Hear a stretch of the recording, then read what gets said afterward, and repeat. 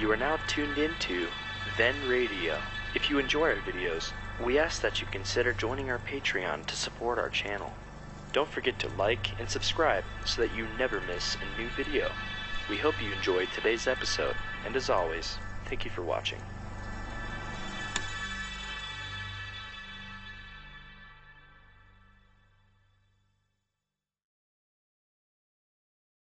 In just a moment, Suspense with Ida Lupino.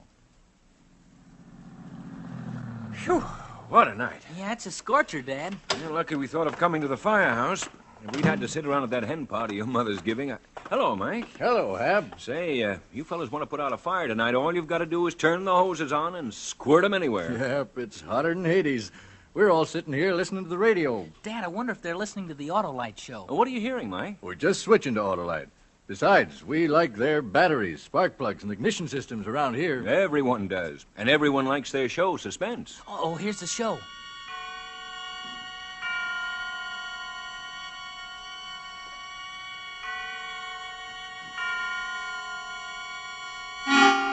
Suspense. Autolite and its 60,000 dealers and service stations bring you radio's outstanding theater of thrills. Starring tonight, Miss Ida Lupino in a tale well calculated to keep you in suspense. Today, everybody's switching to Autolite. And tonight, Autolite takes pleasure in presenting Anton Leader's production of Ray Bradbury's remarkable story, Summer Night, starring Miss Ida Lupino.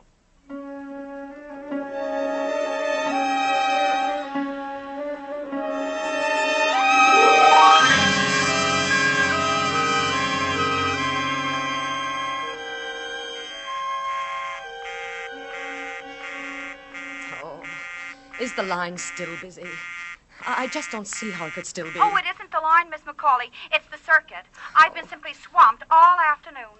I haven't been able to get a call through to the police station for over an hour, and the mayor's office has been busy. Yes, I know. I'm sorry to trouble you, but it's terribly important. Well, if you want to hang on, Miss McCauley, I'll try again in a minute. Oh, all right. It's been this way ever since the news got out about Pining Pool, Lavinia. You heard about it, I suppose. Yes.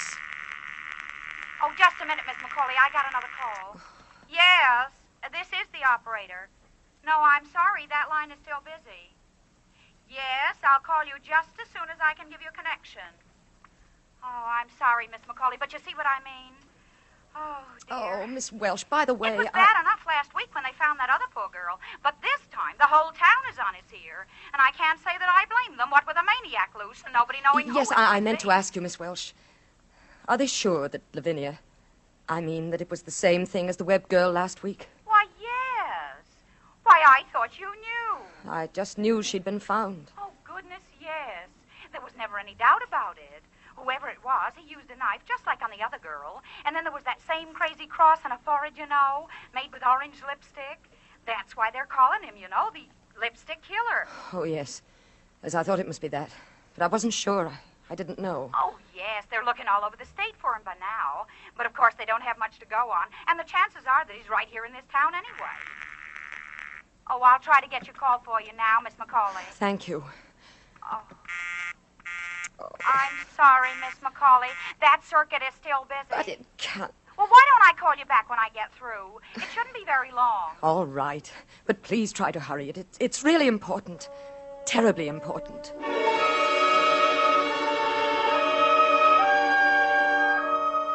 While I was waiting for the call, I went to the front door to start locking up. It was coming on evening, a warm summer evening, and ordinarily up and down the street the windows would be open, all but mine, and you'd hear the sound of a piano or a radio drifting out onto the still summer air, and people would be sitting in swings and hammocks on their front porches, enjoying the coolness at the end of the day. But not on this day. Not this evening. I locked my door, too. I went around the big, gloomy old house, checking all the windows, just like the others. Not that I needed to, really. They'd been locked ever since Father died. And he went away. All in that one terrible week nearly 4 years ago. Yes, they'd been locked, and I hadn't left the house more than a half a dozen times, and nobody had come here. Why should they? I didn't want to see them, nor they me. I was the town's queer one. But all that was going to be different now. From now on, everything was going to be very, very different.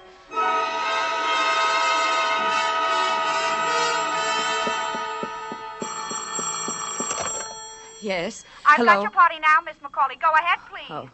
Hello? Oh, Helen, is that you? Yes, who's this? It's Anna McCauley. Why, Anna. Why, what a surprise. How have you been, Helen? Oh, just fine. You know, there's nothing ever the matter with me.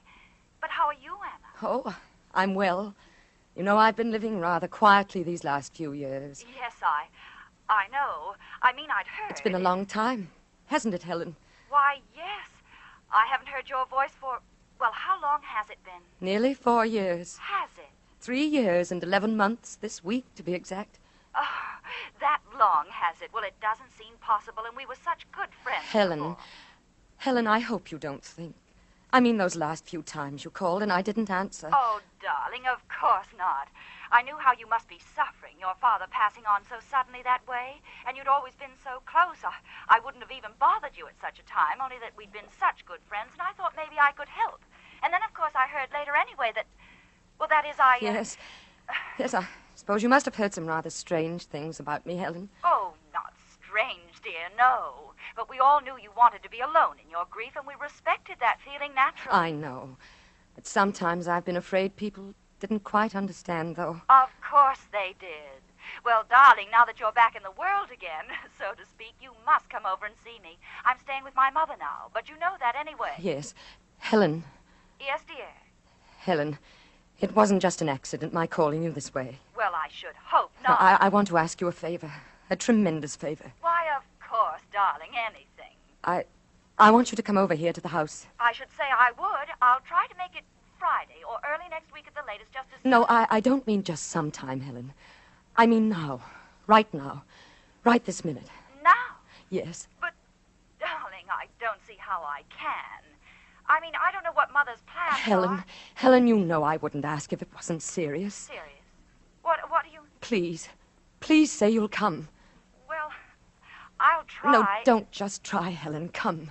You've got to come. Oh, darling, what is this? What can be so serious? Maybe I'm being silly, but I think it's more than serious, Helen. I think it may be a matter of life and death.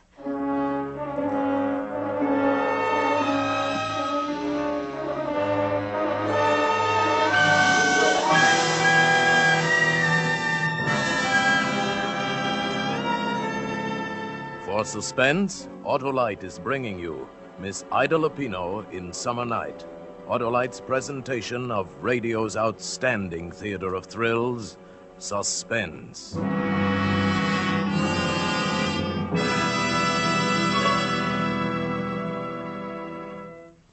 You know, Dad, boy, Mom would sure get a kick out of this. Out of what, Billy? We leave home because she's got the house full of women, and so far there aren't anything but women in tonight's Autolite show. Well, if she's listening, we'll certainly hear about it when we get home from the firehouse. Oh, say, Mike, what's over on that workbench? But over there? Mm-hmm. Oh, them's old batteries. We're replacing them with new Autolite stay-fulls. When your spark plug stutters, when your battery putters. Switching to Autolite, eh, Mike? No, we've been using Autolite for over 10 years now. You know, when you got to get out of here in 7 seconds after the alarm sounds, you got to have the surest, safest batteries there are. When we got to go, we go. Yes, the new Autolite Stay Full battery is a great battery. Needs water only 3 times a year in normal car use. This greater liquid reserve practically eliminates one of the major causes of battery failure. Car owners tell us it's the greatest battery ever built. The greatest battery ever built. Money cannot buy a better battery for your car. Yep, that's real battery know-how. Once water goes into an Autolite Stay Full, it's like going into a camel. The drinks are few and far between. Yeah, and even on nights as hot as this, you don't find the Autolite Stay Full at an old oaken bucket. So, friends, see your friendly neighborhood Autolite battery dealer and order the new Autolite Stay Full battery for your car. It needs water only 3 times a year in normal car use. Remember, folks, Autolite means batteries. Stay full batteries. Autolite means spark plug. Ignition engineered spark plugs. Autolite means ignition system. The lifeline of your car.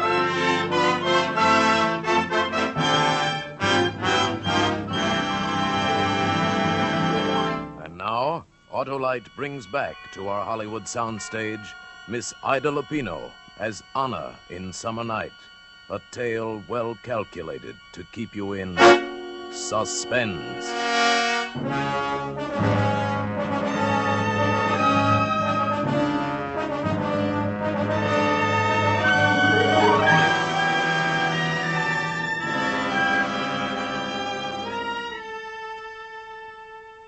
A matter of life and death, I told her.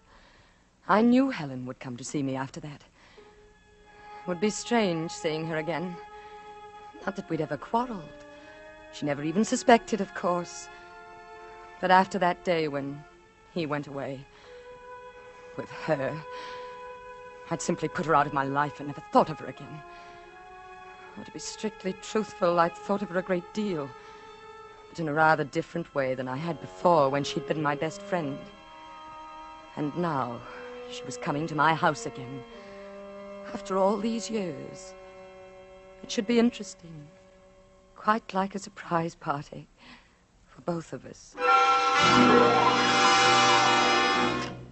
Anna, darling. Helen, come in. Oh, it's so nice to see you. It's good to see you again, Helen. Why, you haven't changed a bit. You don't look a day older.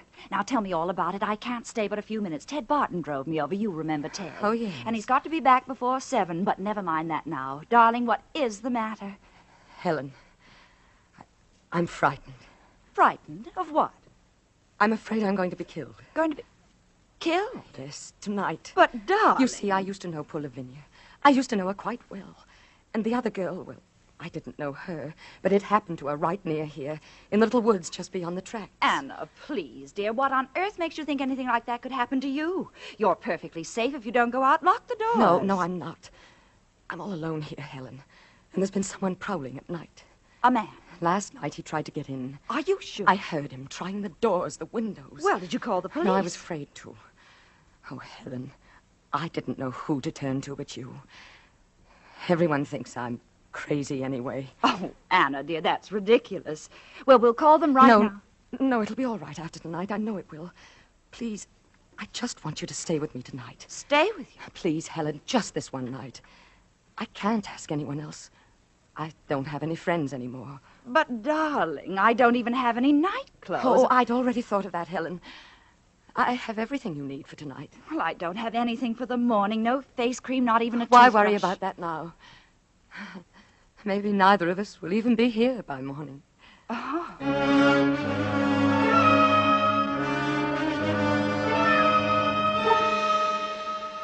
So she said she'd stay. Went out and told Ted Barton.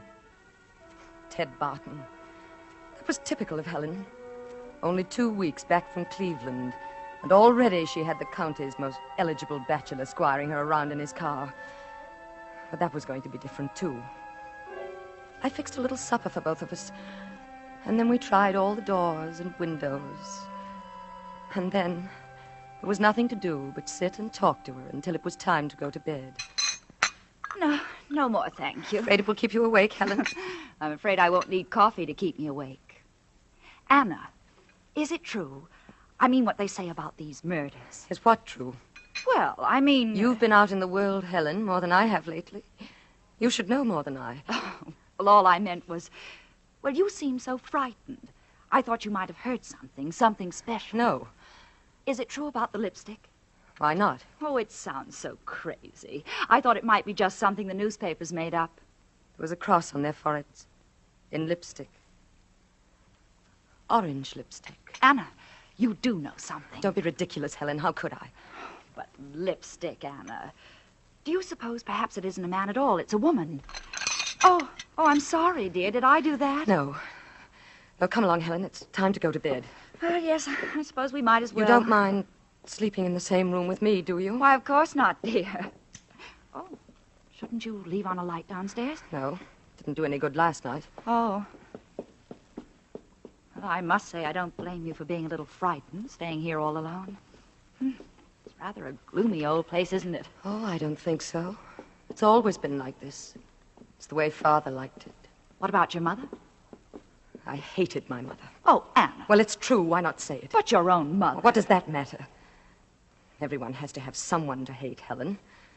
Enough to kill them sometimes. Oh, Anna, I don't think that's true. How can you say that everyone... Well, this is our room. Why, it's what? It's charming. It's so... it's so different from the rest of the house. Yes.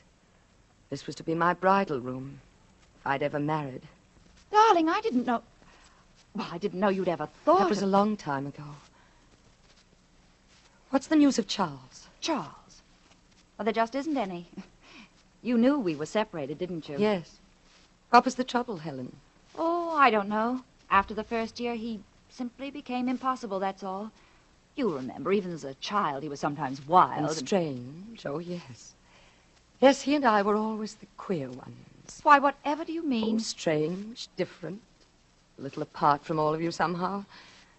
Not quite right, I think they say about me now. Oh, Anna, you're imagining that. No one ever said such a thing. No? Of course not. What about Charles? Nothing. He just left, that's all. I haven't even heard from him in 6 months. Are you sure it was all his fault, Helen? Perhaps if he'd married someone else. Oh, you know there was never anyone else for Charles. That's the funny part of it. Of course, he liked other girls. He liked you. Yes. Well, you're certainly lucky he didn't marry you. I don't know what happened towards the end. It just went from bad to worse. It got so I hated the very sight of him. I told you. Everyone had to have someone to hate. Oh, I didn't really mean Are that. you sure, Helen? Haven't you ever hated anyone? Oh, perhaps as a little girl I thought I did. You hated me, didn't you? Why, darling, There were some times when I hated you, too. Oh, I don't believe it. Children can't really... Can't they? When an ugly little girl like me sees a pretty little girl like you getting everything she wants all through her life. Well, not exactly everything. You could always twist the teachers around your finger. Later it was the same with the boys. And finally, Charles. Just because you were pretty. Oh, maybe I was a little prettier than you, dear, but you were always the clever one. Yes. Yes, I was the clever one. Well, I suppose we really should go to bed. Why, Anna, look at this. I didn't know you used lipstick. I don't. It's just one a young cousin of mine left here several months ago. Oh, well, that's funny. Do you know what color it is, Anna? What color is it, Helen? It's orange.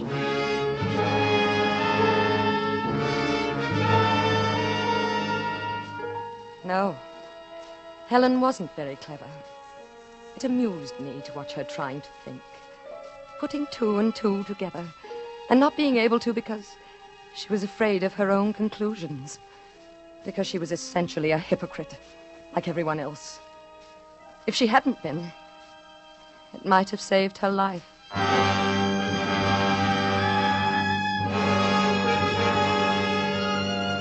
It was sometime in the middle of the night. I don't know exactly what time, because it didn't matter.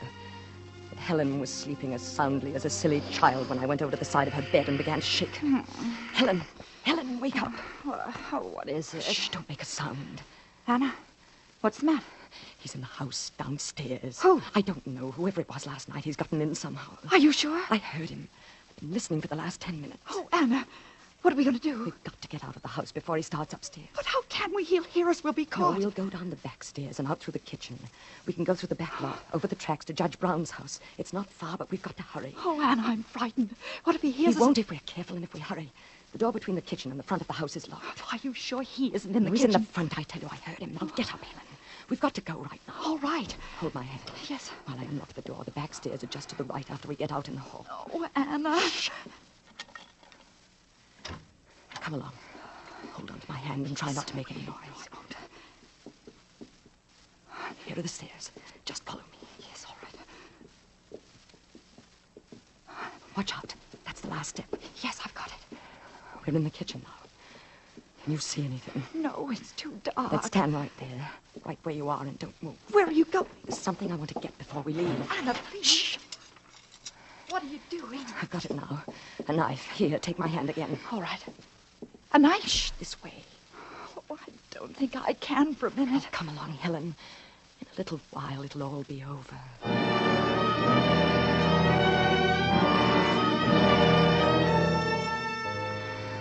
As we hurried down the path, I kept thinking of her there behind me. So frightened now. I had to keep myself from laughing out loud. It was really funny. She'd always been so confident before. At school and later at the parties we used to go to. She'd been the confident one, and I'd been frightened. While she slowly poisoned my life. While she quietly and deliberately stole everything I'd ever wanted. Even Charles. But it was different now. That must be the 2 o'clock local. The other side of town. Yes. Which way now? Straight ahead, through the grove of trees. Anna, isn't it here somewhere that they found that girl? Yes. Why? Oh, Anna, I can't go through there. Helen, come along, don't be silly. Do we have to? Of course we do. Anna, what was that? What? Didn't you hear it? No. I was positive I heard something. Now who's imagining things, Helen? Oh, let's hurry. No. We're going to stop here. Stop. But why? Can't you guess? Even now, Helen. Oh, Anna. Don't.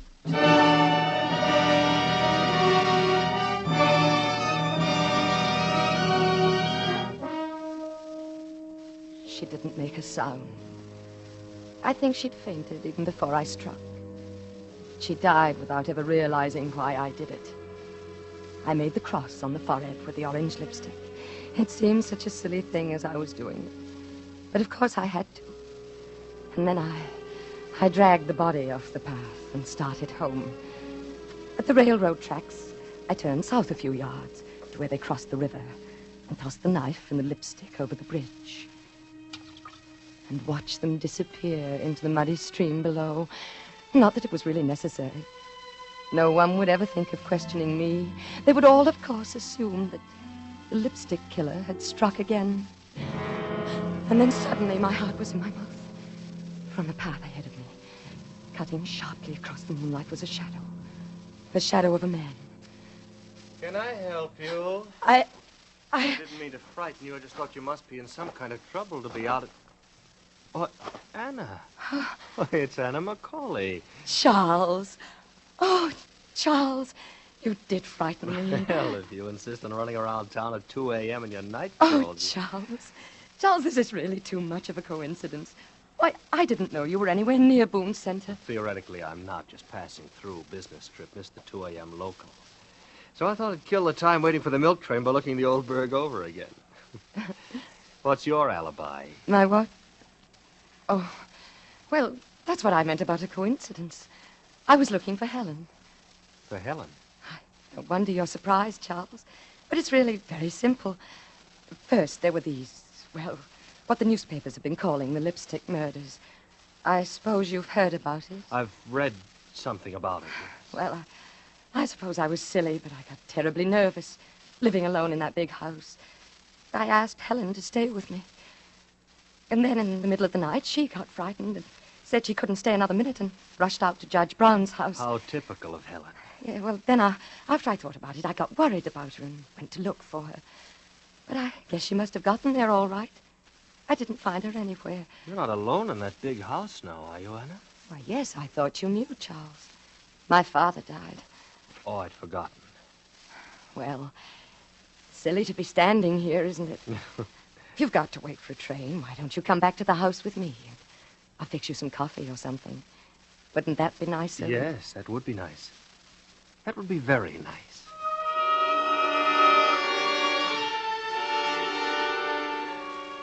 I could hardly believe my good luck. Charles, of all people. It was as though he'd come back to me. Almost as though he'd known and come back to me just at the right moment. So there we were, making coffee in the kitchen and talking over old times. Oh, dear, where is that opener for the evaporated milk? I never can find it. Oh, here. I'll open it with my knife. Just make a couple of holes in it. My, isn't that a rather dangerous weapon to carry around just to make holes in tin cans? Oh, it has other uses.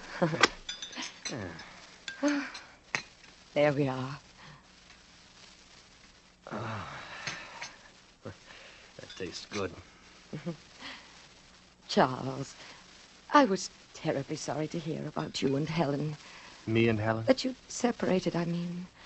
Is that what she called it? Well, she said that you'd left her. Helen always had a quaint way of putting things. Didn't you? You don't still love her, do you? Love her? Didn't she tell you where I'd been? I know, not exactly. I've been in a home, Anna. A rest home, as they call it. It was Helen who put me there. Put you there? I'm afraid committed is the word. See, Helen thought I was crazy. Oh, Charles. I only got out a couple of weeks ago. I imagine they're still looking for me. You escaped? I had to. Oh, Charles, how dreadful for you. As a matter of fact, I've been looking for Helen. There was something I wanted to give her. But couldn't you find her? No. I thought I had a couple of times. But it wasn't Helen after all. What was it you wanted to give her, Charles? This. Lipstick. Yes. A frightful color, isn't it? Orange. Are you sure you're not Helen?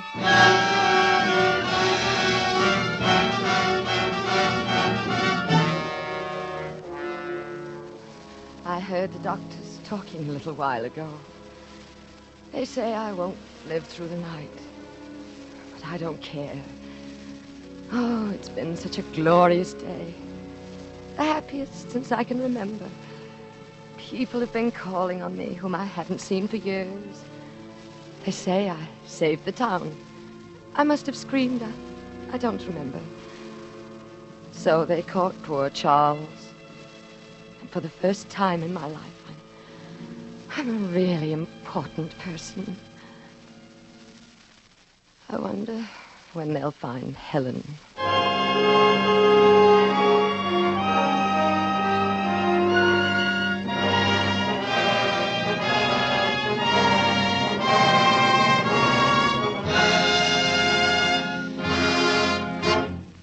Thank you, Ida Lupino, for a splendid performance on Suspense. In just a moment, we will again hear from Miss Ida Lupino. Gee, what a show. I was sweating and it wasn't from the heat either. What a show. Hey, that's us. Gee, Dad, a fire. Hey, out of the way, son. Where's the fire, Mike? On the 28th of May. Hey, they were out of here in 7 seconds.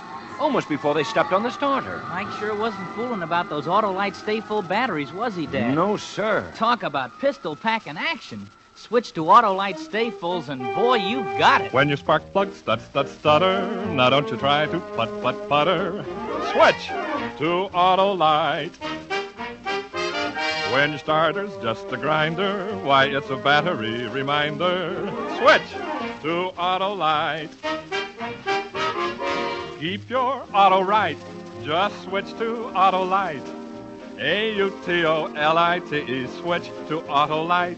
For spark plug life and action. For a battery whose attraction is ignition satisfaction. Switch to Autolite. And now, here again is Miss Ida Lupino. It's always a great pleasure to appear on Suspense. And as a listener, I'm looking forward to some outstanding programs on this new Suspense series with stars like Charles Lawton, Agnes Moorehead, Van Johnson, Madeline Carroll, and Ann Southern. And next week, I'll be tuned in to hear Douglas Fairbanks Jr. in a gripping suspense story entitled Deep into Darkness. I know you'll want to hear it, too, on Suspense. Ida Lupino may soon be seen in Darrell F. Zanuck's 20th Century Fox production, Roadhouse. Tonight's suspense play was written by Robert L. Richards from an original story by Ray Bradbury. The music was composed by Lucien Moraweck and conducted by Lud Gluskin. The entire production was under the direction of Anton M. Leader. Next Thursday, same time, you will hear Douglas Fairbanks Jr. in Deep into Darkness. This is CBS, the Columbia Broadcasting System.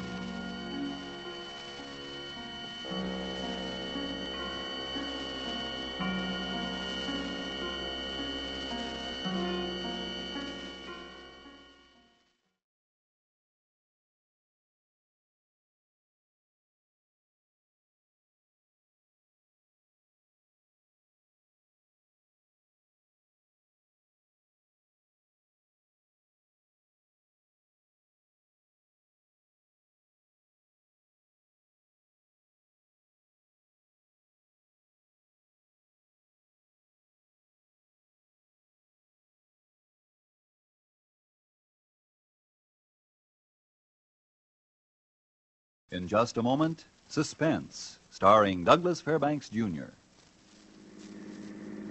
Now, let's stop in at Ed Jones for a moment, Billy. Okay, Dad. Hello, Ed.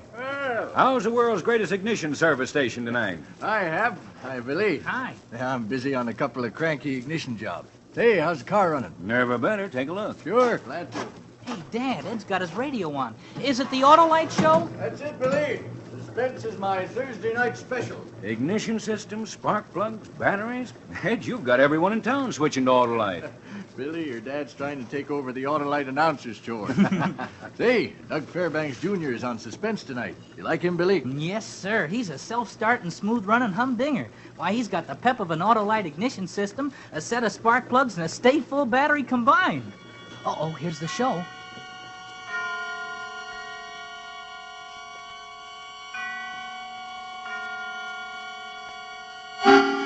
Suspense.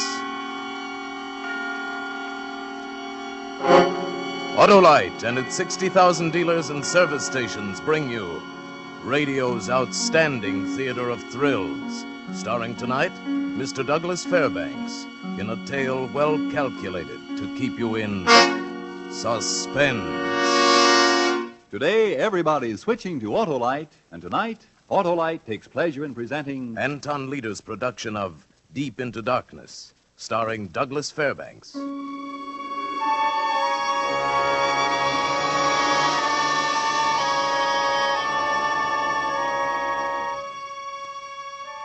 This is a story about fear, and I'm an expert on fear. Me, Ken Matthews.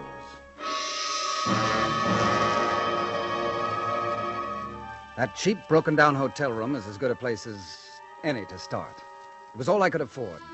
New York, the city of bright lights, and me, stretched out on a squeaky bed, watching a spot change shape on the ceiling. It's a kind of game to keep a man from going crazy. For 7 years, I watched another spot, changed it into a million shapes, got to know it better than I knew myself. That spot on the ceiling of my cell at Joliet Penitentiary.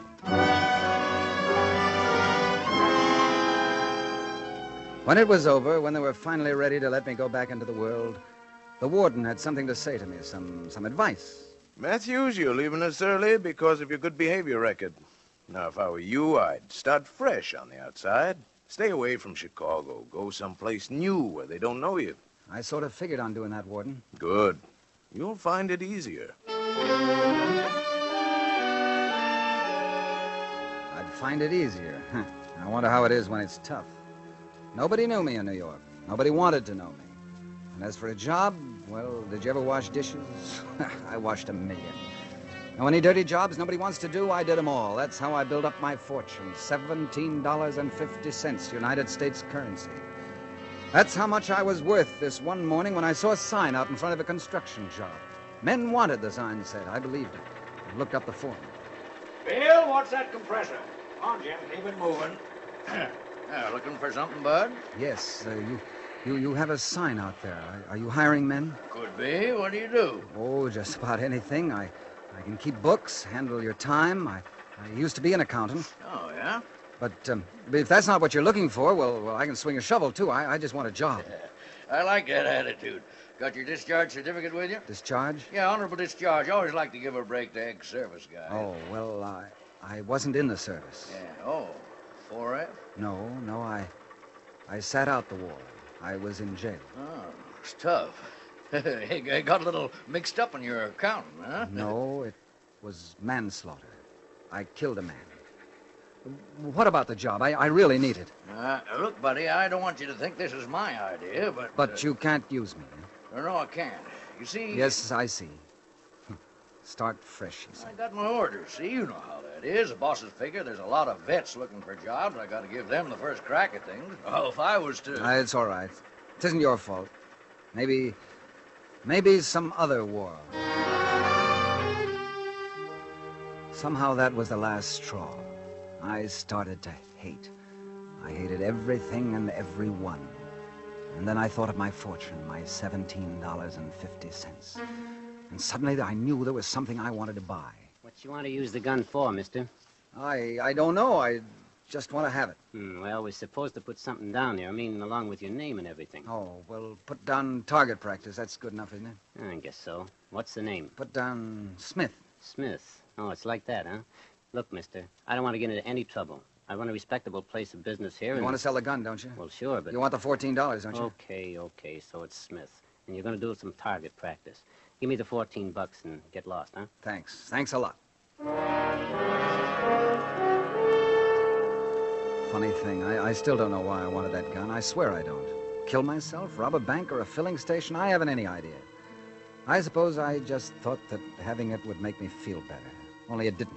It hung in my pocket heavy as lead, cold, dead, just like its owner. I turned into a side street, 52nd, 51st, I wasn't sure. I stopped to light a cigarette when a car pulled up to the curb. It was a big car with a chauffeur, a black car, smooth and shiny.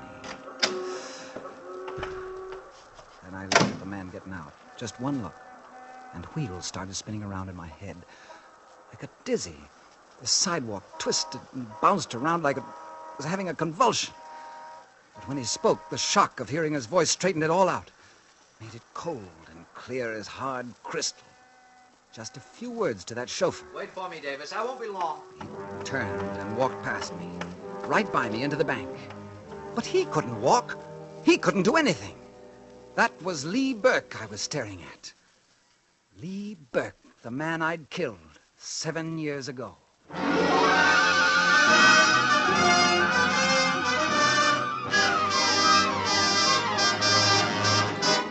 For suspense, Autolite is bringing you Mr. Douglas Fairbanks, Jr. in Deep into Darkness, Autolite's presentation of radio's outstanding theater of thrills, Suspense.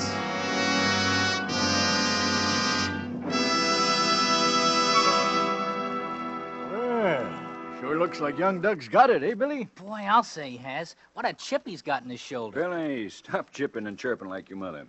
Oh, by the way, Ed, that ignition system of mine score a bullseye? She's completely on the beam. My jobs usually are, especially when they're Autolite. Yes, sir. Money can't buy better ignition equipment for your car.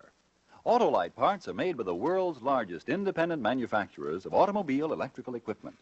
And Autolite service stations are equipped with highly trained men and specialized machines to give your car the best in automobile service. That Autolite ignition system sounds intelligent enough to take an IQ test, eh, Ed? Stop pulling Ed's leg, Billy. I'm used to it, Hap. But I'll tell you this. Autolite makes original equipment for many of the finest cars in America. Ignition systems, batteries, spark plugs, generators, lots more. So it's only natural that Autolite ignition is...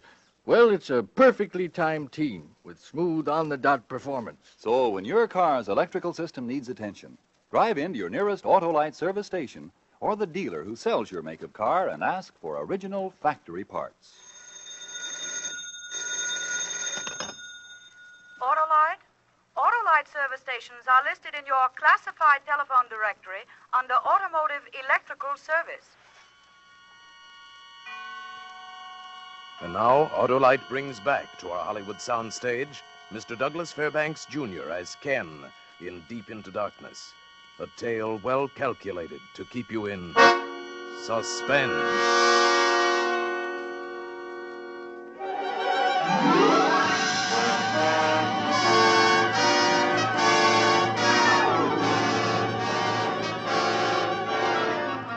In those few moments of watching a man walk across a sidewalk into a bank, I lived it all over again. The way it happened when I killed him 7 years ago back in Chicago. There wasn't anything about it I couldn't remember. Ken, darling. Yeah? Do you love me, Ken? Do I love you? Oh, no, not at all. I just sit in that goofy nightclub night after night because the food's so good. Oh, Ken, you're sweet. Lila, why don't you forget that place? Give it up. Where's it going to get a girl like you dancing in a cheap honky-tonk? You have something better to offer, darling? I've offered it a half a dozen times. Marry me. I got a good job. It'll get better. Hand me my drink, will you? Sure. Here. What do you say? I've told you, Ken, over and over again. I'm not getting married. Not to you, anyway. You're a sweet guy, sure, and I'm very fond of you, but little Lila isn't burying herself in any house with a bunch of squalling kids. That's for suckers. I don't think you mean that at all. No? Well, you just watch, darling. I'm going to wind up with a diamond so big it'll take a 2-ton truck to deliver it to me. I'm going to have so many mink coats I'll use them for pajamas. Yeah, that's the way to talk, sis. You tell him. Hello, Lee. Oh, you're beginning to sound like you're getting good sense. Now, what are you doing up here with this bookkeeper, anyway? And a good evening to you, too, Lee. Never mind. I thought I said I didn't want you wasting your time with him. He's all right. Get out of here, Matthews. Now, wait a minute. If Lila wants me to go... Oh, not satisfied with my suggestions, huh? Well, I've a good mind... Lee, stop it. Put that gun away. Every time you have a few drinks, you start waving that gun around. Really, Lee, you better put it down. Stop acting like a kid. Acting like a kid, huh? I'll show you who's acting like a kid. I'll... Give me that gun. Lee! Come on, Lee. Give it to me. I'll break your arm. Go, let go of my... Lila, it went off. I was only trying to take it away from him. Oh, you killed him. Ken, you killed my brother. I didn't mean it, I tell you. You saw what happened. I was only trying to get the gun. Get out, Ken. The police will find you. Get out of here. Hurry, I tell you, get out!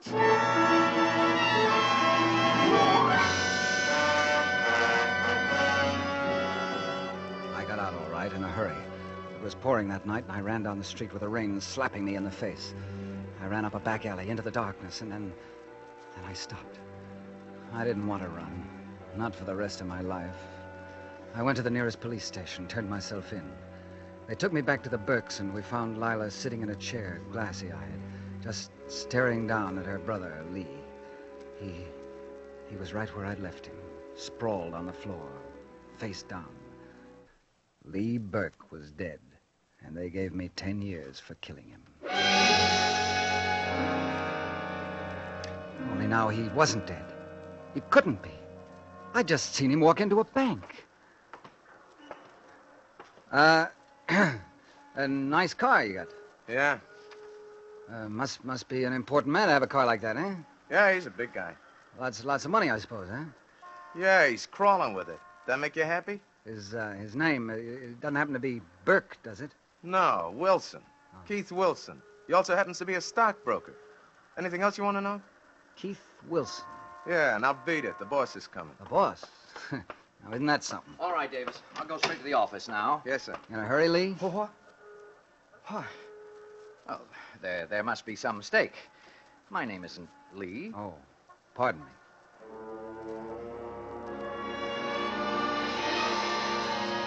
But it was Lee. There wasn't any doubt about it. And he knew me, too. I could see it in his eyes and in the way his face went white. I didn't understand it. I couldn't figure out why or how, but Lee Burke was alive. The rest of the fortune went for a taxi ride, but it was worth it to me. And I guess if I hadn't had enough money to follow Lee's car wherever it went, I'd have forced the cab driver with that gun I'd bought. But it wasn't necessary. We went out to Long Island. Way out. And then the car swung into a place with a big half-circle drive. Lee Burke, now Mr. Keith Wilson, was doing very well for himself. And so was Lila. What's the matter, Lila? Ken. Is it like seeing a ghost? Ken, it's really you. I saw a ghost just now, too, only he was very much alive. So that's what he was so excited about. Lee? Yes, he came in, rushed upstairs. Told me to call the airport, get him a plane for Miami. Did you? Not yet. It won't do any good. Ken, what do you want? Why did you come here? I just wanted to be sure, Lila. Absolutely sure. What are you going to do? I'd like to kill him. I ought to kill you both. No, Ken. Don't talk like that. It wasn't me. I didn't plan it. But it was a plan, wasn't it, Lila? Wasn't it? Yes. You want to tell me about it, or do I have to choke it out of him? I'll tell you. What's the difference? You didn't kill Lee. You didn't kill anybody. Huh? It was a frame-up. Then how could I have seen him like that? Lee was on the floor, dead. No, that wasn't Lee. He found a man, Ken, a stumble-bum, a drunk, and the man looked just like him.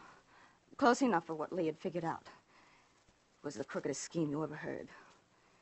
Took out insurance with every company in town, $500,000 with me as beneficiary. He was going to kill this drifter and disappear, let me collect the money. It was as simple as that, at first. Keep talking. But I told him it wouldn't work, Ken, that they'd never pay off, not that much. Not till they checked fingerprints, teeth, everything, but he had that figure, too. They wouldn't check a thing if a fall guy pleaded guilty to a murder charge. So that's how it was. You were the fall guy. I let you take me home that night, remember? I remember. Lee had his gun loaded with blanks. It was an act, the whole thing. Then when you ran, he finished the job.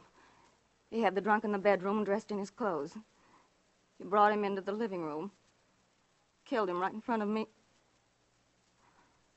That's who you saw when you got back. Good Lord. That's why I hate my brother, why I don't care what happens to him. Thanks, Lila. That's going to make it easier. Lila? Lila, did you call the airline? No, Lee, not yet. But I told you not to waste any time. You don't know what this means. She knows what it means, Lee. We all do. What do you want? Why'd you follow me here? Hey, look, I think you better get out of here. I'd stay away from that telephone, Lee. I'd stand still if I were you. You'd better do as he says, Lee. He's got a gun. Ken, listen to me. You can't do this. Not now. You don't want any more trouble. Why, if the police found out... The police? If you told them I was going to kill you, it wouldn't make sense, Lee. Because I've already done that. Remember? Now, look, Ken, look, I can explain the whole thing. It was a mistake. I'm glad you know that now. I've made a lot of money, Ken. I've been very lucky. I'll split with you. You look like you could use some money. Yes, I could. Sure, that's good. Only forget the gun, huh? And stop acting like you want to kill me. You wouldn't gain anything that way. Come on, Lila, fix some drinks or something, huh? We'll talk this over friendly-like. Ken, you know Lila was always crazy about you. I was always crazy about her. Oh, Ken, But let's talk about something else right now, Lee. Let's talk about America. You know, this is a wonderful country, the way the laws are set up to protect a man. Ever hear of double jeopardy, Lee? Brings up a rather interesting fact. That you can't try a man twice for the same crime. 7 years I spent paying for killing you. 7 years at Joliet, and you weren't even dead. That means I've paid for something I haven't done yet. I still have the right, Lee, to kill you. Once more. Oh, now, Ken, stop it. You're talking crazy. There must be something you want. I only want to kill you, Lee, because you deserve to be killed. We both know that, don't we? Only, I don't think I'll kill you now. Not right away. Oh, we'll be reasonable. Is that it, Ken? Be reasonable, I say. I'm going to stay right with you. 24 hours a day, right up to the time you deal. I know exactly when and how I'm going to kill you. And you won't know. You'll never know, Lee, until it happens. You'll just wait. Just sit and wait and wait. I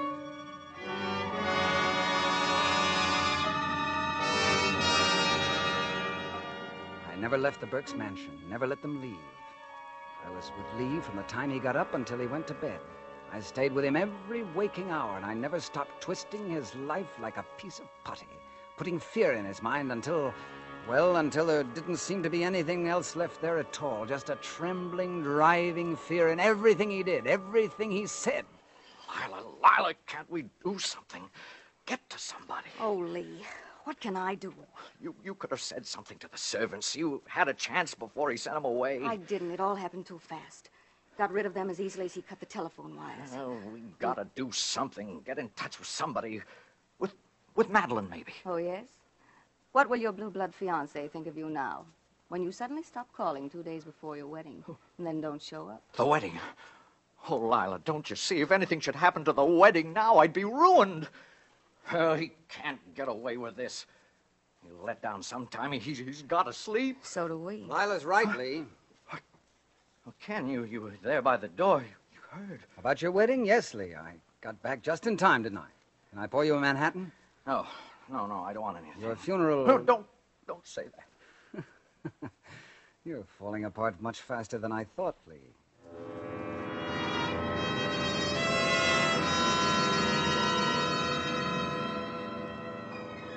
wasn't taking long at all. Lee couldn't sit still for a minute, couldn't take his eyes off me. Of course, little things like this didn't exactly help. Who is it? Ken? Yes, Lee. It's Ken.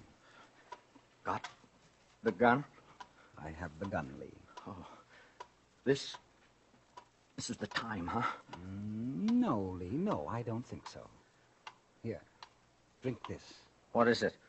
Milk. Warm milk. It'll put you to sleep. Yeah, for good, you mean? No. Just until morning. You see, I wouldn't think of killing a man on his wedding day. What? Don't tell me you've forgotten your wedding to the blue-blooded Mr. Haven. You've come a long way, Lee, marrying into the social register. Oh, don't, Ken. Come on, drink up. You'll need your strength for the wedding. No, that's all off. I haven't even called her, Ken. Lila has. I made her call. She made some very pretty excuses for you, and the wedding will go on as scheduled. What are you going to do? Nothing, only behave yourself tomorrow. Do as you're told, and you might live through the ceremony.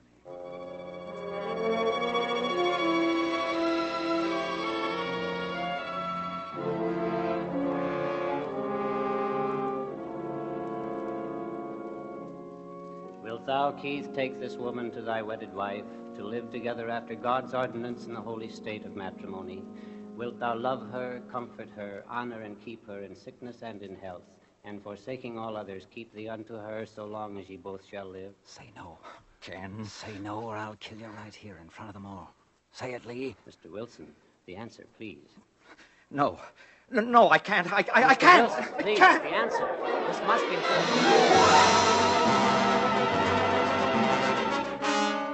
There was only one thing wrong with that little wedding scene. I had fun, sure, but in the excitement, I'm afraid I relaxed a little. I wasn't sure how much it mattered. That depended on Lila. When I was sure Lee was asleep that night, I met her in the living room. Got right to the point. Something on your mind, Ken? Yes. Mousy. Who's Mousy? Ken, you look so tired, so thin. Tell me, Lila. Tell me about Mousy. What do you know about him? Lee's been talking about him in his sleep. Talking about Mousy and you, Lila. And me. You'd better tell me all about it. Ken, you're hurting my arm. I don't know anything about Mousy. Maybe he was there at the wedding. Maybe you saw him. Maybe you gave him the message. Did you, Lila? Ken, stop it. You know I promised I wouldn't do anything like that.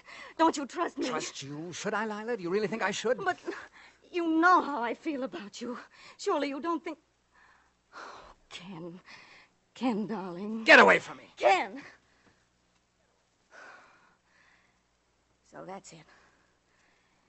It was all just a gag to keep the little girl in line. How did you expect me to feel after all this happened?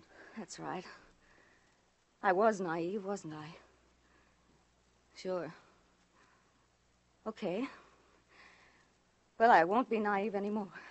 You can bet on that. Lila. Good night, Ken, darling.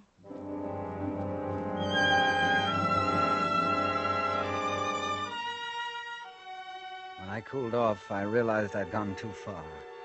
She wouldn't be on my side anymore. Unless I could talk to her again and make it all seem like a mistake, a joke, maybe. Yeah, that'd be the thing. But when I went to find her, she wasn't around. I didn't see her again until next morning.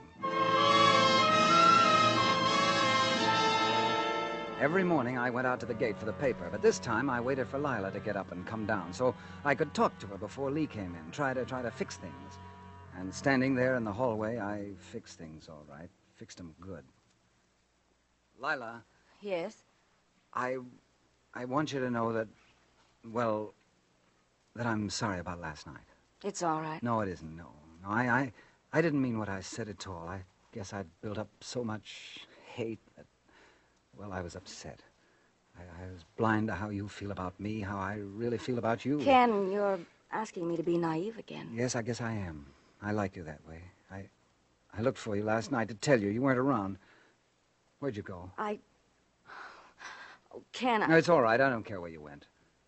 Anyway, now you know how I really feel. Ken, you don't know what you're saying. Yes, I do, Lila. I've been thinking. That's the way it ought to be. We've been a couple of lost souls, but maybe by forgetting the past, trying to find some peace of mind... Ken! Think about it, will you, Lila? I went out then, out the door and down the driveway. Left her standing there staring after me. But suddenly, as I was almost to the gate, I heard her coming, running, fast. Ken! No, Ken, come back! And then I saw it, a car that had been parked down the road. It was moving now, gathering speed, coming right past the gate. Ken! Ken, look out! And then she was there. She threw herself right in front of me. I heard the shouts. I felt her thrown heavily against me, and then her body went limp in my arms. I held her close for a second, and then I lowered her to the ground.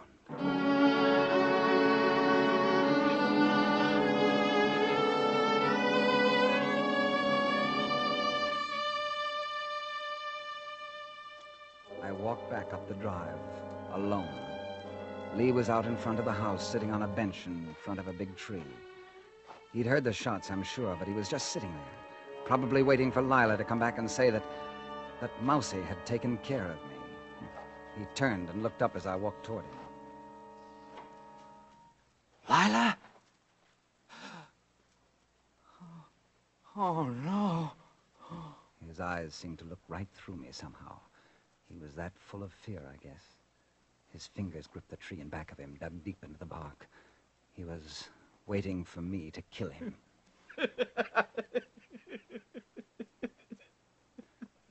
Lila's dead, Lee. Your gunman got her instead of me. Lila? Lila? I'm sorry because there was something I didn't have time to tell her. I never intended to kill you, Lee. I was just showing you how 7 years looked crowded into a few days. 7 years. Yeah, that's right. I guess you know now. I guess you know why and what you did. Lee, this is Ken. I'm talking to you. Ken?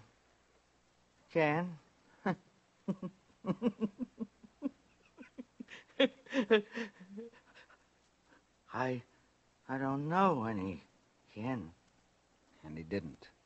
He didn't even know himself. The way his eyes looked, I don't think he ever will again.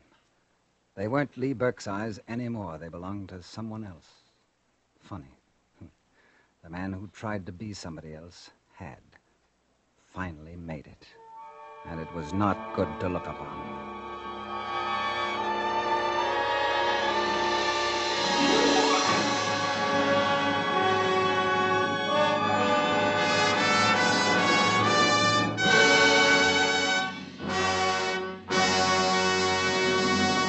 Thank you, Douglas Fairbanks, for an outstanding performance on Suspense. Talk about performance, Dad. Autolite ignition is good, but what about Doug Fairbanks? He's really got it, Billy. Well, let's get going. Your mother... Mom will be as full of suspense as your Autolite ignition system is full of pep, purr, power, and pistol point performance. That boy knows his Autolite P's, and he doesn't miss any cues, eh, Hap? Yes, an Autolite is your cue to real motoring enjoyment. So remember, wherever you go, Autolite means spark plugs. Ignition engineered spark plugs. Autolite means batteries. Stay full batteries. Autolite means ignition system. The lifeline of your car.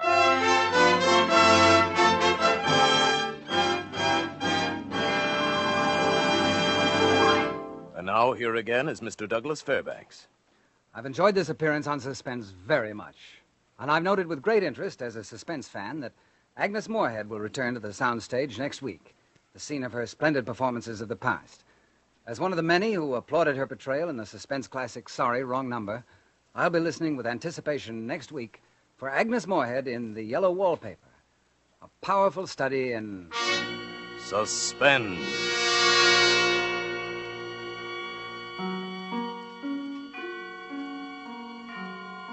Douglas Fairbanks may soon be seen in his own production, The O'Flynn.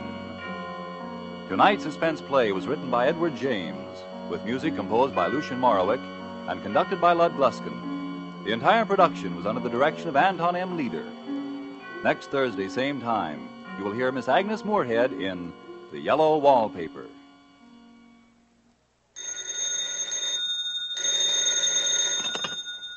This is the Autolite Suspense Show signing off. Good night. Switch to Autolite. This is CBS, the Columbia Broadcasting System.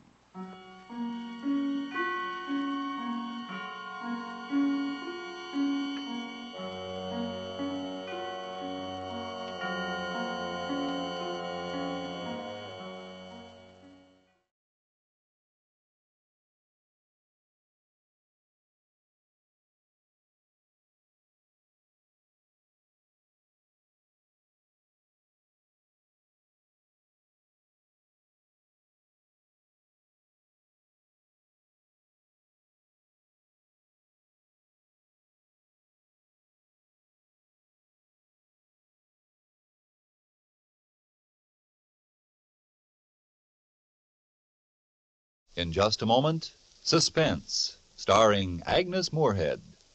Hi, Hap. Hello, Ed. How are things? Couldn't be better. Except walking 12 blocks to your service station just isn't for me. You got my new spark plugs in? Just finished putting those brand new Autolite resistor spark plugs in your car. Guess she takes a big load off your arches, eh, Hap? Sure does.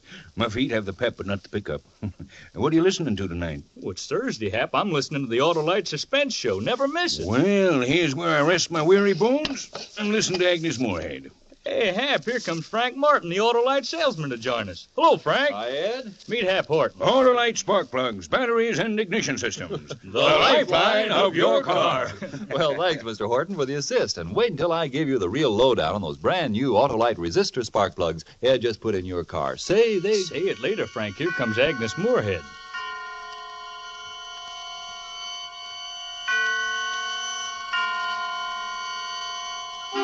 Suspense.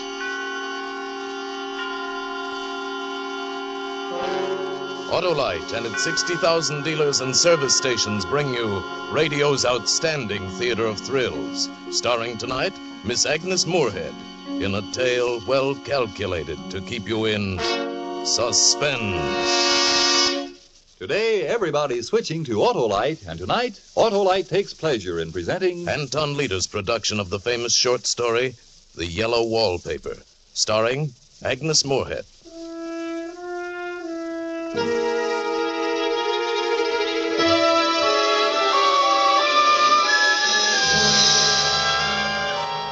I've never seen a worse wallpaper in my life.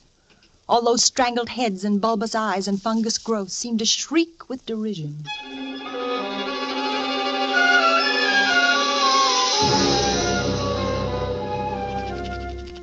When we came to this house, the minute I saw it, I made up my mind secretly to start writing again in spite of them. But I don't dare let John know I'm keeping this journal. It's difficult being married to a doctor. John's an excellent doctor, I'm sure, but he's so inconsistent about me. He says I'm not really sick, that I'm only a little run down from caring for the baby, that I have a temporary nervous depression. Yet he prescribes phosphates or phosphites, I don't know which, and tonics and exercise. And he absolutely forbids me to work until I'm well again. He hates for me to write a word. But writing is such a relief to my mind. I can write down things, tell things here that... No, John says I'm not to brood about those things. I confess they make me feel bad, so I'll only write about the house. I saw it for the first time today. It's the most beautiful place. John rented it for the summer, and we drove up today, a perfect June morning. The bay and the white sails and people already in swimming, and then the shaded lane and the riotous old-fashioned flowers and the gnarly trees and the house. The house standing alone in the summer stillness. I could never tell John, but you know, the house spoke to me. It was only because he rattled on so that I couldn't hear what Reminded me of those English places you read about. Gardeners, cottages, and everything, and at only $200 a month. Hedges and walls and gates that lock, and there's a ghostliness. Remember, I rented it just for you, darling. And you're going to let Jenny do all the work while you live like a prince. You like it, darling? Speak up. Yes, John. Yes, it's lovely, but it's strange, as though it might be haunted. Darling, you've got that look on your face again. That dopey look. Well, Jean is home, has a station wagon, and if I know my dear sister, she's already turned the place inside out and cleaned it top to bottom. John, is it haunted, do you think? What, the house? Uh-huh. At $200 a month? Well, that's asking too much of fate. Come on, hop up. You always laugh at anything you can't touch or see or put down in figures. There is something strange about the house. I feel If you weren't always imagining. I'm not imagining. One reason I don't get well is that you don't believe me. You don't even believe I'm sick. You tell my friends and relatives. I've heard you. I've heard you that there's nothing wrong with me. There is nothing wrong with you. See, you're saying it again. I'm sorry. But please don't cry. Now, come along. Let's go inside. And so I came into this house in tears. It was wrong. It was all wrong. Maybe the house saw me crying, or this room. I got so unreasonably angry with John. I shouldn't, I know. He's so careful and loving, and I repay him so badly. I should control myself, at least in front of him. But it makes me so tired not to show what I feel. Jenny met us at the door. Naturally, she saw I'd been crying, but she took pains to ignore it. Well, hello, you two. You're early. You must have started at the crack of dawn. How was the trip? Made it in less than 2 hours. They're like as peas in a pod, Jenny and John, both efficient and kind. And how did you bear up, Pet? Oh, very well, thank you, Jenny. Both kind and both somehow cruel. But I don't really think that. Well, you're just in time for lunch. I bought a flounder down at the wharf and cooked it with capers and cream. Sound good? Wonderful, Jenny. May I see the house first? The whole grand tour? Oh, Pet, the flounder will cook to death. Well, at least my room. Our room. All right, if you insist. But if that fish is spoiled, don't blame me. Why would I blame her? Whose room is this, Jenny? Yours? Uh-huh, it's small, but it's near the door and the telephone. Oh, John, look. What? Let's take this one for you and me. I love those roses over the window. I've already put your things upstairs, Pet. Well, this has a little porch and such pretty old-fashioned chintz hangings. Let's Well, you'll take love the this. room upstairs, darling. And you can see there's no room in here for 2 beds. And I won't hear of being in separate rooms. I'm going to make you rest and take your tonic. John and I have talked it all over. And the room at the top of the house has so many windows. And you know, darling, you must absorb lots of fresh air. Get your appetite back. They smother me with concern. They crush me with kindness. Come along. There's a good girl. All right, you know what's best. And you're going to like that nursery. It gets loads of sunshine.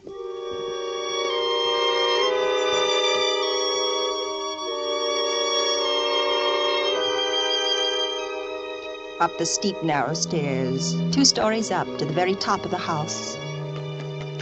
There's a gate at the top that locks. I wonder why. And beyond the gate is the nursery room. This room.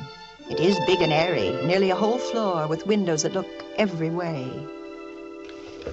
They say it was a nursery. But what was it, really? Open them all, Jenny. Wide. All right. Well, darling? Why are the windows barred? For the little children. Otherwise it wouldn't be safe. Oh, yeah, I suppose. Children climb around so, don't they? What are those rings and things in the walls? Oh, I expect they made it into a gymnasium when the children got older. A sort of playground. Oh, they must have hated the wallpaper. Well, they were rough on it, that's for sure. The way they've stripped it off in patches. I don't blame them. It's hideous. Oh, who wants to look at the wallpaper with this view? My, you can see the whole bay. It's a revolting color. It's unclean. Such a strange, sickish yellow there where the sun's faded it. I never saw worse paper in my life. Don't dramatize it, darling. You must be hungry, and I know you're tired. I'm not tired. Why do you both act this way? I say the wallpaper's ugly, and you look at each other. Your eyes shuttle back and forth, and suddenly you both act as though I'd lost my... Darling, that was something we weren't going to say. Be a good girl, Pet. We don't act anyway. We just don't want you to worry. We want you to be well.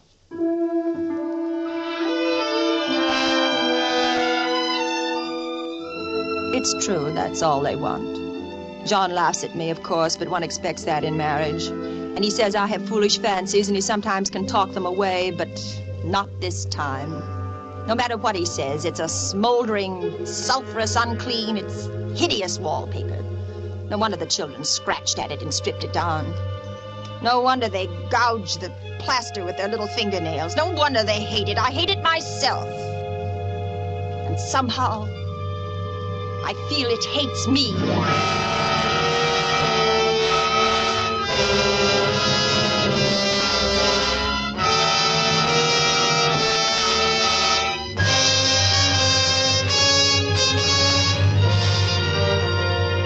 For Suspense, Autolite is bringing you Miss Agnes Moorehead in the yellow wallpaper. Autolite's presentation of radio's outstanding theater of thrills, Suspense.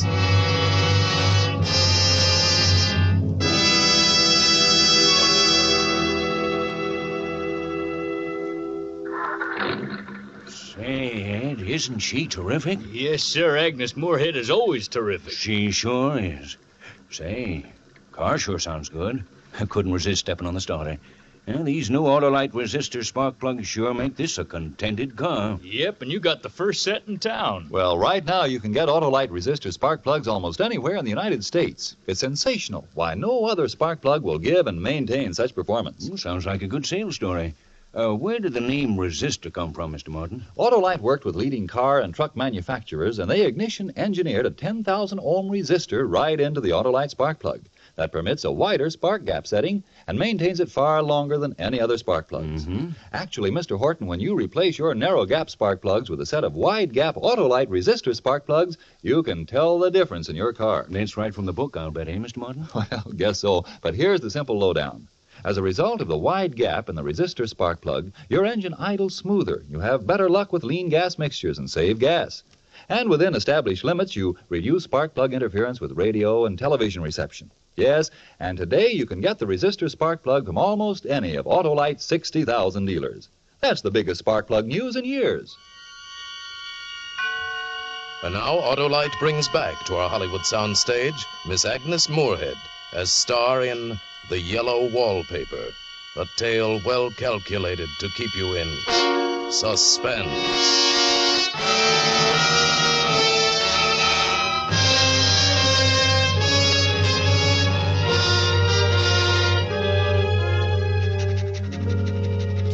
We've been here 2 weeks, and I haven't felt like riding again since that first day. I'm sitting by the window now, up in this frightful nursery room. There's nothing to stop my riding as much as I please. John is away all day, and sometimes even at night if he has a serious case.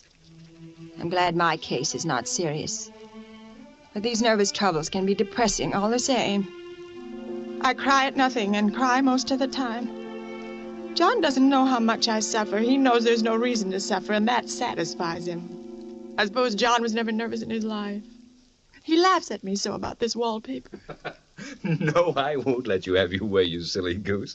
If we'd taken the room downstairs, you'd be seeing faces in the chintz drapes. Not faces. Look at that spot, John. And that one over there. Yes, I see. It's a repeating pattern. It's a broken neck with 2 bulging eyes staring at me upside down. And to me, it's climbing ivy or some kind of a vine. Take your choice. Could be anything. Besides, I can't repaper a room just for a 3 months rental. Well, then let's move downstairs. Take me away from it. Don't you see, John? It hates me.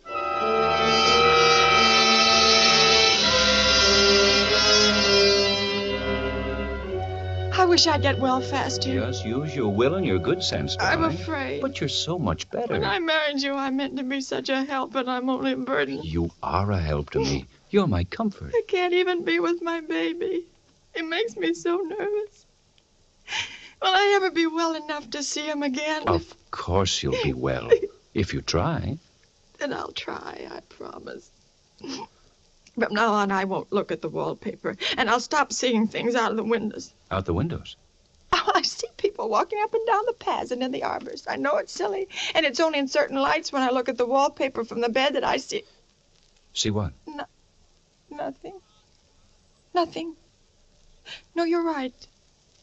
There's nothing except a pattern.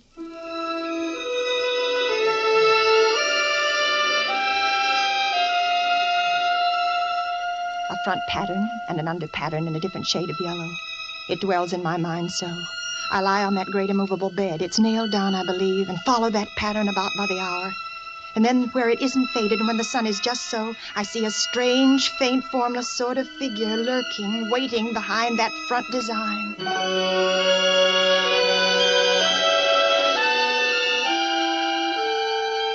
I don't know why I should write like this day after day. I don't want to. I don't feel able. And I know John would think it absurd, but I must express what I feel and think in some way. It's such a relief. There are things in that wallpaper that nobody knows about but me. You know, there's a woman stooping down and creeping about behind that pattern.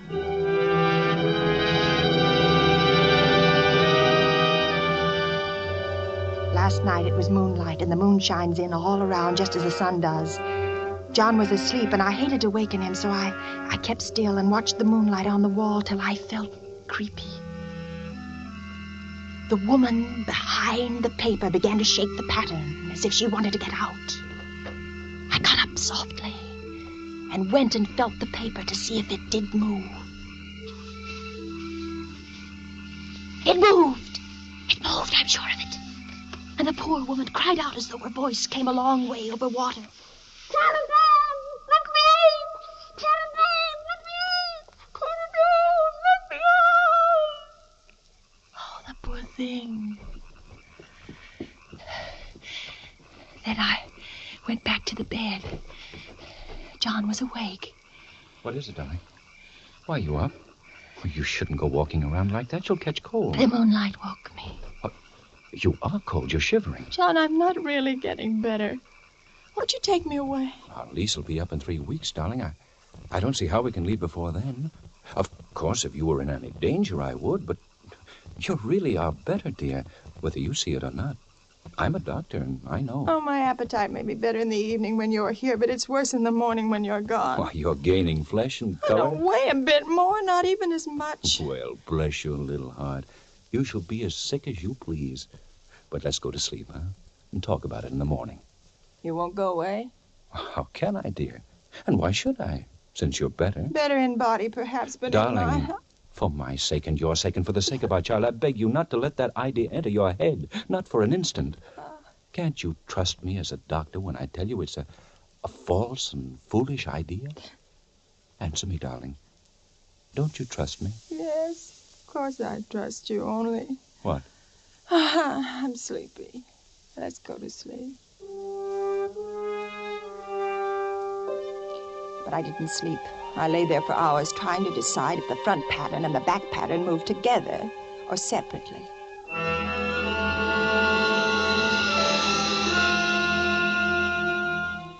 At night, in the moonlight, the front pattern becomes bars.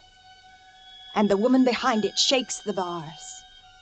Yes, she shakes the bars as she creeps around.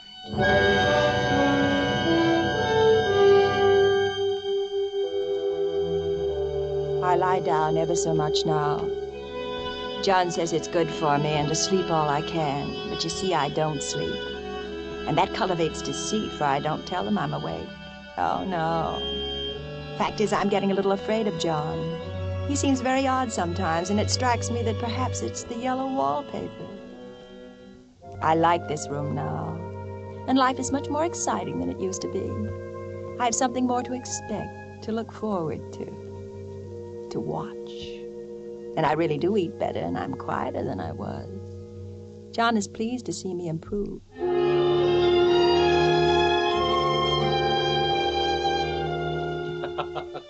You see? You're flourishing like a weed in spite of your wallpaper. Yeah. In spite of the wallpaper. In spite of it. Because of it. But I had no intention of telling him that. He might want to take me away, and I don't want to leave now until I found out. There's 1 week more, and I think that will be enough.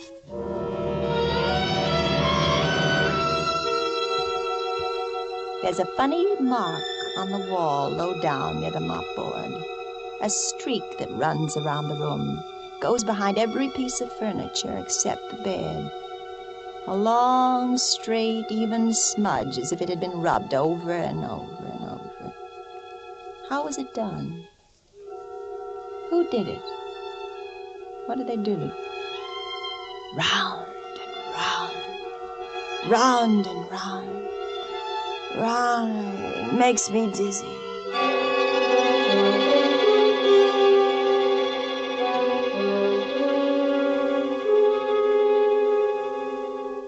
I've really discovered something at last.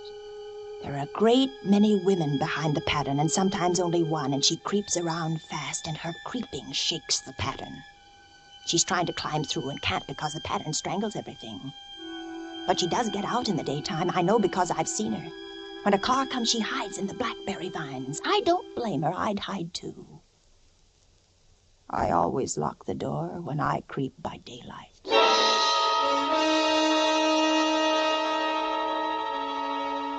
There are only 2 days left to tear this paper off and let the woman out in the room. And John's beginning to take notice. I don't like the look in his eyes, or the way he talks with Jenny about me. I overheard them. She isn't sleeping nights, Jenny. She's quiet, but I know she's awake. Well, it's little wonder she sleeps the whole blessed day. Yeah. Maybe I ought to call in another doctor. No, it's just stubbornness, John. She's determined to prove you're wrong. I suppose you're right. Oh, I'm sure she'll improve. Oh, darling. Well, hello, pet. How you creep about? Well, that's a funny thing to say, Jenny. It isn't I who creeps. Jenny says you stay in your room too much. You don't take your exercise. You tell me to rest and then you tell me to take exercise. I can't do both. Well, As though I can't see through them. tomorrow's our last day here. We'll talk about exercise when I get you back to town. I'll have to rouse you out of bed pretty early, Pet.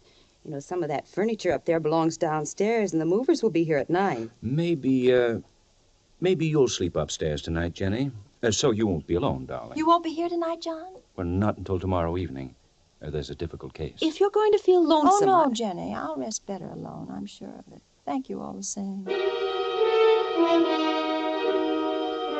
That was clever of me. The sly thing. I won't be alone a bit. As soon as the moon shone in, the poor thing behind the paper began to crawl and shake the pattern. I ran to her. I pulled, and she shook. I shook, and she pulled. And by morning, we'd peeled off yards and yards of yellow wallpaper, a strip about as high as my head and half around the room. When Jenny came up in the morning, she looked at the wall in amazement. You know why I did it, Jenny? Just to spite the vicious thing. Why are you so surprised? Oh, I'm not. Why, I wouldn't mind doing it myself. But you mustn't tire yourself, Pet. She wouldn't mind doing it. Why don't you come downstairs and lie down?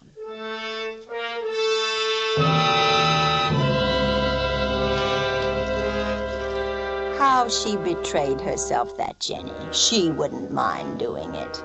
But I'm here and no person touches this paper but me. Not alive.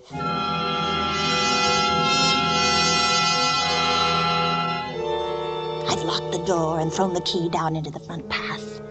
I don't want anybody to come in till John comes. I want to surprise him. And I've got a rope up here. Even Jenny doesn't know that. If the woman gets out from behind the pattern and tries to run away, I can tie her securely to one of the rings in the wall. There she is. There, see how the pattern moves, like wallowing seaweeds. Oh, it'll strangle her unless I help. Wait, I'll help you. I'll peel off the paper all I can. Wait, be patient. You push. You push and I'll pull. Oh, it sticks horribly to the plaster. There, I can get it off with my teeth. Oh, it hurts. But I'm getting it. Wait, just a little bit more. I'm getting it. A little bit more.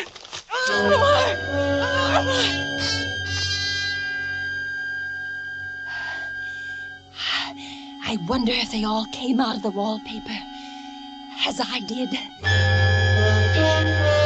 I think they did, but I have you securely tied by my rope now. You'll never get away.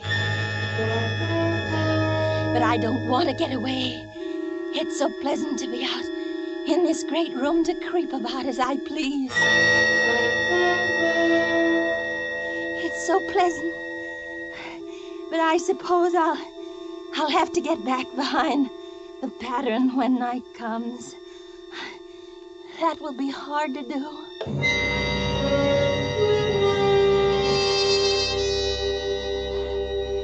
Well, it's better than going outside. I won't go outside, even if Jenny asks me to.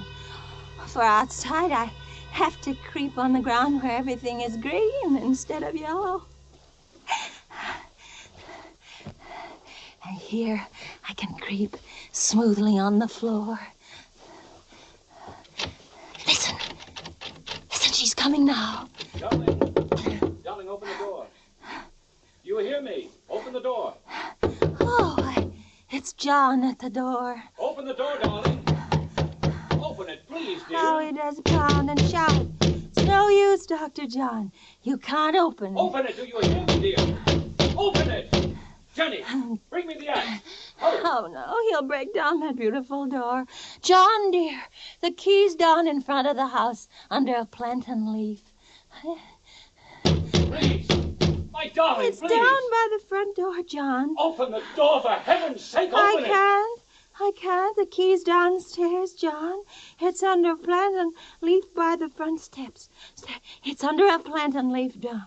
Go and see. Go and see. You'll find it if you look. You'll find it. There. He's gone to look. The wallpaper has stopped laughing. The evil thing. Now I can creep slowly, smoothly on the floor. Round and round, round and round and round. And my shoulder just fits into that long smudge on the wall so I can't lose my way. Oh, he's coming back. He's running on the stairs. How astonished he'll be. Darling. Oh, my dear. My dear, what is it? What's happened? I've got out at last, John. Out? Yes, out in spite of you and Jenny. I pulled down the paper. I shook the pattern and pushed and pulled it down. It stuck horribly. But you'll never put me back. You'll never put me back. You're so pale, John. Why do you close your eyes? You watch. Watch how swiftly I creep around in this lovely yellow room.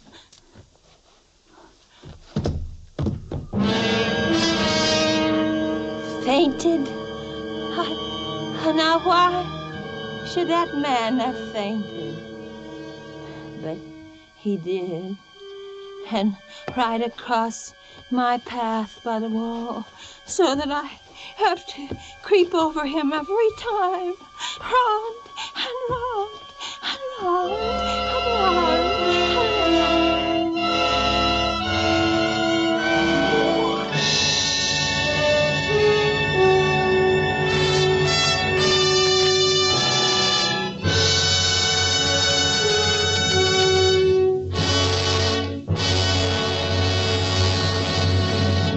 Thank you, Agnes Moorehead, for a magnificent performance. Miss Moorehead will be back in just a moment. Oh, what a show. That Agnes Moorehead's really some actress. Well, I guess I better head for home and motherland. Okay, Oh, say, Mr. Martin, can you give me those simple words of yours again? My boy Billy pesters me with slogans. You bet, Mr. Horton. When you replace your narrow-gap spark plugs with a set of wide-gap Autolite resistor spark plugs, you can tell the difference in your car. For example, your engine idles smoother. You have better luck with leaner gas mixtures and save gas. And within established limits, you reduce spark plug interference with radio and television reception. So, switch to Autolite because Autolite means resistor spark plugs. Ignition-engineered spark plugs. Autolite means batteries. Stay full batteries. Autolite means ignition system. The lifeline of your car.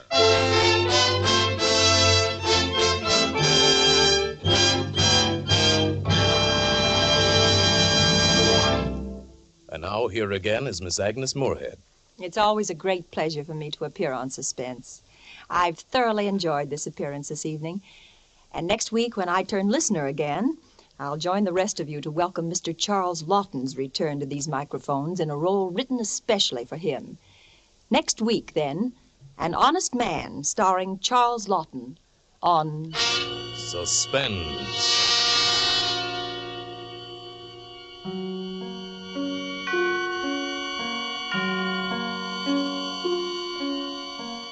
Agnes Moorehead may soon be seen in the Warner Brothers production, Johnny Belinda. Tonight's suspense play was adapted for radio by Sylvia Richards from an original story by Charlotte Perkins Gilman. Music was composed by Lucien Morawick and conducted by Lud Gluskin. The entire production was under the direction of Anton M. Leader. Next Thursday, same time, you will hear Mr. Charles Lawton in An Honest Man.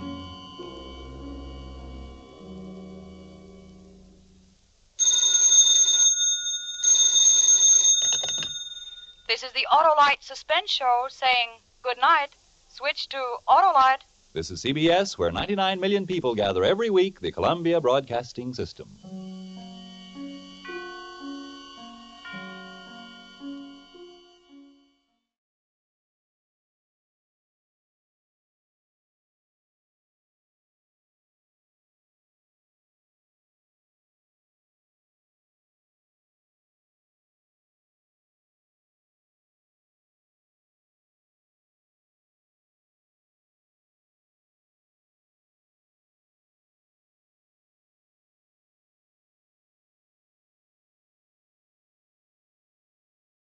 In just a moment, Suspense, starring Charles Lawton. Hi, Billy. Hi, Dad. You're working kind of late on your bicycle, aren't you? Yeah, the old bike hasn't been getting going just right. Boy, did I puff up 2nd Street this morning. Just like the car, Billy, till I had that new Autolite Stay Full battery put in. Well, my boy, you just keep at it. I'm going in and coast along with Autolite batteries, spark plugs, and ignition systems on the Suspense show. Dad, if you want to listen to the Autolite show, you'd better stay out here in the garage with me. Why? Mom's got her bridge club in tonight. What? Why, Yep. she doggone well knows I want to hear Charles Lawton. By all the drinks my Stay Full battery doesn't need, Take it easy, Dad. Here comes Charles Lawton.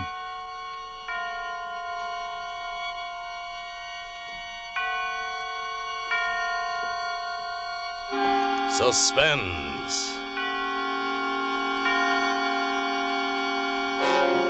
Autolite and its 60,000 dealers and service stations bring you radio's outstanding theater of thrills. Starring tonight, Mr. Charles Lawton in Anton Leader's production of An Honest Man, a tale well calculated to keep you in suspense.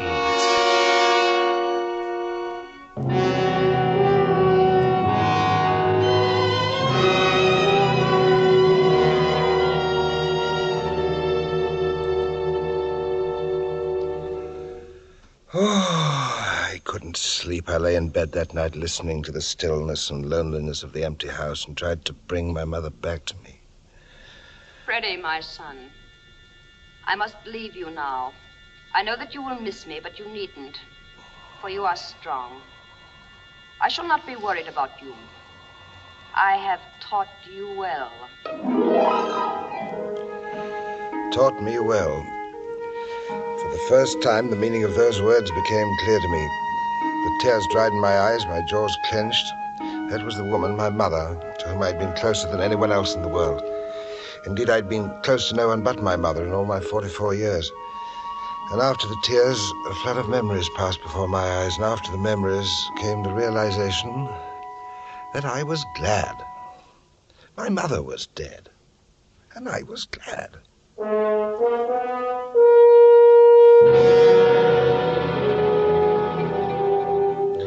All the next day at the store, I worked in a sort of a haze of happiness and well-being. Dora smiled at me once or twice, but we were both very busy. During the rush hour, Mr. Kelsey came in to help out, as he always did. And about 9:45, he said what I realized that I'd been hoping to hear all day. You got your day's receipts totaled yet, Freddie? I'm just finishing them now, Mr. Kelsey. Well, I think I'll knock off. When you get through, just put the money in the safe and lock it. I won't go to the bank till afternoon. Yes, Mr. Kelsey. You can both close up whenever you're through what you're doing.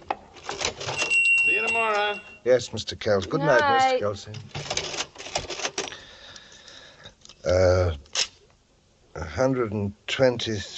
$123.14. Check.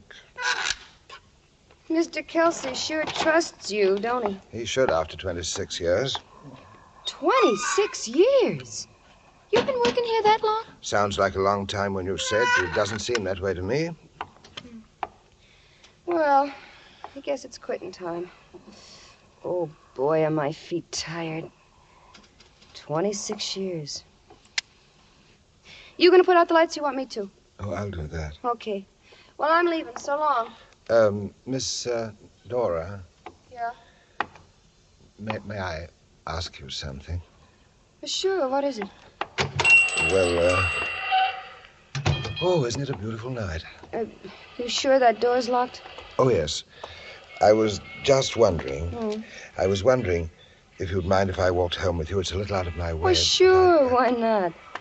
Oh, but say, don't you have to get home to your mother?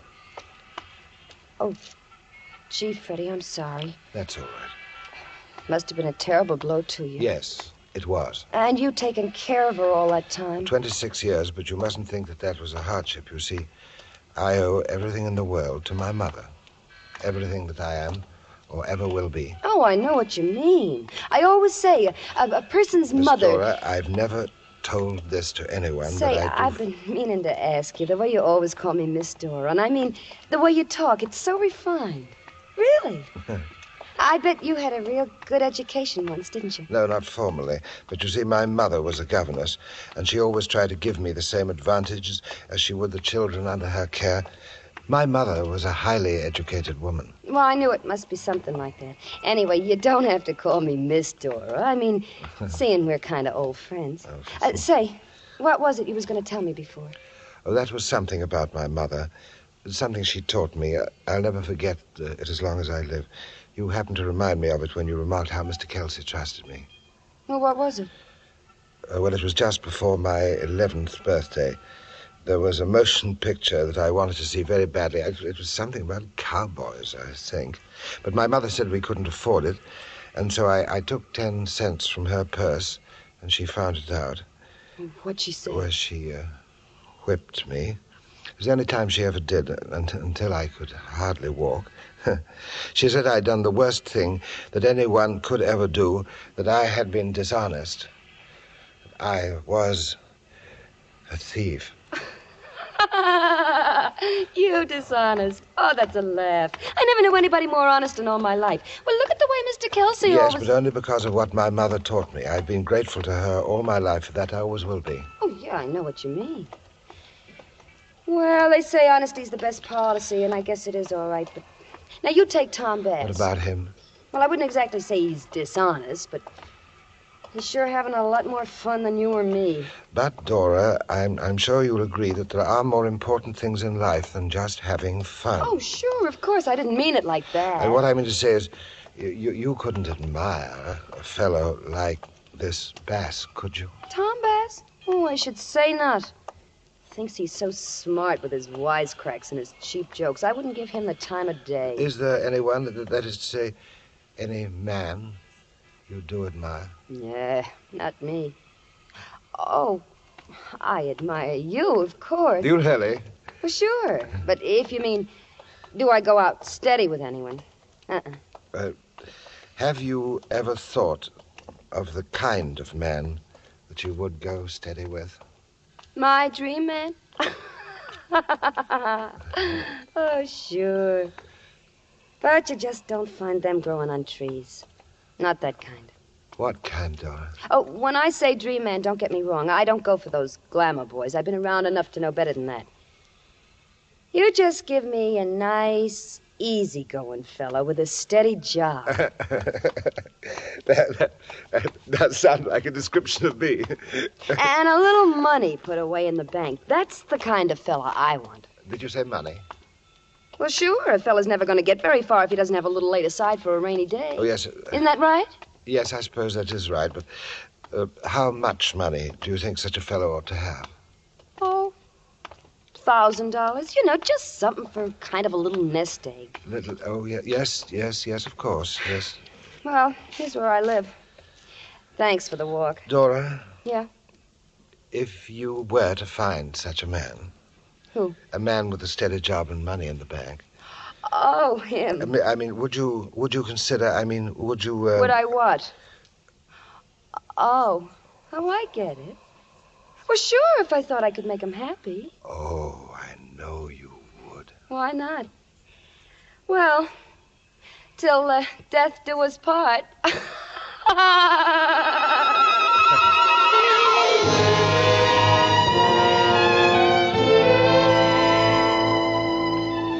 Well, it was strange that she should have said that when death had parted me only a few brief hours before from the only woman in my life, my mother. And now, so soon after, there was another woman, but she was there. That $1,000, that stood in the way. With all the expense of the funeral still to be met, I knew that it would take me at least 2 years to accumulate such a sum. And Dora was a warm and attractive girl. I couldn't expect her to wait that long. It wouldn't be fair, so by the next morning, my first fond hope had turned to black despair. I hardly noticed Tom Bass when he sauntered into the store. Hiya, honey. What do you know that's new? Oh, hello there. What do you say, Freddie boy? I beg your pardon? What's the matter? You in love or something? Say, remember that horse I told you about last week? Horse? You remember Revelation. I told you to get down on him at 8-1. Oh, yes. Well, what did I tell you? Well, to tell you the truth, I have had a number of things in my mind lately. He won, chump. He won, just like I told you he would. Now, ain't you sorry you didn't get a couple of bucks down on him? Oh, yes, but really, I don't know very much about horse racing. Never too late to learn. Say, give me a hot pastrami on rye, will you? Mustard? Yeah. Little lettuce? No, skip that. You want it to go, or you can... I'll eat it here. Say, how come a guy like you ever learned to make such good sandwiches? They're the best in town, no kidding. My mother taught me. Is that a fact? My mother taught me everything I know. Yeah? Say, must be good to feel like that about your old lady. I haven't seen mine for 10 years. Here you are. Thanks. Is your mother dead? No. I just took a powder when I was a kid. I couldn't stand it around there anymore. You couldn't stand it around your own mother? Yeah. All she ever did was yap, yap, yap. Why didn't I do this? Why didn't I do that? Finally, one day I told her what she could do, and I beat it. But how could she get along without you? What did she do? I don't know. Same old thing, I guess. Work in the laundry. Say, look, Freddie, pay her for the sandwich tomorrow, okay? All I got's a 50. Well, if you won't forget, I did have to remind you last time, you know. I have to take it out of my own pocket. You're a good guy, Freddie. Say, in fact, you know what? I think I'm going to let you in on something. Oh? Freddie, listen. I got a tip so hot it's burning the seat of my pants. Avalanche in the 3rd at Santa Rosa today. Strictly a drugstore job. What? They're going to give him the needle. I got it from his trainer myself in person. Avalanche can't any more lose that race than I can sing High C. You know what the odds are? 100 to 1. 100 to 1. 100 to 1. That's what I said. Do you mean to tell me that if someone were to bet $10 on this horse, they'd win back 1,000? You ain't just bird calling. You put a tenner on that beetle, and you'll have $1,000 in your hot little hand by tonight. Oh, I wish I could, but I don't have $10 or anywhere near it. I don't get paid until tomorrow, you see. Out of 5. Oh, out of 5. Here you are, Dora. Thanks. Hey, Freddie, what's the matter? You can always lay your hand on a 10 when you want it, can't you? I can? How? Oh, no. That's Mr. Kelsey's money. Oh, not till tonight. What Mr. Kelsey don't know, he could have hurt him, isn't Oh, no, I couldn't do anything like that. Okay, I'll be back. But think it over, friend. 1,000 Skinnaroos, and that ain't horse feet. 1,000 Skinnaroos.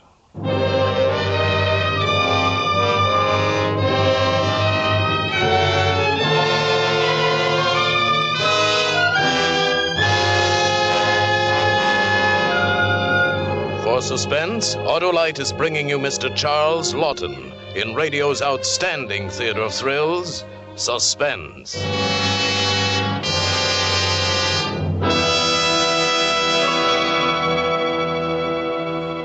Dad, I don't know what's coming next, but this story's got me in the mood to expect anything. Yeah, anything but invite a woman's bridge party in on Thursday night. Still peeved at Mom, Dad? Well, Cheer up. This car radio's operating hunky-dory, thanks to your new Autolite Stay Full battery.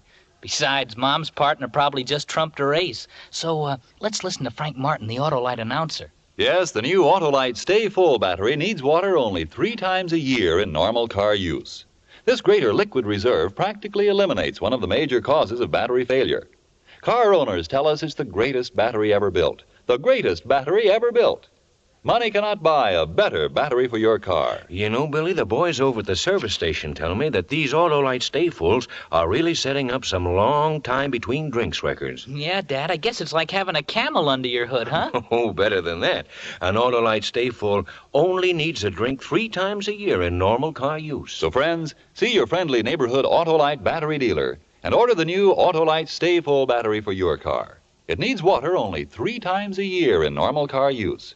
And there are the important advantages of extra plates and fiberglass insulation that means so much to long battery life. And now, Autolite brings back to our Hollywood soundstage Mr. Charles Lawton as Freddie in An Honest Man, a tale well calculated to keep you in suspense.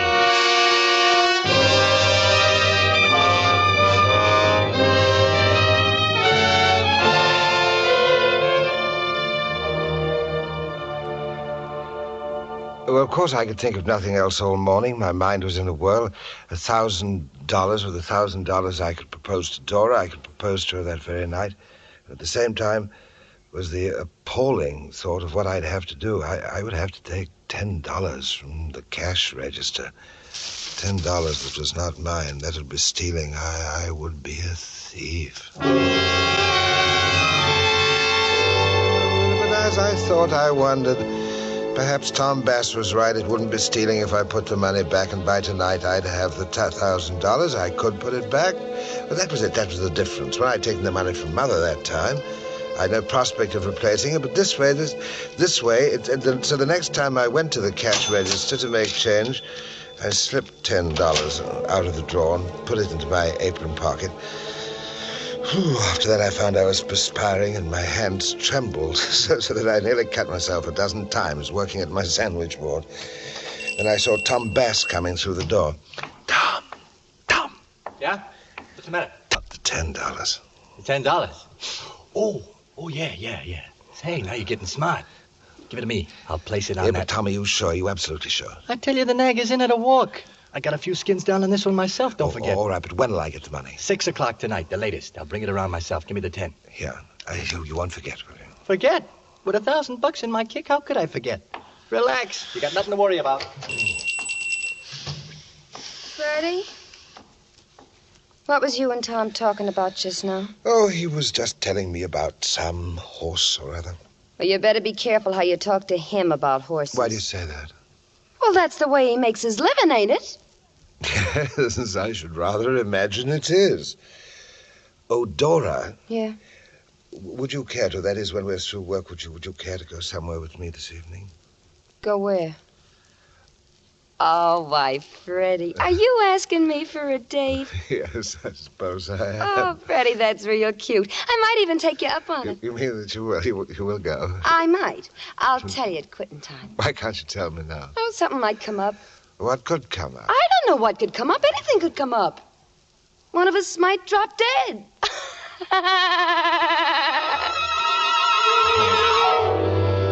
A strange sense of humor, Dora's. But I get used to that, you know. Anyway, she had practically said yes to the date, so I passed the rest of the afternoon busy with thoughts of the good fortune that was awaiting me. At 5, Mr. Kelsey came in, and shortly thereafter there was a rush of customers that took up all my attention, so that it was with something of a start that I looked at the clock and saw that it was nearly 6:30. But Tom had said 6, no later than 6. Still, it was quite understandable that in a transaction of such magnitude, he might have met with some unforeseeable delay. So I tried to compose myself, to remain calm and to wait, but the minutes and then the hours passed. By 9 o'clock, I was in such a state I could hardly conceal it, and yet I had to. And then suddenly at 9:30, I saw him. He was walking rather hurriedly, I thought, along the opposite side of the street, and throwing caution to the winds, I dashed from behind the counter and out of the door. Tom! Oh, hiya, Freddie. For a minute there, I didn't recognize you. I'm so sorry to trouble you this way, but it was so late, I thought you might have forgotten. No, I didn't forget. Did you have the money with you? Look, Freddie, I've been meaning to come in all evening, tell you about that, but I didn't know how to say it. Say what? It's getting so you can't trust nobody nowadays. Believe me, kid, I feel as bad about this as you do. Well, Tom, what happened? That lying trainer, he never done a thing to that horse. The bum come in last. I mean that we lost it. My money's gone. Yeah. Lost? Oh, don't take it too hard, kid. You stick with me and I'll have that 10 back for you, double and triple by the end of next week. You know, somebody wins, somebody loses. You know, take it easy now. Mother, help me. I'm a thief. I turned back to the store automatically, but even now, I could hardly grasp the full extent of the catastrophe which had overwhelmed me. All I knew that tomorrow was payday, and I could only prevent Mr. Kelsey from finding out until What then. What happened to you? What was that, Mr. Kelsey? You look like you seen a ghost or something. You went charging out of here a couple of minutes ago. Oh, yes, I thought I saw someone I knew, someone I'd known as a child. Oh, yeah. That happens to me all the time. How's that? Well, it's pretty late. You can both beat it if you want to. I'll check the receipts tonight myself. Hey, what you doing? I dropped a knife. You want us to go? Yeah, you might as well. I'll be here late anyway. I'll close up. Well, that sure don't make me mad. Gee, I've been ready to drop for the last hour. Mr. Kelsey, I'd be glad to check the receipts for you. You don't have to. Yeah, I know, but I got an order coming in tomorrow. I got to go over the books for the last 6 months. Seems like you got some kind of beef with the tax people. Oh, come on, Freddie. Let the boss do a little work for a change. Anyway, I thought you had other plans for tonight. Yes, I did, but, Mr. Kelsey, I'd rather you let me do it, really. It wouldn't be any trouble. Well, if that's the way it is, I'm leaving. Shove me over that adding machine before you go, will you, Dora? Yeah, sure. There. Night, Mr. Kelsey. Night. Dora? Good night, Mr. McWilliams. What's the matter with her? You two been having trouble? Oh, no. Mr. Kelsey, I do not like to have you checking the receipts all by yourself. I don't like it either. But it's got to be done. You run along now. See you tomorrow. But I don't want you to do it. Look, Freddie, thanks for trying to help, but just leave me alone, will you? I got a lot of work to do tonight. No. Stop. Say, what's eating you? I told you once... Now, I've always done it before. It makes me feel that you don't trust me. Oh, you see... Freddie, what kind of way to talk is that? I've been trusting you for 26 years, haven't I? Why should I stop tonight all of a sudden? Mr. Kelsey... 118.37. Hey, that's funny. We're $10 short. See, I knew what he would say next. I knew that I had to stop him before he said that awful word. $10 short. Now, how could... Freddie, what are you doing? Freddie?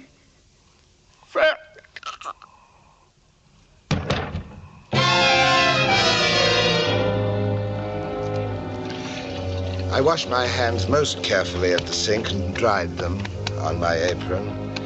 Then I bent over Mr. Kelsey, or rather, Mr. Kelsey's body, and I removed from his pocket the sum of $32.50, the exact amount that would be owing to me in salary on the following day. Of this sum, I put $10 in the cash register. Then I left the store and went home. It was all right now. Everything was all right. I was not a thief.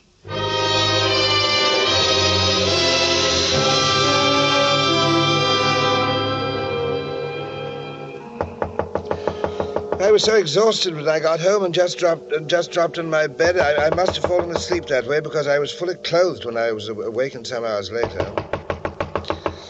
Yes. Yes. Who is it? It's me, Dora. Let me in. Oh, yes, of course. Oh, Freddie, I'm so glad I found you. You gotta help me. You gotta do something. Why, of course, my dear. What can I do? Freddie, Mr. Kelsey. Mr. Kelsey's dead. Oh, yes. I'm sorry that had to happen, Dora. Believe me, I am. How can you stand there and be so calm about it? Freddie, he was murdered and they got Tom for it. They say he did it. They got him down at the police station right now. Tom Bass? Yes. Tom said he was just going by the store and he saw the lights on and he went in. And then he found Mr. Kelsey there with a knife in him and he didn't know what to do. And just then the cop on the beat walked in and they arrested him right there. But I can hardly believe a man like Tom Bass could have any good reason to kill Mr. Kelsey. Well, that's what I said. That's what I've been telling the cops for the past hour. He may be a little shady, I said. Well, he may have done some things that wasn't exactly right, but my boyfriend wouldn't commit murder, I said. He wouldn't. Your boyfriend? Yeah, I said...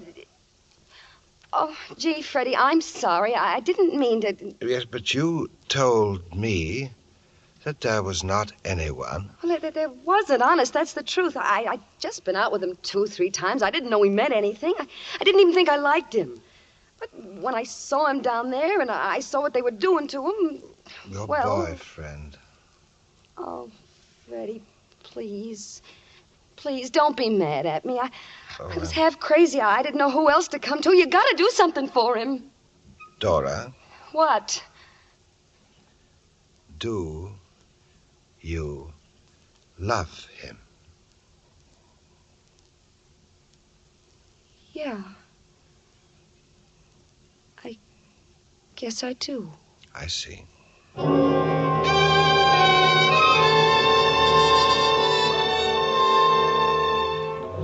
I left her there and started for the police station. Tom Bass meant nothing to me, of course.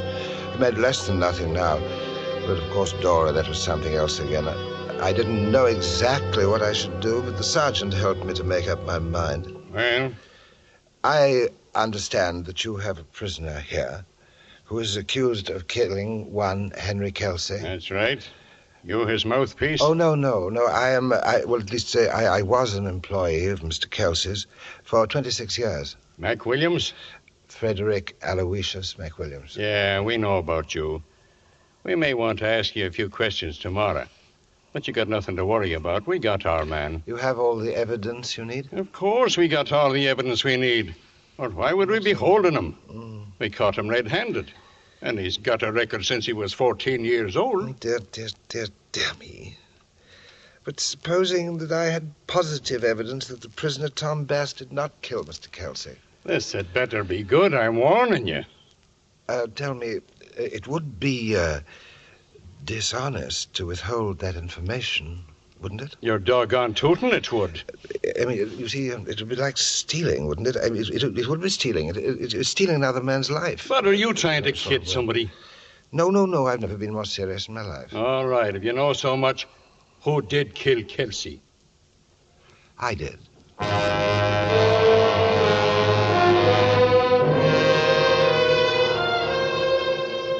Poor Dora. I'm afraid she'll have to wait a year for Tom Bass. It seems the police frown on his method of making a living. Well, as for me, a great calm has settled over me. Oh, such a calm as I've never known before in my life. Soon I shall be joining Mother. She will smile when she sees me, and I know that she'll be proud of me, and she'll understand. She'll understand that whatever faults I may have had, I was not a thief.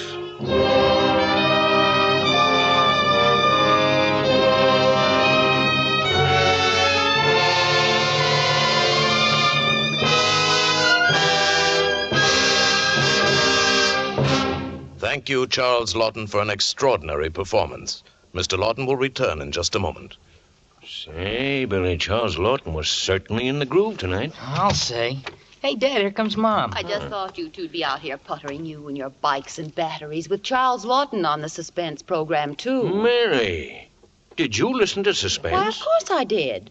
You're always talking about your Autolite Stay Full battery, so I thought I'd listen to Suspense and get the real backs. Well, what about the Bridge Club? Oh, they came early so we could all listen to Charles Lawton. My guests are just leaving now. Well, Dad, I guess we men can't win. What do we do now? Why, finish your evening right, gentlemen. Listen to the Autolite announcer signing off. So remember, folks, Autolite Stay Full needs water only 3 times a year in normal car use. That's another reason why everybody is switching to Autolite Stay Full batteries. Autolite means batteries. Stay full batteries. Autolite means spark plugs. Ignition engineered spark plugs.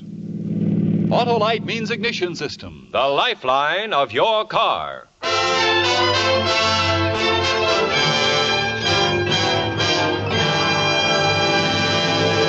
And now, here again is Mr. Charles Lawton. It has been a great pleasure to appear again on Suspense. And I'm certainly looking forward to listening next week when Ann Southern comes to the microphone as a deceiving wife who learns a lesson the hard way. It is a story titled Beware the Quiet Man, and it's a gripping study in Suspense.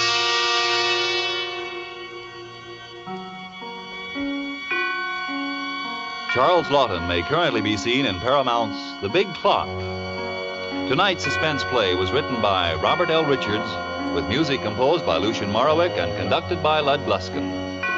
The entire production was under the direction of Anton M. Leader. Next Thursday, same time, you will hear Ann Southern in Beware the Quiet Man.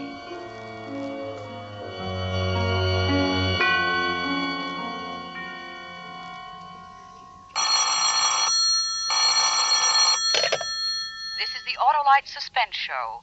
We congratulate the United States Coast Guard on the celebration of its 158th anniversary this week. Good night. Switch to Autolite. This is CBS, the Columbia Broadcasting System.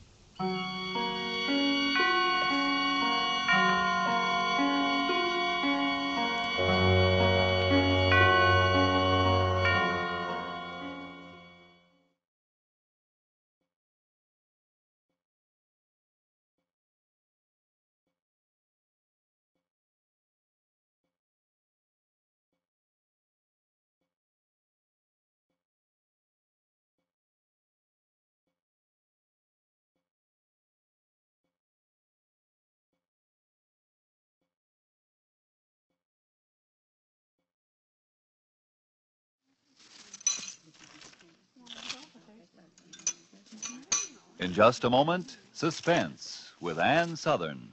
Billy, turn that radio down. How can we play bridge? Okay, Mom. I like the Autolite show, but not so loud.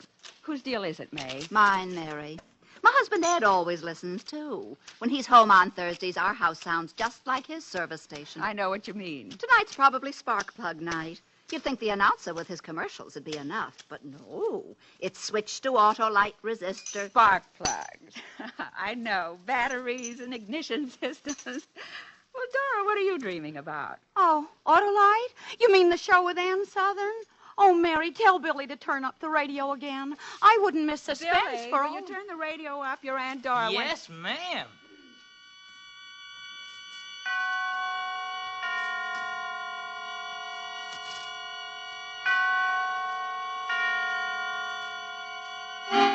Suspense.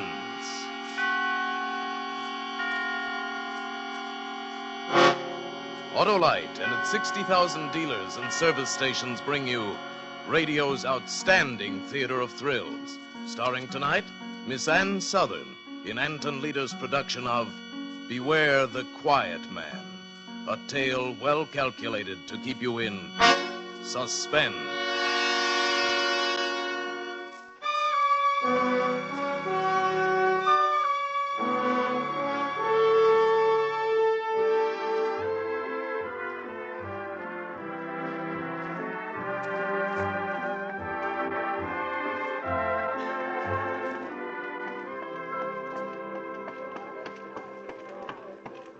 What do you have? Bourbon and soda with a twist of lemon. Okay, coming right up. Say, your name, Margie. Yeah. How'd you know? You generally come in here with a heavy-set guy, black wavy hair, wears a big diamond? Yeah. Yeah, he was in a while ago. Said that day he'd be late, but for you to be sure and wait for him. But I can't wait. I gotta get home to my... I gotta get home. How late do you say it'd be? Oh, about an hour. Oh, for crying out loud. Okay, give me some nickels. Yeah. Here you are. Thanks.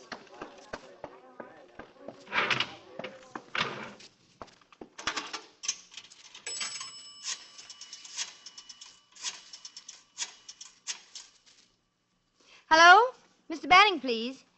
Yeah, Mr. Arthur Banning.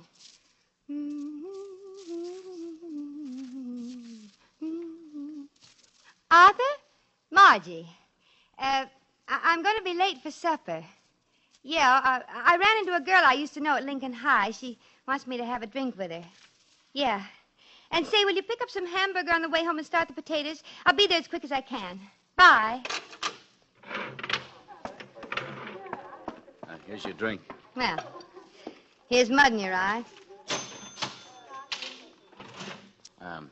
There's a young fellow down the end of the bar wants to buy you one. No, thanks. Well, it looks like a nice guy. That tall blonde fellow over by the mirror? None other. And you got a whole hour to kill. Is he...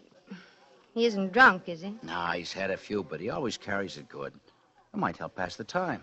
Say, what's it to you anyway? $5. He said, I'd sure appreciate it. He offers you $5 to get me to have a drink with him? Yeah. He is kind of good looking. Well, okay. Sure, what the heck, I'll have a drink with him.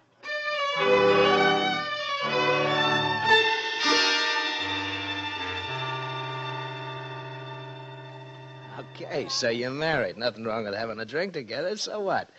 I figure what your old man don't know won't hurt him. I said I'd have a drink with you. If you've got any other ideas, I'll buy my own. Oh, now, don't get me wrong, honey. I spotted you as a good kid the minute you ankled in here. You just like excitement, that's all. And I'm the guy that can dish it out. Yeah. Yeah. You see, I'm a private eye. Yeah, no kidding, like you hear about on the radio. Gee, what a break for me. You just stick around me, honey, and you'll get plenty of excitement. Yeah, I'll bet. You know, you take this new client of mine now. Bet you anything he makes the headlines tomorrow. 10 to 1, he'll murder his wife. Oh, yeah, sure. He hired me to find out if his wife's been stepping out. I felt kind of sorry for the guy. Probably doesn't have the money to take her out himself. He's a bank teller at Second National. Bank teller? What's his name? Honey, no, that stuff's confidential. Matter of fact, I'm not supposed to talk about cases at all. Oh, go on. I won't tell anybody. Well, no, you don't look like the kind of babe that blabs everything she knows. How about that drink, huh? Sure. Hey, Charlie, 2 over here, huh? In the works. You know, he sort of gave me the creeps, this guy. He sat there eating his lunch, calm as you please, and all the time figuring how to kill his wife. How'd you know what he was figuring? Well, for one thing, he didn't want evidence for a divorce. He sort of looked at me funny and said, I just want to know, that's all. If Margie is stepping out, I'll take care of it my own way. Margie? Yeah, that's his wife's name, Margie. Hey, what's the matter? Nothing. Nothing at all. Hey, you don't look so good. Maybe you drank the last one too fast. No, I'm fine. I'm just naturally pale, that's all. You were saying about this client? You figure he's going to murder his wife? Oh, sure. It's in the back. Either that or suicide. Suicide? But he's more the type for murder. Oh, one of those big, brutal guys. Sort of mean-looking, huh? No. Quiet, mousy. Kind doesn't have much to say. Those are the guys you gotta watch. But why? Because they never let you know what they're really thinking. Not until it's too late. They don't? You know, most guys, when they find their wives stepping, will raise Cain. Maybe they'll even get a divorce, but they don't get sore enough to murder. Yeah. But these quiet fellas, they put the little woman on a pedestal. You wouldn't catch them out with other women, not in a million years. And when they discover their one and only's been kicking up her heels, oh, brother, watch out. Golly. And the worst of it is they go on acting like nothing's wrong, you see. And then all of a sudden, whango, they explode. They explode? Yeah. Like I always say, beware the quiet man. Like this new client of mine, for example, calm. You never met anybody calmer, but What does he look like? Oh, he's just about average, I guess. Brown hair, getting sort of thin on the top, a little bit stoop-shouldered. Medium height? Wear glasses? Yeah, you know him? No, I don't know any of the boys. Excuse me. Hey, where you going? I gotta make a phone call. Just remembered something. Don't go away. I'll be right back.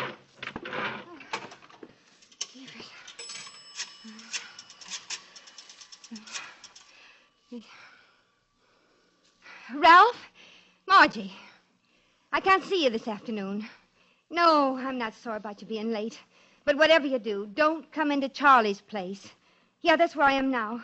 You bet there's something wrong. There's plenty wrong. Either this guy I'm talking to is crazy, or else Arthur's planning to murder me.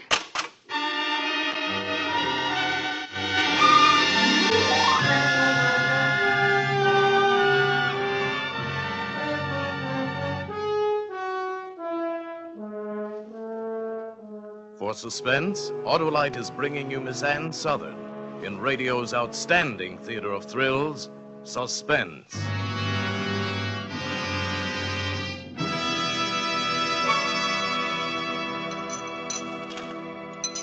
Well, Dora, we're down 200 on that hand. Oh, are we?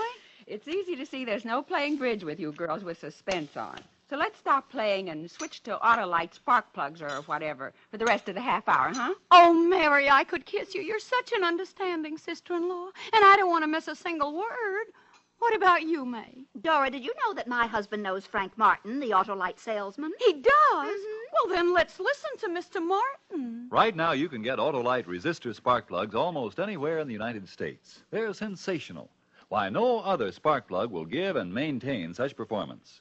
Autolite worked with leading car and truck manufacturers, and they ignition engineered a 10,000 ohm resistor right into the Autolite spark plug that permits a wider spark gap setting and maintains it far longer than in other spark plugs. Actually, when you replace your narrow gap spark plugs with a set of wide gap Autolite resistor spark plugs, you can tell the difference in your car. Oh, dear. And to think that I'll hear every word of that again from Ed when I get home. Now, here's the simple lowdown. As a result of the wide gap in the resistor spark plugs, your engine idles smoother, you have better luck with lean gas mixtures, and save gas. And within established limits, you reduce spark plug interference with radio and television reception. Yes, and today you can get the resistor spark plug from almost any of Autolite's 60,000 dealers. That's the biggest spark plug news in years. And now, Autolite brings back to our Hollywood soundstage Miss Ann Southern as Margie in Beware the Quiet Man. A tale well calculated to keep you in suspense.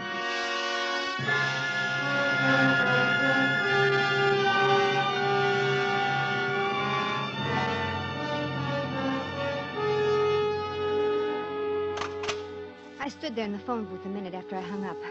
I wasn't scared exactly. But I had to let those words sink in. Either this guy I'm talking to is crazy, or else Arthur's planning to murder me. I went back to the bar. I had to find out. Oh, beautiful. I thought you got lost. Sit down, sit down. Thanks. Now, about this fella, the one who's going to murder his wife. Oh, let's candy shop talk. I want to hear about you. I don't even know your name. Did he say what made him think she was stepping out? Ah, she's supposed to belong to some bridge club the bank teller's wife's got up. But friends of his saw her downtown a couple of times on our bridge days. Is that all? You know, honey, you're pretty smart. You make like you're really interested in a guy's work. Oh, but I am. You know, I had a little doll once I thought plenty of. Would have married her, maybe, but only every time I started talking about a case, she shut me up. Never mind about your little dolls. What about this guy? Hey, you're jealous. Well, what do you know? I'm not jealous. I only want to know. It's okay, honey. It's okay. Sure, a cute little doll like you doesn't want to hear a guy spouting off about another dame. Yeah, maybe I had a few too many. I just want to hear about this bank teller. Have you met his wife, maybe? No, but he showed me a picture of her. Oh, then you know what she looks like. Oh. Hey, what's so funny? Never mind, the joke's on me. Hey, maybe you better not have many more to drink. You're acting kind of screwy. Oh, I feel wonderful. Well, here's to you. A long life. Yeah. A long, long life. Yeah. Down the hatch. Yeah. Poor little Marchie. You know, you showed me a snapshot of her in her bathing suit. Mm-hmm. Oh, boy, was she stacked. As a matter of fact, about your height and build, you're blonde like you, too. Was she as pretty as I am? I couldn't see her face. It's kind of blurred. He's bringing me a better picture of her tomorrow. Oh, I think I'd like another drink.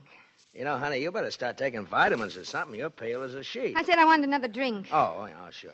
Hey, Charlie, two more the same, huh? Okay. Yeah, poor little Marchie.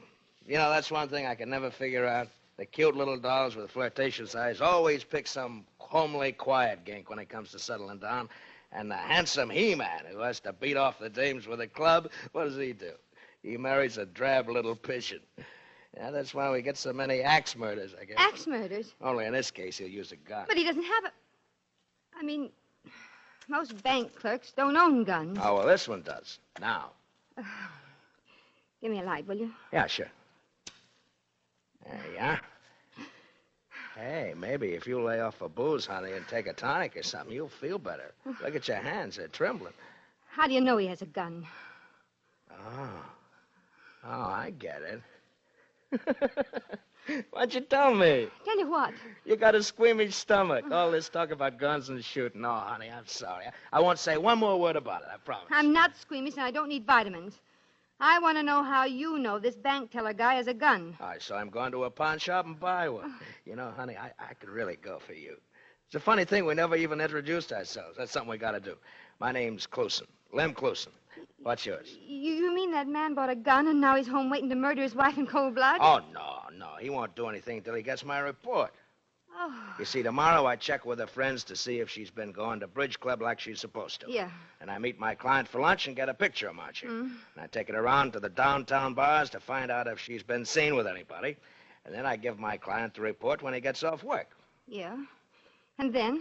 And if his suspicions are right, and they usually are, it's all over but the shooting. The shooting? Yeah. Bang, bang, honey. That's all. Bang, bang. Say, what'd you say your name was? I've got to get home.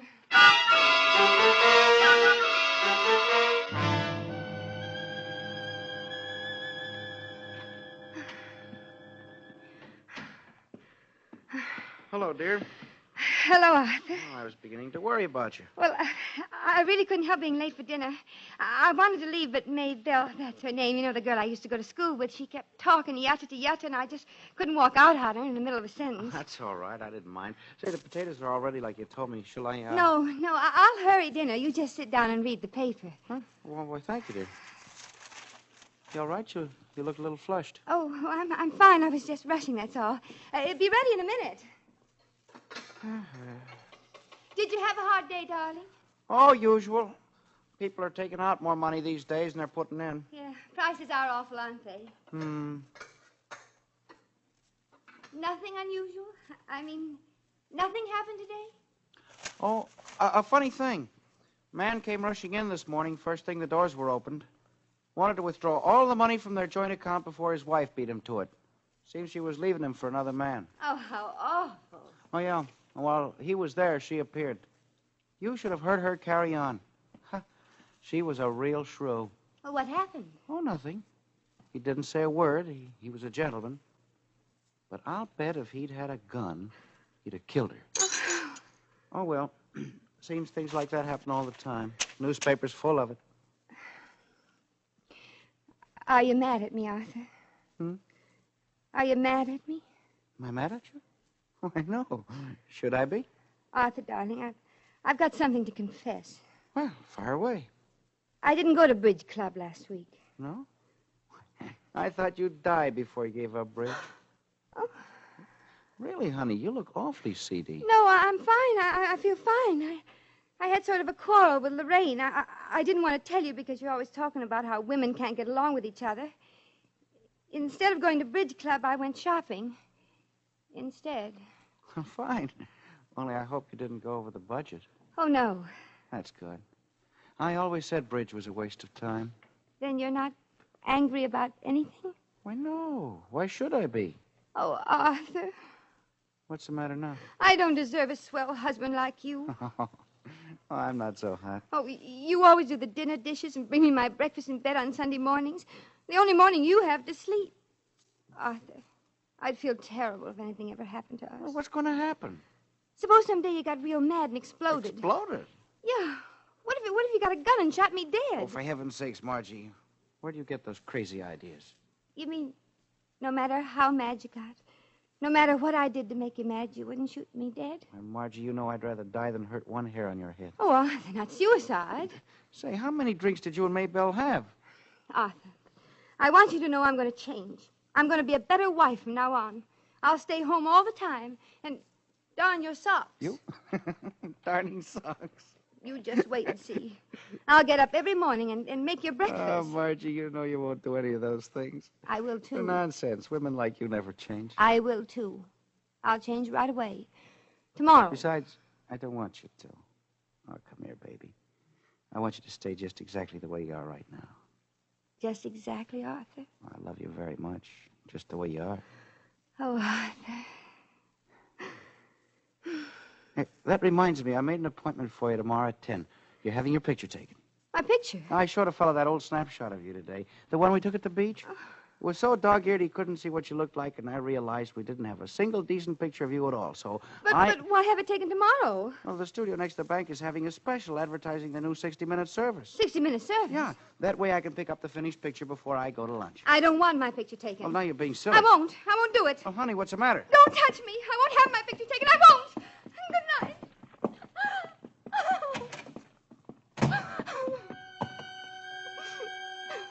Sort of gave me the creeps, this guy. Sat there eating his lunch, calm as you please, all the time figuring how to kill his wife. Quiet, mousy. That's the kind you gotta watch. Never let you know what they're really thinking. All of a sudden, wango, they explode. Bang, bang, honey. That's all.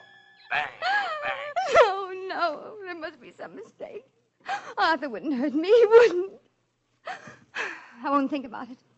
I'll take a sleeping powder and go to bed. The gun.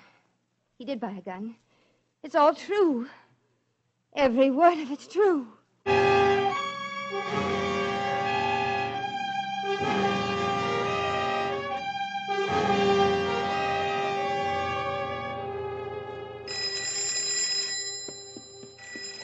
Hello? Ralph. I told you never to call me here. No, it isn't all right. Arthur brought a gun home last night. Yes, a gun. Claimed he was keeping it for a friend. That's all he'd say. Here, I think so. Just a minute. I'll look. Ralph, the gun's gone. He must have taken it to work. Oh, but don't you see? As soon as he finds out for sure, he'll kill... No. I never want to hear from you again. I've got to think. Oh, not the doorbell.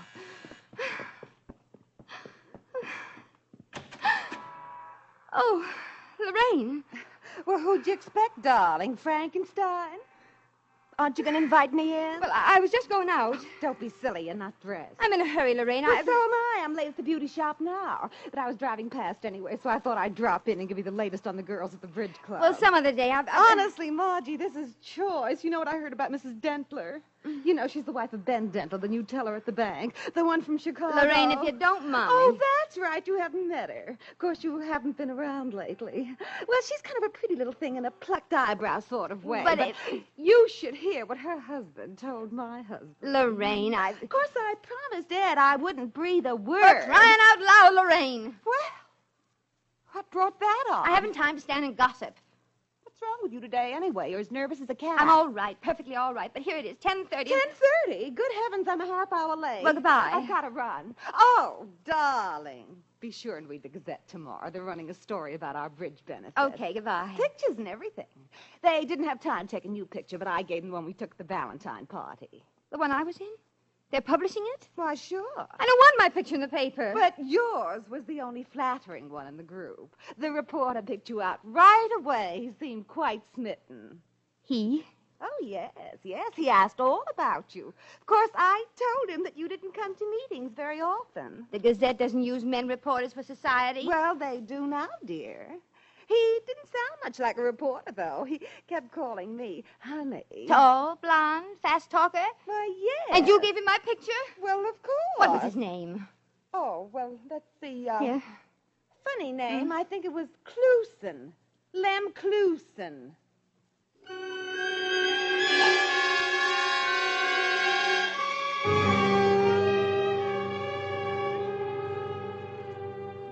But, Charlie, it's a matter of life and death. I've got to get a hold of Lem before noon. Well, like I said, he ain't been in. You sure he never told you where he works? No, he's gumshoeing for some private detective outfit. Oh, give me some nickels. Lots of nickels. I got some telephoning to do. Acme Detective Agency. Do you have a man named Clusen working for you? Lem Clusen? No? Thanks.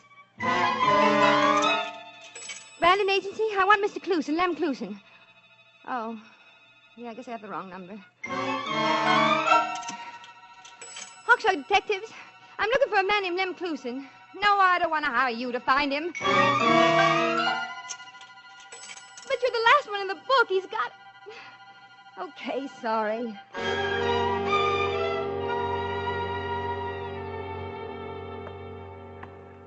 No luck? No. I just remembered. Lem said the guy he worked for just opened up in town. Probably ain't in the phone book yet. Extreme, read all about it. Go on, kid, get out of here. Bank teller suicide. Extreme, read all about That fresh kid, just because I won't let him in here peddling his papers, he yells in the door. Did he say bank suicide? Yells in here every darn day. Oh. Hey, wait. Hey, you didn't finish your drink. Hey, Newsy. Newsy. I told Hey, him. boy. I don't- Hey, newspaper. Boy. Come here, boy. Read all about it. Bank suicide. Hey, you, boy. Paper lady? Did you say suicide? Right in the Second National Bank. You want a paper? Yeah. Here. Guy's wife steps out with another Joe. So the poor dope says, goodbye, Marge, and pulls the trigger. Here you are, lady. Bank suicide. Read all about it. Well, if it isn't Margie. Get away from me, Lem Clusen. Heard you were looking for me. Well, here I am. Boy, have I got a lot to tell you. Let me alone. I want to read. Oh, that write-up's no good. Here, give it here. Yeah, that's better. Now, come on into Charlie's, and I'll give you the inside. Give me back my paper, you murderer. Murderer? Hey, wait a minute. Oh, I get it. You figure he bumped himself off on account of my report. That's a screwy part. He didn't even wait for the report. I got it right here in my pocket. Take your hand off my arm. Oh, look, honey, now come on. You're coming into Charlie's if I have to drag you. Why don't you leave me alone? I figured you'd be sore. Might spouting off the way I did in Charlie's yesterday. But how did I know who you were? Yeah, here we are. Hey, Charlie, 2 bourbon highs, double. I don't want to drink. Should have seen my face this morning when that screwy friend of yours gave me the picture of your bridge club. Oh, never mind. And there you were, as real as life and just as cute. I says to myself, why, you dumb ox, you got that little doll worried sick. And then when I read in the paper about my client giving your husband the gun to keep for fear he'll use it on himself, I think, holy cow. What did you say? And then I think, I bet she figures I planned the whole thing just to scare her. What do you mean? Oh, now don't try to kid me, Margie. You know you figured that client of mine was your husband. That he was going to bump you off? You mean he wasn't? No, your name's Banning, isn't it? Yeah. Well, my client's name was Dentler, Benjamin Dentler. Funny thing, his wife being named Margie, too. Yeah, I never thought he'd do it anyway. Oh, I think I'd like that drink after all. Well, Here's to us, honey. So that's the gossip Lorraine was trying to tell me. Dentler, the teller from Chicago. You know, I've been thinking a lot about you. And Marcy. Arthur really was keeping the gun for a friend of his. Hey, I'll tell you what, honey. I know a quiet little spot across town where we can eat, dance, anything we want. He might have told me about Dentler. It's a cute little place, baby. They got a knocked-out band, and what a floor show. I wonder why Arthur wouldn't talk to me about it. Well, what do you say? Say? To what? Well, you and me, honey. Our date. Oh. You're asking me to step out with you? Well, why not? How about my husband? Oh, that mousy little guy. We got nothing to worry about from him. But I thought you always said, beware the quiet man. You never know what they're really thinking. But this is... No buts. If you'll pardon me, Mr. Lemclusen, I'm going home and start his supper.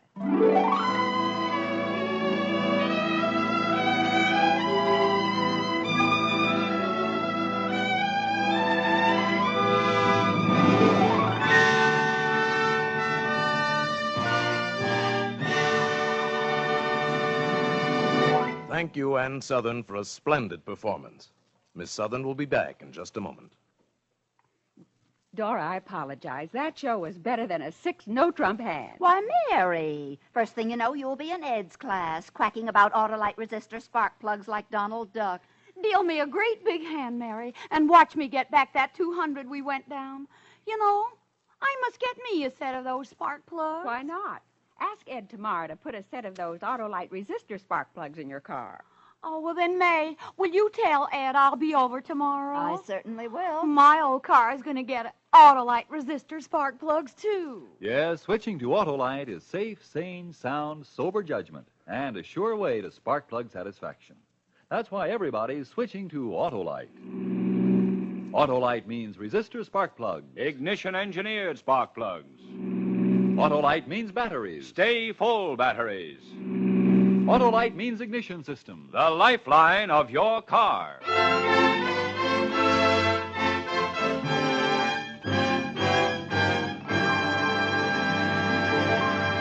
And now, here again is Miss Ann Southern. I've enjoyed this appearance on Suspense very much. And as a regular Suspense listener, I'm looking forward to next week when Martha Scott stars in Crisis, a powerful study in... Suspense.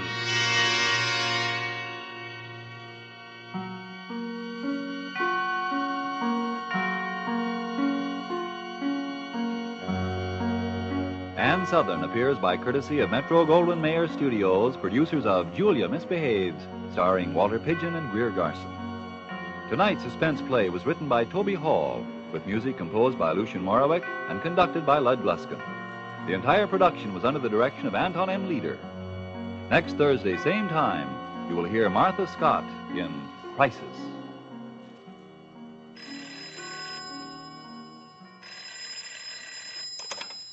This is the Autolite Suspense Show, calling the people of the USA. Here's your potty, sir. Thank you. This is CARE Incorporated. It's been 9 years now, 9 years since Europe's people have been able to live decently, buy clothes to wear, get enough to eat. That's a long time. It's far too long. Our government is doing something about it. Its long-range program will help restore economic prosperity. But there won't be any immediate direct help for the people who are hungry today. They can look only to us, to you and me. We can send help through CARE. The 40,000 calories of food, good food, in a CARE package goes a long way. Because CARE is non-profit, government-approved, it will deliver your package in Europe for just $10. $10 sent to CARE will supplement rations of a family of 4 Europeans for a month. Won't you help? Remember the name and address, CARE, C-A-R-E, New York. Good night. Switch to Autolite. This is CBS, the Columbia Broadcasting System.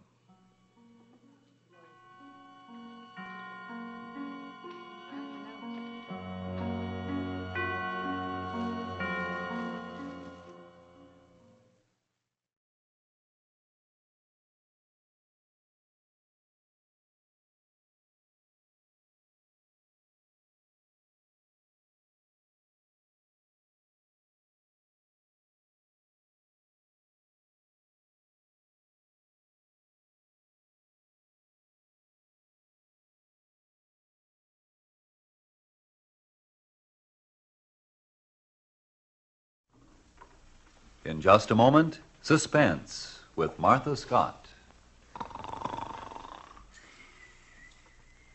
Hey, it's time for the Autolite radio show, Well, Mom. You better wake your dad up. I know darn well he won't want to miss it. You're right. Hey, Dad.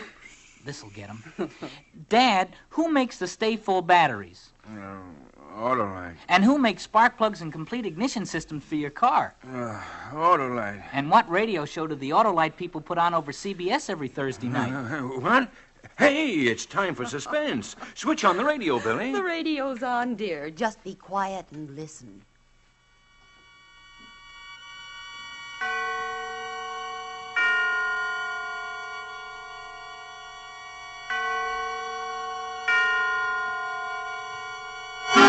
Suspense.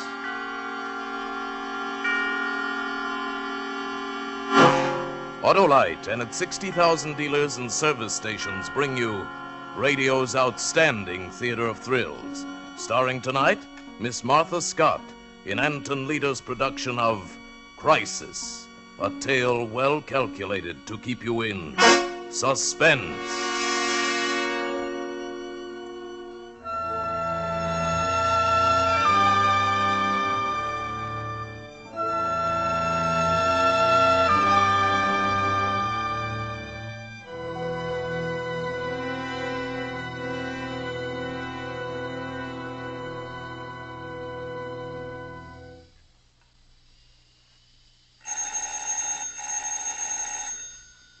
Mrs. Norquist?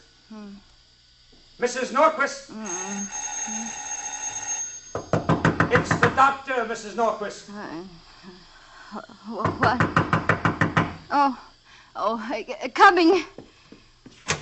Oh, I'm sorry, Doctor. I fell asleep. I told you not to. I warned you. I couldn't help it. Let me see the baby.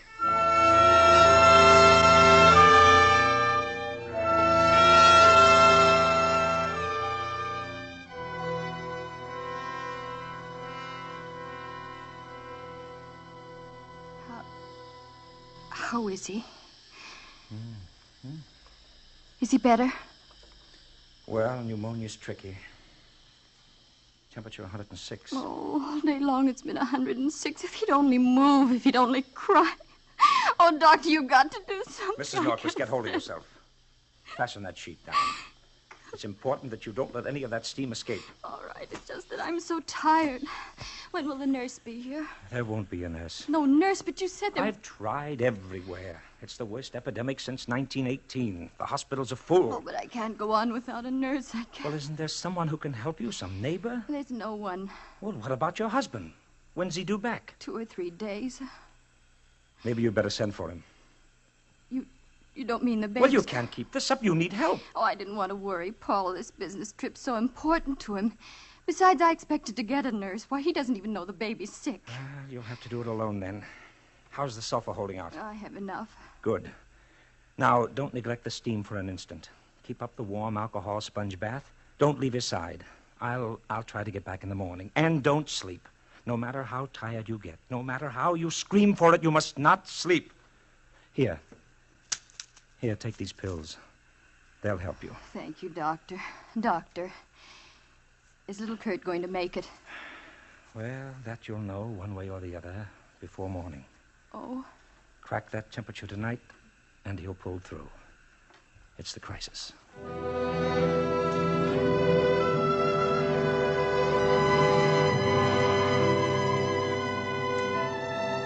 Poor baby.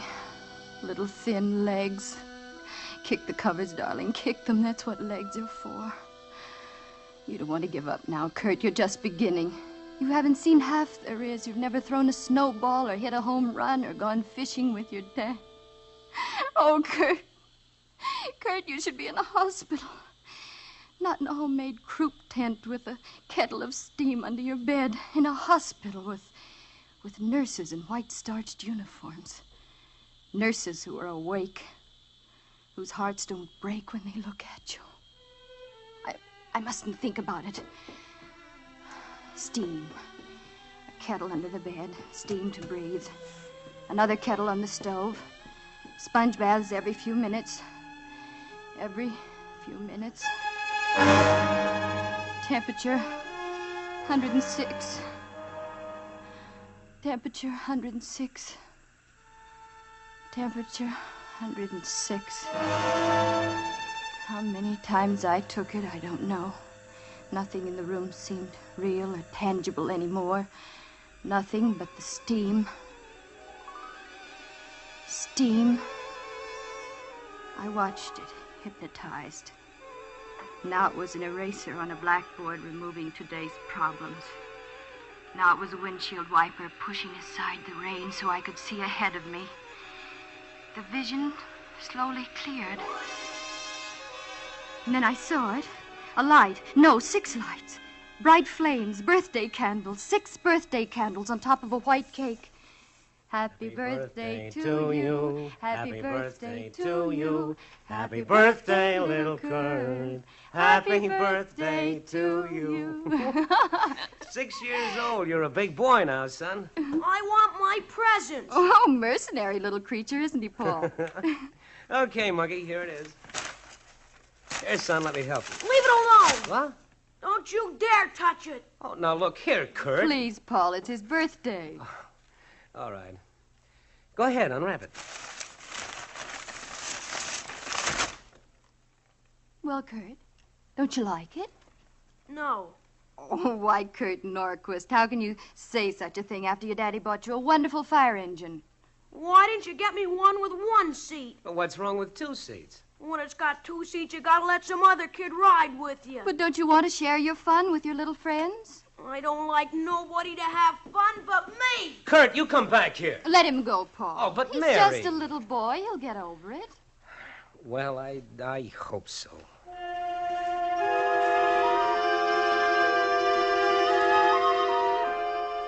There were more birthdays, but as Kurt grew, a mounting fear began to grow in me, too.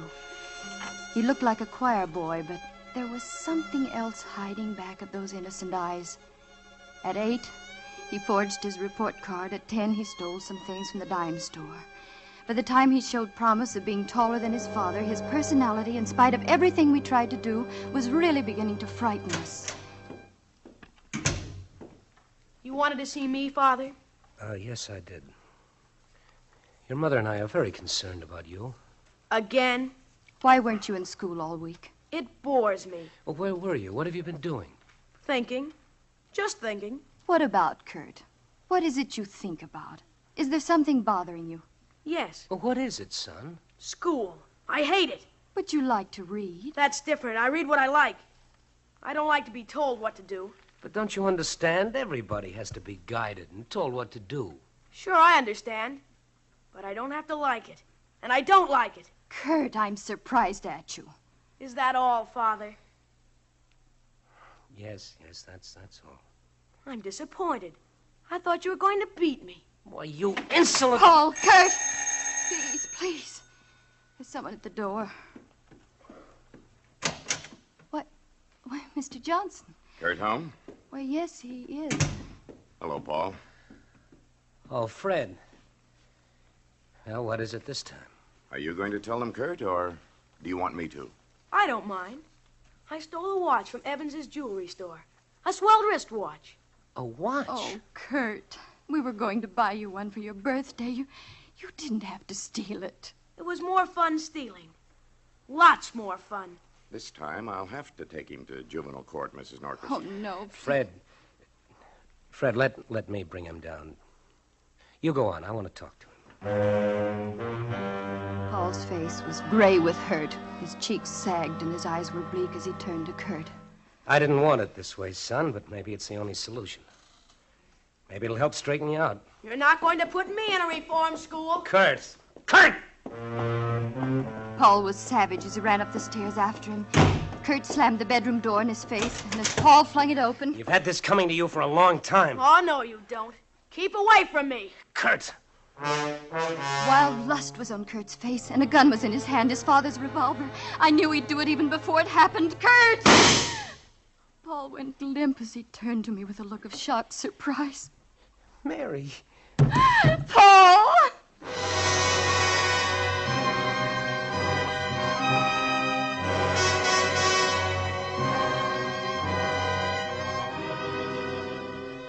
For Suspense, Autolite is bringing you Miss Martha Scott in radio's outstanding theater of thrills, Suspense.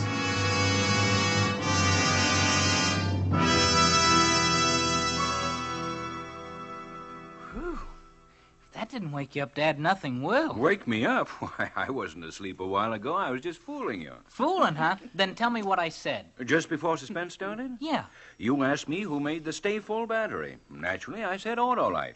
And when those Autolite people named it the Stay-Full battery, they weren't talking through their hats either. Why, that battery needs water only 3 times a year. Get that, Billy? Only 3 times a year. Golly. What's more... That's fine, dear. But don't you think you ought to let Mr. Martin give the commercial? Yes, folks, what Hap says is true. Autolite Stay-Full batteries need water only 3 times a year in normal car use. This means less trouble and care for you. For Autolite's greater liquid reserve practically eliminates one of the major causes of battery failure. Car owners everywhere tell us the Autolite Stay-Full is the greatest battery ever built. So, friends, visit your neighborhood Autolite dealer and get an Autolite Stay-Full battery for your car. Enjoy the advantages of extra plates and fiberglass insulation. It means so much to long battery life. And remember, Autolite Stay-Full batteries need water only 3 times a year in normal car use. No doubt about it. Money can't buy a better battery for your car than Autolite. And now, Autolite brings back to our Hollywood soundstage Miss Martha Scott as Mary in Crisis, a tale well calculated to keep you in suspense.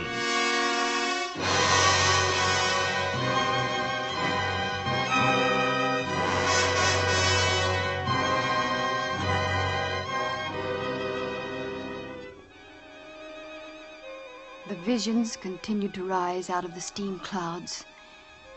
I found myself sitting beside Paul's bed. He was out of danger. Accidental shooting while cleaning a gun, that's what Paul told the doctor. I wanted to tell the truth, but I wouldn't hurt him any further. No, Kurt didn't go to the reform school. We hushed that up too. Lies, lies, suffocating us. We shrank, Paul and I, crawled into our shells, confused, disillusioned, afraid of our only son. But Kurt grew, and so did his misdemeanors, until he was a handsome giant with the face of a Viking saint and no soul at all. The incident with Elaine McGregor proved that. I was transplanting geraniums on the other side of the hedge. I didn't mean to eavesdrop. What's going to happen to us? I wouldn't know. Doesn't it make any difference to you? Should it? It's easy for you, isn't it? What did you expect? Nothing, really. You're in a class by yourself, Kurt. You've got the heart of a tapeworm, but you're not going to eat into me. Very pretty speech. I didn't know you were so valuable. But what does it mean? It means I'm lucky. I can walk out of your life. You can't. You've got to live with yourself. You're rotten, Kurt. Rotten all the way through. You warp everything you touch. You destroy all the decent things around you. Decent? I despise you. I thought you loved me. Madly.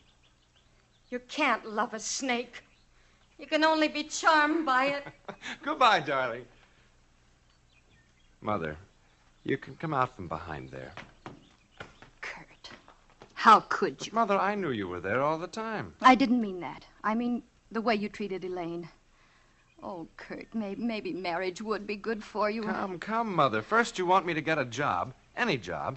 Now, you wouldn't want me to get married at my age, would you? I'm just a child. No, Kurt, not you. You've never been a child. Everything he did seemed to be aimed at hurting someone, and always it pleased him. And then one day, as suddenly as you turn over a page, Kurt was different. He slammed the front door and he was whistling. He was gayer than I'd ever seen him. Hi.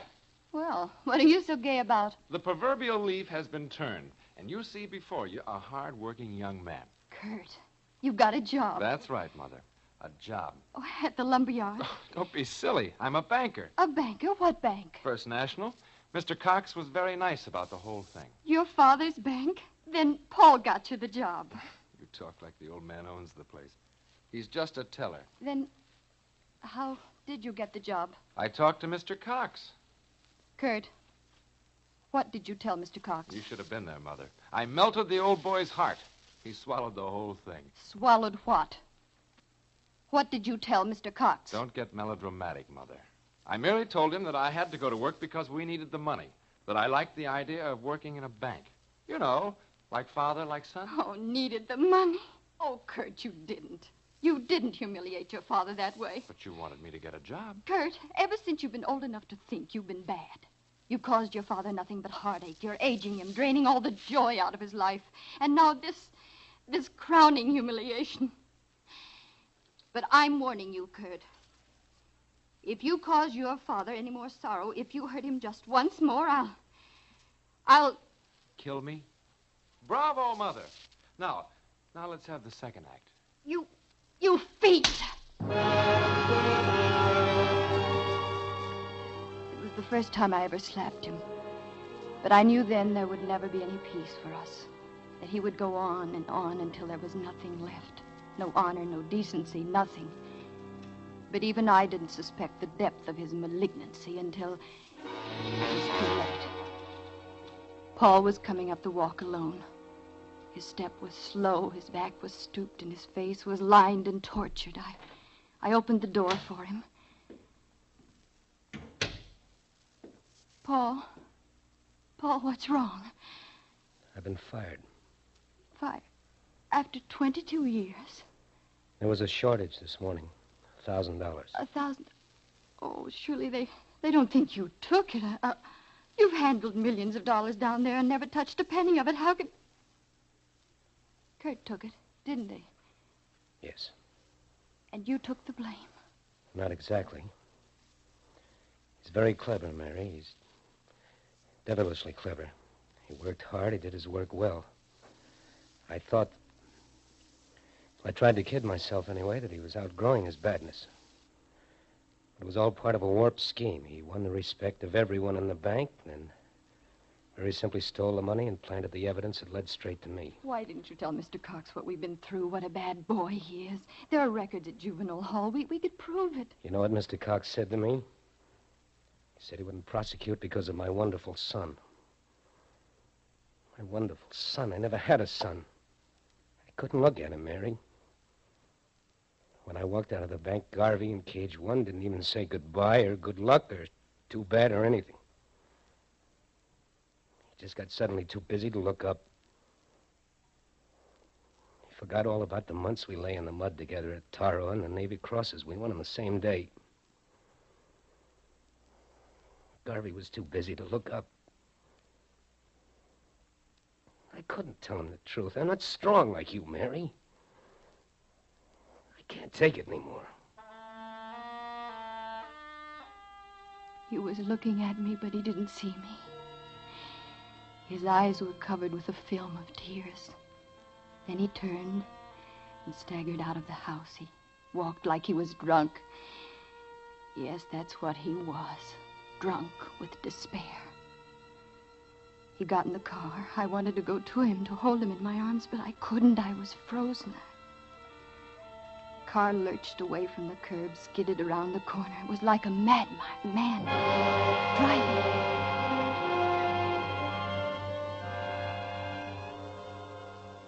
I wasn't surprised when they called me from the hospital. Reckless driving, they said. Accidental death. But I called it something else. I called it murder.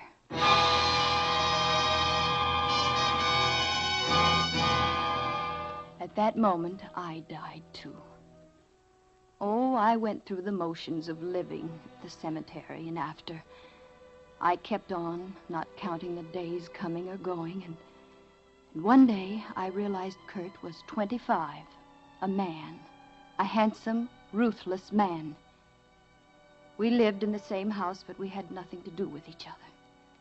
Until one November afternoon, I was in the kitchen making an apple pie. It had always been Paul's favorite. Suddenly, the room was throbbing with Paul's presence. Paul! I dropped the knife on the floor and ran up the stairs into my bedroom, mine and Paul's. I was wild out of my mind. turned about the room, everywhere searching. I needed him terribly. I could feel his presence, and yet it wasn't enough. It had to be something tangible, something I could touch. And then I remembered. The Navy Cross and the Purple Heart, they were his. They were part of him. I pulled out the shirt drawer and threw his shirts on the bed. The Purple Heart was there in its satin-lined box, but the Navy Cross was gone. Oh, Paul. Paul. Paul. Oh.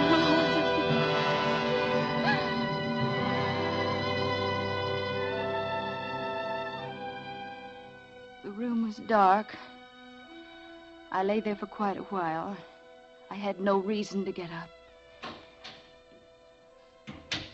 Kurt was home. I tidied the bed, spread it up, ran a comb through my hair.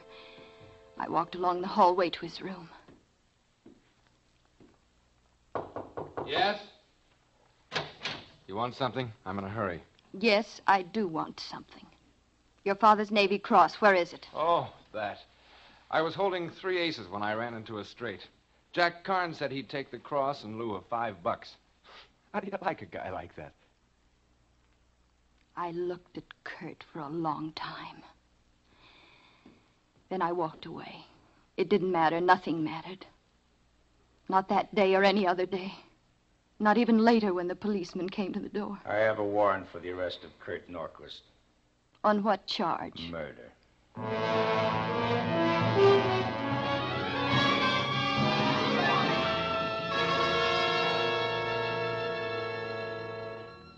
It was a colorful trial. Murder in the first degree. The front pages were blotched with it. Little shop girls hurried to buy the evening editions of the sordid testimony to read on their way home from work. I went to the trial every day and listened with this strange sense of unreality. Sure I killed him. All I could think was, that flashing, handsome young man up there admitting to murder and worse is my son. No, I didn't hate him. I didn't even know him very well. Then why don't I feel anything? I just wanted to see what it was like. That's all. Why don't I shudder with disgrace? Why don't I crawl off into a corner and die? Sorry? What for? He's dead, isn't he? The trial went on for days, and Kurt was unmoved, insolent, triumphant almost. Even as his wretched soul made ready for the lethal chamber, he was untouched. In there, madam. 5 minutes. Thank you. Well, hello, Mother. Mother? Oh, yes, I am your mother. Huh? Oh, you brought me some cigarettes. Thanks.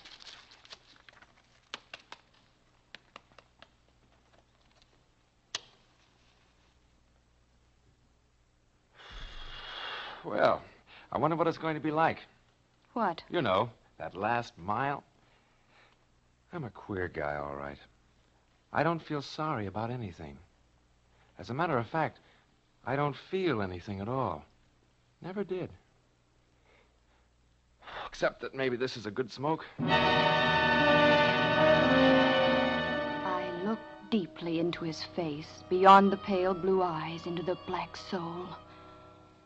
I gave him life, but I couldn't give him honor. He exhaled. Smoke came out of his mouth and nose and spun around him, enveloping his face, framing it in a circle of fog. Then he smiled. Not the smile of a murderer, more the slow, wistful smile of a small boy. And abruptly, his face was changed. I've been here before. I watched the smoke rings as they billowed upward. I couldn't take my eyes off them. In each smoke ring was a face. Kurt's face. And the faces kept changing, getting smaller, smaller. The eyes were round, full of wonder, changing, and slowly the vision faded. They all converged into one face. And Kurt was a baby again. In a croup tent. Fighting for the right to live a useless life. I've seen ahead. That's what it was. I know what's in store for him, and it's all bad. Steam. Steam. Not much left.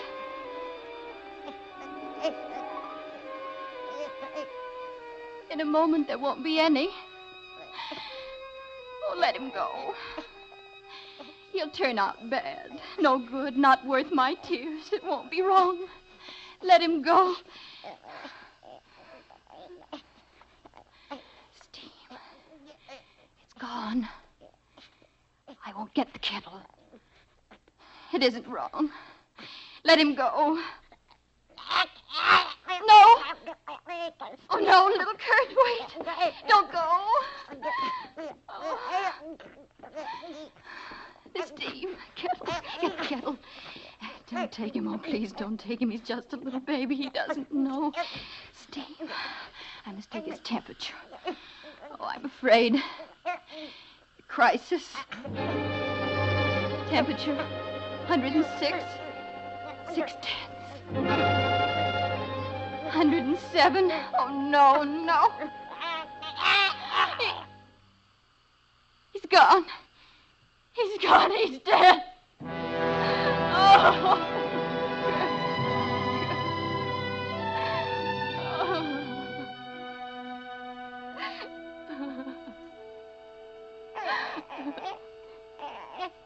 Kurt. Kurt. You're alive. Hold on, baby. Hold tight. Tears got in my way as I held the thermometer to the light. I brushed them off, and then I looked. The mercury stood at 106, 105, 103. You're going to get well, Kurt. Temperature 101. And grow strong and handsome. Temperature 100. And good, Kurt. You're going to be good. Please, God. Please.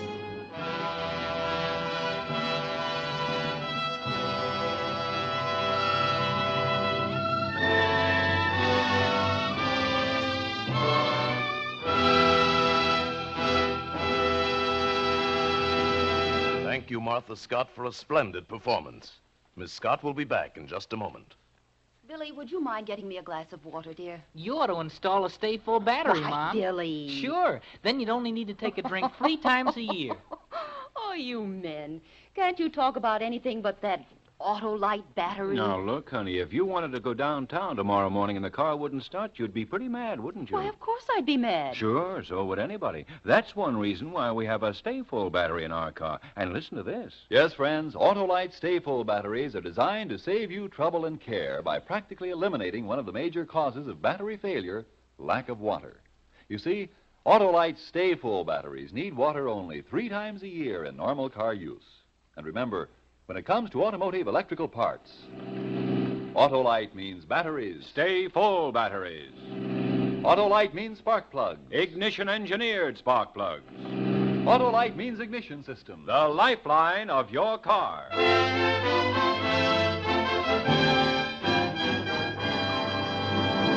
And now here again is Miss Martha Scott. It's been a real pleasure to appear on Suspense tonight. You know, I never miss hearing the program whenever possible, and I'm going to make a special effort to be at my radio next Thursday night when Van Heflin stars in a story called Song of the Heart, a gripping study in Suspense. Miss Martha Scott is currently appearing in the RKO production So Well Remembered. Tonight's suspense play was written by Gwen and John Bagney with music composed by Lucian Morowick and conducted by Lud Gluskin. The entire production was under the direction of Anton M. Leader. Next Thursday, same time, you will hear Van Heflin in Song of the Heart.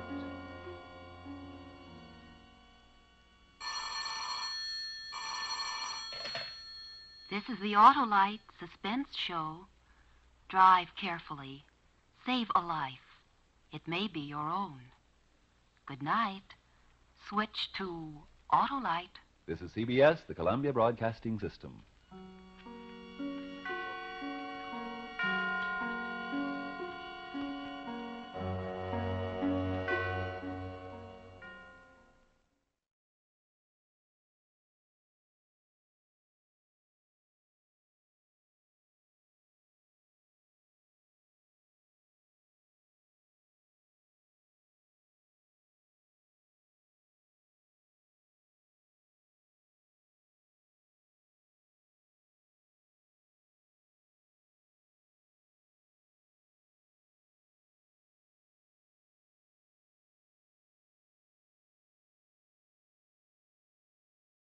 In just a moment, Suspense with Van Heflin.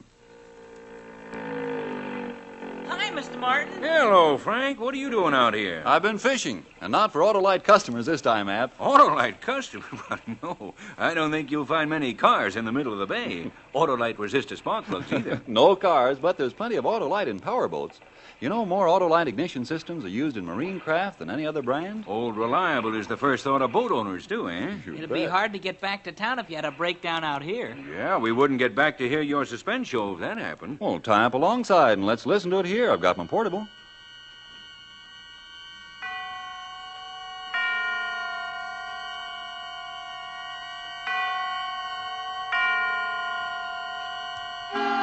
Suspense.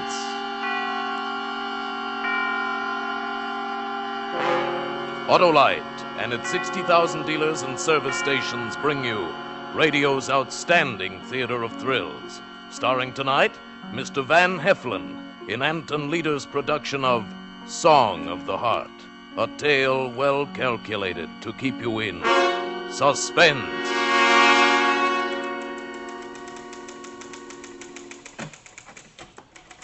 Well, you explain all that to the officer in the car, ma'am. Thank you. Yeah? Can I help you? Please. What? I have a confession to make. A confession? Please, are you the officer that I'd tell it to? Well, do, I guess. My name is Neil Wilson. I live with Aunt Alice at 265 West 19th Street. All right. So? Last night, I guess it was early this morning, I killed Tanta Alice. Mike, Yes? you better get this. All right. Go on. You killed your, Tanta Alice? Yes. How? I took a pillow and smothered. Go on. Could I tell you about it? I mean, all about it? Sure. Well, I have a fine job. I'm the general manager of the Hand-S Company. I've been with them ever since I got out of school. I'm an orphan. I live with my aunt, with Tanta Alice. You live with your aunt? Yes, I don't remember my parents. They died when I was just a little boy in an accident. Tanta Alice brought me up. She was like my own mother. Why did you kill her? I guess I should start when I met Muriel Jones. That was only last Sunday at the annual company picnic. It was the first time I'd ever been to one. Usually I spent Sunday afternoons with Tanta Alice.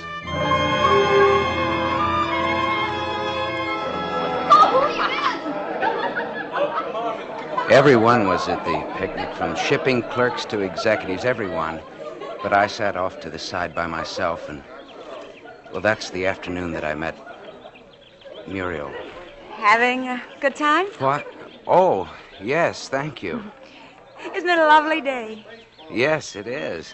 I'm Muriel Jones, accounting department. How do you do? I'm Neil Wilson. Yes, I know. Do you mind if I sit down here? Oh, no, please do. Thank you. It's really a beautiful day, isn't it? What are you staring at? Well, I didn't... Don't you like my blouse? Oh, yes, very much. I wasn't staring. It's a present. Gift from a friend. Oh, really? Mm. I like it because I've been told I had pretty shoulders. Do you think so? Yes. Yes, I do. Did you come alone? Yes. So did I. I had several invitations, but I turned them down. Why? Did I turn them down? Huh. Because I knew you were going to be here. Really? Mm-hmm. I've seen you at the office. You always look so strict. I wanted to meet you and see if you were. Well, I'm flattered. You should be.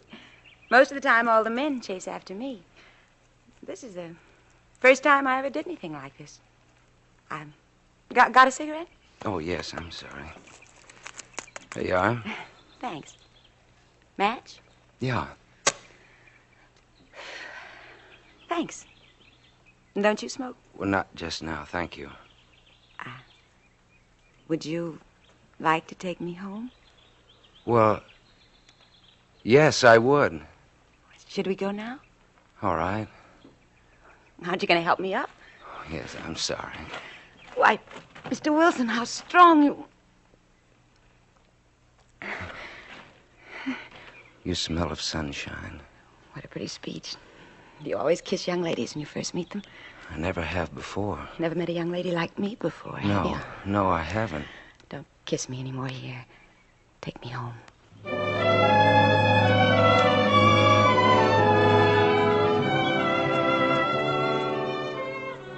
I'd been out with girls before, but nothing ever came of any of it. I'm too introverted, I guess, to make the first move, and the ladies that I'd known previously were not the kind who'd make the move for me. But Muriel did, and I thought that meant that she loved me. We drove for a while when we left the picnic, and then I took her home. I like your car. Would you like to go for a ride tomorrow? You mean you'll pick me up in the morning? Drive me to work? Well, I'd like to. Ah, isn't that sweet? About 7:45? All right. I'll have some coffee ready if you like. Would you like having your morning coffee with me? Oh, I'm afraid I couldn't. Thanks a lot, though. It'll be all right. My girlfriend lives here with me. Oh, no, it's not that. I mean, I always have breakfast with Tante Alice. Who? My Aunt Alice. I call her Tante. That means aunt. Oh. Isn't this silly? We're standing out here like we didn't have a place to go. Won't you come in for a few minutes? Well, I'd like to. That's good. I know you'll excuse the looks of the house. I left this morning before I had a chance to straighten things up. You just sit down there. Okay. Here, I'll put these things in the other room. Is there, anything I can get you? No, thanks. It's very comfortable. That's good. This is nice. You're beautiful. Thank you. Just for saying nice things like that. Muriel. Muriel, What? I've never known anyone like you. You're just saying that. No, that's true. Do you believe in love at first sight? Yes? So do I. I knew a girl and a fellow once who got married 3 days after they met. That was love at first sight, wasn't it? Yes, I'm sure it was. Is that the way you feel about me? Yes, it is. I knew the first time I saw you it would be like this, didn't you? I hoped it would be. Give me a kiss. Will you marry me? Why, Mr. Wilson, how sudden. No, will you marry me? I should be delighted.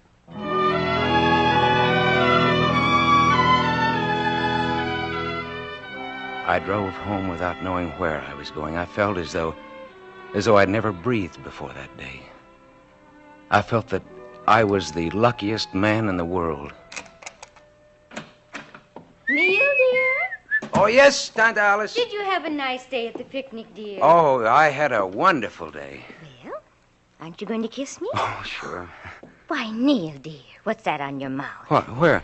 It looks to me like lip rouge. Where? On your mouth, dear, and on your cheek, too. Why, Neil, dear. Well, it was... You better let me wipe it off. Who is the girl? Do I know her? Her name is Muriel Jones. She works at the office in the accounting department. How is it that I've never met her if you've known her so long? Well, I haven't. I just met her today. You just met her? It was... And she... Well, Tante Alice, it was love at first sight. Was it, dear? Yes, we're going to be married. When, dear? Well, pretty soon, I think. Am I going to meet her? Yes, I'll bring her here to dinner tomorrow night. All right, dear, all right. We'll have a nice dinner for her. Well, you'll like her, Tante Alice. She's a wonderful I'm girl. sure she is, dear. I'm sure. You better get some sleep now. Tomorrow is a work day, you know. Is there something special you'd like for breakfast? I won't be having breakfast here in the morning, Tante Alice. Muriel's fixing coffee for me at her house. Just coffee? Well, that's not enough breakfast for a man with a day's work to do. Oh, coffee's plenty. But you've never had just coffee for breakfast, Neil, dear. No, it's enough. Thanks anyway. All right. All right, then. I'll just have a little fruit juice here for you before you leave. No, never mind, Tante Alice. You can sleep in the morning. I'm having breakfast with Muriel.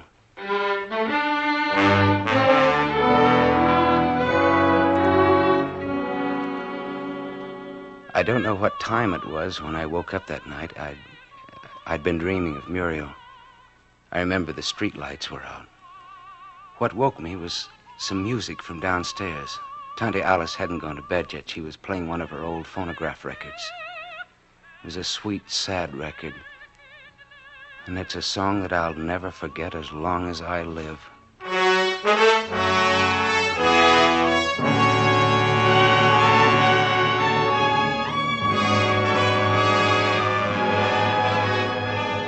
For Suspense, Autolite is bringing you Mr. Van Heflin in radio's outstanding theater of thrills, Suspense.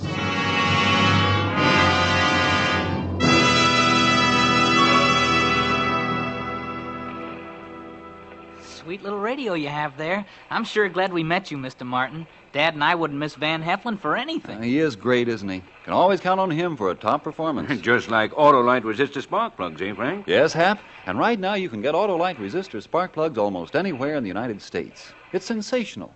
Why, no other spark plug will give and maintain such performance. You know, Autolite Ignition engineered a 10,000 ohm resistor right into the Autolite spark plug that permits a wider spark gap setting and maintains it far longer than any other spark plug. The Autolite resistor spark plug is the best thing that's happened in spark plugs in years. A great new development of Autolite Ignition engineers working with the country's leading car and truck manufacturers. They make a world of difference, all right. I know. Just had a set installed in my car. Yes, millions are switching to the new Autolite resistor spark plugs. Now available at Autolite dealers the country over. Avast with the sales talk, mates. Here's Van Heflin in Suspense again. And now Autolite brings back to our Hollywood soundstage Mr. Van Heflin as Neil in Song of the Heart, a tale well calculated to keep you in suspense. You went to sleep and your aunt was playing this record. He's up to the end of the day he met the girl. Yes, that's right. Now, what happened the next day? Well, the next day, when I got up in the morning, Tante Alice was already up. Oh, I don't know, maybe she hadn't even been asleep. The table was set for two in the breakfast room. The toaster was out, my fruit juice was on the table, and she was frying bacon when I came downstairs. Good morning, Neil, dear. Good morning. You're early, aren't you? Breakfast will be ready in just a moment. I'm not having breakfast at home. I told you that last night. Oh, that was last night, Neil, dear. Today's another day. I'm having breakfast with Muriel. I have to go now. I'll see you this evening. We'll have a nice dinner, Neil, dear. I'm bringing Muriel home for dinner with me. Tonight? Oh, but dear, that's hardly warning enough. You said last night that you wanted to meet her. But so soon, dear? Now listen to me. I'm bringing a girl home for you to meet. I love this girl. Now, I want you to be nice to her. I don't want a fiasco like the last time. Neil, please, dear. I don't want you pouting and sulking this time. I don't want to have to apologize for your actions. I think that will be all, Neil, dear. I think that's enough. If you aren't going to behave yourself properly, now just say so now, and we'll not come home for dinner. Now, that's up to you. I'm only thinking of you. Now, don't be cross. Give me a big smile like you used to when you were a bad little boy. All right. How's that? Oh, you can do better than that. Now, please, Tante Alice, I'm late. I'll see you at dinner. All right, dear. You call me from the office if you decide to bring her home for dinner. We'll be home for dinner. I'm telling you now, I don't have to call you from the office. You call me, dear.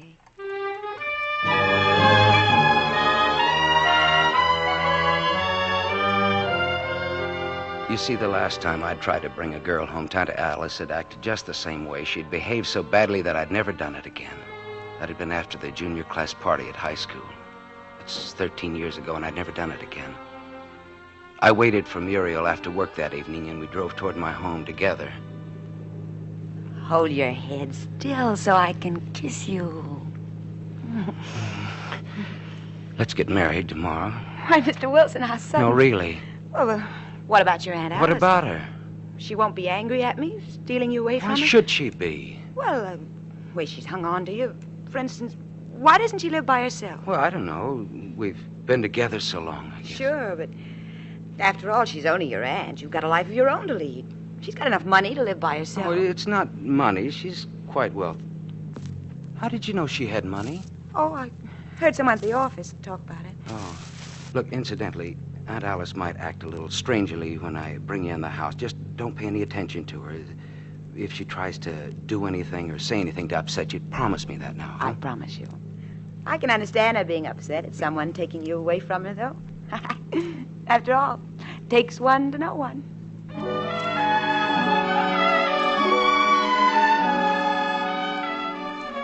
The rest of the ride home, we didn't talk. Muriel just sat close to me, and she held my hand in hers. I mean, I'll take your coat. Oh, thank you. Come on, let's go into the living room. What's that playing? Oh, that's the phonograph. Pretty old machine, isn't it? Oh, that's Scratchy? it's the record scratching. That's what she was playing last night. What is it? French? Yes, Tante Alice has a collection of old records. You know, this is the first time she's played them in years, since I was in high school. Where is she? I don't know, she must be in the kitchen. Well, I might as well sit down, I guess. Oh, I forgot to ask you. Are my seams straight? What? Oh, yes, they look straight. So hard to keep your stockings straight. I never can get mine long enough. See? Well, What? good evening, working people. Oh, good evening, Tante Alice. And this must be Mabel. No, it's Muriel. Muriel, this is my aunt, Miss Alice Tremble. Tante Alice, this is Miss Muriel Jones. How do you do? Oh, please sit down. Dinner will be ready soon. Is the phonograph too loud? I was just playing some old records. Yes, it is a little loud, Tante Alice. Oh. That's better. Is there anything I can do to help? No, that's all right, dear. Just last-minute things like the gravy. I'll do them in a bit. I'll just sit here with you two young people for a while. Oh, my, I've had a day. Preparing to meet Neil's latest young lady. He always does this to me. Calls suddenly in the middle of the afternoon and says, I'm bringing a young lady home for dinner. Why do you Most say of them he wants to marry, or so he thinks. As he said, he wants to marry you. Be careful of him. He's a devil. Tante that Alice, way. please. Now, that's not true. Can you imagine wanting to get married before you really get to know someone? Did Neil tell you we're going to get married? He did ask you then. Oh, Neil, shame on you. Shall we have our dinner? In a moment, dear, in a moment. You poor little girl. And Neil has been acting the Don Juan with you also. You poor dear. Well, excuse me, I'll let you hear some of my records while I make the gravy. Would you like me to help? No, you stay with the young lady. Muriel, is it? I can handle things alone, this once. And after all, if she should ever come back here again, I want her to think kindly of us.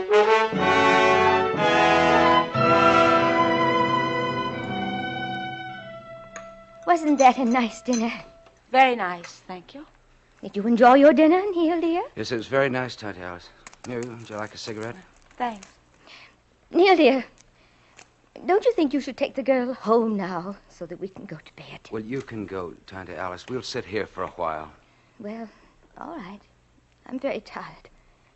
Good night, young lady. I do hope you stop in and see us again someday. I'm always delighted to meet Neil's friends. Neil, dear, you haven't oiled my door. What am I going to do with her? What am I going to do? I don't think I've ever been treated Oh, that I'm way. sorry, darling. Please believe me. I'm sorry, but what can I do? How can I get rid of her? Just leave. When we're married, we'll leave. Oh, she'll follow us. I'm all she has in the world. I wish she were dead. Neil. No, I wish she were dead. What good is she to anyone? Hanging on for dear life to me, holding me, afraid that I'll go out on my own and have my own life and that she'll have no part of it. Oh, sure, she's been good to me and she's worked for me, but I've been good to her, too, and I've helped her. We'll go away together. She won't follow us.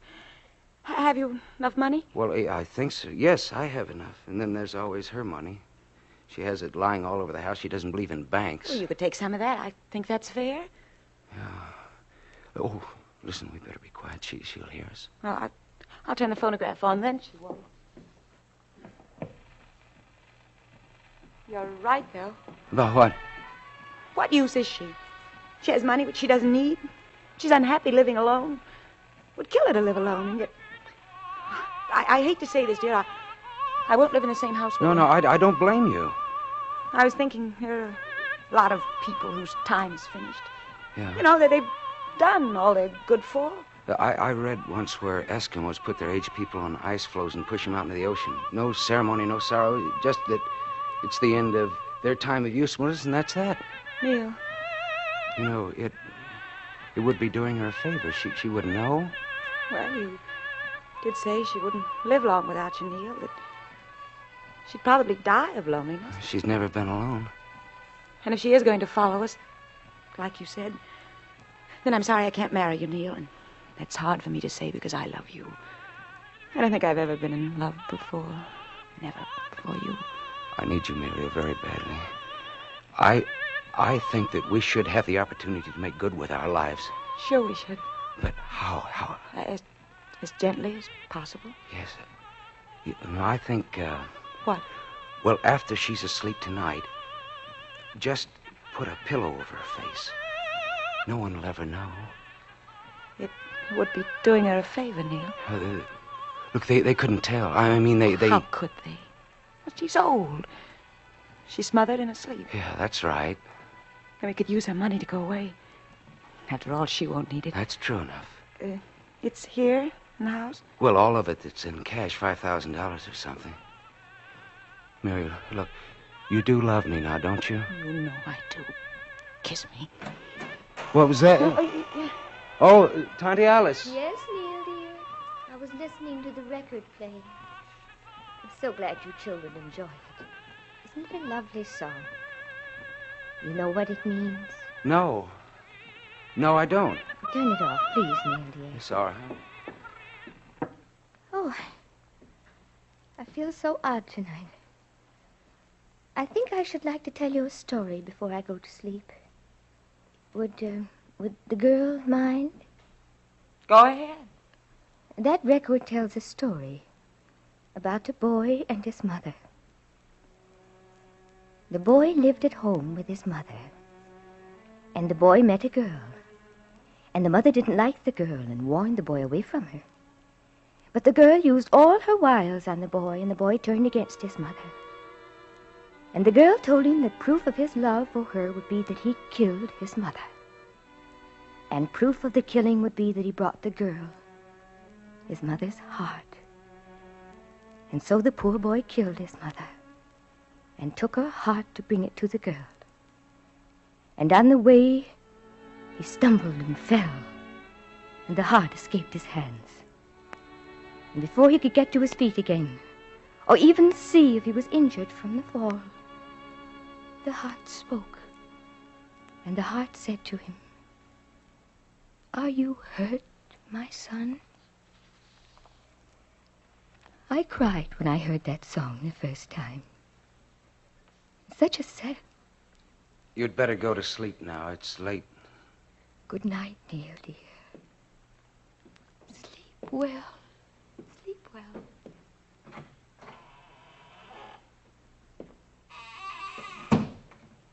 What an unpleasant story. She knows all sorts of things like that fable, sort of.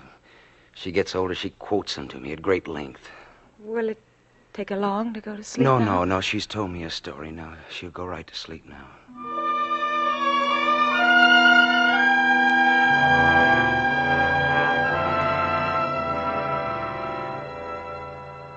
We sat there and waited, not saying anything, not touching one another, just waiting. Finally, after about an hour, Muriel suddenly kissed me. She kissed me hard, and she held me close to her. Then I got up and I walked quietly over to Tante Alice's door. I opened it, and I walked into her bedroom. She was sleeping on her back. I took a pillow from her chaise, and then, just as I was about to put it over her face, I thought I saw her eyes move. Waited. No, I was mistaken. She was sleeping soundly, just as she always did. I lowered the pillow softly over her mouth and nose, and I held it there. Watched her chest until there was no movement from her breathing. Then I opened her bureau drawer and took out her money box. And then Muriel and I left the house. All right. Yes, all right. Don't feel badly. You did a good thing. It's just like a mercy killing. It was for her own good. I know that. We've got each other now and a whole life to live together without any interference. I know. I'll drive. Poor baby. You're upset. All right. Can I have the keys? Yes, right here. Oh. What? Did you take the pillow off her face? Oh, no, I forgot. Run back and do it. You can leave the box on the seat. Hurry now.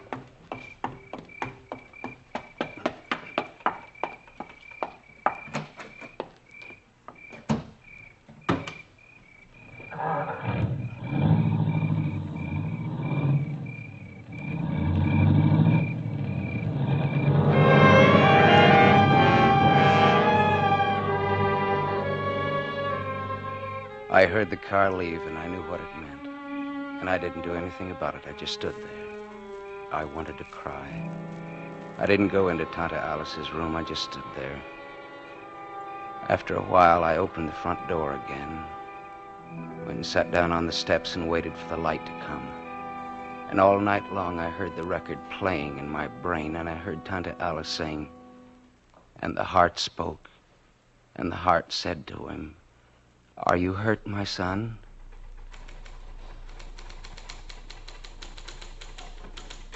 That it? That's it. I'll type it up for him to sign. All right, Mike.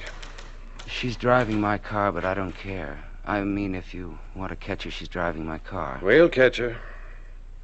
What do I do now? You come with me. Funny you're coming in here this morning. Although, of course, we'd have had a routine investigation anyway. Because the pillow was still on her face? Well, yeah. Although she might have had a heart attack, or the pillow might have smothered her without her knowing it. Most accidental deaths are pretty strange. Much stranger than the planned ones. No, I meant that you didn't look at the room very closely when you went in there to kill your aunt. In here. What do you mean that I didn't look at the room very closely?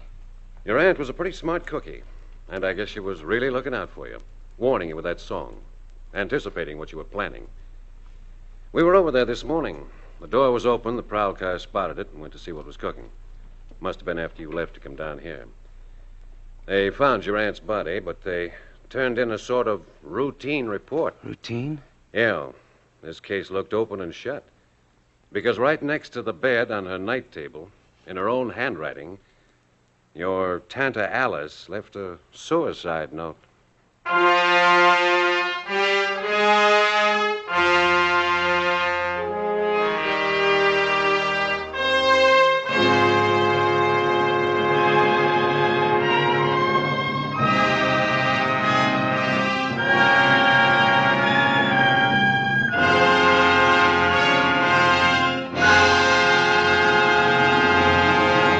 Thank you, Van Heflin, for a splendid performance. Mr. Heflin will return in just a moment. Boy, that show was a knockout. Well, thanks for letting us listen, Frank. Always glad to do a friend a favor. You must have lots of friends, Frank. You do plenty of folks a favor, telling them about Autolite resistor spark plugs. Well, Hap, every car owner who switches to Autolite resistor spark plugs does himself a favor. When you replace your narrow gap spark plugs with the sensational new wide gap Autolite resistor spark plugs, you can tell the difference in your car. You got advantages like smoother idling and saving gas. So always remember, Autolite means spark plugs. Ignition engineered resistor spark plugs. Autolite means batteries. Stay full batteries. Autolite means ignition systems. The lifeline of your car.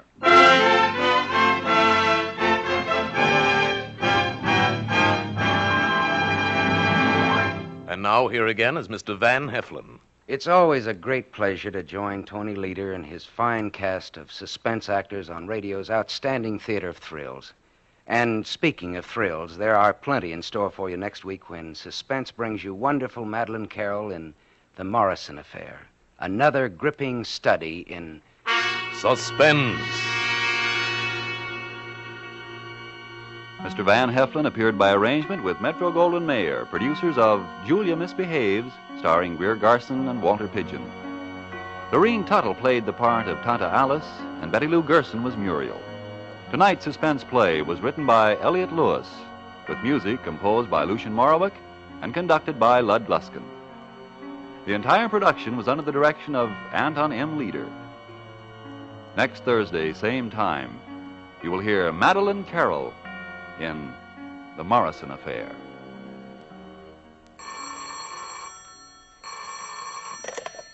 This is the Autolite Suspense Show.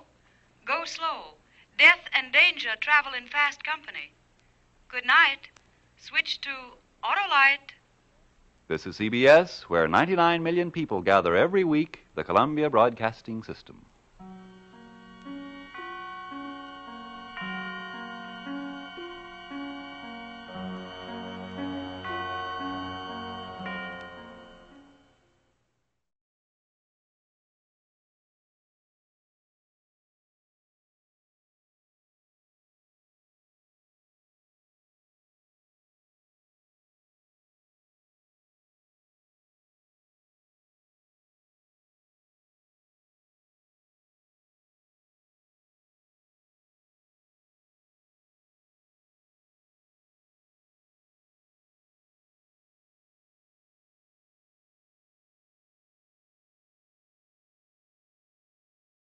In just a moment, Suspense with Madeline Carroll. Hello. Oh, hello, Tom. Where are you? Thought you were driving over tonight. Couldn't get your car started. Well, what's wrong with it? Uh-huh. Well, sounds like ignition trouble to me, Tom. Why don't you call Ed's Auto Electric, best service station in town? He's an Autolite man. Really knows his stuff and believes in preventive service. You know, fixes things before they happen. Carries Autolite parts. You know, Autolite. Spark plugs, batteries, complete ignition systems. Yeah, that's right, the works. Oh, by the way, Tom, Autolite has that swell high-tension show on the air, Suspense. Ever hear of it? Well, why don't you tune in? It's coming on right now.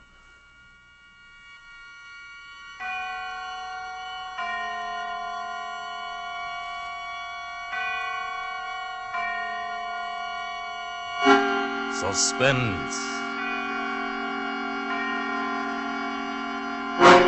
Autolite and its 60,000 dealers and service stations bring you radio's outstanding theater of thrills. Starring tonight, Miss Madeline Carroll in Anton Leader's production of The Morrison Affair, a tale well calculated to keep you in suspense.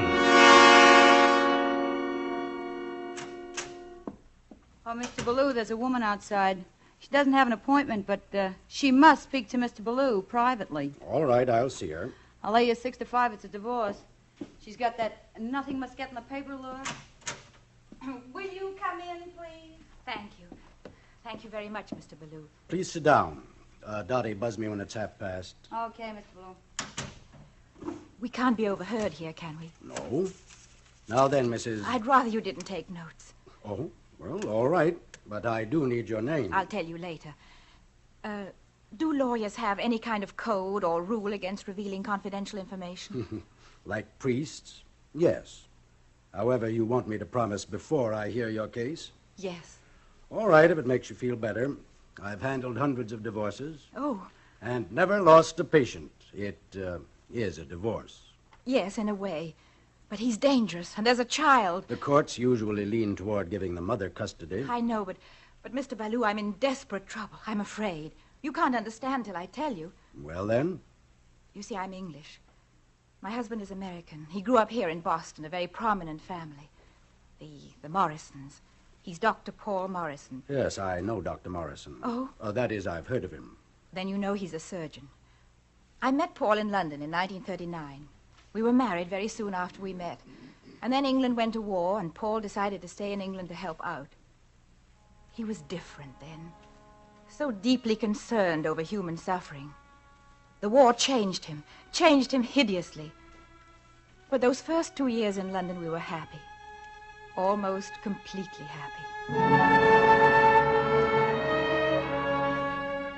Quite suddenly, America was in the war, and Paul had his orders to return to the American Army Medical Corps. We spent the little time we had left at a cottage in the country. And all the time I was trying to forget the one thing that had been preying on my mind ever since they told me at the hospital that... But I couldn't. And so finally, even though it was our last day together, I went up to London to do what I had always known someday I would have to do. It was late afternoon when I returned. Who is it? Oh, darling, where on earth have you been? I'm sorry I'm so late, Paul. Never mind about being sorry. Come over here this instant. Give me a kiss. Want to know something? What? You're a heartless hussy going off and leaving me alone all day.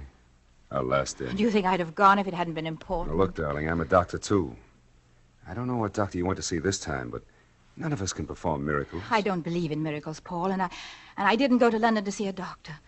I went to find out if we could adopt a child. Adopt a child? I know you've always been against the idea, Paul. Darling, this is no time to go into a big, complicated thing like that. I've got to be on my way home by this time tomorrow. It's not this time tomorrow I'm thinking about, Paul. It's all my life. If I can't have a child of my own, then I want to adopt one. But, Sheila, I sort of halfway picked out one at the orphanage today. What? His parents were killed in an air raid, and oh, Paul, you've always wanted a boy. I've wanted a son, yes. But adopting a child involves certain risks. There are fundamental laws of heredity. Now you're being plain old-fashioned. You can call it anything you like. It's out of the question. Why? Give me one reason why. You know the reasons as well as I do. All I know is I'm a woman and I want a child. Sheila, come here. Look at me. Maybe I'm old-fashioned or overcautious, but if we got a child that way, picked him out like something on a grocery shelf, you might feel he was your son, but he wouldn't be mine. And the son has to be for both of us, or not at all. I stayed on in London for more than 6 months after Paul left. It was ghastly there for everyone. As for me, I lived in a fever of loneliness, worse than loneliness. Then my mother asked me down to the country to wait out the war with her.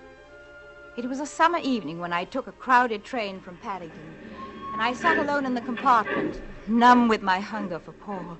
You must understand, that day I wasn't myself. I wasn't accountable.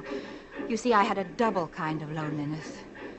When the conductor opened my compartment door for other passengers, I didn't even look up at first. Here we are, missus. How may suit you? Oh, thank you ever so much. It's the window seat. No, I want the window seat. Now then, you two. I reckon the missus is going to want some of that fresh air for the little nipper. Here, you can have my seat if you like. It doesn't make any difference to me. Oh, it's very kind of you, miss, I'm sure. Mum, I want to see the guards van. Not now, Johnny. But, Mum, you promised. Missus, I'll let you know when we're near Reading Junction. Oh, thank you. No trouble at all, missus.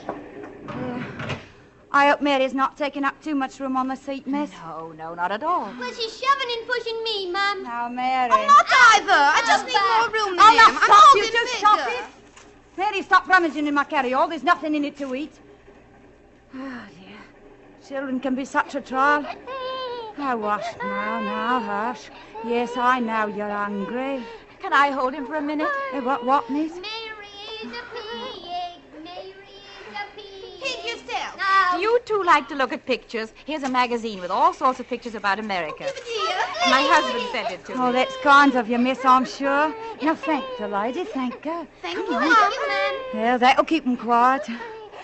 A mother ought to be two people, that she ought. I'll hold the baby while you fill his bottle. What, if it won't trouble you? Oh, no. I don't mind.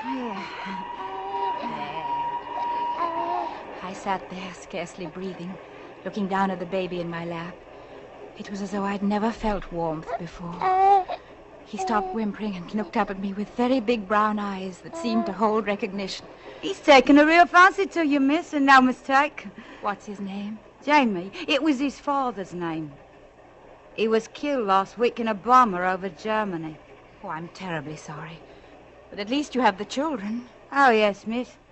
But sometimes, I don't know. Sometimes I think it would be better if I didn't have this last one. Oh, no, you can't mean that. It's not easy, miss, with no man to provide. You said you're married, miss. Do you have any children? No, I have no children. Baby. You'd know if you had one. Knowing all the things I won't be able to give him.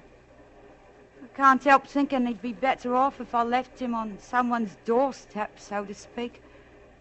Someone well-fixed, like you. You'd regret it all your life. But it's his life I'm thinking about when I say it. Of course, I'm not brave enough to do it. But I wish I was.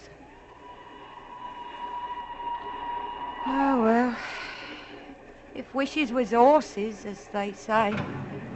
We're just pulling into Reading Junction, missus, if you still want to get that cup of tea. Oh, thank you, John and Mary. Come on, Mary. Mum's going to get us something to eat. I want to see this page first. Well, you can look at the magazine when you come back. Now, run along, Bussavia, and wait for me outside. All right, Mum. Come on, lazy. Well, wait till I get my coat. I'll take Jamie now, miss. I'm going to sit right here. Why don't I hold him till you come back? Oh, I wouldn't want to bother you. Oh, it's no bother at all. Well, you won't have any trouble with him. He's always been a good baby. Come in, I'll wait. If you're sure, miss. Quite sure? Oh, yes, I'm quite sure.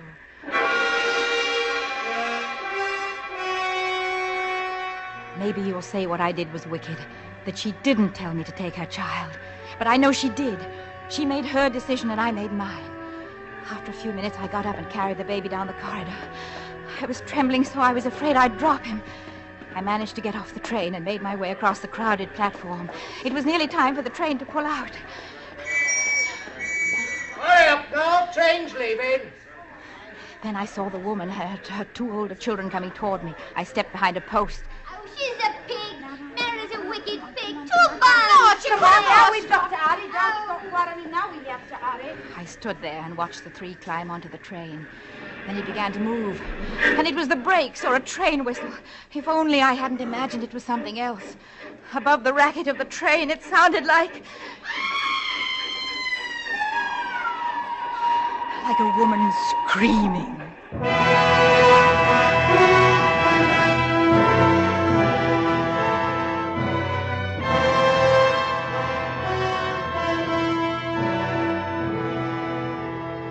For Suspense, Autolite is bringing you Miss Madeleine Carroll in radio's outstanding theater of thrills, Suspense.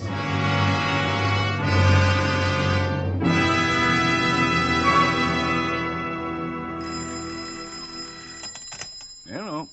Oh, it's you again, Tom. Swell program, eh? What? The name of that Autolite service station? Well, it's Ed's Auto Electric. Just look for the big Autolite sign down on Main Street. But wait, here's more dope on Autolite service. Listen to Frank Martin. For expert ignition checkup and repair, stop at your nearest Autolite service station. Highly trained mechanics working with specialized machines are ready to give your car the best, most complete, most reliable ignition service possible. And when it comes to replacement parts, why, money can't buy finer ignition equipment than Autolite. Autolite is the world's largest independent manufacturer of electrical equipment for automobiles. And many of America's finest cars and trucks are equipped with Autolite distributors, coils, generators, starting motors, batteries, and spark plugs right on the assembly line. So, friends, if you want truly reliable ignition, parts, and service, call on your nearest Autolite service station or the car dealer who sells your make of car. Autolite? Autolite service stations are listed in your classified telephone directory under Automotive Electrical Service. And now, Autolite brings back to our Hollywood soundstage Miss Madeleine Carroll as Sheila in The Morrison Affair, a tale well calculated to keep you in suspense. I can't file for your divorce, Mrs. Morrison, until you and your husband turn the child over to the British consul. My husband doesn't know. He thinks it's his child. He suspects something's wrong, but... Well, then make a clean breast of it. Tell him. Oh, no, you mustn't. He mustn't ever know. He'll kill me or Jamie or both of us. How on earth did you make your husband believe? That was easy. I figured it all out on the way to Mother's. I took a bus at Reading Junction, then another train. It was almost midnight when I got home and let myself in the front door.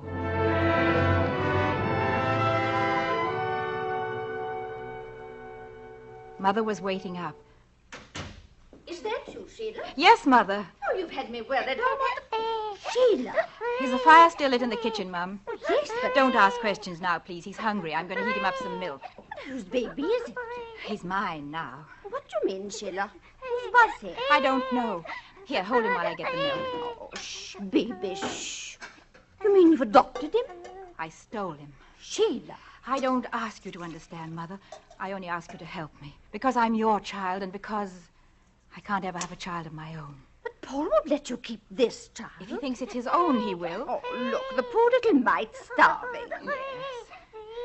It may be years before the war's over and I see Paul again. He'll look forward to seeing his son. But he's bound to ask where his son was born. He was born here. But there are records of such things, Sheila. The date, the place, the parents, the doctor. I know. Mother, telephone Dr. Lucas. Dr. Lucas? Why, he's a charlatan. He's not even a real doctor. Oh, does that matter? He's greedy, and that's the kind of man I need. Tell him I want to see him tomorrow. Because tomorrow, my son Jamie will be born.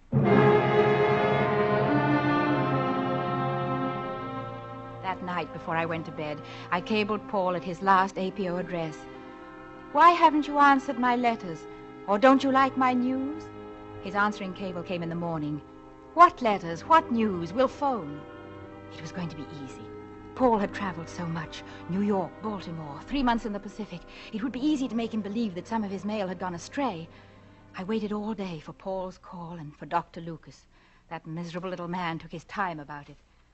Mrs. Morrison, I'm late, but your mother assured me no one was ill. No, it's about my son. Why, I didn't hear that I'm you had having difficulties about his birth record. I've lost the certificate and I need a duplicate. Why, Mrs. Morrison, I'm sure if you write As a matter of fact, I want the record changed. Changed? I want the certificate to say that he was born here today. Mrs. Morrison. It can be done, can't it? It's rather difficult. You mean it's expensive? Yes, very expensive. There's the risk to a doctor's reputation. How much? £1,000. All right. No, I'm afraid it will have to be £1,200. All right, but that's all I can pay. Here, you can write it out under this lamp. One moment, I'll find the form. Yes, here it is. He's the son of Mr. and Mrs. Paul Morrison. Excuse me, please. Yes? Go ahead, Major Morrison. Hello? Hello, Sheila. Paul! Paul, darling! Where are you? India. I turned the whole army inside out to get a priority. Can you hear me all right? Fine. But, darling, why didn't you answer my letters?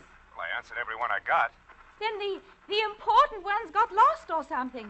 You haven't heard the news? What news? You're going to be a father, Paul. Did you hear me, Paul? Yes. But, Sheila, that seems impossible. But it's happened all the same. Any day now, you'll have a son and heir. Oh, you've made up your mind. It's going to be a boy, eh? That's what you want, isn't it? Yes, it's what I want. But it seems like a miracle. I was dead certain that I... Something wrong, Mrs. Morrison? I was cut off. Operator! Operator! Yes? Operator, I was cut off. It was a call from India. Didn't you hang up? Certainly not. I was cut off. Well, I'll try to get your party back. Yes, try. But it's all right if you don't. What is the name of your son, Mrs. Morrison? Jamie. Jamie Morrison. Jamie Morrison, born July 3rd, 1942. You know, Mrs. Morrison, heredity is tricky. There's nothing wrong with my son's heredity. And then there's always the danger of being found out, as long as anyone knows beside yourself. At first, some nights I dreamed that Jamie's mother had come to fetch Jamie, but that was only at first. I buried my guilt, buried it deep. 4 years went by. Then the war was over, and Jamie and I sailed to join Paul in America. The day I arrived in New York, I may have been nervous, but I was sure at last of happiness, as sure as I'd ever been in my life. Oh, Paul. Paul, darling. My dear. Oh, I've never seen you look better, darling. Motherhood suits you. Is that my daddy? Yes, Jamie. Well, how do you do, James? My name isn't James. It's Jamie. Jamie? Yes, I've always called him that. I don't know why. It's a kind of nickname, I suppose. Well, from now on, we'd better settle for James. We Morrisons never appreciated nicknames. Funny about his eyes. His eyes? I've got to look up my Mendel. Can two blue-eyed people have a brown-eyed child? They must. We did, no matter what Mendel says. Well, he's positively the first Morrison with brown eyes. But why not? He's the miracle kid.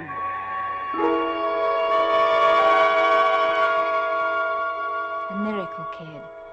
Blue eyes, brown eyes.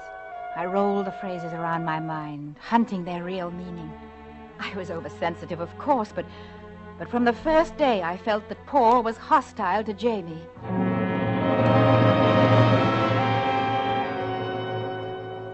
Where's my miracle kid? He's taking his nap. What do you want with him? I'm driving down to the rifle range with a friend. I thought I'd take James along. Oh, but he's too young, Paul. Too young for what? To play with guns. Oh, that's just why I want to take him along. Sooner he knows how to handle guns, the better off he'll be. Mommy,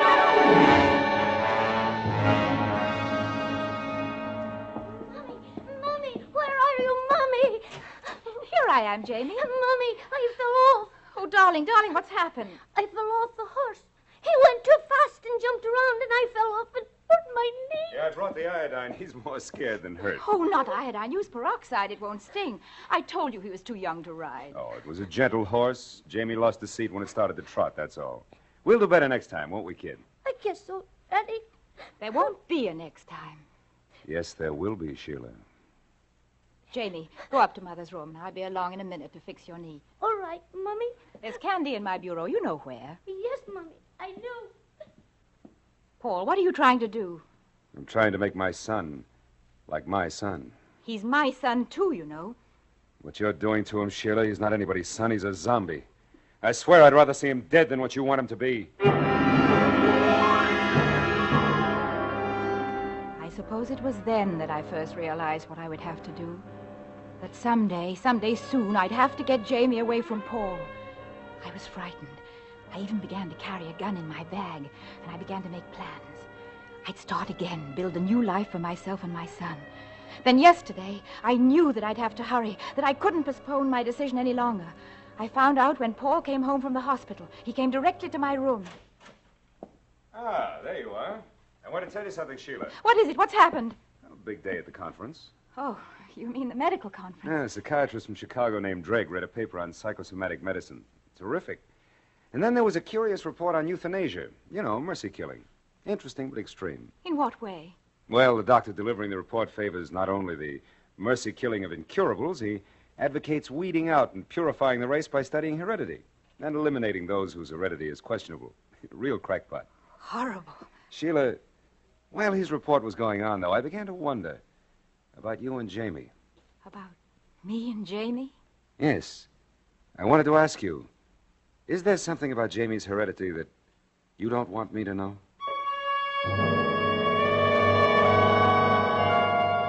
Then I understood. The danger was real, and now. For myself, but mostly for Jamie. Paul was playing with me like a cat plays with a mouse.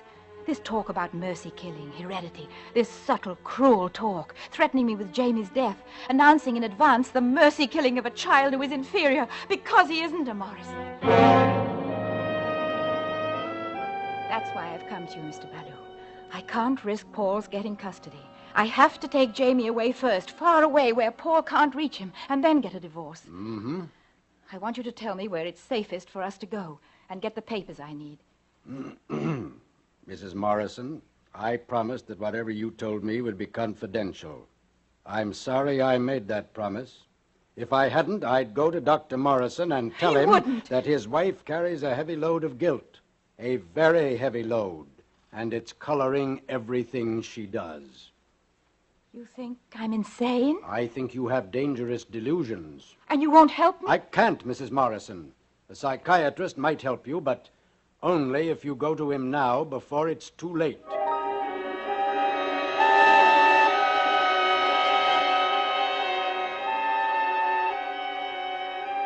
Mrs. Morrison! Mrs. Morrison! Yes? You're to go to the hospital. Dr. Morrison said for you to come right away. What is it, Elsa? What's happened? It's the little boy. Jamie! He got hold of one of his daddy's guns. He's done it. He's killed Jamie. Jamie was playing with it, and it went off when it was pointed right at himself. He's hurt bad.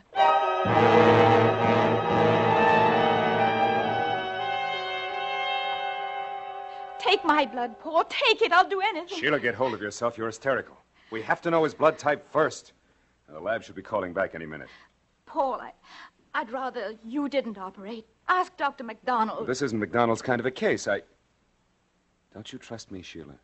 I thought you might be too nervous being his father. Am I, Sheila? What? Am I his father, Sheila? Dr. Morrison speaking. All right. It's the lab. Hello? Yes, Brooks. It's what? You're absolutely sure. You checked twice? I see. Yes, thank you. You gave the results of the blood test. We can't use your blood, Sheila. You know from the blood test? Yes, Dr. Morrison? Get the boy ready for operation. I'll start immediately. Yes, Doctor. No, what, Sheila? No, don't tell me. All I know is that your blood is type A and mine is type A and James is type B. Wait here, Sheila. Don't do it, Paul. Do what? I won't let you operate. I won't. Get Dr. McDonald. Or I'll kill you. You're out of your mind. You can't shoot that gun. I can and I will before I let you touch Jamie. Now that you know he's not your son. I've always known it. You're lying. From the first moment I saw him. It's a proven medical fact. Two blue-eyed people cannot have a brown-eyed child. And all your cruelty was deliberate. At first I thought you'd been unfaithful. That Jamie was your son and another man was his father. But the blood proves he's not yours either. You adopted him. I stole him, and I'm not going to lose him now. We're all ready, Dr. Morrison. Thank you. Wait here, Sheila. Paul, I warned you. Mrs. Morrison, don't! He fell like a sack of dry leaves, and liquid the color of dark grapes seeped through and spread slowly across the front of his surgeon's jacket. Then people came and dragged me away. I've seen no one since except those who guard me, and my lawyer, Mr. Ballou, who came to tell me that Paul was dead and that Jamie would live. The operation was performed successfully by Dr. MacDonald. Then Mr. Ballou began to talk about how to defend me against the charge of murder. Why not tell them the truth? Let me tell you the truth, Mrs. Morrison. After you shot Dr. Morrison, he could have lived. He had to choose between his life and Jamie's. What could he do for Jamie? The bullet had lodged in Jamie's brain. It would take hours to find a brain specialist as good as Dr. Morrison. But he didn't operate. He ordered them to take him to the operating room. Then for an hour and a half, he stood at Dr. MacDonald's elbow, directing every move of his scalpel. When the operation was over, Dr. Morrison was dying. But Jamie would live.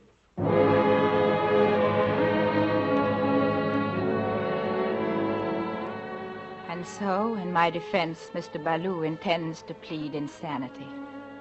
But I wasn't insane then. Nor am I now, I know that.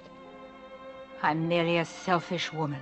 Everything I did for myself, not for Jamie. I can see that now. But Paul gave his life for his son. And no matter what happens to him now, Jamie had a father.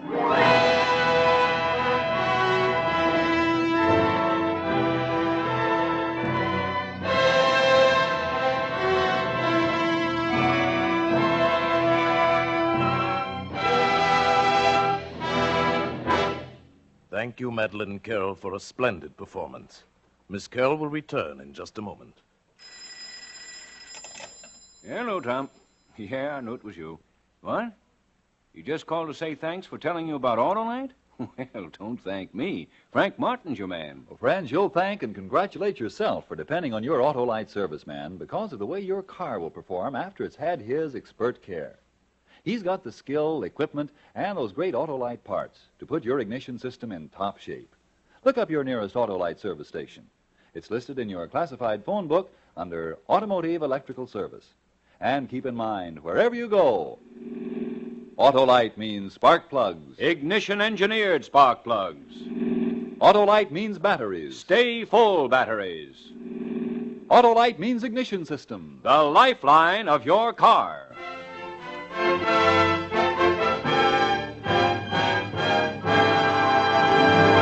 And now, here again is Miss Madeline Carroll. It's been a great pleasure to appear with this fine cast on Suspense.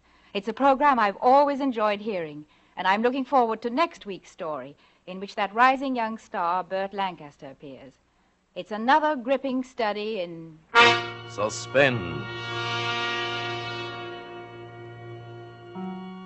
Madeline Carroll appeared through the courtesy of 20th Century Fox, whose current production is The Luck of the Irish, starring Ann Baxter and Tyrone Power. Tonight's suspense play was written by Pamela Wilcox, with music composed by Lucien Morawick and conducted by Lud Gluskin. The entire production was under the direction of Anton M. Leader. In the coming weeks, Suspense will present such stars as Gregory Peck, Edward G. Robinson, John Garfield, and others. Make it a point to listen each Thursday to Suspense, radio's outstanding theater of thrills. And next Thursday, same time, hear Burt Lancaster.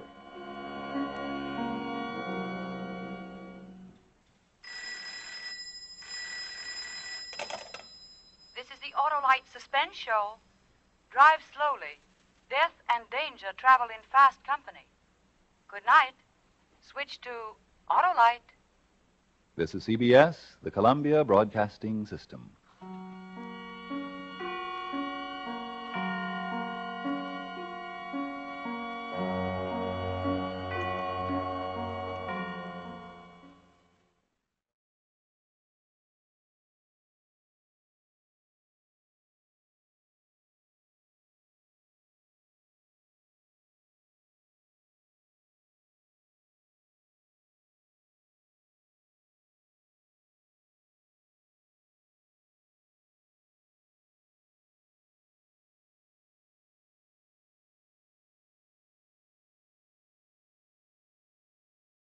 In just a moment, Suspense with Burt Lancaster. You just sit down and make yourself at home, Doc. Mary. Yes? Hey, look who's here, Doc Lewis. Oh, my goodness, who's sick? Oh, golly. Can't a poor doctor make a simple social visit like ordinary folks? I just finished my last call, so I stopped by to a Steel Haps easy chair, relax, and listen to the Autolite Suspense Show. Well, sit right down. My car and I have had a tough day. We have to keep in shape, too, you know. I suppose you've got a surefire prescription for keeping your car in shape, Doc. Oh, you bet. Autolite resistor spark plugs, Autolite batteries, and Autolite ignition systems. I wish every case was as easy as that one. Well, you sound like Frank Martin. Is your prescription for tired doctors the Autolite Suspense Show? Right again. Let's listen.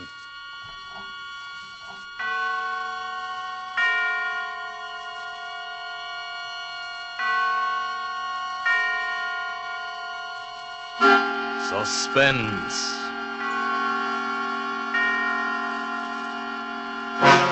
Autolite and its 60,000 dealers and service stations bring you radio's outstanding theater of thrills.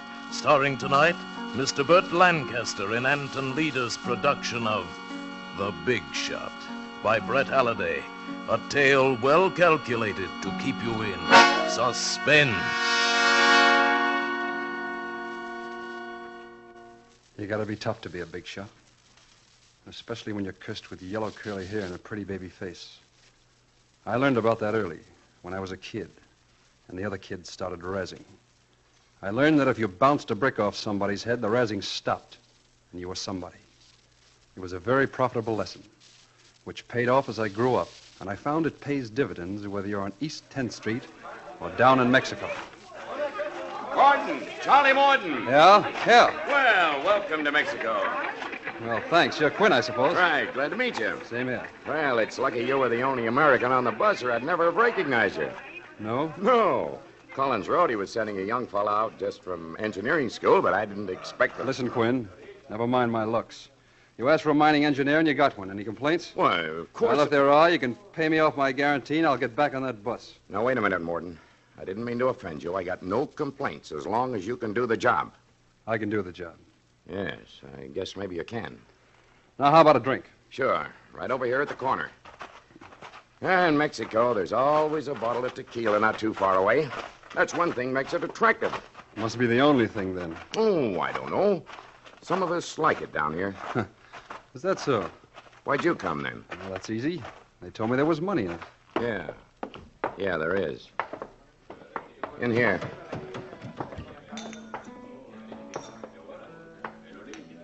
Ah, bienvenidos, señores. ¿Qué quieren ustedes? Dos tequilas, por favor. Dos tequilas, sí. I hope you like tequila, Morton. It's about all they have around here. It'll do. Are all the bartenders like that? No, that's Lolita. Her father owns the place. Oh. She ought to be plenty good for business. Yes, so. Say, your stuff has all arrived. Last box of equipment came in last night, so you can start setting up the mill as soon as we get back. Don't worry, I'll get it up. I'm not worried, but time is important. Dos tequilas, señores. Sí, gracias, Lolita. Yeah. Thanks, beautiful. Beautiful See, baby, that's you. From top to bottom. is okay, señor. Is plenty okay, baby. Plenty. Gracias, señor. Well. Gracias. Maybe I'm going to like Mexico after all. Look, Martin, I don't know how much Collins told you about the setup. Not much. Said there was a chance for some money and plus a little excitement. He didn't tell you there might be more than excitement. Jail, maybe, or worse. He mentioned it. Oh. Okay, then. You understand that we've got a ticklish proposition on our hands. We've got to be careful, especially with these people. If they knew what we were planning. Okay, what are we planning? We struck a rich vein of gold quartz in the remote mountains about 20 miles from here. I've got my crew mining as fast as we can before anybody around here finds out about it. So? The tough part comes in getting it out of the country. There's a wave of Mexico for Mexicans right now, and if we haul the ore out to the regular stamping mill in town, the government will confiscate most of the gold. I see. So you bring me in to set up a small stamping mill at the mine and mill the ore there, huh? Right.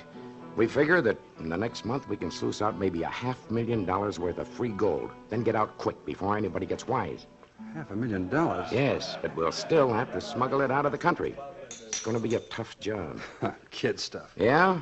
It's not just the law we've got to worry about. Well, what else? Lolita? Sure. These people would inform on us if they found out. But they wouldn't tell the government. They'd tell some bandit gang around in the hills somewhere. Bandits. I suppose they got a Robin Hood down here, too. Okay, Morton, maybe you'll learn. Well, at that, $500,000 would tempt anybody. And a 20th of that is your share, maybe 25,000. That's not hay. Señores. Careful, Morton. Señores, ¿quieren ustedes otra bebida? No, gracias. ¿Cuánto? Un peso. Gracias, señores. Hey, Lolita. Sí, señor. You understand, comprende English? Sí, señor. I speak English muy good. Oh, so I see. Never mind, baby. A little is enough. Your old man ever give you any time off? ¿Qué, señor? No comprendo. Well, let's put it another way. Are you doing anything Saturday night? Wait a minute, Morton. Better not make any dates.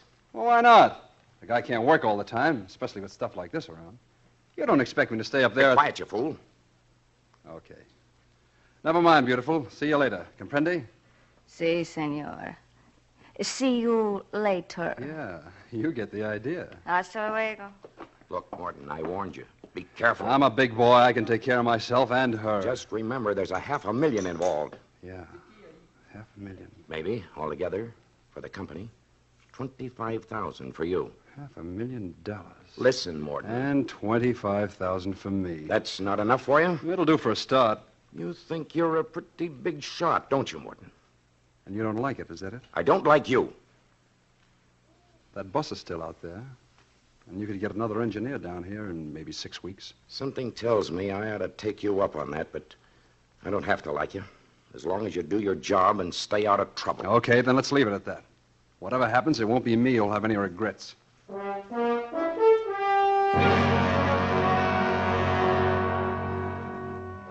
The setup was just like Quinn said, except that the ore was even richer than I'd expected. There was a pile of it already mined, and I put the men to work right away assembling the stamping mill. You know, hard rock miners are funny.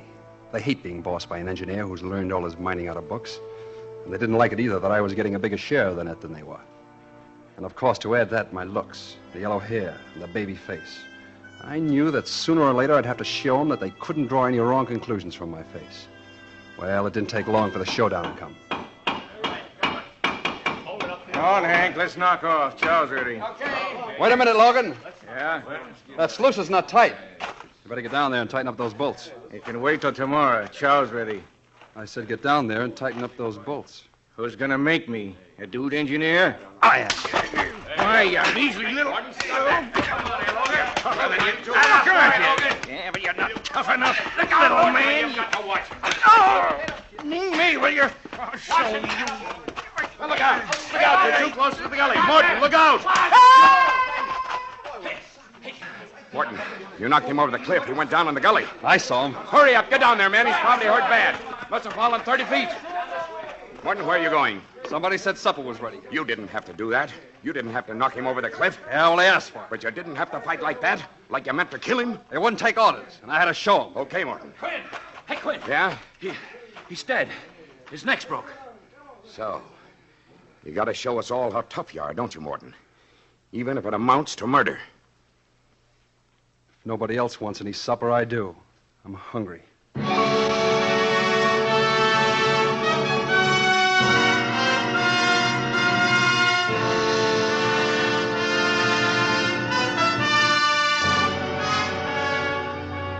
For Suspense, Autolite is bringing you Mr. Burt Lancaster in radio's outstanding theater of thrills, Suspense.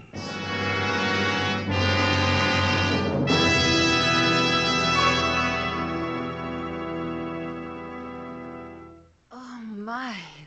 I wouldn't call suspense very relaxing, Dr. Lewis. Well, suspense is certainly no sedative, Mary, but I like it that way, full of ginger. Like those Autolite resistor spark plugs you mentioned, hey, Doc? Now, say, Hap, don't you get me started on those Autolite resistors, because I'm a bug on them. I guess it's pretty important that you doctors have spark plugs that you can really depend on, huh? Right as rain, Hap. You know, my patients just can't wait. They expect me to be Johnny on the spot, day or night, fair weather or foul. Yes, folks, come rain or shine, Autolite resistor spark plugs are just what the doctor ordered for your car. Right now, you can get Autolite resistor spark plugs anywhere in the United States, and they're sensational. Why, no other spark plugs can give and maintain such performance. Autolite ignition engineered a 10,000 ohm resistor right into the Autolite spark plugs. This permits a wider gap setting and maintains it far longer than any other spark plugs. Replace your narrow gap spark plugs with a set of wide gap Autolite resistor spark plugs. You can actually tell the difference in your car. Autolite resistor spark plugs are a great new development of Autolite ignition engineers. Autolite engineers, tests, and produces complete ignition systems. That's why Autolite spark plugs work in special harmony with your car's entire electrical system. Get a set of Autolite resistor spark plugs right away. And now Autolite brings back to our Hollywood soundstage Mr. Burt Lancaster as Charles Morton in The Big Shot, a tale well calculated to keep you in suspense.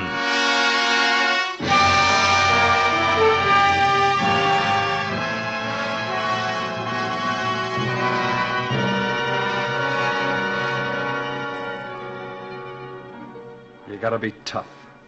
It's a tough world. And you gotta be tougher than the next guy. I was tougher than Joe Logan, that's all.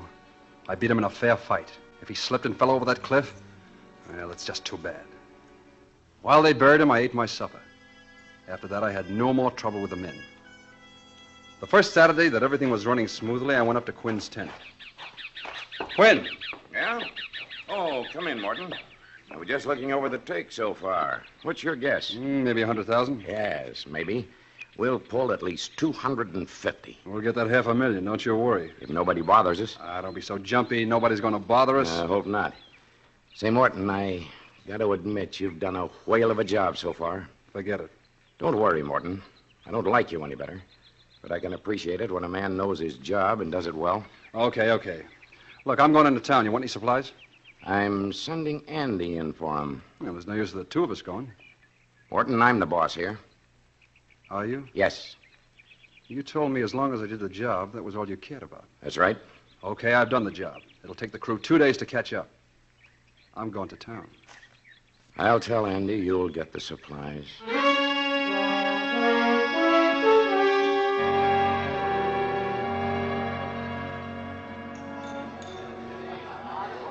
Aquí, querido. More tequila? Si, baby. Come here. Oh, Senor Charm.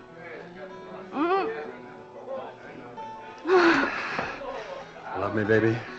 Oh, pero sí, querido. I have never met one like you. Yeah, that goes double, baby. You're sensational. You'd knock 'em dead in the States. I'd like to take you back there.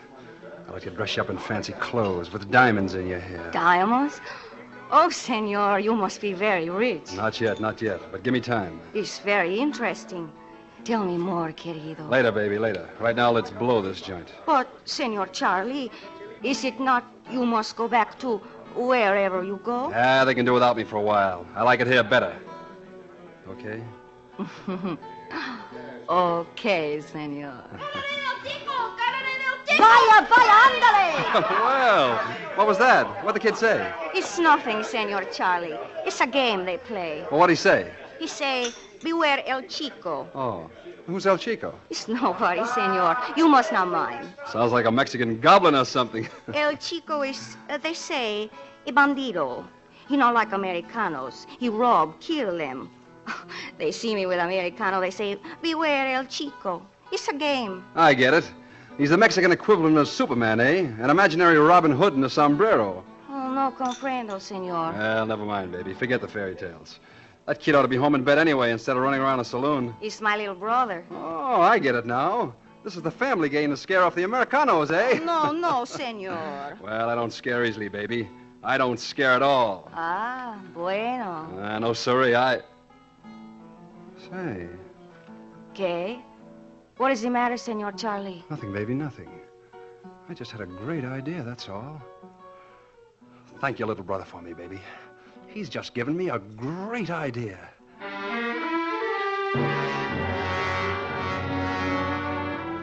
Yeah, a great idea. For a long time I've been thinking, why just 25,000? Why not the whole $500,000? There's something wonderful about those little bags of free gold, you know? They're so negotiable. You don't have to exchange them for anything else before you can get the cash. With $500,000 and Lolita, life could be beautiful. And now the plan was shaping up in my mind. I started putting it into effect as soon as I got back to the camp. Quinn was waiting there for me as I rode up, and I could see he was boiling. Where in thunder have you been? You were due back 2 days ago. I got drunk. I didn't feel like hitting the trail this morning. Oh, just like that. Take it or leave it. Well, that's it. I don't blame a man for getting drunk. Once. But I'll send somebody else in for supplies next week. I'm going in. I got a date next Saturday night. Listen, Morton, I told you. You want to fire me now? Huh? You got anybody else that can keep the mill going? I haven't, and you know it. All right, then. Let's get to work. Morton. Maybe we better speed up a little, too. Why? Well, they're talking in town about this El Chico. El Chico? Yeah, a bandit who thinks he's going to run all the Americanos out of Mexico. He's making war on the Americans. Been raising Cain up north. Up north? Yeah. The talk in town was that he's heading down this way. I was afraid of something like that. You better tell me about it, Morton. Tell me all about it.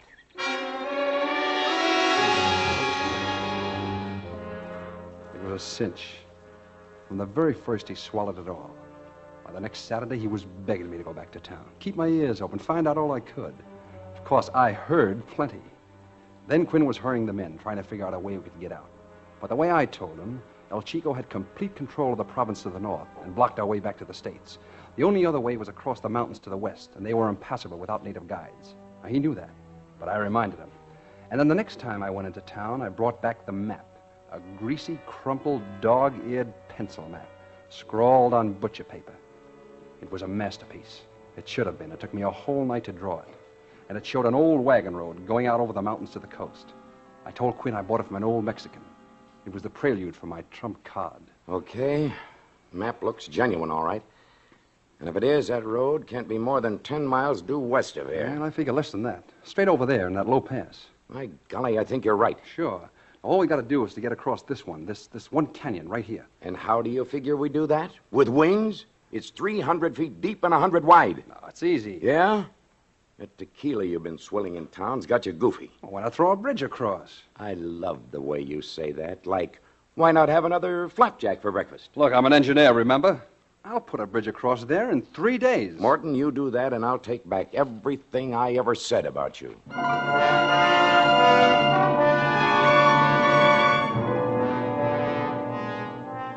The next morning, I tied a 200-foot length of rope around my waist, took a pulley with me, and started down to the bottom. It took me all day to make it up to the other side. I tied the pulley to a jack pine and pulled the rope through tight and tied it off. And then I came back hand over hand. After that, it was simple to finish the slickest suspension bridge you ever laid eyes on. Plenty strong enough to hold all our men and mules, fully loaded. It was so good that even Quinn had the grace to admit it. I gotta hand it to you, Morton. I've seen a lot of engineers that can work things out on paper, but not many that can do the job themselves. Thanks. What do you say we take a look over there tomorrow for that road? No need to. I took a little walk the day I ran the cable across. The road's there, all right, just where the map shows it. Oh.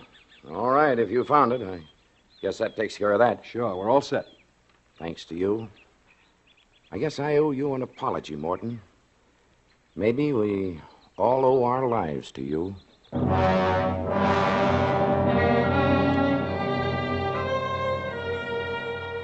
That's the only time, before or after, that I had a qualm when he said that.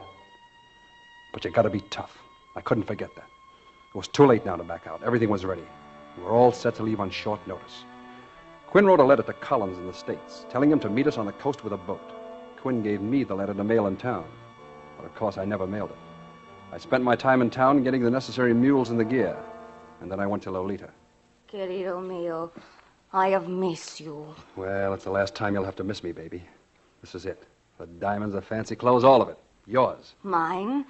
Querido, you are rich now? By this time tomorrow, we'll both be rich. With more gold than we'll know what to do with for the rest of our lives. Gold? You have found much gold? See, and it's ours, thanks to El Chico. El Chico? What? Remember Beware El Chico, the game you played with your brother? Oh, see. Well, that's what gave me the idea, and it worked perfectly. We'll have to thank El Chico if we ever run into him. Oh, I do not think that will happen. After all, El Chico is only in a game, remember? Well, never mind the games now, baby. We got work to do.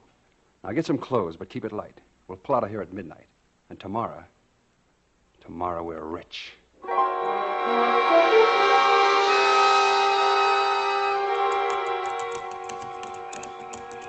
Whoa there, Alto. We are here already, querido. No, but you stay here with the mules while I go into camp with Quinn's train. It'll be dawn in an hour, then you start up. Si. And remember, raise as much dust as you can. It's part of the plan. Si. By the time you get there, everything will be ready. Comprende? Si, querido. You are sure there will be no mistake? Not with me running this clam bake, honey. Now give me a kiss. Atta girl. Hasta luego, baby. Good luck, querido. But I wasn't depending on luck. You don't need luck when you got everything figured. By noon, the leader and I'd be on our way back to the States with a trunk full of that yellow stuff. And the men? Well, I didn't even give them a thought. Not even Quinn. Dumb lugs. Too stupid to reach for what they wanted. They deserved whatever life handed them. Just before I rounded the last bend into camp, I stopped the pack. It's awful quiet in the mountains just before dawn. I took a deep breath and... Quinn! Quinn! Get going, you mangy cusses. Try to look like you've been running for 20 miles. Quinn! No, Quinn! Who is it? Martin, is that you? What is it? What's the matter? Alta! We'll have to get out in a hurry. El Chico's on his way here with 20 men. He'll be here inside of 2 hours. How'd he find out about us? Oh, it's all my fault. I was a fool to trust the leader. I thought she was okay.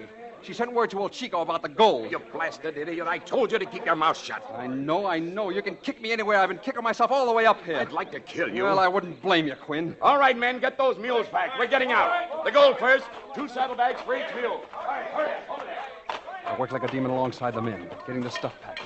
And then, just as the last mule was getting his diamond hitch, I grabbed Quinn's arm. What do you want? Quinn, I've been thinking. I gotta do something. Looks to me like you've done enough.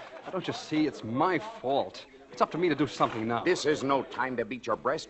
We're getting out. Getting out of here as fast as we can. No, look, I got an idea. You gotta let me square myself. Make it snappy. We can't waste time. Well, listen. I placed a dynamite charge under the eye bolts at this side of the bridge. Uh-huh. Now, I'll stay on this side and wait till you're safely across. Then blow the bolts clean so there'll be no trace left. I see. You cut the cables on the other side with a hacksaw, and the whole bridge will drop to the bottom where the brush will hide it. You'll be out of sight when El Chico comes. And I'll tell him you've outslicked him, gone north. He'll waste several days riding after you before he realizes the truth, and by that time, you'll be safe on the coast. What about you? Well, I don't matter. This wouldn't have happened if I had shot my mouth off. Come on, you fellas get going. Nuts. We'll stick together. Cutting the cables on the far side's a good idea. He'll lose a day going back to where he can cross the canyon. A day is not enough. His horses will catch your moves. We gotta destroy every sign of the bridge, make them think you've gone the other way. I'm staying. I don't know. It's the only way, Quinn. Look. You can see the dust cloud over there on the trail. He's coming. You haven't got much time to get out of sight. All right, Morton. Maybe I was wrong about you. Let me shake your hand. Good luck. Good luck. That's all guys like Quinn can think about. They don't understand a man who's tough enough to make his own luck. All of them lined up and they shook my hand. They all hated me since I came on the job. Now they were shaking my hand. And in a minute, the lead mule started. Soon they were all strung out on that long, swaying bridge. Quinn stayed till last, spacing them out. I waved to him and waited for him to step out on the bridge. My hand inched toward the plunger. But then the stupid fool started back toward me. Go on, Quinn, hurry, there's no time. I can catch up with him. Listen, I've been thinking, Morton. Sunday, while you were in town, I looked around for that road. I couldn't find it. They're all right. You'll find it. Hurry, Quinn. Maybe so, but I was just thinking. Why'd you plant the dynamite under this end of the bridge? Well, Why couldn't you have strung wires and blown it out from the other side? I just didn't. I made a mistake. All right, I'll take the consequences. You can still do it, Morton. We've got plenty of wire. No need for you to fall into El Chico's hands. Go on, you fool. Go on. In a minute, it'll be too late. Too late for what, Morton? Look at that dust. He's coming. You know what I think? I think El Chico isn't anywhere within 500 miles of here. What? I think you planned to blow up this bridge with the men on it. Drop us all at the bottom where you could pick up the pieces. Get away, Quinn. You can't stop me now. I'll take care of you later. Get away from that plunger. Stop it. Morton, get your hand off that. Stop it. No.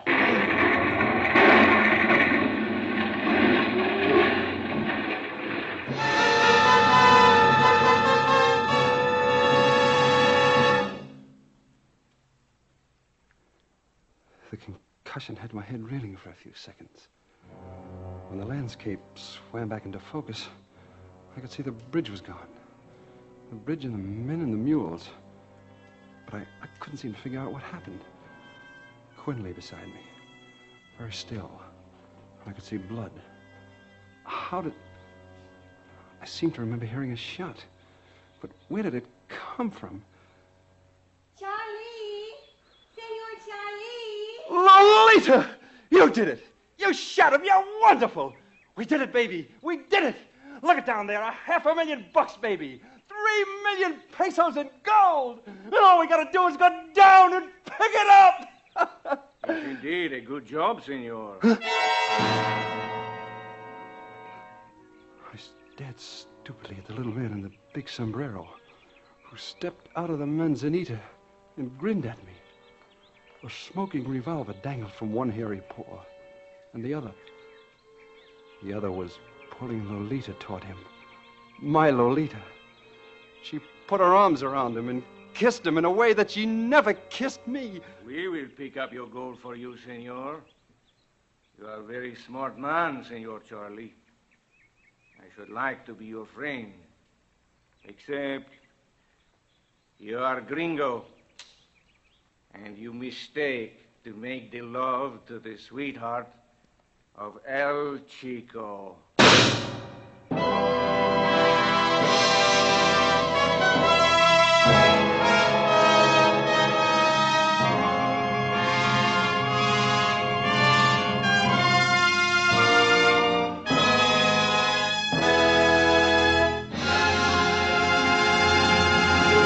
Thank you, Burt Lancaster, for a splendid performance.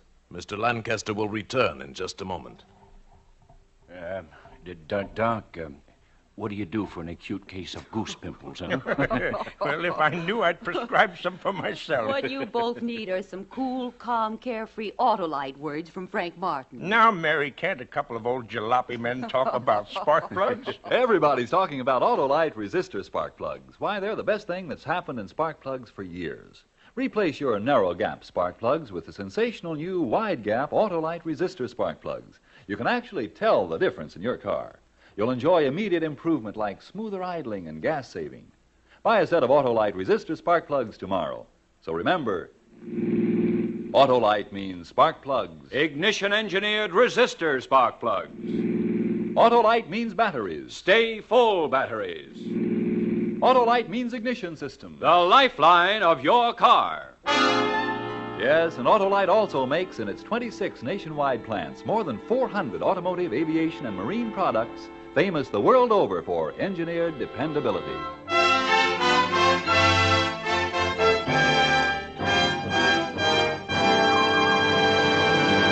And now here again is Mr. Burt Lancaster. My thanks to the fine cast of radio actors who appeared on tonight's show. Suspense is always one of my favorite programs, whether I'm acting on it or listening to it. And you can be sure that I'll be glued to my radio next Thursday evening when Gregory Peck appears in a story called Hitch-Hike Poker, another gripping study in Suspense. Burt Lancaster will soon be seen in the Norma production Kiss the Blood Off My Hands. Tonight's suspense play was written by Brett Halliday and adapted for radio by Lawrence Goldman, with music composed by Lucien Morawick and conducted by Lud Gluskin. The entire production was under the direction of Anton M. Leader. In the coming weeks, Suspense will present such stars as Robert Young, Virginia Bruce, Edward G. Robinson, Ray Milland, and many others. And of special note, our star tonight, Burt Lancaster, may currently be seen in the film version of Sorry, Wrong Number, that great suspense play, soon to be repeated on this program with Agnes Moorehead in her original role. Make it a point to listen each Thursday to Suspense, radio's outstanding theater of thrills. And next Thursday, same time, hear Gregory Peck in Hitch-Hike Poker. This is the Autolite Suspense Show. Drive slowly. Death and danger travel in fast company. Good night. Switch to Autolite. This is CBS, the Columbia Broadcasting System.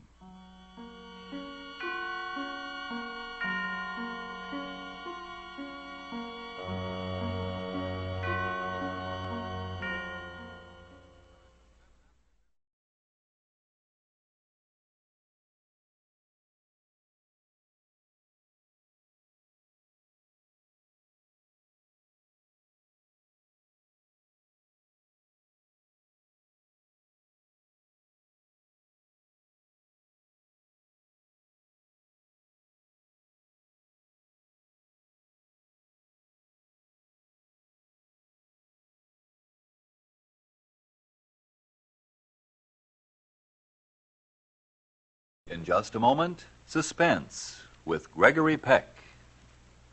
Oh, Hap, did you find that old picture album? Yeah, yeah. Take a peek at yourself in the old look. One of the funniest thing I've ever seen. Dear me.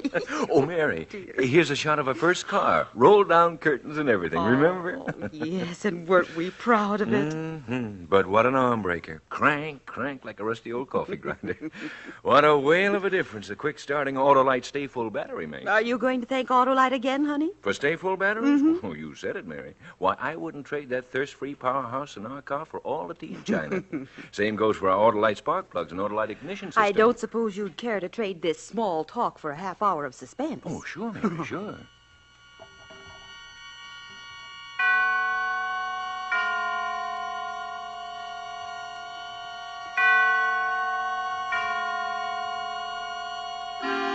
Suspense.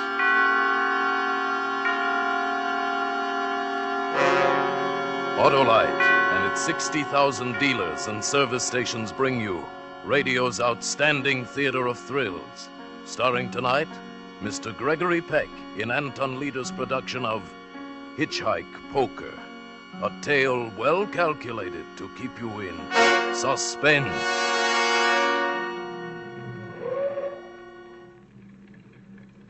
Want to ride, young fella? Oh, you bet. How far you going? Oh, hi. Well, hop in. Well, thanks.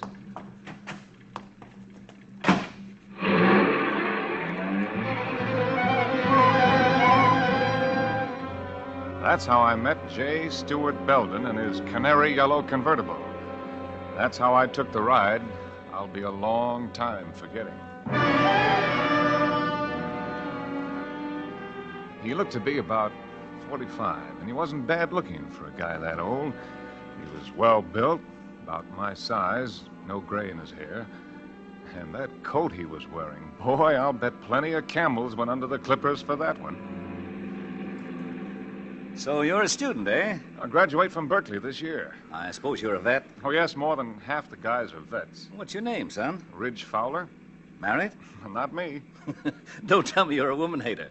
Oh, no, it's not that. It's just, well, I have enough trouble feeding myself. I said the same thing years ago. Ah, but you'll change your mind when the right girl comes along. 9B 1863. Dud. Huh? Oh, didn't you ever play license plate poker? License plate poker? Never heard of it. It's just like regular poker, except instead of drawing cards, you draw license plates. Now, I drew that hand. There was nothing in it. Next card we see will be your hand. Here comes one now. Watch the license plate. 4J3134, 2 pair, 3s and 4s. You beat me. Hey, that's a good game. What are the stakes? Well, make it easy on yourself. Shall we say $100,000 a hand?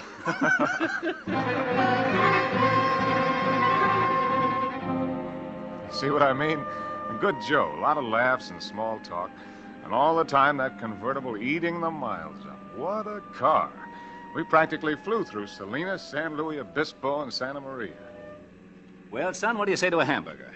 I know a little place in Santa Ynez where they make a hamburger that drips with royalty. Well, you got me sold. And on the side, French fried onion, shoestring potatoes, and the coldest beer in the world. Stop, you're killing me.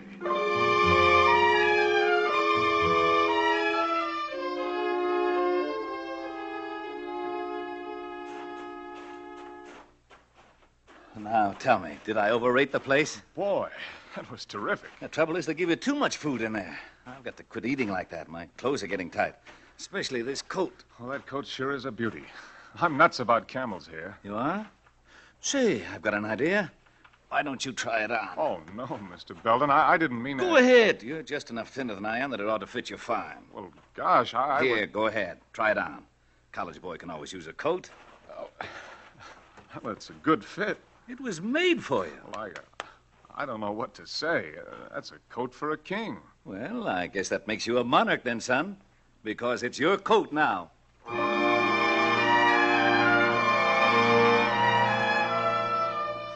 couldn't get over it. A coat like that, mine? I'll bet Mom's eyes will really pop when she sees it on me. Must have cost a year's tuition. I climbed back into the car and slouched down into the maroon leather seat and waited for him while he made a phone call. Boy, I felt like a king, all right. I was deep in a daydream when he came out of the phone booth. Okay, Ridge, here we go.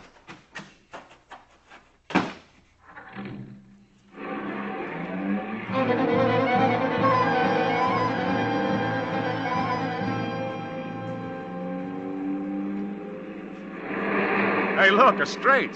Huh? I drew a straight. 2J, 3, 4, 5, 6. Really? Straight? That's the highest hand today. That'll be tough to beat. Darn tough. Well, we drove for quite a while, not talking much. We'd left Highway 101 at Santa Ynez, where we got the hamburgers. There weren't many cars on the road, and Belden hadn't been able to draw anything to beat my straight. In fact, he seemed to lose interest in the game. He was concentrating on the road. It was a treacherous road, curved and high, full of hairpin turns, but he handled the car beautifully, taking those curves fast but sure, never slowing down a bit. Well, I like speed, but all of a sudden I felt nervous, the way he was hugging the edge. I turned to look at him to say something, and the words stuck in my throat. He changed. No more the smiling host. Instead, he was fastened to the wheel like a hawk. That's what he looked like, a hawk, ready to strike. I was tongue-tied at the change in him. I guess my reflexes worked slowly, but his didn't. He threw open his door, twisted the wheel. Hey! So long, Sonny! He jumped clear, and when the car hurtled into space, I was alone in it. My head smashed into the windshield. Another jolt threw me against the door. I'm not too clear at this point, but the next thing I knew, I was flying through space again. Only this time, I was free of the car. I landed, sprawled against the side of the hill. I began to slip, to roll. I grabbed wildly, desperately for just anything to stop myself. When it happened, it was the trunk of a twisted, gnarled old tree that grew out of the hillside. Hit me square in the stomach, knocked the wind right out of me. I lay there, too hurt to care. It was a minute or two before I got up enough breath to move. Finally, I edged my way up the cliff, hand over hand. It was brutal, but I was surprised to discover that I hadn't fallen as far as it seemed. I was climbing around a bulge of boulders not more than 8 feet from roadside level when I looked up. And there was Belden, a gun in his hand. I ducked, and the bullets scaled off the boulders. He wanted me dead, that was for sure. He wanted to kill me. Why? Why? I waited, crouched. Then I heard the horn. I came out from behind the boulders, crawled up on the road. Belden was nowhere in sight. I didn't see what kind of a car it was. I didn't even think to look.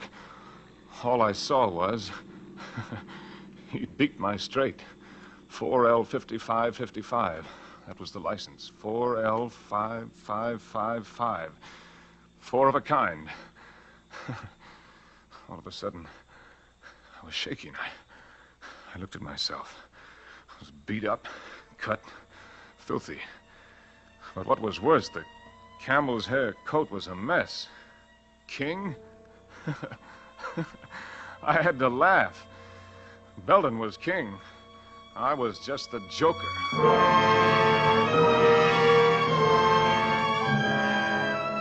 My back hurt, my head throbbed. I ached all over.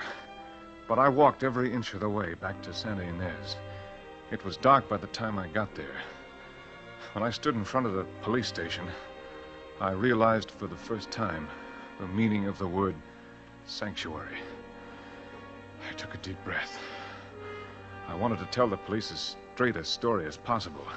I opened the door. There he is, officer. That's the boy who stole my car, forced me out, took my coat. Just look in the side pocket of the coat. You'll find my wallet.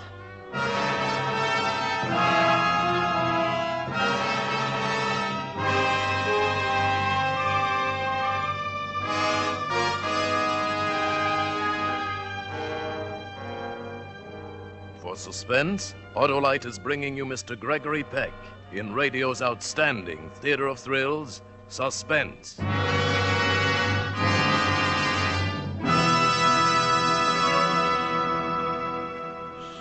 I'm sure getting a big kick out of Gregory Peck tonight. Oh, good. Maybe you'll put that old picture album away now. Why, Mary, don't you like old photos? No, they make us look so silly. Besides, all they've made you do is talk about Autolite. And when it comes to Autolite, I'd rather listen to Frank Martin.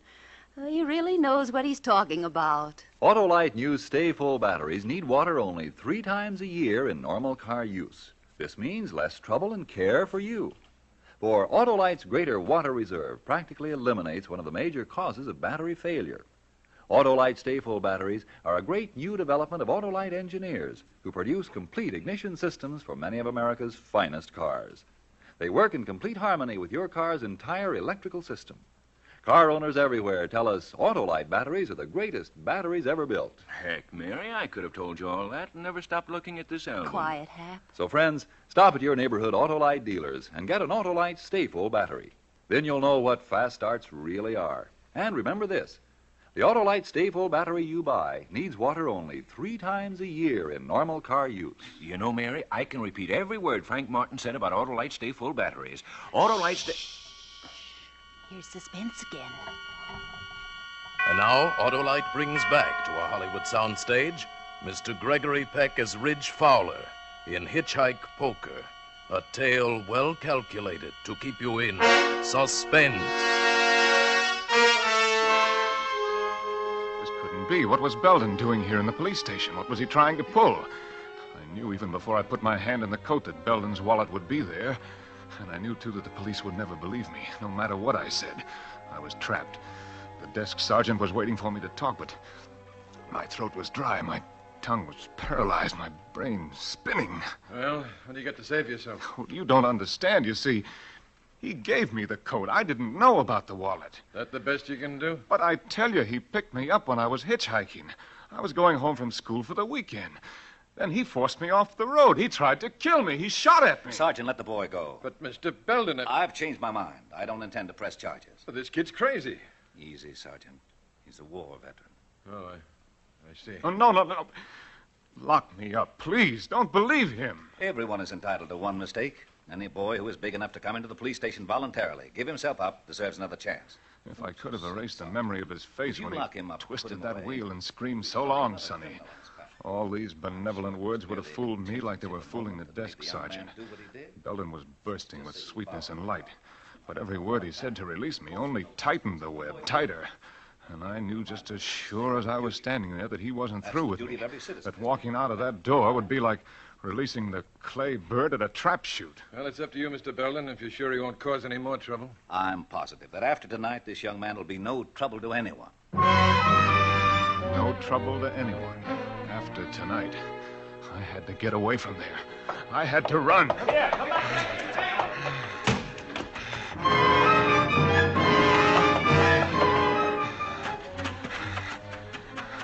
I don't know how long I ran. I didn't know where I was. The town was behind me. I stopped, out of breath. I tried to light a cigarette.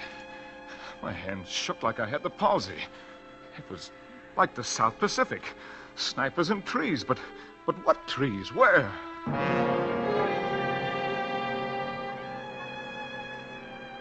Then I saw the bright, glaring neon ahead. Mac and Al's, one sign said, and Wayside Rest Trucks Welcome, the other. Just a dinky service station and a lunch wagon, but it was an oasis to me. Howdy. Hey, what's the matter, Bud? You sick? No, I'm all right. You sure look green around the gills. Been in a fight? How soon will the trucks start coming through? You got a long wait, about 2-3 hours. Been in an accident? Look, mister, I've got to get a ride to Ojai. Do you mind if I hang around and wait? No, I don't mind. Won't do no good, though. Ain't allowed to pick up riders, company rules. Might be lucky and catch a wildcatter, but I doubt it. Oh, thanks. You sure you're all right? Maybe you better go next door and get yourself a cup of coffee. Sure look like you could use one. Yeah. That's a good idea. Hey, if a ride turns up, I'll call you. Thanks, Mac. Oh, I'm not Mac. I'm Al. Mac works days. Well, I felt halfway decent when I came out of the lunch wagon. I'd cleaned myself up and reduced my capital to 15 cents. Al had a customer. Gas and oil, that'll be $2.80. Hey, Bud, come here. Huh? I got you a ride to Ojai. Oh, you have? Who with? The little lady here. She's been driving all day, got an awful headache. She's going straight to Ojai. Here's the fella I was telling you about, lady, that needed a ride to Ojai. Oh, I'm afraid you misunderstood. I just said I wished I had somebody to drive me. Oh, well, I don't blame you for not wanting to take a rider, but I'd appreciate it if you'd change your mind. I've got to get to Ojai tonight. Well, I am tired. Oh, go ahead, miss. He's a nice fellow. Well, if you'll vouch for Now, me. wait a minute, lady. I don't vouch for anybody. All right. I guess it'll be all right.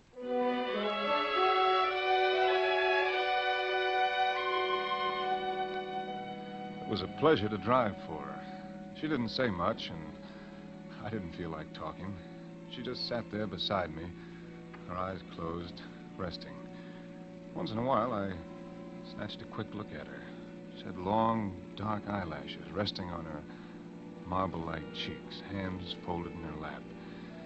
I found myself remembering when the right girl comes along. I was trying to remember who said it when I saw her looking at me. Feel better? Much better. I'm ashamed of myself, hesitating to let you drive my car. I'm afraid I'm overcautious. Oh, I wouldn't say that. Can't be too careful. One reads of such awful things happening on the road. Yeah. Awful things. I hadn't thought of Belden since we left Al's gas station. Now he was back in the front of my mind. You're going awfully fast. These curves are treacherous. I guess I'm just anxious to get home. Oh, yes, but look out! Do you want to kill us both? You almost sideswiped Oh, I'm him. sorry. Well, what are you honking now for? He's gone. Your horn. What about it? Oh, nothing. I thought I'd heard it before. Before? Look, maybe I'd better drive. Oh, no. I'm sorry. I'll be all right. I'm sorry. I'd be sewing up my sleeves if I didn't get a hold of myself. I must have been crazy, thinking that her horn was the same as the one that had honked for Belden when I was hanging on the side of that hill. It was just a horn. A lot of horns sound alike. I tried to steady myself. I didn't want her to catch on how rattled I was. I turned to her to apologize. She was putting a cigarette in her mouth, but it was purely automatic. She was sitting up straight, tense. Her eyes were glued to the road ahead. Then it hit me. I'd been over this road earlier tonight with Belden. Suddenly, it loomed up, that wide bank curve just ahead, the spot where Belden had tried to kill me. My hands froze on the wheel. I held my breath, and then I saw her hand reach out. What are you doing? Let go of my wrist. What's wrong with you? I was only reaching for the cigarette lighter on the dashboard. Oh. I'm sorry. That curve back there, it... Pull over and stop. Huh? Pull over. I'm going to drive.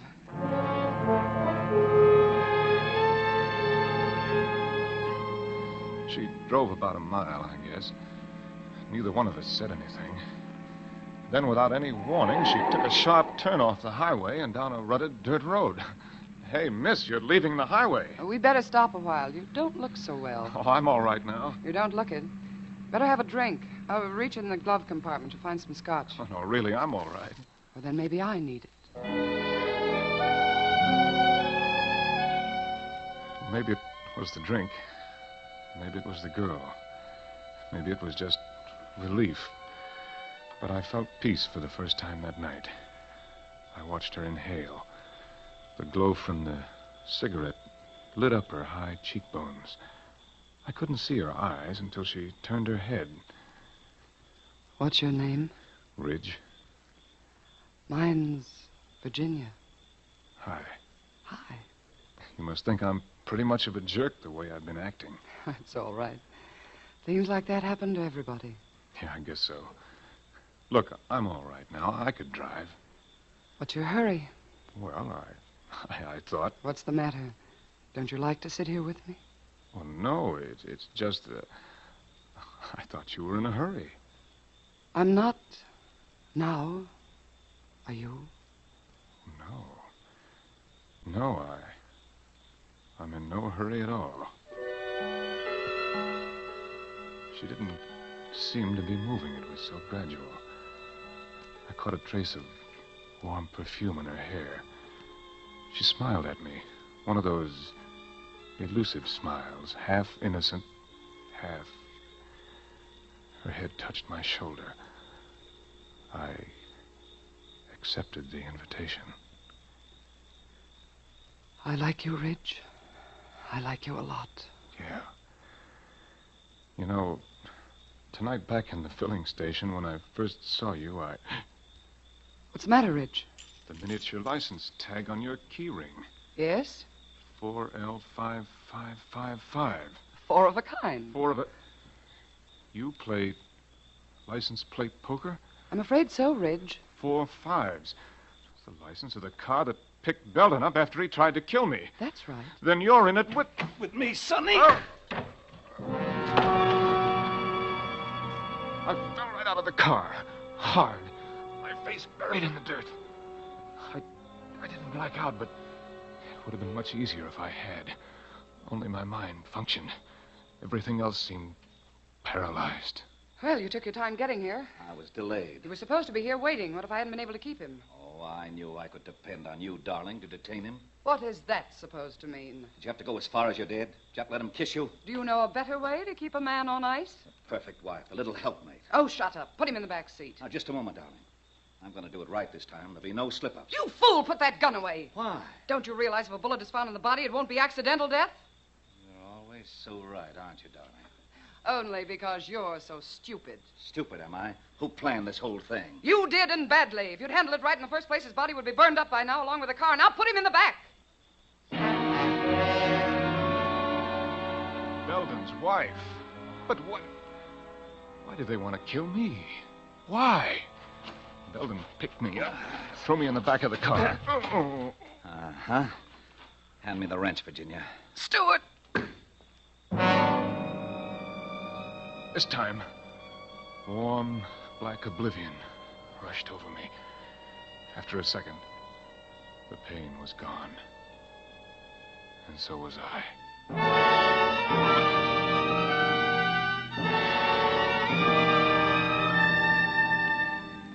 Consciousness returned in splotches.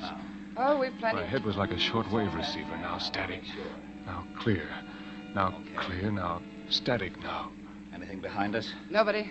We're almost there. Are you sure no one has discovered the car yet? Of course not. The way it's lying, nobody will see it until daylight. And then J. Stewart Belden will be found dead, burned to an unrecognizable crisp.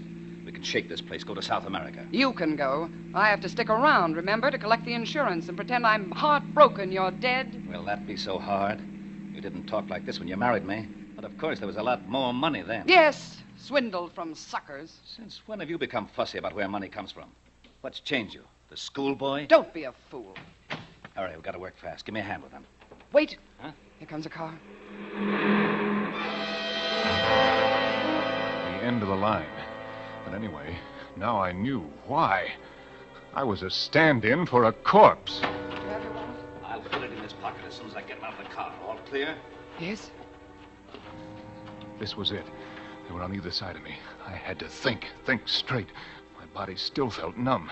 One chance, if only my muscles coordinated, I'd wait till he dragged me out of the car and then I'd fight. Virginia, get the gasoline can out. I felt him grab me under the armpits. I opened my eyes just in time to see that murderous wrench in the girl's hand. As she brought it down, my eyes closed. Oh! It hit me hard, but it wasn't the wrench, it was Belden. The wrench had folded him up and he collapsed on top of me.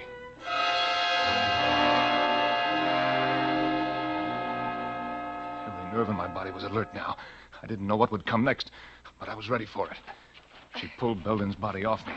She wasn't aware of me watching her. She was too busy dragging Belden over to the rim of the cliff. She was transfigured with hate. Well, Stewart, that's how you planned it. Accidental death! And then she kicked him, and he disappeared over the edge. I didn't wait to see any more. I crawled out of that car, and I started to run right down the middle of the road. She saw me. Wait! Stop! Wait, Ridge! But I kept right on going. I glanced back. She started the car. She was coming right at me. First, I thought she was just trying to catch up to me. Then I realized she was trying to run me down. She was trying to kill me. I was crossing to the left side of the road. She was right behind me. It was just a question of seconds, and suddenly, around the bend, a big truck. I was sandwiched between them.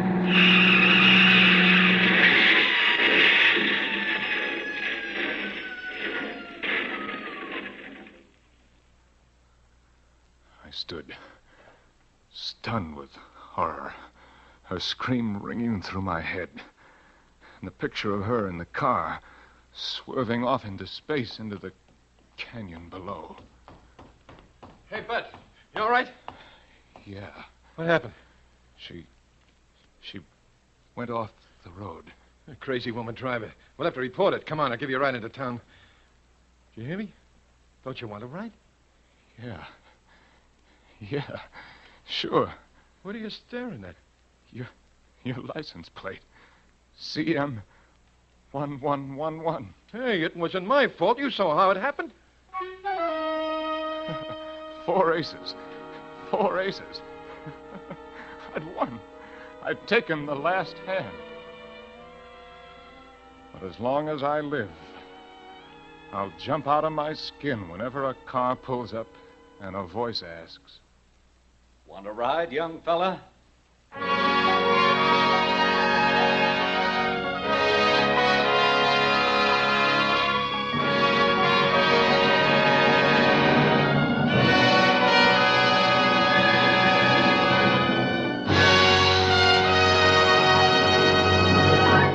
Thank you, Gregory Peck, for a splendid performance.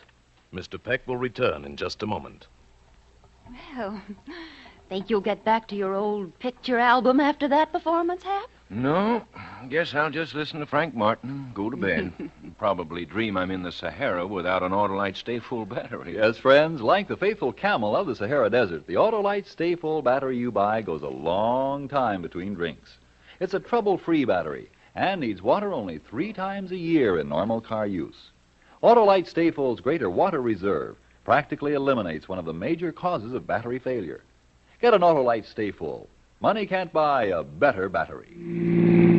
Autolite means batteries. Stay Full batteries. Autolite means spark plugs. Ignition-engineered spark plugs. Autolite means ignition system. The lifeline of your car. In its 26 nationwide plants, Autolite manufactures bumpers, die castings, horns, instruments and gauges, lights, ornamental plastics, and more than 400 other automotive, aviation, and marine products. All are famous the world over for their Autolite engineered dependability.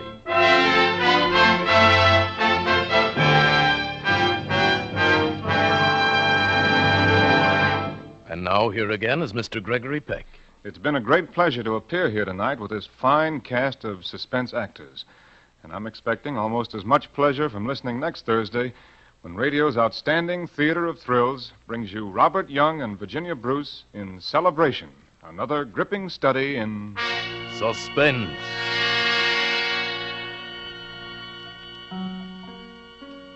Gregory Peck may soon be seen starred in the 20th Century Fox production Yellow Sky. Ed Begley played the part of Belden, and Kay Brinker was Virginia. Tonight's suspense play was written by John and Gwen Bagney, with music composed by Lucien Morawick and conducted by Lud Gluskin. The entire production was under the direction of Anton M. Leader. In the coming weeks, Suspense will present such outstanding stars as Edward G. Robinson, Lucille Ball, Ray Milland, and John Garfield. Make it a point to listen each Thursday to Suspense, radio's outstanding theater of thrills. And next Thursday, same time, hear Robert Young and Virginia Bruce in Celebration. This is the Autolite Suspense Show. Attention, all men. Join the fighting outfit that defends America, the new National Guard. Good night. Switch to Autolite. This is CBS, the Columbia Broadcasting System.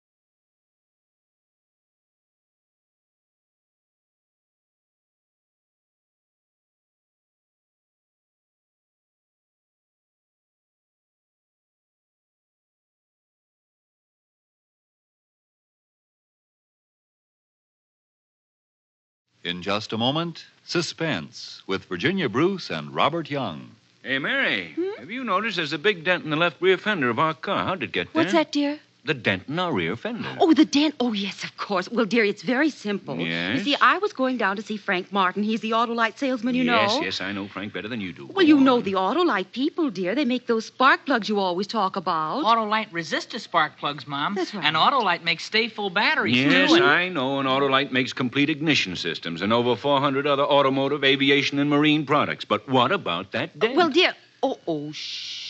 Here's the Autolite show. Okay, but I'm not licked yet.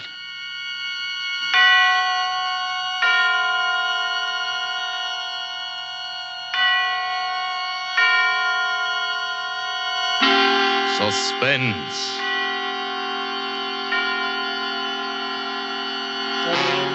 Autolite and its 60,000 dealers and service stations bring you radio's outstanding theater of thrills. Starring tonight, Mr. Robert Young and Miss Virginia Bruce in Anton Leader's production of Celebration, a tale well calculated to keep you in suspense.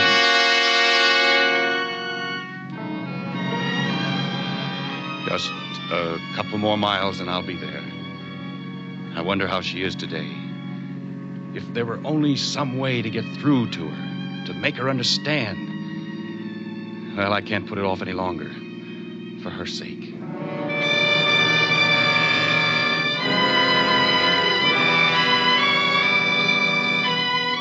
It's a big, wide, wonderful world. I sang. Todd was coming for me. As I packed my suitcase, I looked out of the windows.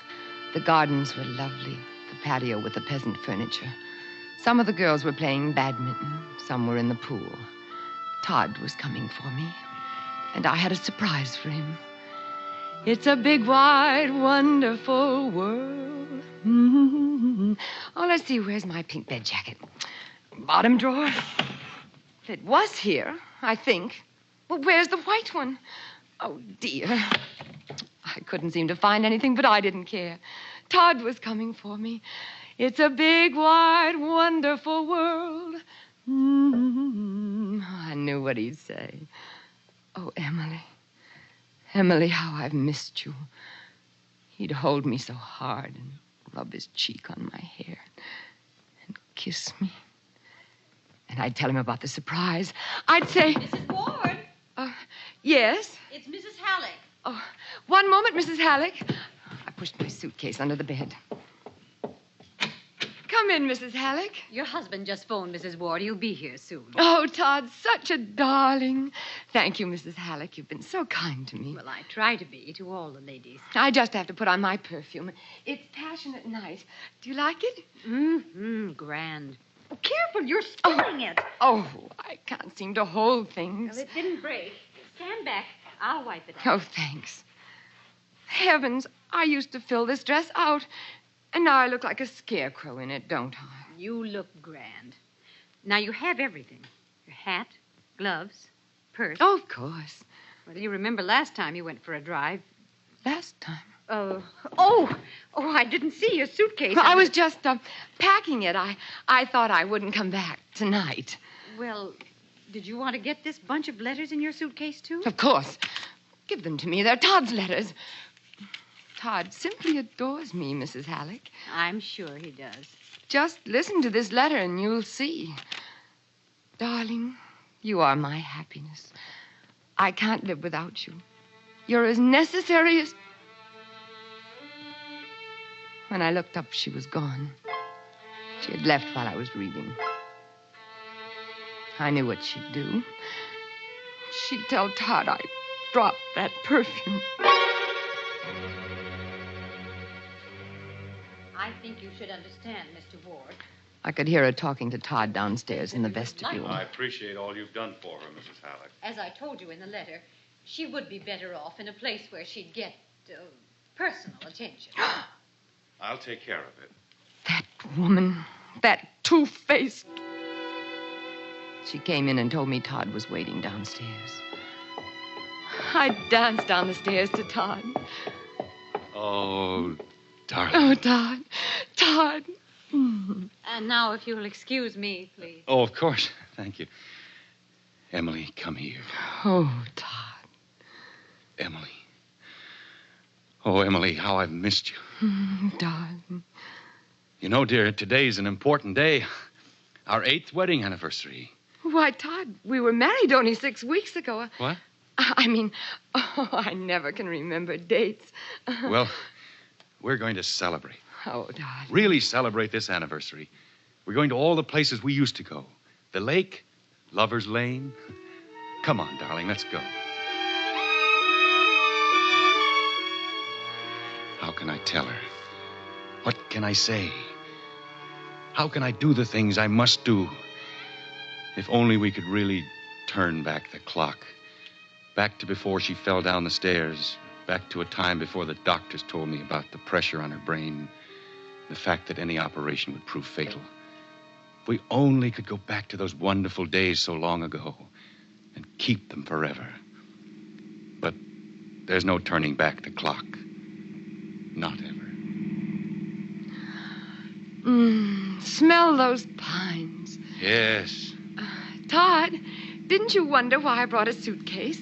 Well, yes, I did. That's because of the surprise. Surprise? Yes, I'm not going back to the club, Todd. I'm coming home with you. Wonderful, dear. And I'm going to make chintz drapes for the living room and do the bathroom over with a full-length mirror and the kitchen, lots of stunning color. Now you're talking. It'll be a big job, but we don't care, do we? Of course not. But let's celebrate first, huh? If she only could understand how much that home of ours meant to me. If only she knew how deeply it hurt to see her, to hear her now the way she has been ever since the accident, the way she must be as long as that pressure is on her brain. If only she could understand.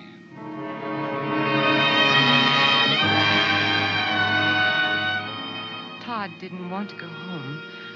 I saw the side of his face. He was looking straight ahead. A sad look. Closed up, sort of. Then we turned in at the lake, and he cheered up. Look at that water, Emily. Yes. Have you ever seen anything so blue? No. Nothing is blue except your eyes. Oh, you darling flatterer. Well, here's our old parking place. Isn't it awfully quiet? You know, Emily, we could live a whole lifetime and never find anything better than we have right here. He opened the door. I'll get some blankets out of the back. I sat there while he went around to the back. I was alone again.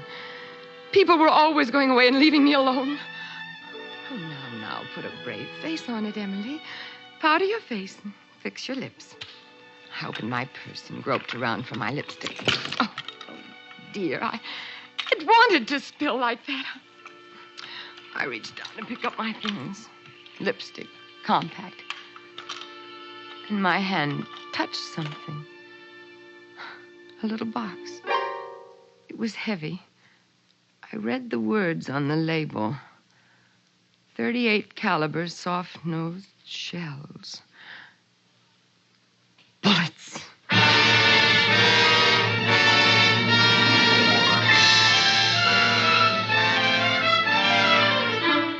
For Suspense, Autolite is bringing you Mr. Robert Young and Miss Virginia Bruce in radio's outstanding theater of thrills, Suspense.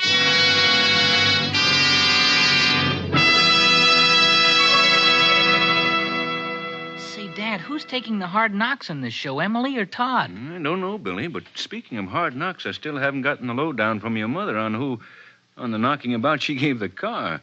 Say, here's Frank Martin. Now, Frank, maybe you can tell me what happened to my car this morning. Well, what could happen to your car, Hap? You've got Autolite resistor spark plugs, haven't you? Yeah, but I got a big dent in my fender, too. Say, Mr. Martin, what does the word resistor mean? Well, it's like this, Billy.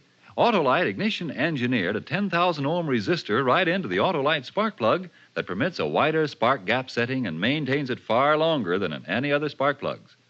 The Autolite resistor spark plug is the best thing that's happened in spark plugs in years. A great new development of Autolite ignition engineers working with the country's leading car and truck manufacturers. When you replace your narrow gap spark plugs with the sensational new wide gap Autolite resistor spark plugs, you can tell the difference in your car. You get advantages like smooth idling and saving gas. And friends, right now you can buy Autolite resistor spark plugs anywhere in the United States. So don't delay. Get a set of Autolite resistor spark plugs now. But Frank, Mary, Billy, somebody, please tell me what happened to the fender of my car. Quiet, Hap. Here comes suspense. And now, Autolite brings back to our Hollywood soundstage Mr. Robert Young and Miss Virginia Bruce in Celebration, a tale well calculated to keep you in suspense.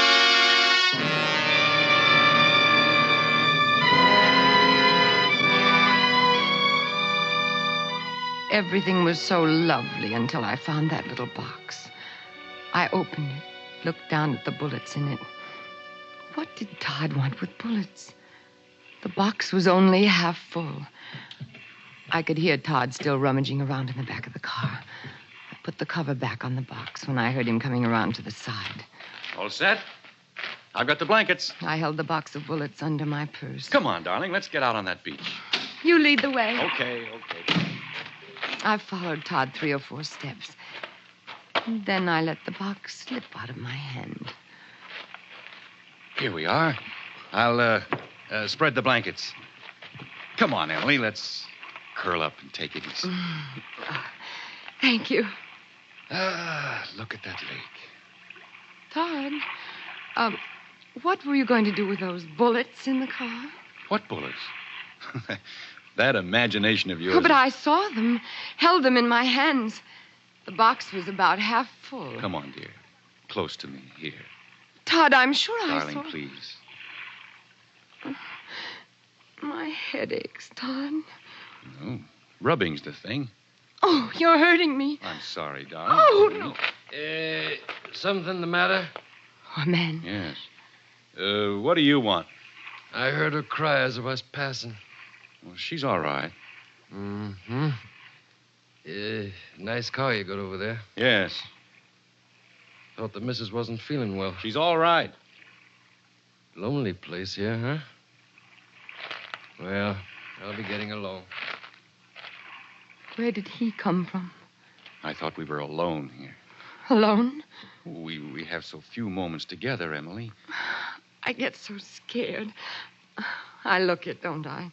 Darling, why, when you came down the stairs today, you were radiant. Was I? Was I really? You were beautiful. Why am I like that sometimes and sometimes... You were my life, Emily. Come here. Oh. Oh, Todd. Oh, you do want me. Kiss me again. Emily. Emily, in all the world, there could never be another woman like you. You've given me more happiness than... Todd. Todd, I dream of this. I live for it. Yes, but Emily, Todd. Emily, listen to me. Todd, please. Darling, the doctor said... What doctor? You know, when you went to see the doctor. But that was ages ago. You all talk behind my back, so I can't hear what you say. You and Mrs. Halleck. I just asked her how you were, and you must believe I love you, Emily. Oh, I do. That's fine. Here's where we built the sand castle, remember? And the wave melted it. Oh, Todd, that day when I was caught in the undertow. But I pulled you out, dear. I was thinking, I keep dreaming about that. Sinking down into the black and you not there. I'll be with you always, Emily. Let's Always. leave here, Todd. You said we'd go to all the places and celebrate. I mean, there'll be lots of people around. People? Yes, it'll be fun. We can have dinner at the inn. No, it'll be crowded, Emily, and... Say. Oh, it's that man again. Did you lose these things? What things? This box of bullets. Bullets? Found them in the sand, just a few steps from your car. Thought maybe you dropped them. I dropped them. See, I told you, Todd. Those are the bullets I found in the car. Is the box half full? Well, it looks like somebody loaded a gun out of it. 38 caliber, soft-nosed shell, says on the box. Oh, I'll bet I know. I let Ernie take the car yesterday. Ernie? Yeah, he's going in for target practice. Who's Ernie? Why, he's... Maybe he got them for you. Yeah, I figured they were yours, mister. Looked like they just been dropped beside your car up there. Oh, thanks. Well, Emily, if we're going to the inn, we'd better get started.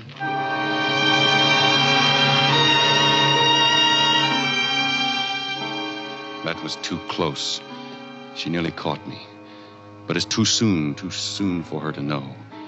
I've got to be careful. But I can't wait too long. I have to cut the celebration short. You wait here, Emily. It's been so long since we were here. I'd better see what it's like. All right. I'll be back in a minute. I was alone again. Oh, relax, Emily.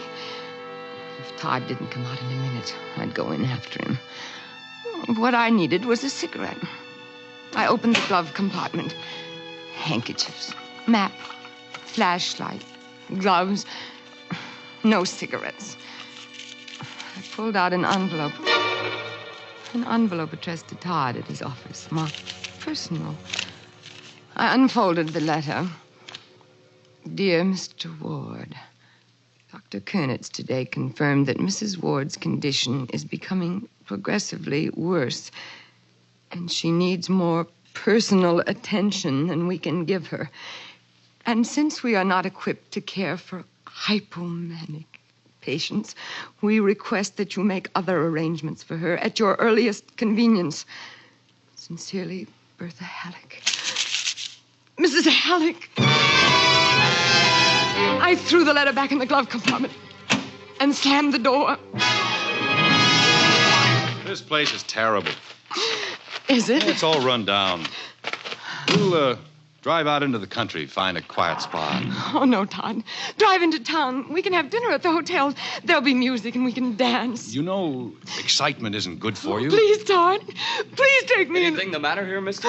No. My wife doesn't feel well. Something wrong, lady? No, I'm all right. Oh, let's drive into the hotel, Todd. Oh, okay.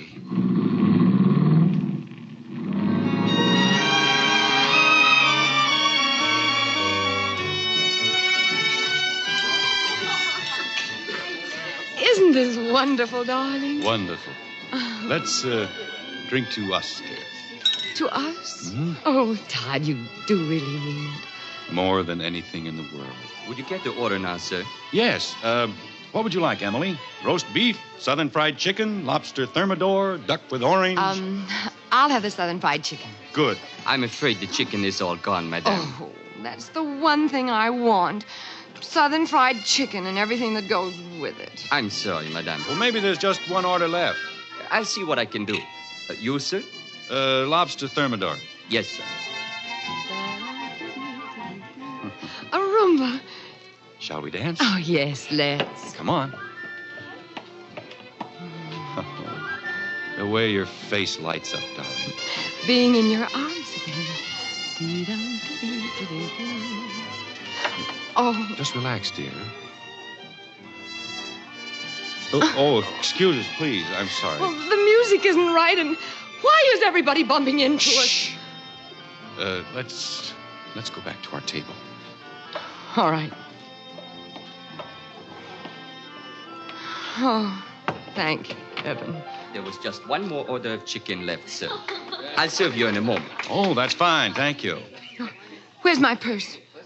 Right here, behind the flower bowl. And bulging full. What have you got in there? Your letters. Oh, no. Yes, I read them over and over. You wrote this one from Omaha. Darling, you are my happiness. I can't live without you. Emily. You're as necessary as the air I breathe. Emily, people are listening. Better give me those letters. No, but they're mine. You wrote them to me. Of course, Emily. Don't you mean what you said in them? Certainly I do. Only, please, quiet down, dear. Oh, that awful music and those lights. Emily, here's the waiter with our food. Oh. May I serve you, madame? What's that? Fried chicken. Oh, Todd, you know I never eat anything fried. But the lady insisted, sir. Southern fried chicken and everything that goes with it. Well, take it away. I'll pay for it. Yes, sir. Oh, maybe this once won't hurt.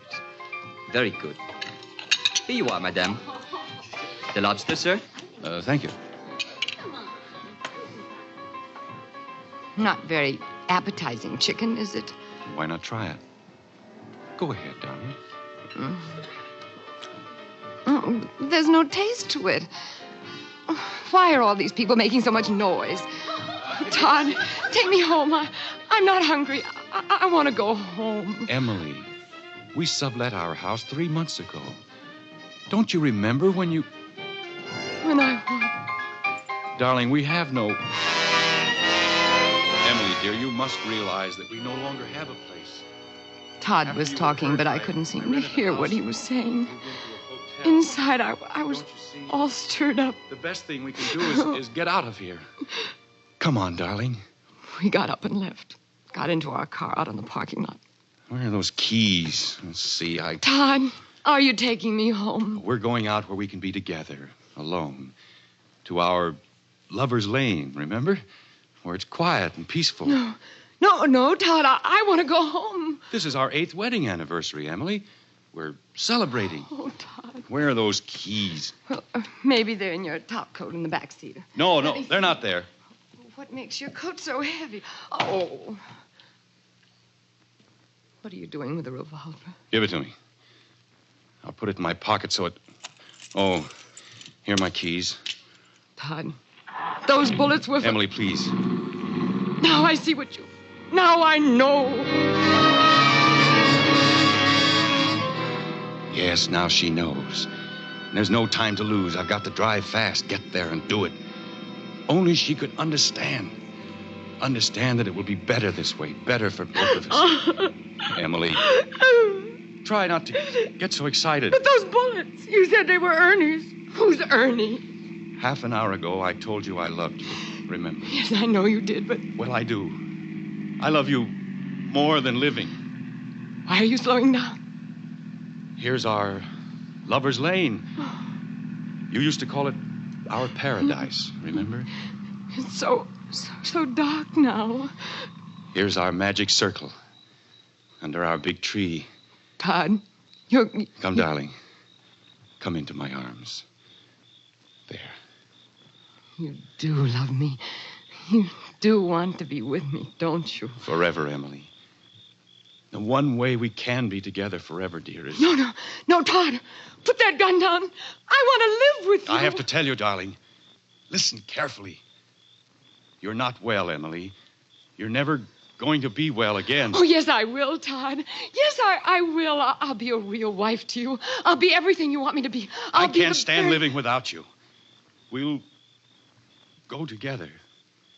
Together? Yes. Now, rest against me, sweetheart. Close your eyes. There. Will it hurt much, Todd? Only an instant, dear. Oh, the gun is so cold on my temple. Quiet now. I'll be with you in a moment. No. Take it away. Emily, you'll let kill go. me and leave me Let go. alone. I No, promise Todd, you don't. I won't kill you. I didn't. I won't go through with it. Emily, stop it. Stop it, Emily.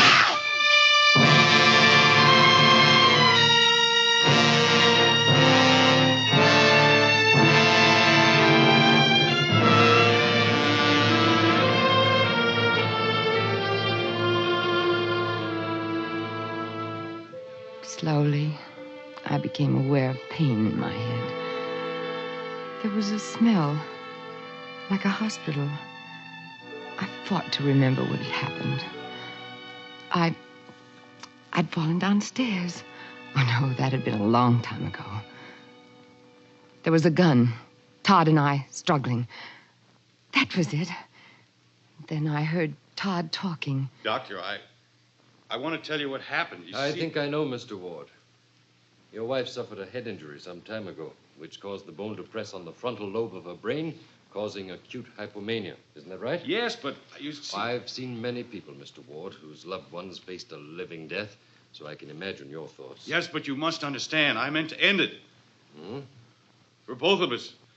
But when the time came, I couldn't. I just couldn't. Well, what happened was an accident. A very fortunate accident, because the bullet which struck your wife's head tonight did what medical science could not do. Huh? The operations necessary to remove the bullet served two purposes, and your speed in getting her here saved both her life and her sanity. She'll be all right? After a couple of weeks of rest. And your wife is no longer a hypomanic, Mr. Ward. If I were you, I'd give thanks to whatever fate guided that bullet along the course it took. Right then, I knew that everything was wonderful, even the pain in my head. And Todd was by my side, bending over me. Emily. Oh, Todd. Emily, darling. Can you ever forgive me? Forgive you, darling? After what the doctor said? Oh, Todd. I just couldn't live without you. I wanted us always to be together. And now we will be. Darling, isn't this our 8th wedding anniversary? Yeah. Well, then, let's celebrate.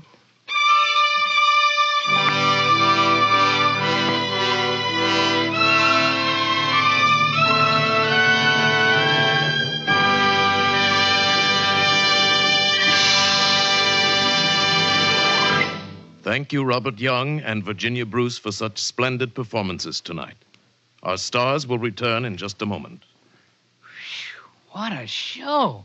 And what a wallop before that happy ending. Yeah, but I still want to know who walloped my fender. Your fender, Hap? Yeah. Oh, that. Well, one of the boys brushed your car when he was turning around after the lodge meeting last night. Well, I give up, Frank. Go on. Here's an important message for Autolite spark plug dealers everywhere. When you install the new wide-gap Autolite resistor spark plugs, set the spark plug gap at .040 for all cars. Let me repeat. Set the spark plug gap at .040 for all cars. And friends, get a set of the new wide-gap Autolite resistor spark plugs tomorrow if you want the improved operating performance and gas saving that Autolite resistor spark plugs have already given millions of car owners. Don't delay. Get a set of new Autolite resistor spark plugs right away. And remember, Autolite means spark plugs. Ignition-engineered resistor spark plugs. Autolite means batteries. Stay full batteries. Autolite means ignition system. The lifeline of your car. In its 26 nationwide plants, Autolite manufactures bumpers, die castings, horns, instruments and gauges, lights, ornamental plastics, and more than 400 other automotive, aviation, and marine products. All are famous the world over for their Autolite engineered dependability.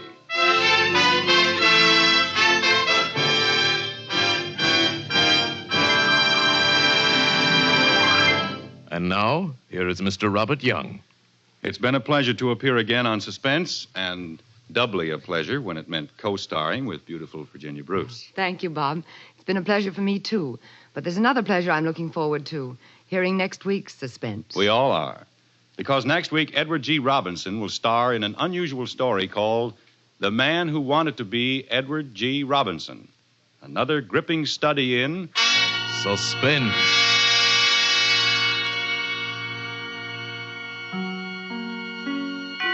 Virginia Bruce may soon be seen in the Paramount picture Night Has 1,000 Eyes. And Robert Young appears soon in his latest RKO production, Baltimore Escapade. Tonight's suspense play was written by Phyllis Parker and Arnold Marquis, with music composed by Lucien Morawick and conducted by Lud Gluskin. The entire production was under the direction of Anton M. Leader. In the coming weeks, Suspense will present such stars as Ray Milland, William Powell, Lucille Ball, John Garfield, and many others. Make it a point to listen each Thursday to Suspense, radio's outstanding theater of thrills. And next Thursday, same time, hear Edward G. Robinson in The Man Who Wanted to Be Edward G. Robinson.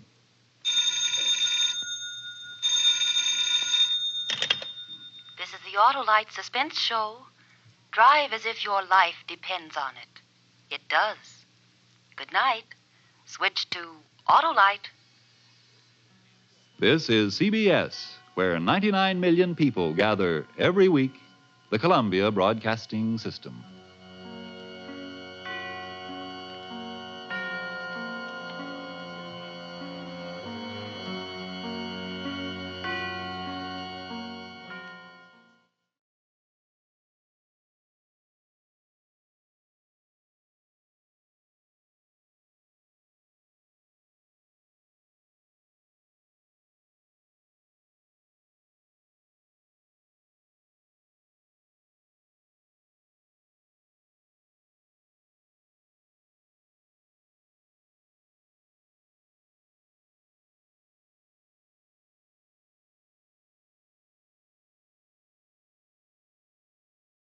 In just a moment, Suspense with Edward G. Robinson.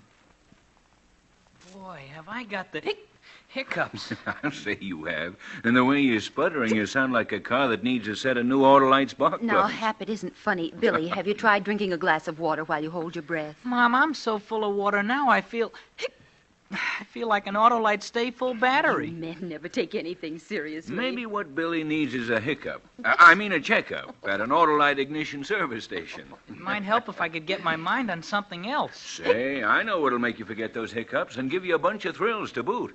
Switch to Autolite, Mary. It's time for Suspense.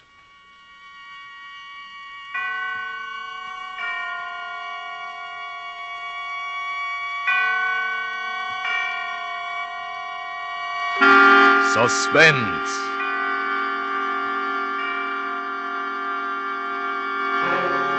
Autolite and its 60,000 dealers and service stations bring you radio's outstanding theater of thrills. Starring tonight, Mr. Edward G. Robinson in Anton Leader's production of The Man Who Wanted to Be Edward G. Robinson. A tale well calculated to keep you in suspense.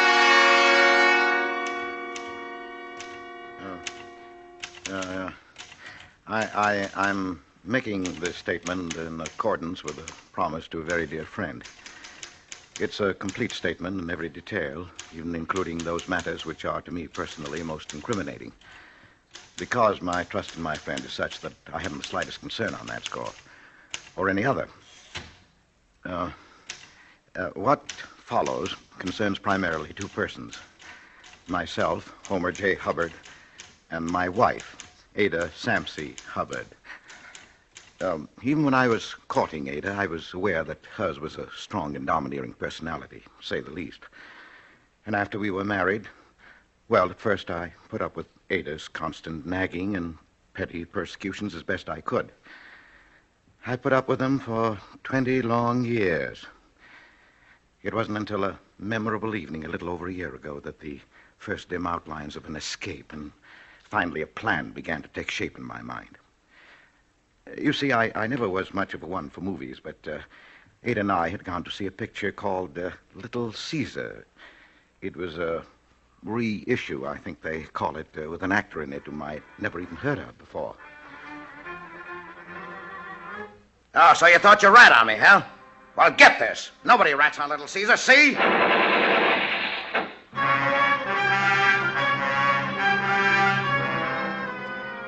The moment I saw that face on the screen, the minute I heard that voice, the world of reality around me simply ceased to exist. I lived that picture. I was Little Caesar. I was Edward G. Robinson. I was dimly conscious that my voice was like his, that even my face without my spectacles and with my hair parted differently might have been mistaken for his, but it was more than that. It was his personality that fascinated me, and that I assumed. Calm, assured, tough. The kind of a man who made people do what he wanted done, the way he wanted it done.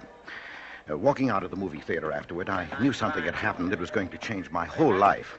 Well, there's a man. Yes. Little Caesar, they call him, and well they may. Yeah. And that Edward G. Robinson, I'll wager he's no Casper milk toast either. Yes, dear. Is that all you have to say? Well, Yes, dear. What does it take to arouse a little enthusiasm in you, anyway? Well, Here you've seen a fine performance, a picture that'd get anybody in the world excited. That's and right. all you can say is, yes, dear. I wish you were half the man that Robinson is.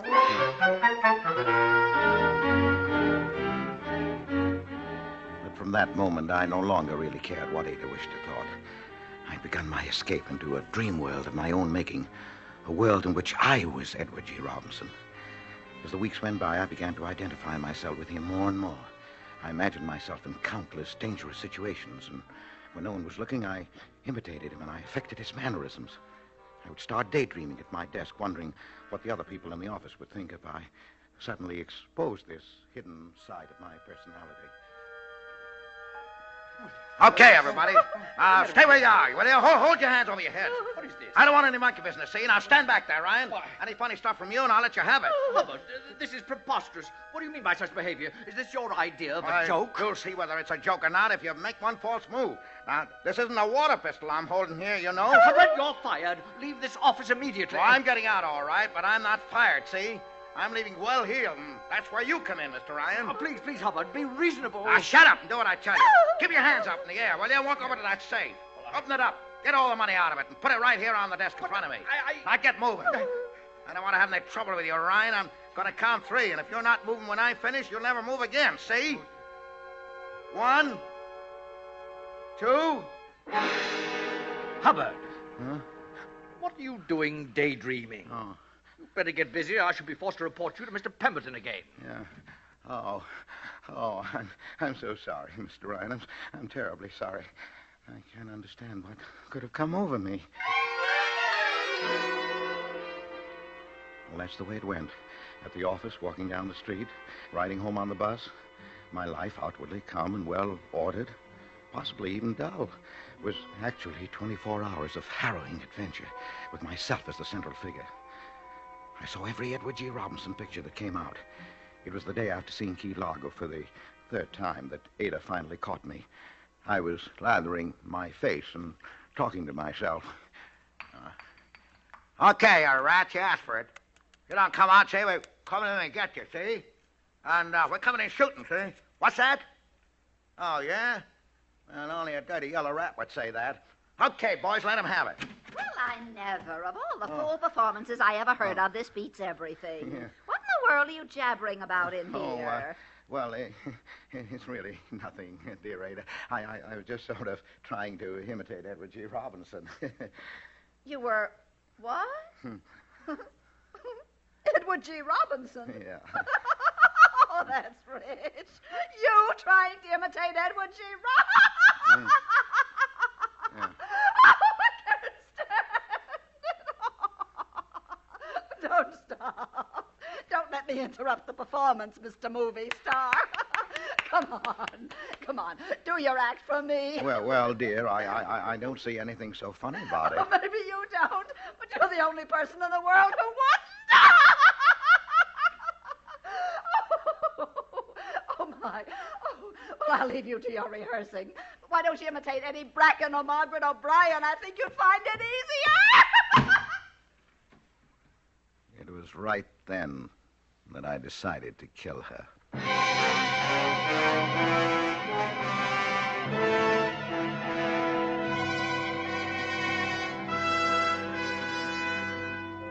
For Suspense, Autolite is bringing you Mr. Edward G. Robinson in radio's outstanding theater of thrills, Suspense.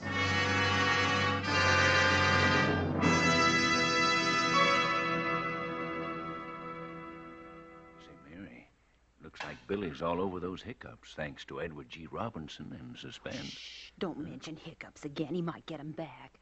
Let's switch his mind to something else. Well, you know how he is about anything Autolite makes. Mm-hmm. Let's listen to Frank Martin. That'll do the trick. Friends, money can't buy better electrical equipment for your car than Autolite. And here's why. In the first place, Autolite is the world's largest independent manufacturer of automotive electrical equipment. Original factory equipment for many of the finest cars and trucks in America. In its 26 nationwide plants, Autolite manufactures distributors, generators, starting motors, spark plugs, batteries, wire, not to mention such things as bumpers, die castings, horns, instruments and gauges, lights, ornamental plastics, and over 400 other products. What's more, Autolite service stations all over the country are staffed with trained men and specialized machines to give your car the best possible electrical service. So, friends, when your car's electrical equipment needs attention, drive into your nearest Autolite service station or the dealer who sells your make of car and ask for original factory parts and service. Remember, Autolite service stations are listed in your classified telephone directory under Automotive Electrical Equipment. And now, Autolite brings back to our Hollywood soundstage Mr. Edward G. Robinson in The Man Who Wanted to Be Edward G. Robinson, A tale well calculated to keep you in suspense.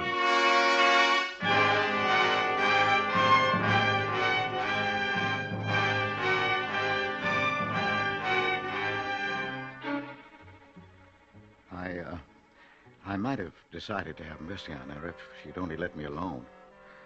But Ada could never leave anyone alone. She ridiculed me at home and in front of our friends. Sometimes she'd let a few weeks go by without saying anything, and I would think that perhaps she had forgotten. No, Ada never forgot. She would wait until we were in a group of people, and then she would come out with it. Well, my dear, you mean I haven't told you about Homer's dream world? Oh, no. He thinks he's Edward G. Robinson. Edward? Oh, no. Do tell us, Mr. Homer G. Robinson, when do you think you'll be getting your next contract from Hollywood? Oh, you folks have got Homer all wrong. He's a killer at heart. Just a cold-blooded killer.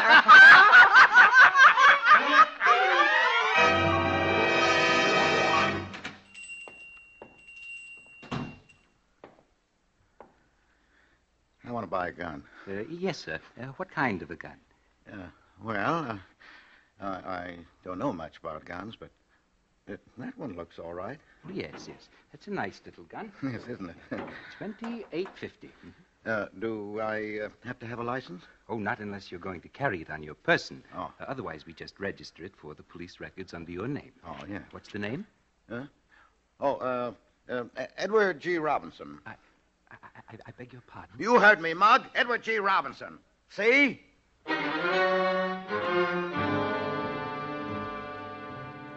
had made my plans very carefully. My plan was that her murder would look like suicide. It would be a night when the moon was full, so that I could see ahead on the pillow and aim carefully. I would fire the shot through the temple, quickly wipe my fingerprints from the handle of the gun, and then push it into her hand. And as the shocked and bereaved husband, I would call Dr. Wallace. The police wouldn't come until later, and when they did, I would be ready for them. I was so busy laying my plans that I hadn't been reading the papers and had to be told the big news. Homer? Oh, I beg your pardon. Mr. Robinson. Oh, please. Would you mind passing the spinach? That is, if you're not too preoccupied with planning your next murder. Oh, please, Ada. Yeah, held up any banks lately, Homer? Here you are, dear. Oh, say, that reminds me, all kidding aside. Did you know that he's going to be here next week? Who? Edward G. Robinson. What? He's going to address the hobbyist convention. Oh, is that so? Yeah, sure. Well, I'd like to hear him. I would, too. Oh, I'd love to see what a real He-Man is like. Not just a poor imitation.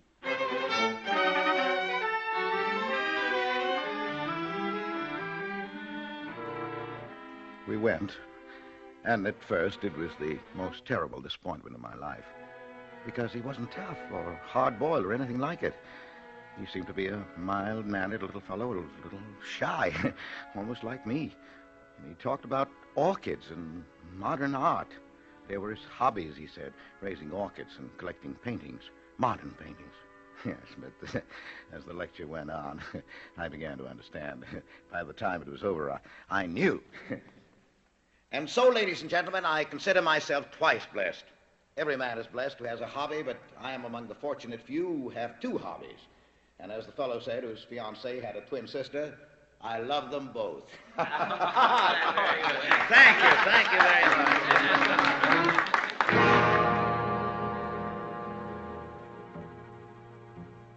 Later that evening, I made an excuse to get away from Ada and went down to the hotel where I knew Mr. Robinson was staying. I bribed the bellboy $1.75 to tell me which was his room.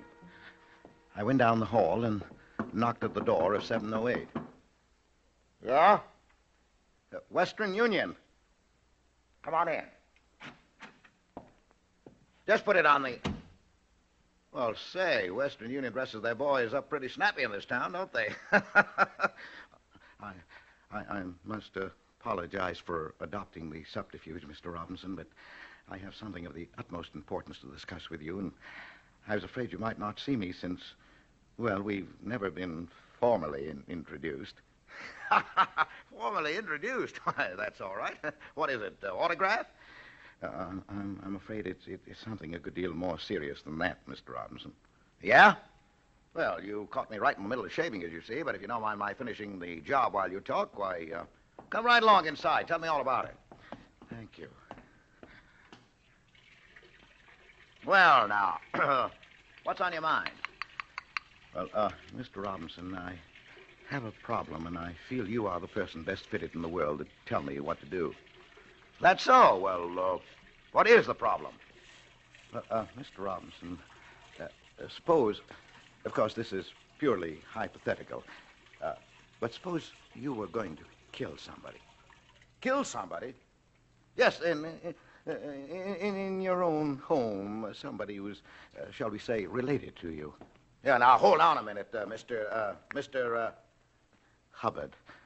Homer J. Hubbard. Mr. Hubbard, I may look like a bad guy on the screen, but when I'm not working, I'm just a plain, peace-loving citizen like anybody else. You can fool people like that audience tonight with all that talk about orchids and modern art. And it was very good, and I quite understand why you do it. A man in your position must have a front, of course, but you didn't fool me. I didn't, huh? Well, I know, rather, I knew I could come to you and be perfectly frank. Yeah, about what? Why, about the murder. About the what? Well, look at me, Mr. Robinson. I'm a shy, inhibited, weak, utterly ineffectual person. I have none of your assurance, your hardness, your ability to cope with any situation the direct, ruthless way. Yeah? Well, how many times I wished I had, because for 20 years my life has been made horribly, unbearably miserable by one person, my wife. Oh, so that's the way it is. Yes. For years I bore it as best I could, and then one day I thought, how would you have coped with it? And of course I knew at once, you would kill her. Yeah, now, wait a minute. Are you kidding me? Oh, no, Mr. Robinson. I wouldn't think of such a thing. Look here. I've even secured a gun to do it with. Hey, yeah. Here, you better give me that. No, don't point it. Well, hand it to me by the barrel. Here. Oh, put it over here. Safer, you know. Yeah. I must admit, I know very little about firearms, and they're quite distasteful to me. Yes, you and me both. You, Mr. Robinson? Well, I mean, small arms like that. Of course, a Tommy gun, that's different. That's the only thing to use. Yeah, I suppose you're right. But I didn't know where to get a Tommy gun. I was afraid even if I did, I'd never master the art of using it. Yeah, well, now you want to kill your wife, is that it? You want me to help you? If you would, Mr. Robinson, if you could spare the time, I can't tell you how grateful I'd be. Yeah, well, you know, Mr. Hubbard, you look like a pretty nice little guy. Your wife must really be an old battle axe to have got you in a frame of mind like this. All right, now I'll tell you what I'll do. I will help you. Oh, Mr. Robinson.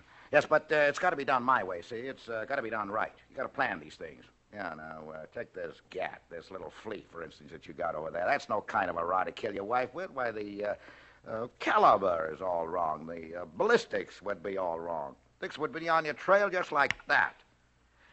Now, I got a gat home that's perfect for the job. Get me? I've knocked off Orson Welles, Jimmy Cagg. Oh, I don't know how many guys with this. Now, the first thing when I get home, I'll send it to you parcel post, see?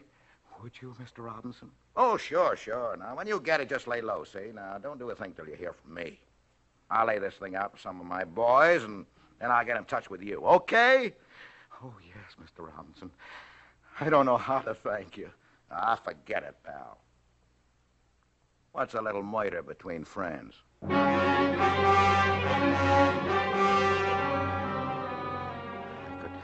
I could scarcely maintain my composure in the 2 days that followed. The second day, sure enough, the gun arrived. It was a great, heavy thing, the kind that's referred to, I think, as an automatic. Remembering its history, I handled it with the utmost care and reverence. I hid it in the garage where I keep my pipe that Ada won't let me smoke in the house. It was the next afternoon, a Saturday, that the phone rang.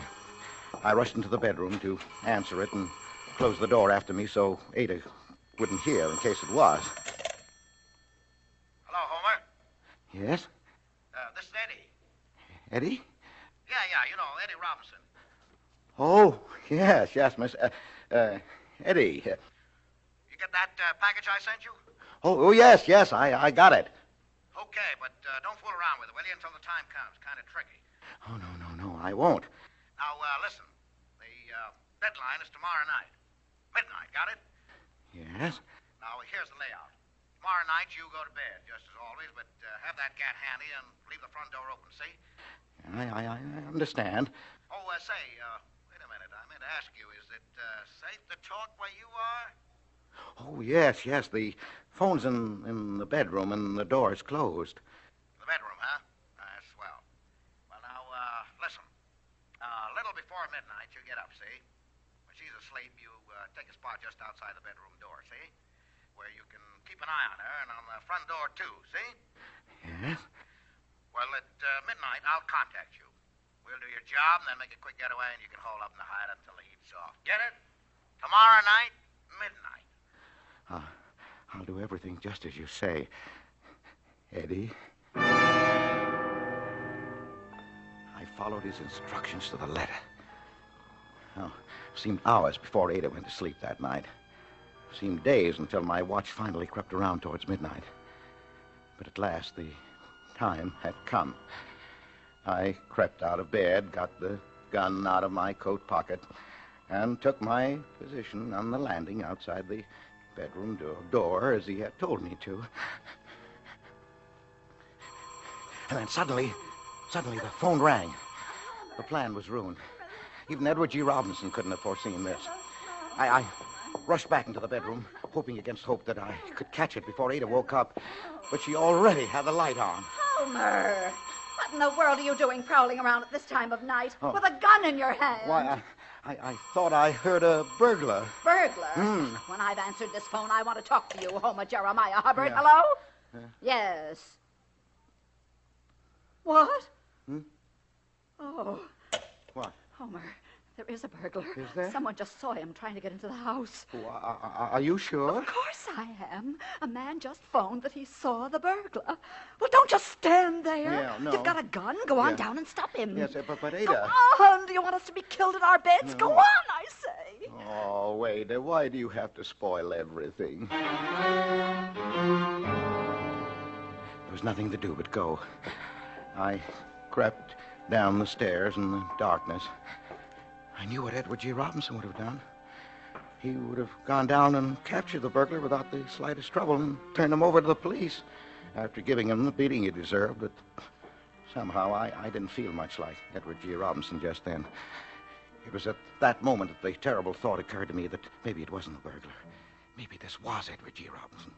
I had no time to pursue the thought further. Let him have it! Suddenly, there was a barrage of shots and a confused yelling of voices. In my terror, I suppose I must have squeezed the trigger of my own gun because it began jumping and screaming in my hand. I tripped on something, and the next thing I knew, I was tumbling headlong down the stairs, and that was the last I remember.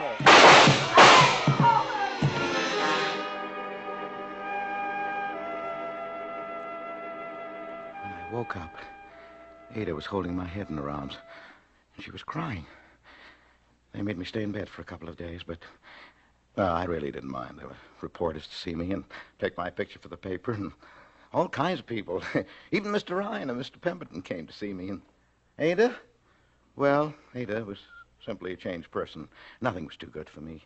My slightest wish was literally her command. If the whole thing hadn't been an accident, if I'd planned it that way, it couldn't have turned out better. And then as the final climax that afternoon when the phone rang by my bed. Yes? Oh, yes. Eddie? You did, huh? Oh, nothing, really. Yes? Oh. Well, about that, things have changed. Oh, yes, they've changed quite a lot. I don't think we'll have to go through with it. Yeah, that's right.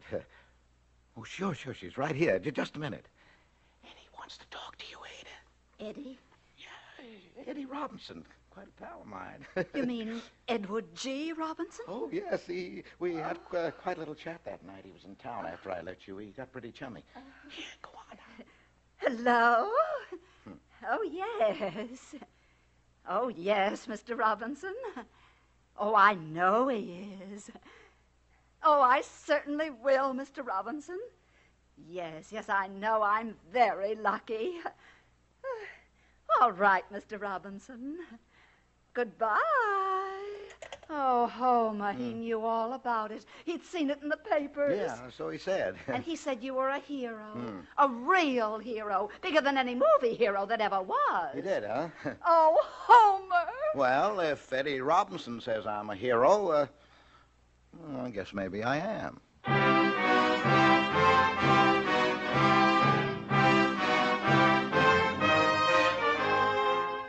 Couldn't have turned out better, Eddie.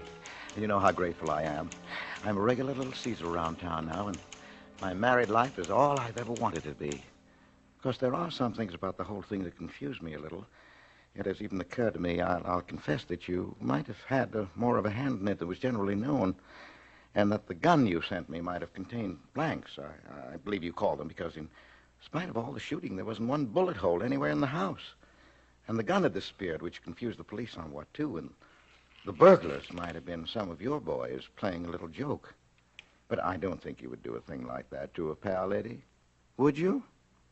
I don't even think you would use the statement that you asked me to send you to hold over my head as a guarantee that I wouldn't try to kill Ada again. Now, not that I ever would. Yes, but even if you did all that, Eddie, I don't really mind. Because, as you might say yourself, what's a little joke between pals?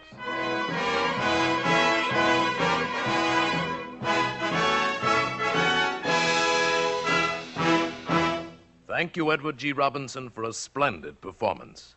Mr. Robinson will return in just a moment.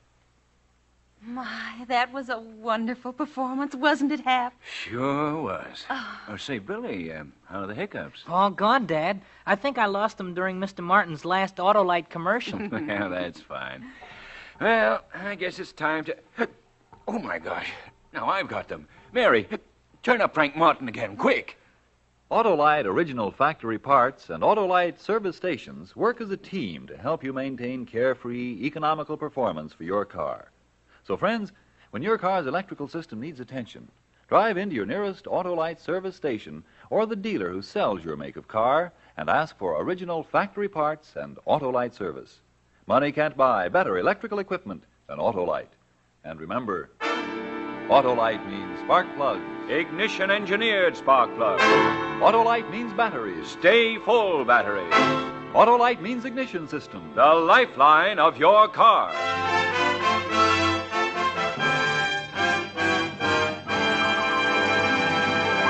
And now here again is Mr. Edward G. Robinson. It's been fun appearing in our suspense story tonight, but just so nobody gets the wrong idea, it was only a story. I'm not really so tough. Only get this. I'm telling you, see? You better listen to Suspense next week, see? Because Ray Milland will be here in a story called Night Cry by William L. Stewart. Another gripping study in... Suspense. Edward G. Robinson may soon be seen in the Paramount production Night Has 1,000 Eyes. Tonight's suspense play was written by Leslie Raditz, with music composed by Lucien Morawick and conducted by Lud Gluskin. The entire production was under the direction of Anton M. Leader. In the coming weeks, Suspense will present such stars as William Powell, Lucille Ball, John Garfield, Sidney Greenstreet, and many others. Make it a point to listen each Thursday to Suspense, radio's outstanding theater of thrills. And next Thursday, same time, hear Ray Milland in Night Cry.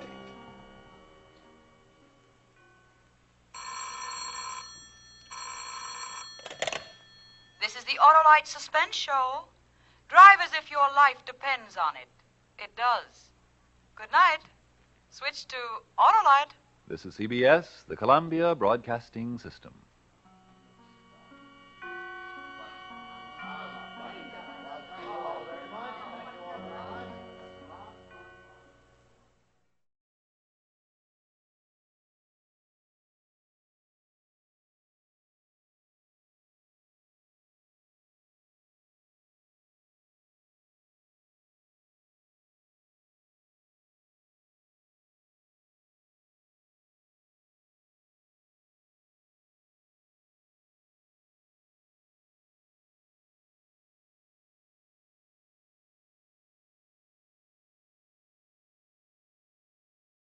In just a moment, Suspense with Ray Milland.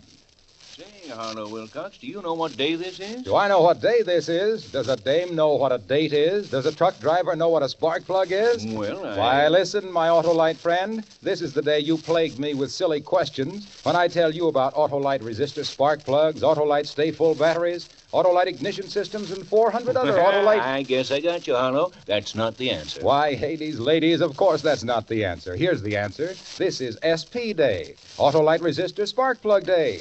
And furthermore, it's the day before T-Day. T-Day? Sure, that's tomorrow, Truckers' Day. Oh. The day all the American Trucking Association fellas get together in Washington to chin, chuckle, and chortle over their carefree careers as their trucks cross the continent with no thought of trouble or terrain. Well, how come? Well, my friend, I wouldn't say that Autolite spark plugs and stay-full batteries are wholly responsible, but, well, use your own judgment. I'll take your word for it, Harlow. Now let's switch to Suspense.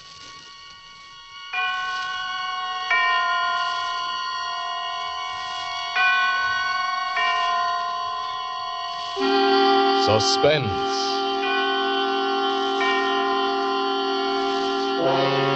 Autolite and its 60,000 dealers and service stations bring you radio's outstanding theater of thrills. Starring tonight, Mr. Ray Milland in Anton Leader's production of Night Cry by William L. Stewart. A tale well calculated to keep you in suspense. Report to the captain of the Homicide Bureau, Manhattan. From Detective Lieutenant Mark Deglin. You know, we always say that the cat waits for the mouse to run, the dog waits for the cat to run, and the police wait for the killer to run. But if he's a smart killer, a real smart guy, if he doesn't run at all but just stands and laughs, or even walks quietly and easily away, he can really get away with murder.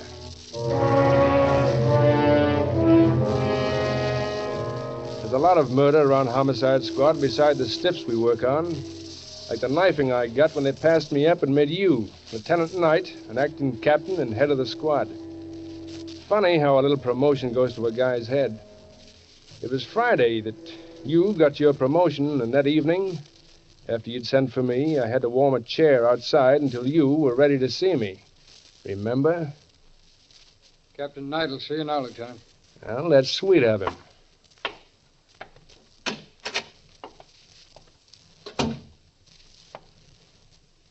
Come on over and have a chair, Deglin. Mark? Sure. Why not? Congratulations, Captain Knight. That's one of the things I wanted to talk to you about, Mark. You know, I didn't want this. I didn't do anything to get it. Sure. Of course, playing golf with the commissioner's brother-in-law had nothing to do with it. You know it didn't, Mark. The force isn't run that way. Now, look, I've worked with you for a long time, and there's no reason why we can't get along fine. Sure, no reason. I'm the first to say that you're the best man on Homicide, Mark. And, well, it's not my place to tell you, but I think you ought to know the reason why you didn't get the promotion instead of me. I'm listening. You know, Mark, the police department has come a long way from what it used to be. And take Homicide.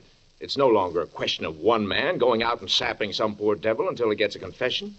All of us, detectives, identification, lab men, telegraph, the medical examiner's office, we're all one big team. You know, that sounds like the commissioner's number 2 speech for the Rotarians. But it's true, Mark. And that's why the police board didn't give you this job. In an age of cooperation, you're still a one-man force. How many killers did I bring in during the last 5 years? Every one you went after. I know that, and so does the police board. But a lot of them had marks on them that they didn't have before you went after them. And some of them had to be carried in. Sure, but I got them, and quick. Some of them I even had booked before that team you mentioned got around to deciding what killed the victims. I know that, but there's always a chance that the next time you'll bring in some guy who had nothing to do with it. Yes? He's on his way. It's a call. Now, you and Riley will take it. Now, look, Mark. Yeah? Riley's a good teammate for you. He's proud of the force, you know, and he'll be just as proud of your work as his own. And we'll talk about this later. Sure. After I bring in another killer.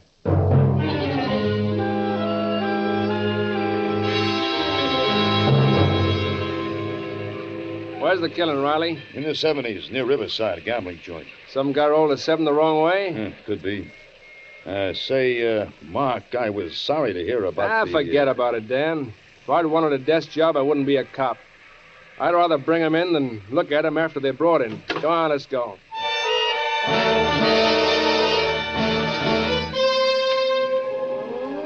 And for a minute, I didn't mind not getting the captaincy. There was something about being on a job, about starting out to look for a killer that beat anything in the world. We got to the big brownstone that was the gambling joint. Riley and I walked up the front stairs through the rain. The patrolman on the door let us in.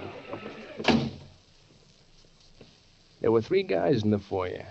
One of them was a good-looking guy in a dinner jacket, with a look in his eye that probably came from watching a lot of guys try to make a 4 the hard way. The second was a patrolman, still writing in his notebook. And the third was a guy on the floor, dead. He was partly on his side, and there was a knife in his back.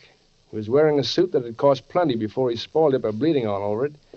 The patrolman saluted as we came up. Corcoran, sir. The doorman called me off the beat. The dead man's name is L.O. Morrison. Mr. Karlstrom here is the owner of the club, and he says... Save it, Corcoran, until we ask for it. Yes, sir. What do you think, Riley? He's dead, all right.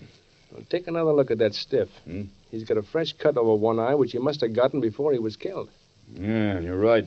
He wouldn't be that bruised if he got it when he was killed. Well, let's find out how he got it. All right, you. Yes, Inspector? Not Inspector, Lieutenant. Lieutenant Deglin.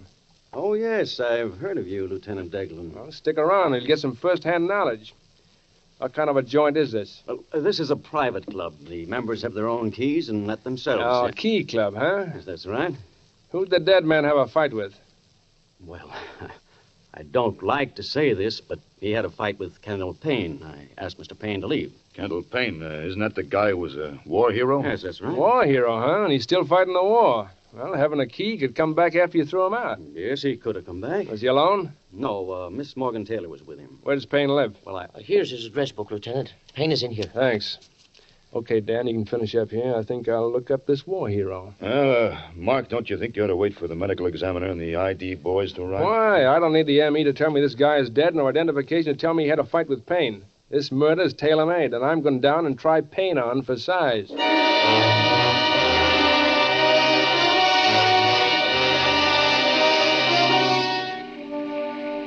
There was a short street just off the Hudson River where a lot of artists and duck wallopers live. There was a dim light in the hall, and I went up the stairs. Light spilled out from under the door that had Payne's name on it, and I knocked. All right, it's open. He was sitting on the bed. He had an army kit bag open and partly packed. There was a white bandage over his right eye, and the drawers of the bureau were open. Now, what do you want? Little talk. Your name Payne? Yeah, but you're not anyone I know. Beat it. We'll get acquainted. This badge will introduce us. You know what you can do with that badge. You know, I almost forgot you were a hero. How long you been here, hero? Maybe an hour. Now, go on. Get out. How'd you get to be a hero, Payne? With a knife? Look, I don't know you or your badge. Now, go on. Get out. Yeah, you're a tough little punk, aren't you, hero? Especially tough for a boy who's just killed a man. What are you talking about? Where's the dame you were with? Maybe she can tell you about the guy you had a fight with, then went back and killed. Look, you keep her out of it. Look, Sonny, you were maybe tough overseas, but back here you're just another meatball. Now talk. What are you, a tough cop? Well, let's see how tough. Sure, I'm a tough cop. I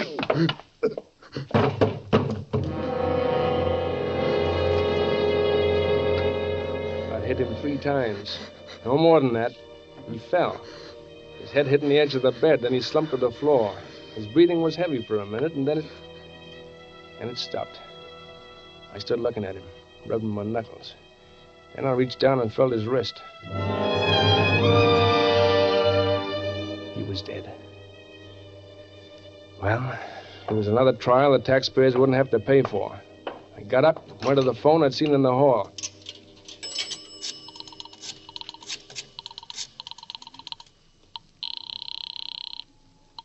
Night talking. Deglin here. Look, I just... Wait a minute, Mark. Hey, close that door, will you? Now that the case is broken, Mark, they're talking their heads off. Case is broken? Yeah, it was Karlstrom. He got panicky and started to run. You know, Riley, when they run, he shoots. He nailed him in the shoulder, and Karlstrom thought he was going to die and confessed. The dead man was into the gambling house for 50 grand and wouldn't pay, so Carlstrom stuck the knife into him. Hello? You still on? Yeah. I just dropped some change. Did you find Payne? I think he's cleared out. Clothes and the bathroom stuff's all gone. He has. Well, he probably saw something. He didn't want to get mixed up in it. Well, we can always put out an alarm on him. Go home and get some sleep, Mark. Sure. I'll get some sleep. While I hung up, walked back into Payne's room. I looked down at him, thought what a lousy time to make a mistake. Well, there was only one smart way out. I had to bring Candle Payne back to life long enough to be seen taking a run-out powder. I needed some good, reliable witnesses. That way, I could get away with murder.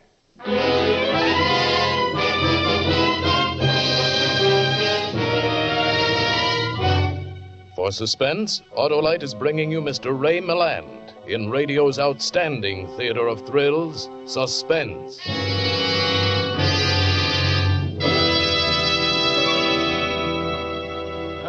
How in tarnation do you say so much about Autolite spark plugs in so short a time? Why, that's easy, Hap. Do you want the high points and the low down on these master magicians, these motor marvels, these monuments to Autolite ignition engineers? Well, plug one ear and spark to this. Well, if I must. By Cornelius, I'll plug these Autolite resistor spark plugs anytime, any place. Do you want your engine to idle smoothly as a sultan's harem, purr as contentedly as a Persian kitten, run as tirelessly as a perpetual motion machine? Well, Then you want Autolite resistor wide gap spark plugs. Why, that wide gap in these new Autolite resistor spark plugs means as much to your car as Donald Duck means to duckdom, Chessie means to catdom, Lassie means to dogdom. No. Why, by Cornelius, when you replace your old narrow gap spark plugs with the new Autolite resistor wide gap spark plugs, your car refuses to be satisfied just to run better, save gas, and save dough.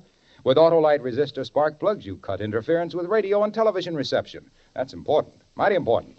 And what's more important, you ought to get all your neighbors to march right down with you to buy a set of Autolite resistor spark plugs tomorrow morning.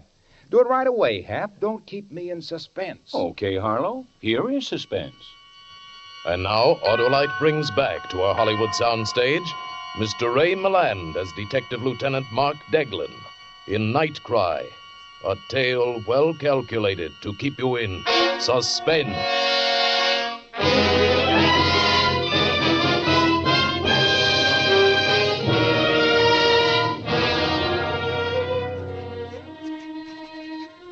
As I said before, Captain Knight, the cat waits for the mouse to run, the dog waits for the cat to run, and the police wait for the killer to run. Only I wasn't going to run. I stood there and tried to figure how to have Candle Payne seen running away. After that, Payne would be just another guy who got scared and beat it. And I'd still be Lieutenant Mark Deglin, the guy who didn't make mistakes.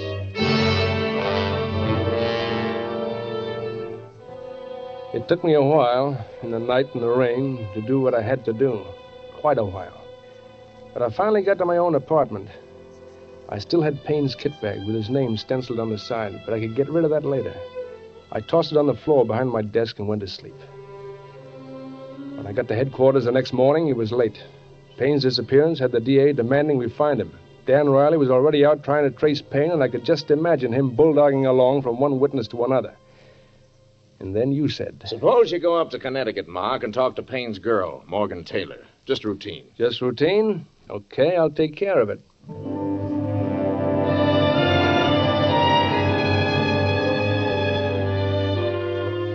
I found where Morgan Taylor lived from the Greenwich post office. It was a low, rambling white house set back from a tree-lined road. The girl who answered my ring had dark hair that came down around her shoulders, and wide gray eyes that were sure and young and lovely. Yes? You Miss Morgan Taylor? Yes, I am. I'm Lieutenant Mark Deglin of the New York Police. Oh? You know where I can find Candle Payne? Oh, the silly fool. He said something about leaving last night, but I thought he was just being dramatic. When was this? Well, I went down to his place with him last night after we left the gambling club.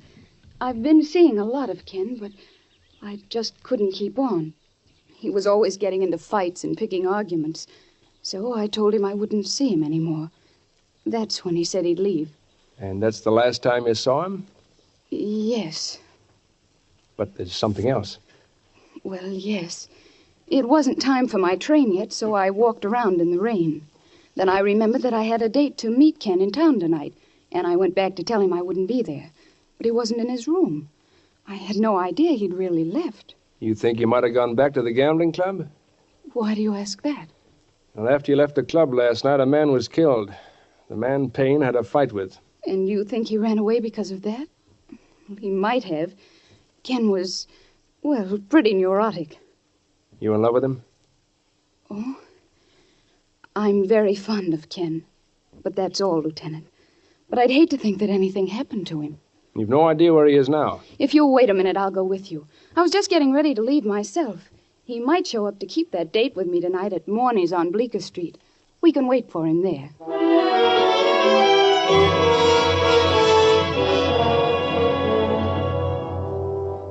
She rode back to New York with me. And after the first few miles, we stopped talking about Kendall Payne and talked about ourselves. She was really a beautiful gal. I kept glancing sideways at her profile. Maybe this case was going to turn out better than I thought. When we hit town, I called you, Captain Knight. Remember? I was doing, not mentioning what nice work it was turning into. And then Morgan and I went on to the restaurant.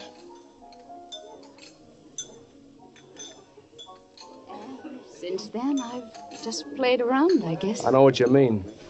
Look, it's past 8, Morgan. What time was Payne supposed to meet you? 7? Yes. It looks as though I've been stood up. Well, he must be pretty scared to stand you up. If it were me, I'd risk even a murder rap to keep the date. Thank you, Mark. Want to take me to dinner? Well, it's a good thing you asked me. I was just about to put my handcuffs on you so you couldn't get away.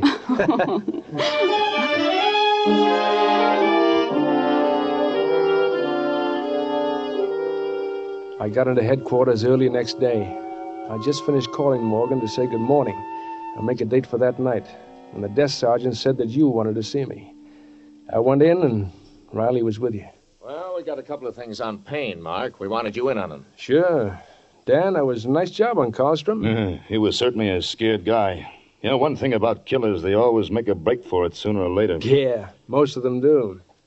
What's doing on Payne, Knight? I'll let Riley tell it. It's his story. There's nothing much except I talked to a number of people who think they saw him. I got a couple of them outside. Might as well bring them in, Riley. Yeah, okay.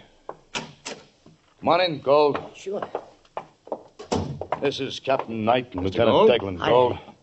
Mr. Gold is a cab driver. He got out of bed to come down and help us. Hey, sure, Chief. Anything to help you guys out. Okay, Gold, tell him the story you told me. Hey, sure.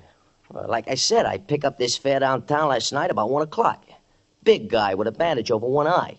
He's carrying one of those soldier kit bags, you know? Wanted to go to the station, Grand Central. Was in a bad temper. Take a look at these pictures. Oh, now, where did I put that other... Oh, here it is. Well, it might have been either one of these two. They look a little alike. Without the bandage, I couldn't swear which one. Okay, thanks, Gold. If we need you later, we'll call on you. Hey, sure. Anytime, Chief. Anytime at all. Well, pretty close. One of the two was a picture of Payne. Who was the other one he thought looked like Payne? An old newspaper picture of you, Mark. Me? Yeah. You didn't know I collected all your publicity, did you? It'd been funny if he just identified you. Yeah. Yeah, very funny. Who's your other witness, Riley? An old lady who lives in the house across the street from Payne's place. Will you come in now, Miss Meacham? Miss Meacham, this is Captain Knight. How do you do, Mrs. How do you do? This is Lieutenant Deglin. Mrs. Meacham, Mark. I've seen you, Lieutenant. You have? Oh, yes. Oh, well, maybe it was when I was over to Payne's the other night, huh? Oh, no, I didn't mean there. In the papers. Oh. Your picture's been in the papers a lot. Yeah, I guess it has. Mrs. Meacham, Detective Riley tells me that you saw several things the other night. Things that puzzled you. They certainly did puzzle me, Captain. You see quite a few things in the neighborhood, Mrs. Meacham? Well, some say that's all I do. Well, I say when a body gets old like me, there ain't much left but looking. Yes, of course. Now, what did you see the other night, Mrs. Meacham? Let's see. Oh, that was night before last. Well, like I told Mr. Riley, I couldn't sleep. So I was up late and I saw Mr. Payne and his girl go in. but I didn't see her come out. You didn't see her come out? I made tea. Might have missed her. I have to have my tea, you know. But I did see her go back in later. How much later? Oh, maybe half an hour, or maybe more. But before she came back, somebody else left. Well, that must have been Payne. Well, I don't rightly know. He was wearing a bandage and was carrying his kit bag, but he didn't wave to me. Didn't wave to you? Oh, Mr. Payne always waved to me when he went out, so it was mighty funny he didn't that time. Well, maybe he just forgot. What happened after that? No, sir, he never forgot to wave. Oh, well, anyway, about 20 minutes later, Mr. Payne's girl came back. She stayed just a little while and then went away. That's very interesting, Mrs. Meacham. Is that all? Of course it is. And that was a lot for a neighborhood where nothing ever happens. Well, thank you very much, Mrs. Meacham. We'll call you if we need to talk to you again. Well, I won't remember any more than I have. Well, let's go, boys. Where are we going? I've been behind this desk so long, Mark, I'm getting calluses. I'm going over to Payne's room with you and Riley.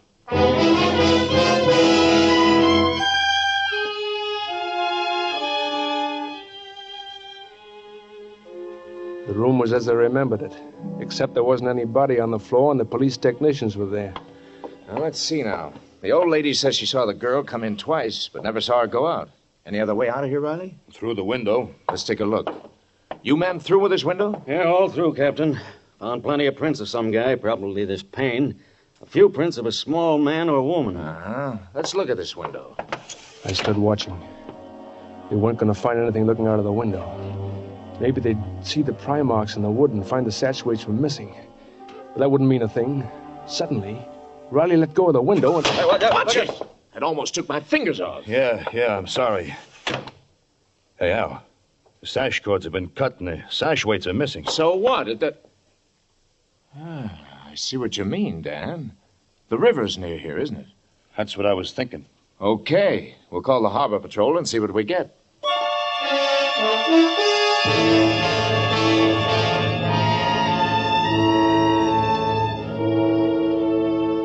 So Riley had finally bulldogged into something. The walk down to the river was short. Shorter than the last time, it seemed.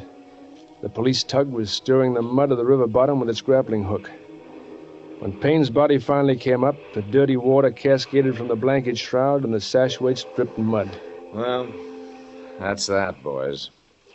Payne didn't run away at all. Somebody killed him. I think we can wrap this one up fast. How'd you figure that, Knight? Well, it's easy, Mark. The girl had a fight with him. She's the only one seen going in the other night. Her prints are on the window. She probably killed him, dressed up in his clothes, made it look like he was leaving, then came back and dumped the body. It's the girl, all right. But listen, this Taylor girl couldn't carry a big guy like that. Couldn't she? She was in the ambulance service overseas, Mark, and carried soldiers around. Civilians aren't any heavier. I'm putting out a pickup on the girl.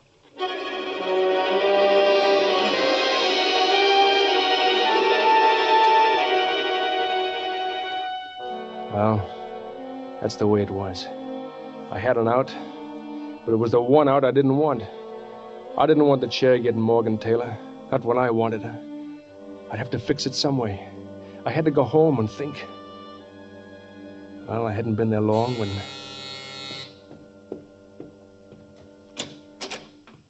Morgan stood in the doorway, her eyes tired and frightened, her face white. She went past me without speaking and over to a chair. When she looked at me, I knew I was right. I had to find some way to save her. Mark, I just heard. They want me for the murder of Ken. I know, honey. Well, why did you come here? Why? Why, because... Where else would I go, Mark? But you're not forgetting that I'm a cop, too. If you want to take me in, Mark, I'll understand. I only want to take you one place, Morgan. And that's not headquarters.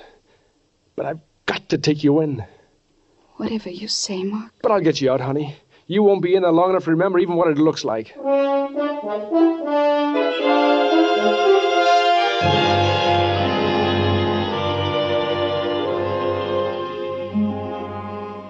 After they booked her at headquarters, I went back to the apartment. I had to figure out some way to save her and myself. But first I had to get rid of that kit bag. If she'd seen it, everything would have been ruined. Besides, it was stupid to leave it around. Then I had an idea. There was one way out. That was to write this report to you, Captain Knight, and get out of the country. Then, when she was freed, she could join me. She was worth running for. Only wouldn't really be running. I was walking away. Well, that's that. So long, Captain Knight. I won't be seeing you. I picked up the kit bag with Payne's name on the side, went down the steps.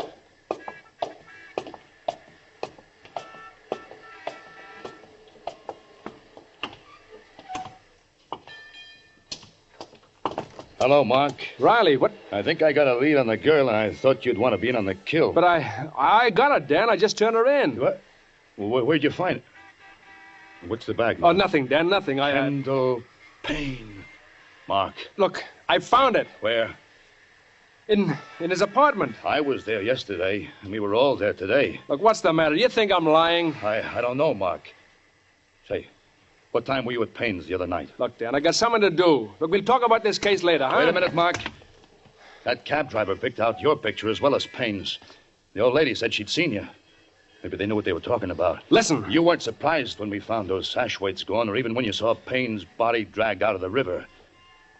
Oh, there's nothing worse than a cop who's turned bad. Mark. Get out of my way, Dan. Hey, Mark. I had to run. Everything had been crowding in all day. That cab driver, the old lady, the kit bag, and now Riley.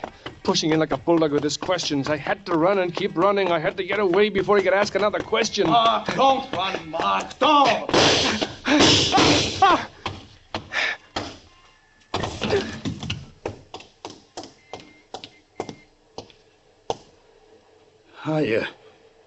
You shouldn't have run, Mark. You know what happens when a guy runs.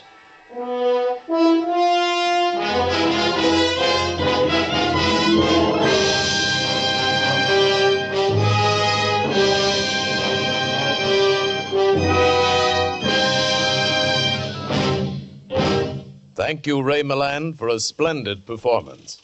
Mr. Milland will return in just a moment. Say, Harlow, what about Autolite's, What about Autolite resistor spark plugs, stay full batteries, ignition systems, and over 400 other automotive, aviation, and marine products? Yeah. Oh, let's save it for next week, Hap, while we salute the safest, surest, sanest drivers under the sun. And by Cornelius, I didn't say under the sod. That's the truck drivers of America, Hap. Dependable as a donut is dunkable, as a resistor spark plug is sparkable, as an Autolite product is superbable. Say, these wonderful truckers have got me wound upable. I'm delighted. I'm Autolighted. By Cornelius, I'm excited. Harlow, before these good friends have been good-nighted, remember... Autolite means spark plugs. Ignition-engineered resistor spark plugs. Autolite means batteries. Stay full battery. Autolite means ignition systems. The lifeline of your car.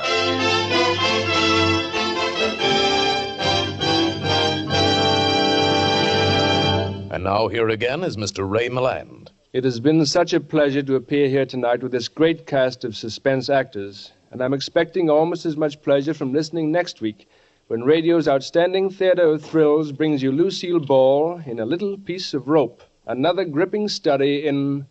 Suspense. Ray Milland may currently be seen in the Hal Wallace production So Evil, My Love. Tonight's suspense play was adapted from the novel of William L. Stewart, Night Cry, which will shortly be made into a motion picture. The music was composed by Lucien Morawek and conducted by Lud Gluskin. The entire production was under the direction of Anton M. Leader. In the coming weeks, Suspense will present such stars as William Powell, Agnes Moorehead, John Garfield, Edmund O'Brien, and many others. Make it a point to listen each Thursday to Suspense, radio's outstanding theater of thrills. And next Thursday, same time, hear Lucille Ball in A Little Piece of Rope.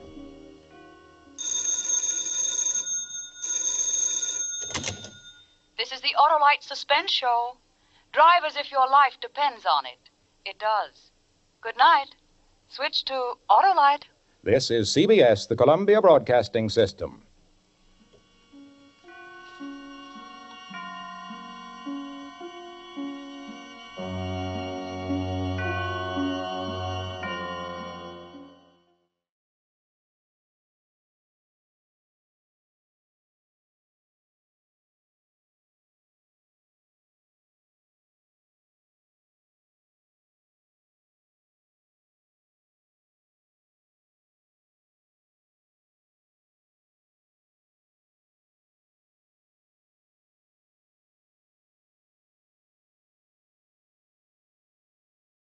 In just a moment, Suspense with Lucille Ball.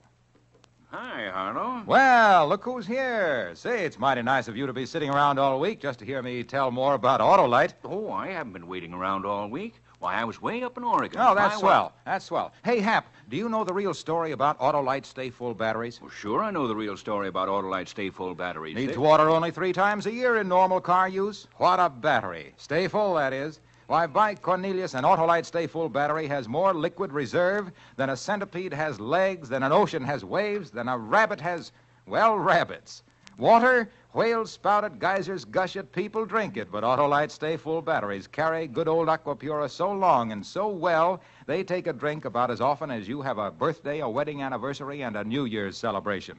Only 3 times a year in normal car use. And let me tell you something else. You'd better get an Autolite Stay Full battery before... Before you go on some more, Harlow, let's listen to Suspense.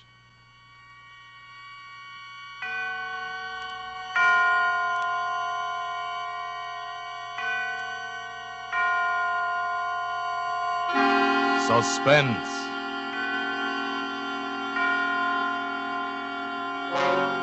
Autolite and its 60,000 dealers and service stations bring you radio's outstanding theater of thrills.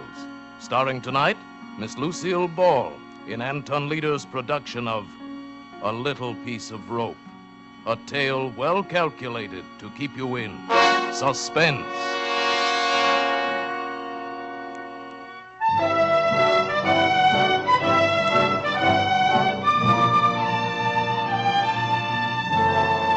They said I'd never make good here in Hollywood.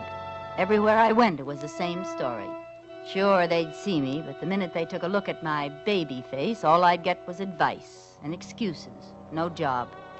My last try was for a schoolgirl part. I was too baby-faced to even land that one. I was walking home, still wearing the school uniform that I'd bought to help me get the part, when I got the idea. Then I remembered another thing.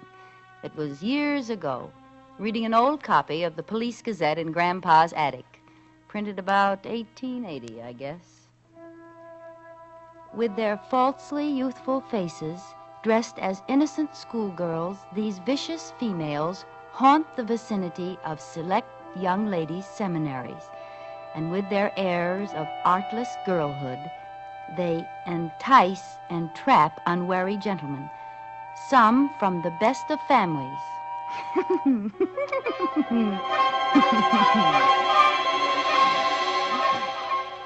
It was funny then. But now, well, those gals were suckers. I take the exclusive gents for all they've got and give absolutely nothing. That's how I made good in Hollywood, up to $1,000 a month good. I just take a little walk.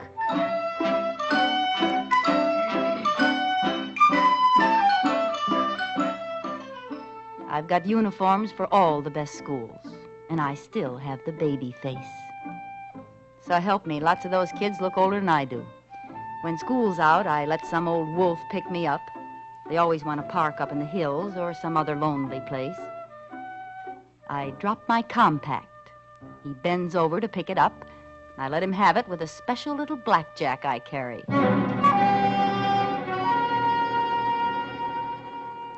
Then I leave, taking their wallets and any letters I find. You'd be surprised at some of the letters some of them do have. Makes a dandy bank balance now and then. Them? Remember, I pick 'em old enough to have families, dignified jobs. Would they want to admit to chasing Bobby Soxers? They never squawk.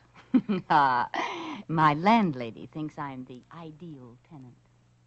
Oh, she's no trouble at all, the poor little thing. Infantile, you know. Has to take long walks every day and rest the rest of the time. Never any fun or dates like other pretty girls. Well, lucky she can afford it, I say. Be a county ward otherwise. And so sweet and quiet, uncomplaining, poor little soul. Yes, Mrs. Tilford is a swell character witness. Of course, I always wear a coat over those uniforms near home, and I keep them locked up just in case she snoops. Yes, I've got a nice career in Hollywood. That is, I did have until last month. You going out in this cold, Isabel? Oh, this is a good heavy coat. Well, Don't you overdo now. These walks are just what the doctor ordered. Anyway, you sure look healthy enough. Oh, thank heaven for that. Anything I can pick up for you on the way back? Oh, no, thanks, dearie. I got everything done. Goodbye now. Bye. I was dressed for Miss Cadwaller's school this time, and it was just letting out when I got there. I didn't have long to wait. You know, you get so you can tell by the way the cars move along the street if the guy's on the prowl. This one was driving a big black coupe, and he was a little younger than I liked, about 40, but you can't be too fussy. I stepped off the curb, pretending to look for a bus. Waiting for the bus? Why, yes, I am. Which one? The Bel Air bus. Oh, I say, that's a shame. Why? I just passed it back there. Broken axle. Oh. You know, I think I've seen you passing my house. What street do you live on? Cameron. Oh, sure. I'm just over on Bender. Hop in, I'll take you home. Well, you're a neighbor. I guess it's... Gee, thanks, Mr. Rice. Alex Rice. Insurance. How do you do? Like school? I hate it. School's no fun. I'd like... What? Oh, excitement. Danger. I suppose you think I'm pretty silly. No.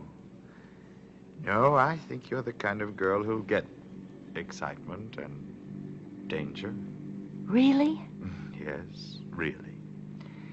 Look, it's so early yet. Like to take the long way through the hills? It's pretty there now. Oh, yes, I'd love to. I think the hills are divine.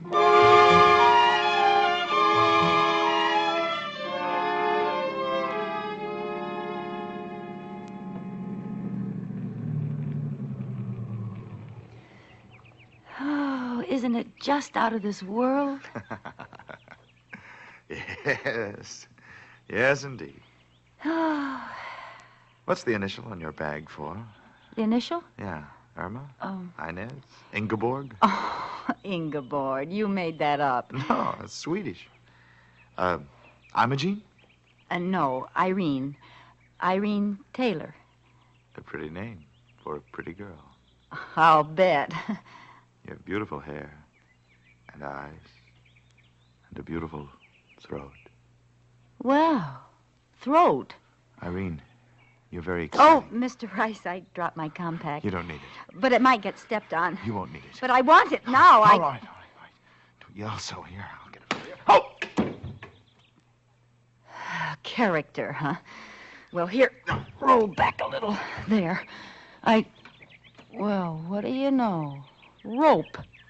Now, why would a guy carry a piece of rope in his inside breast pocket? Nice wallet. Well, goodbye, Mr. Rice, and thanks for everything.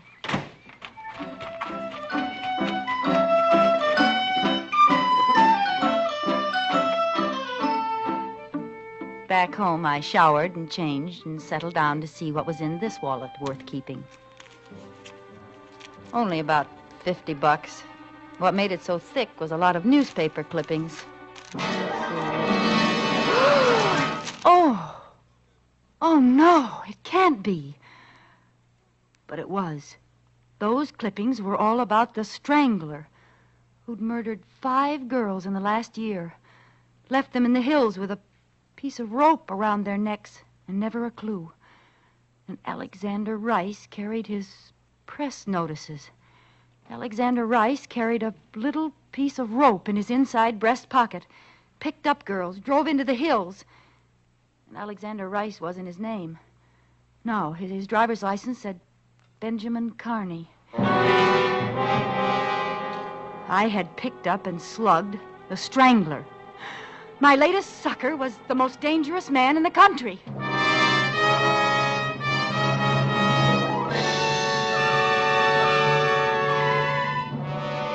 For Suspense, Autolite is bringing you Miss Lucille Ball in radio's outstanding theater of thrills, Suspense.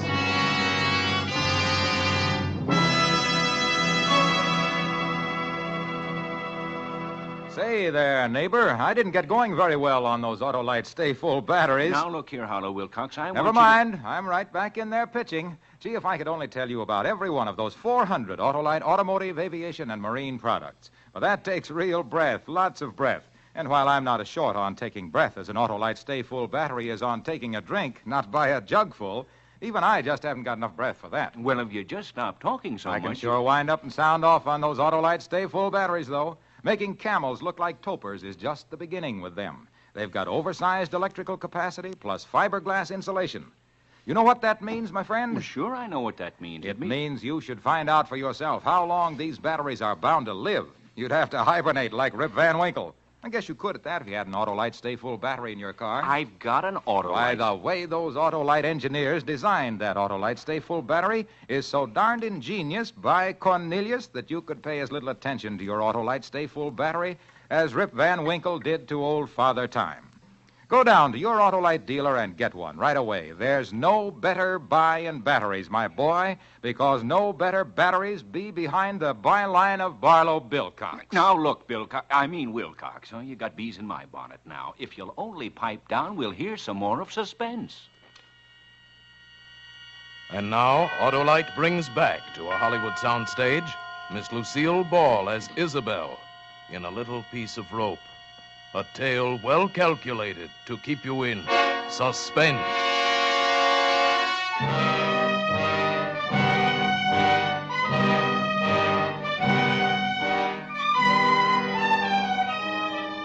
At first, I just shivered over my narrow escape. Why, if I hadn't been out to get him, he'd have gotten me. I'd be number 6 in tomorrow's headlines. Then I suddenly realized I was the only one who could identify him. I can't be silent, let him go on killing. I've got to go to the police station and tell them. I started to go out when it occurred to me I couldn't. I didn't dare go to the police and take the chance of exposing my own racket. If that ever came out, and it probably would, San Quentin, here I come. It seems they're a little stuffy about people who carry blackjacks and steal wallets and sell letters. So, instead, I went for a walk. A real one this time, and just tried to think. Pretty soon another thought hit me. He knew I could identify him by now. The Strangler was no fool. He'd have me figured out and know the kind of place and time to look for me. And he'd certainly be looking for me, to kill me, to shut my mouth forever. I had to find a way to...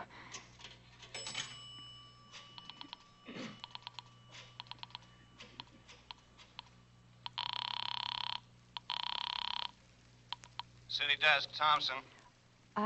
I know who the Strangler is. Who's this? I can't tell you that. Oh, I see. Well, what can you tell me? You know his name? Benjamin Carney. Carney?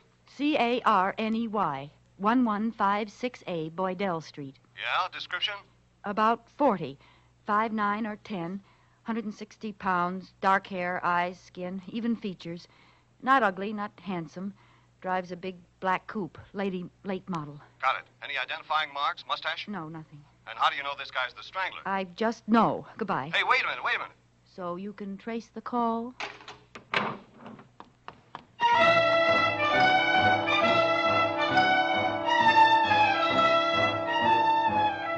There'd been hundreds of phony clues, and he thought mine was another. But surely they'd check that name and address. All the way home, I had a creepy feeling he was around somewhere, following me, waiting. The evening paper barely mentioned my call, just listed it with several others.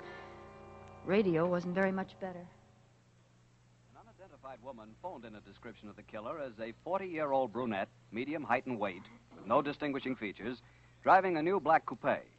Police checks revealed that such a man, with the name she gave, had moved from the address given several months before the first of the Strangler murders, but there is no further trace of him. Investigation continues, but it is believed this is another spite accusation. A Portland, Oregon woman reported the Strangler as the man who entered her hen house last night and... No use phoning again. I didn't think a letter would help much either, but I tried, being careful it couldn't be traced to me, and mailed it to a newspaper that night. Hey, Mike, you going to the courthouse? Take this to O'Shea, will you? Another Strangler letter telling all. Why can't he just strangle letter writers? One more and I'll strangle somebody.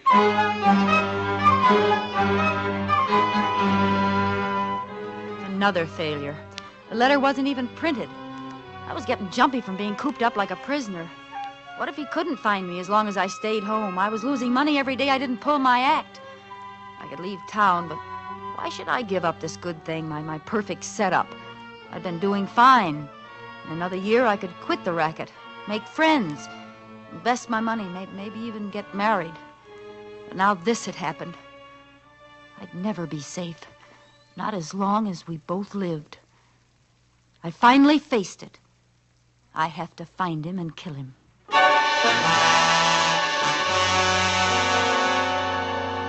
This time I put an ad in the personals column.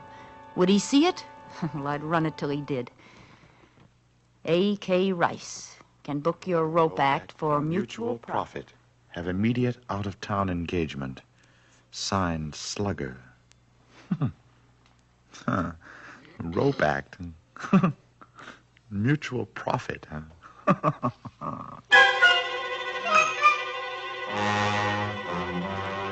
I knew that would get him because it sounded like blackmail. And by pretending to fall for a shakedown, he'd hope to get close enough to kill me. Only it was going to be the other way around. And so our strange correspondence began. He answered right away. Slugger, interested in offers. Send details, Box 047M298, Rice. I had him hooked. I didn't lose any time writing. Dear Mr. Rice, I have an invention which I think you'll want for your rope act. It's expensive, but remember, it's completely silent. And yours exclusively if we agree on terms. Signed, Slugger. Mm-hmm. Completely silent. It's delicious. And expensive. Yes, indeed.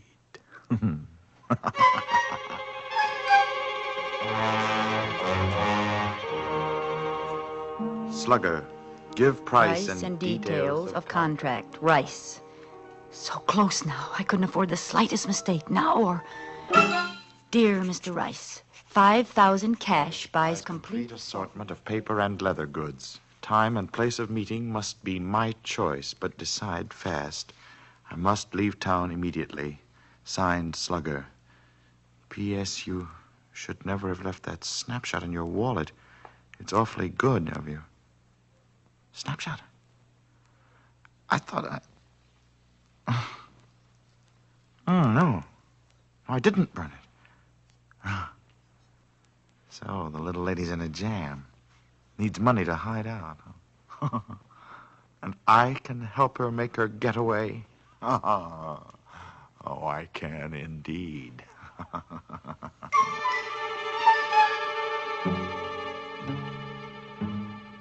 Slugger, price okay. We'll close at your convenience, Rice. I've got him. My plan was as foolproof as I could make it. I packed a suitcase with the kind of clothes I'd hate to be found dead in, and maybe I would be, and told Mrs. Milford I was taking a vacation with friends. Oh, I'm so glad, dearie. I said to Miss Knight yesterday, that child should have country air. City air just don't do the same for you. Yes, I know it'll do me good. And you stay longer if they ask you. Don't worry about me holding the apartment for you. Well, thanks a lot, Mrs. Tilford. It's certainly nice of you. I have to catch that train now. Goodbye. Goodbye. Have a nice time now.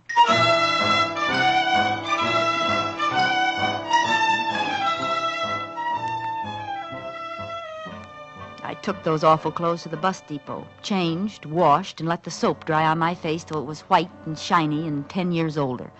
With my hair skinned back tight under an old beret, I saw a stranger in the mirror. Baby face was gone. Good. No one had noticed me, and looking like this, nobody would. Then I walked to another apartment I'd rented by phone last week. It was in a dingy neighborhood.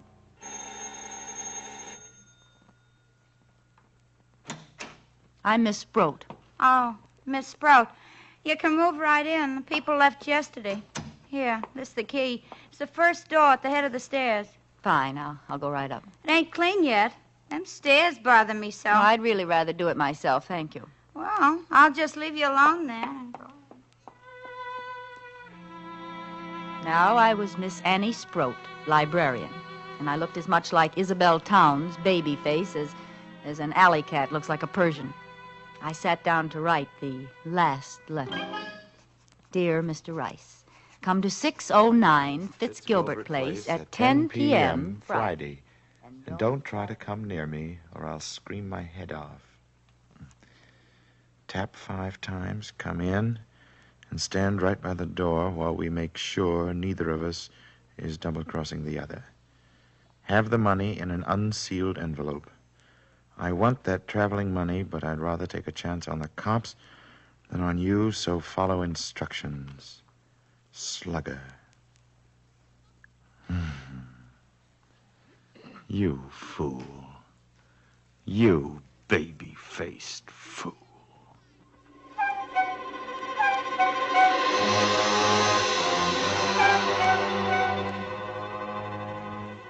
He'd have to make sure the layout was right before he'd dare attack me. And the more precautions I took, the more he'd believe I was on the level. Near the door where he'd stand, I put a chest with a lamp on it. That was my booby trap, that lamp. The room was so dimly lit, he'd have to light my lamp to look at the wallet. And when he pulled the light chain, he'd shoot himself. I had a gun fixed where the bulb should be, and the chain pulled the trigger. It was set to get him in the chest. Heart, if I was lucky. Dead or not, I'd leave him there for the cops, with his wallet and clippings. Pretty cute, huh? And I'd skip out the back way with all that beautiful money, go to the depot, become Isabel Towns again, safe and free.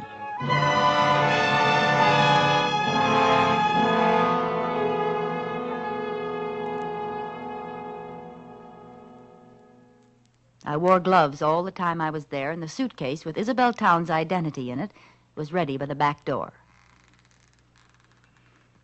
The hours passed like centuries, and the old house creaked like a sick old man in a squeaky bed.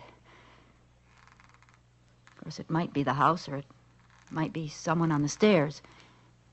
And then it was 10 o'clock. I was standing at the other end of the room, facing the door. The light was very dim. I heard the feet coming up the stairs, or was it just the creaking of the old house? No.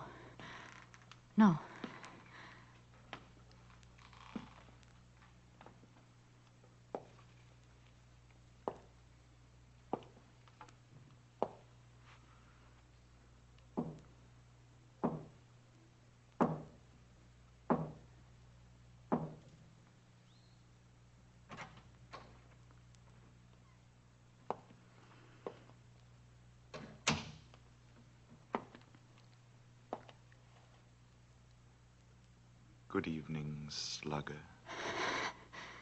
You see, I'm prompt, Slugger. Stand where you are. Certainly. Did you bring the money? Yes, indeed. Here, in this envelope. Throw it down in the middle of the room, between us. Go ahead, throw it down. It'll stay there while you examine the leather goods. Do you have the wallet here? Yes. Throw the money. I can't reach it from here, you know. It's quite safe. All right. There. The wallet. Where is it? On that chest beside you, by the lamp. Oh. Yes. Well, thanks, Slugger. Aren't you going to look to see that everything's there? Why should I? I trust you. So long, babyface. See you around.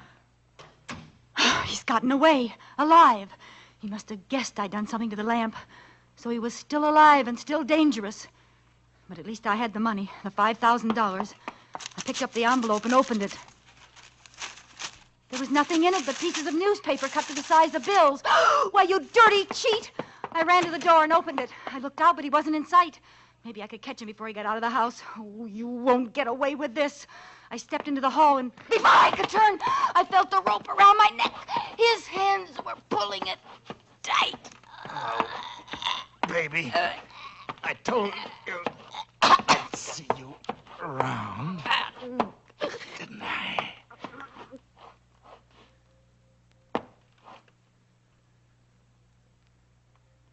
There you are, baby. You're paid off in full. Now, we'll just go back inside.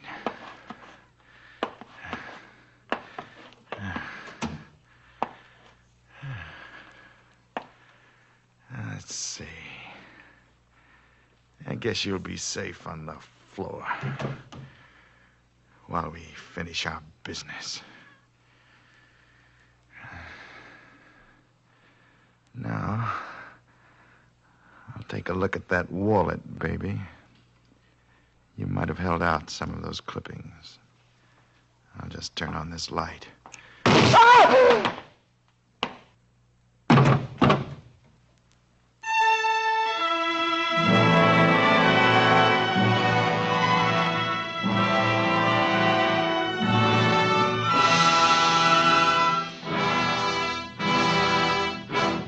Thank you, Lucille Ball, for a splendid performance.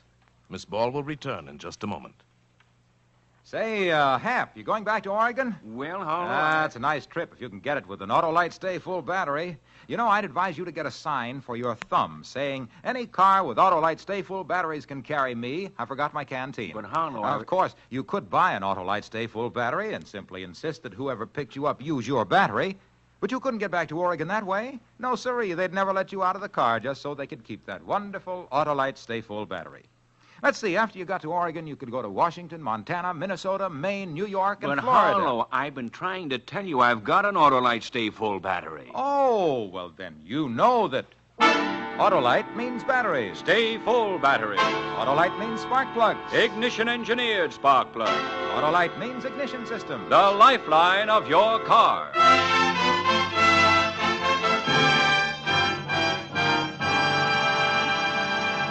And now here again is Miss Lucille Ball. It's always a great pleasure to appear on Suspense, especially when the part is so unusual and exciting. That's right, Miss Ball. The part of Isabel tonight was very different from your regular radio role on My Favorite Husband. Plug? Why not? Why not? Something like, listen to Lucille Ball as Liz Cougat on My Favorite Husband every Saturday night. Over your favorite CBS station. All right? Wonderful. And I hope all of you will be listening next week when Suspense presents William Powell in a role that's also different from the parts he's been playing lately. He's playing a man who's just stolen $250,000 and then finds out that... But you'll hear about it next Thursday when Suspense brings you Give Me Liberty, another gripping study in... Suspense.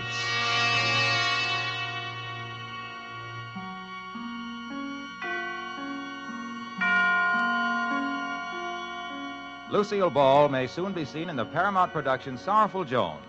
Barry Kroger was heard tonight in the part of the Strangler. Tonight's suspense play was written by Virginia Cross with music composed by Lucian Moraweck and conducted by Lud Gluskin. The entire production was under the direction of Anton M. Leader. In the coming weeks, Suspense will present such stars as John Garfield, Margaret O'Brien, Sidney Greenstreet, Agnes Moorehead, Edmund O'Brien, and many others. Make it a point to listen each Thursday to Suspense, radio's outstanding theater of thrills. And next Thursday, same time, hear William Powell in Give Me Liberty.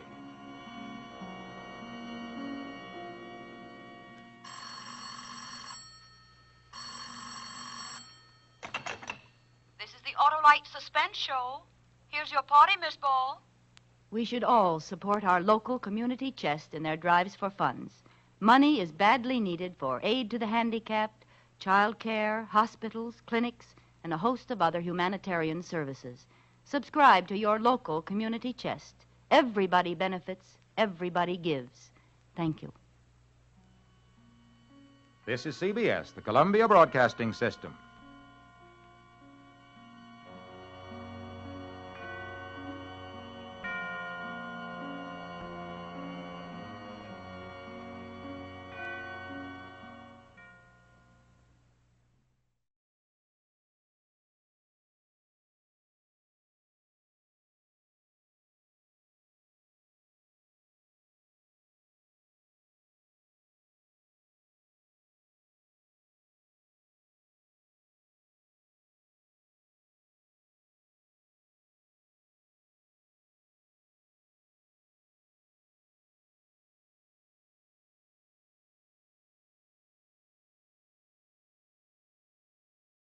In just a moment, Suspense with William Powell.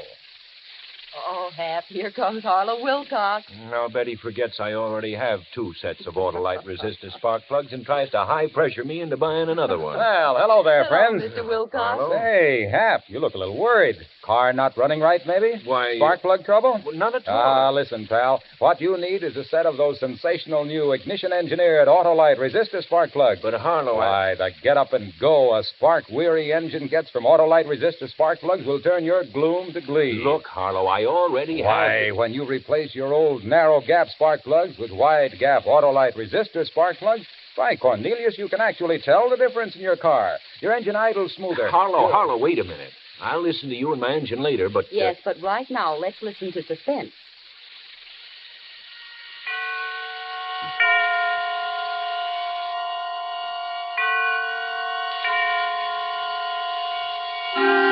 Suspense.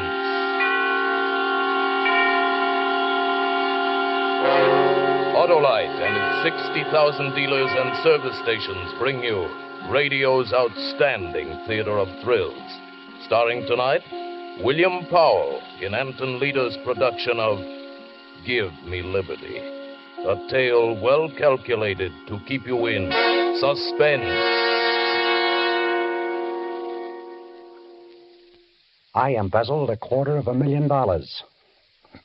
I want you to know that needed brains, planning, patience.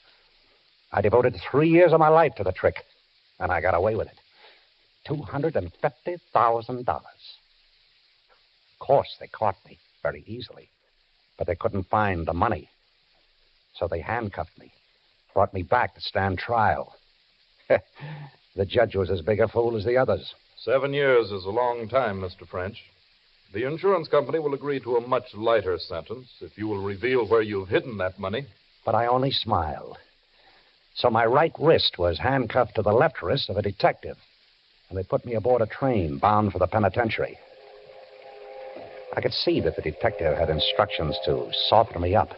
He was much, much too kind. You comfortable, Mr. French? You want a magazine? Anything? Well, I'd like to be able to lift my hand without raising yours into the air. Can't you guard me without being quite so attached to me? Sure, I guess we can work that out. I'll tell you what. You sit next to the window. I'll kind of box you in. And that way you can wear the cuffs all by yourself and nobody loses. Thank you. Let me get my keys. There. On for me, on to you. Wonder if I've made a good change. Feels clumsy. Oh, you get the hang of it in no time at all. The biggest trouble is when you read a paper. 5 inches of chain don't give you much room to turn a page. Well, then I'd better leave the newspaper for a less constricting occasion. I'll have 7 years for reading. 7 years. And $250,000. Say, how smart does a guy have to be to get his hooks on so much lettuce? Would you like some of it? Now, you kidding. Well, let's make a deal. You drop the key to those things on the floor. Then go have yourself a nice lunch. Sure. And when do I see Mr. French again? When I meet you to pay off. Uh-huh. I wouldn't be taking kind of a chance there, It was would a stupid conversation, and I was only making words. I looked out at the fields and brooks and houses rushing past. I wouldn't see these things for 7 years, not counting time off for good behavior. But then I'd be free again. And I'd have my $250,000. Not a bad salary, huh? I'd use my brains for myself this time. Suddenly... Everybody hold on! There's another train on the track!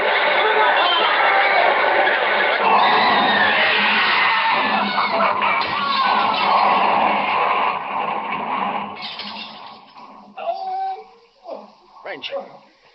You all right? Yes, I feel a cord. Gotta get out of here.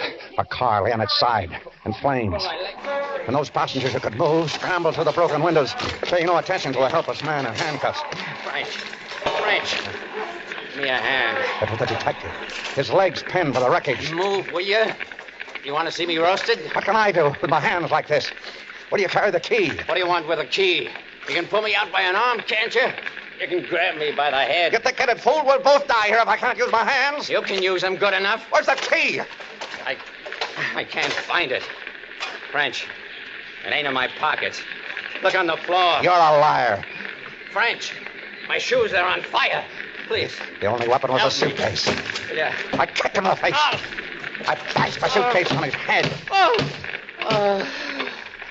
And he didn't have the key. I emptied his pockets down to the last crumb of tobacco. But the fire crept closer. He hadn't the key to the handcuffs. And I wanted it. Because this wouldn't be an escape. This would be a disappearance. Oh, what a chance. What a chance. I'd have my liberty. And I'd have my money. I threw away his pistol. I wouldn't need a gun. I used my head. I squeezed my college ring on his finger. I switched wallets. Is there anybody in that car? Pete, this way! Over here! There was a conductor out there. A crowd of passengers. I got to the opposite side of the car. No one. Not a soul. And there wasn't a splinter of glass left in the window. I slid down the side of the car, cleared the wheels, and struck the ground running. A few moments, a few hundred steps, and I was safe in the darkness. I was free. They'd think I was dead. And I had $250,000.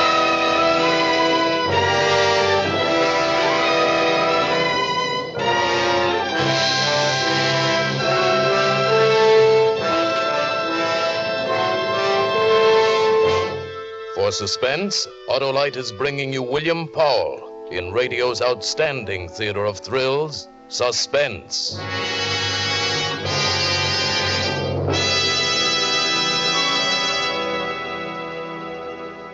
Hap, my friend, have you ever heard a conversation between two cars? Two cars?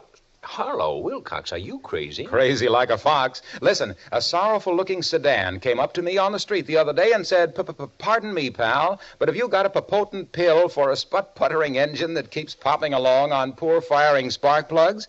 Well, this car had sure come to the right man, old ALRSP Wilcox. ALRSP? ALRSP for Autolite resistor spark plugs, of course. Oh. Well, before I could answer this fumbling four-door, up glides a cute coupe with a mellow murmur and says, "Say, chum, if you want to hum and hustle on the highway, if you want to idle smooth as a satin slipper, if you want better luck with lean gas mixtures, actually save gas, why, switch your narrow gap plugs for a set of those wonderful, sensational, wide gap Autolite resistor spark plugs.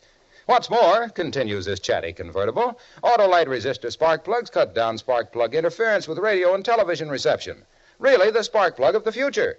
Why, I was talking to a delighted television set Wait yesterday. a minute, Harlow. Now you've got a car talking to a television set. By Cornelius Hap, television sets, cars, and everybody are talking about Autolite resistor spark plugs. And no wonder, because new Autolite resistor spark plugs have a 10,000 ohm resistor, ignition engineered right into the spark plug, and a wider spark gap setting that means smoother idling and gas dollars saved. Autolite resistor spark plugs fit any make and size of car, and don't forget, Autolite resistor spark plugs are backed by the reputation of Autolite and the over 400 automotive, marine, and aviation parts made by the Autolite people. Pipe that. Okay, but right now, let's pipe Suspense. And now, Autolite brings back to our Hollywood soundstage William Powell as Earl French in Give Me Liberty, a tale well calculated to keep you in suspense.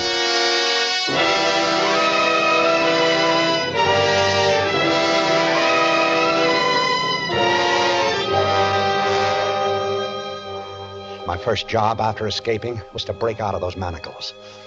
I sat in a wheat field, holding my hands overhead so the blood would run from my hands and wrists and leave them slim. It didn't work. I tried that until my shoulders were in agony, and it didn't work. I couldn't snap the chain. I twisted it. I pulled at it, tried to fling my hands apart, and it wouldn't break. I rubbed it against stones until my skin was torn and bleeding, and it wouldn't break. By this time it was morning, and I was pretty desperate. I found a match in my pocket.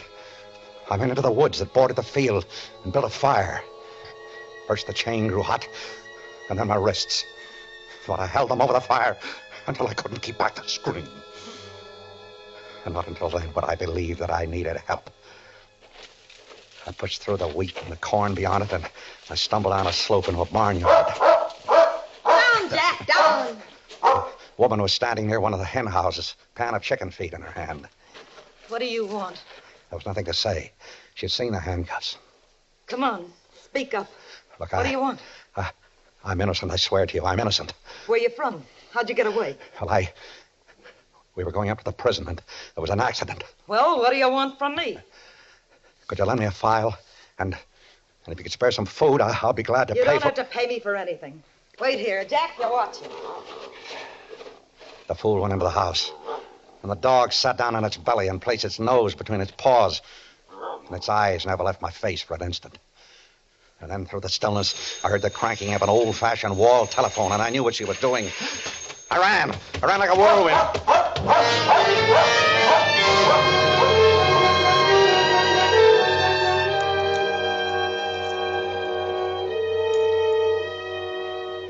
I couldn't get them off. I couldn't get the handcuffs off. I couldn't get anything to eat. I couldn't show myself. Do you know what it means to see food all about you and not be able to buy it? Don't tell me I could have eaten corn and fruit and roots.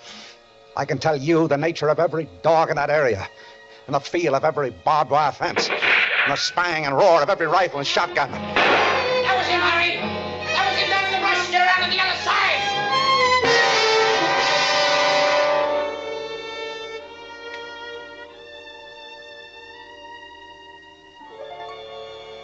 I crept into a village one night and forced up the window of a hardware store. I wanted a file, just a file. Do you know what they carry in hardware stores these days? Glassware, kitchen gadgets, garden tools, seeds, ovens, rat poisons, dressers. And then I moved behind a counter. A hardware store has to have files somewhere. And my foot struck a wire, stretched across the floor.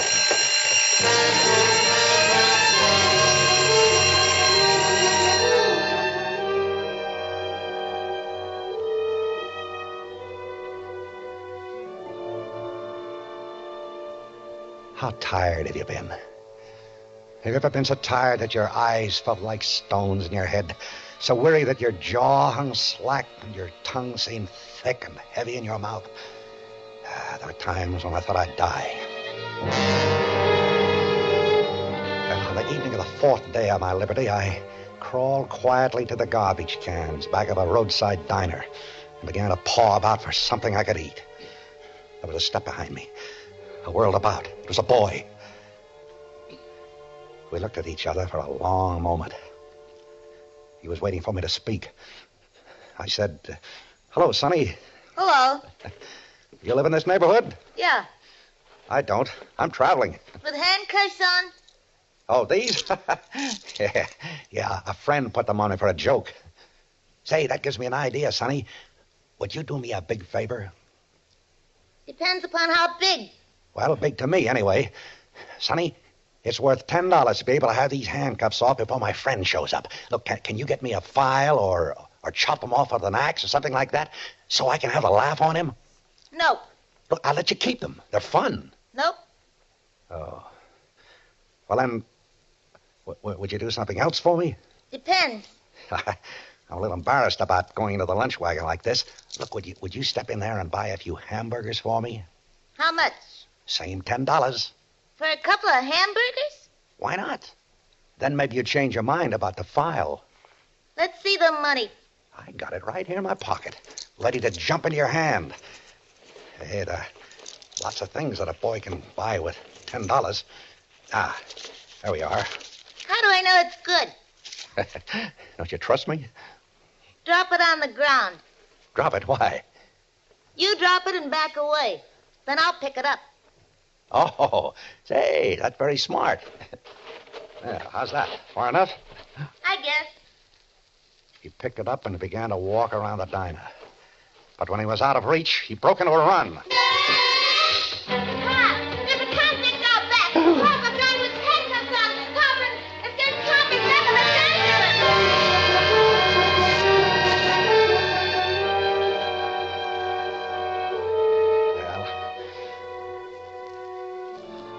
I got away. And I couldn't tear them off. I couldn't. I had $250,000 buried away, and it was worthless to me. Do you know what can be bought with $250,000? Why, a man's soul can be bought for less than $250,000. and I couldn't buy a 10-cent file. I spent that night in a nest of cast-off railway ties attached to a siding. When I opened my eyes in the morning, I had company. There was a hobo sitting on the top of my fortress-like bedroom. A very unusual-looking hobo in blue jeans and a navy coat. She was counting my money, smoothing each bill with loving care. She grinned when she saw I was awake. Good morning, chum. You sleep like an honest man. What's the matter, chum? Never speak till they bring your orange juice? Listen, I'm in trouble. I want you to help me. To get the bracelets off? Yeah. Oh, chum, wouldn't that be kind of silly? I might lose all this hard-earned dough. Look, there's more where that came from. A lot more. I'll make you rich. Yeah, I heard that one before. So long, chum. Listen to me. I got $250,000. Yeah, I get feelings like that, too. Come back, will you? It's true. Don't you read the papers? I'm Earl French. I never heard of you, and where would you get that much dough? Look, go into town and buy one of the newspapers of 6 days ago. That'll tell you. Tell me what? Don't people read anymore? Earl French, the embezzler. I stole $250,000. Uh-huh, and you're wearing those things so you won't pick your own pocket. Don't try to be clever.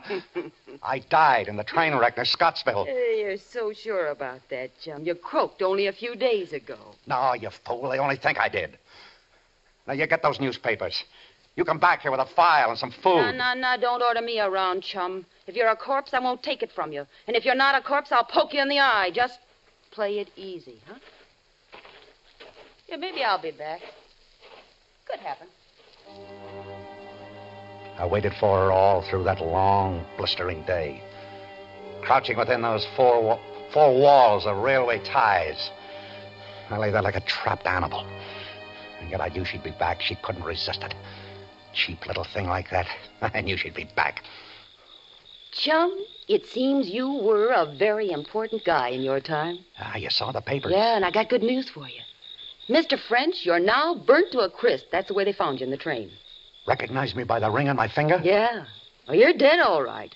You and $250,000. Well, we'll come to that later.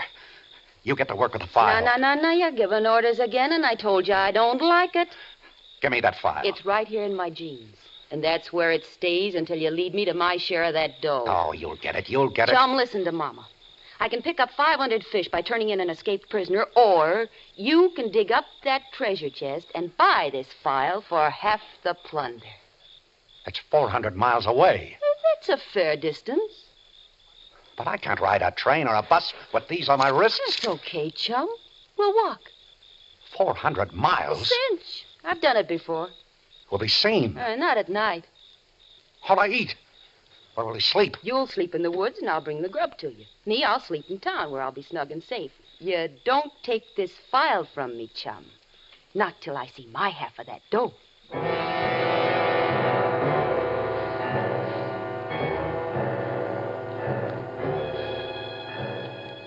And that's how it was. That same evening, we started a walk. At first, it wasn't so bad. It gave me time to think. And I knew I'd think of something. You know, there's kind of a sneaky look about you. What? You figure that in 400 miles, a lot of things can happen. Oh, no.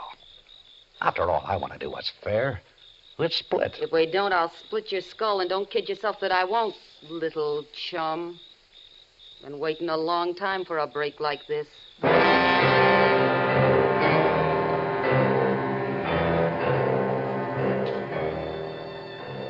We walked, with the handcuffs digging so deep into my flesh that I began to believe they were a part of me. Yeah, she brought me food, but she wouldn't come close enough to hand it to me. And every time I reached for anything, it was torture. My hands and wrists were a mass of misery. And as though her pet animal were on a leash, my friend always walked 6 paces behind me. She was too smart. And I realized that I had to get away from her. And soon. And the morning I decided to do it, she found me a shack to hole up in. I could hardly wait for her to leave and go back into town. Yeah, this shack looks good. I'll meet you back here tonight. All right. See you tonight.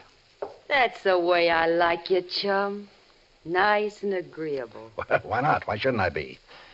See you tonight, as usual. Sure there isn't anything special you'd like me to bring you to eat? No, nothing special. Uh-huh. Say, chum, I think you better turn around.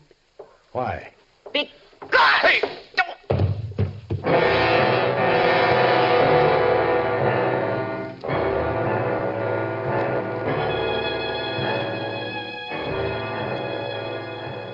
When I awoke, with a dull ache filling my head, I found myself neatly trussed up. I could move a little, but not enough to get free. Talk about female intuition. She had guessed that I was going to try to get away from her, and she beat me to it. But I didn't give up, though. She'd have to make one mistake. Well, the next night, we'd stop for a rest. Hey, French. Yeah? How can you be sure that dough is still there? It's safe. How do you know? What kind of a place do you hide it in? You'll see. Hey, don't you trust me? Of course. As much as you trust me. And it's time we stop playing this little game. Now get out that file. When I see the dough, little chum. Take them off, will you? How long do you think I'm... Shut up. You'll wake up the neighbors. On, move. No. I said move. No. That money's mine. And you'll never see it unless I want you to. And we'll go to it the way I say. Chum, you're making me mad. You get out that file and take these off. Go on, get it out. I can give orders, too. What do you think you are, an animal trainer? No, that's not a bad idea. Is it? But it happens that I'm not an animal. And it happens that... What's that for? You can't frighten me with a knife. I wouldn't try. You use that on me, and we both lose out. Whenever my old man used to beat one of us kids, he always said the same thing. He said, never use a switch thicker in your thumb. Breaks the skin, but no bones. A kid can go on working. A switch? Yeah, like this one. Nice and green and limber. That's all the knife is for. I wouldn't use a knife on a buddy. You won't use that either. Put it down. You know, this is something I wanted to do ever since I found you sleeping in those railroad ties. You gonna get up? No. This'll hurt. I'll kill you someday. I swear I'll kill you. I once had a husband like you. Brave enough outside, but once anybody put on the pressure... You talk too much. Go on, I'm calling your bluff. I'm sick of hearing you talk. All right. No. No. Get up. No. Come on.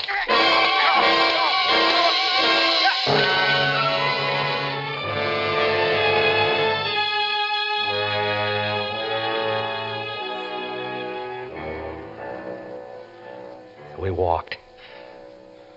God, how I hated her. And she...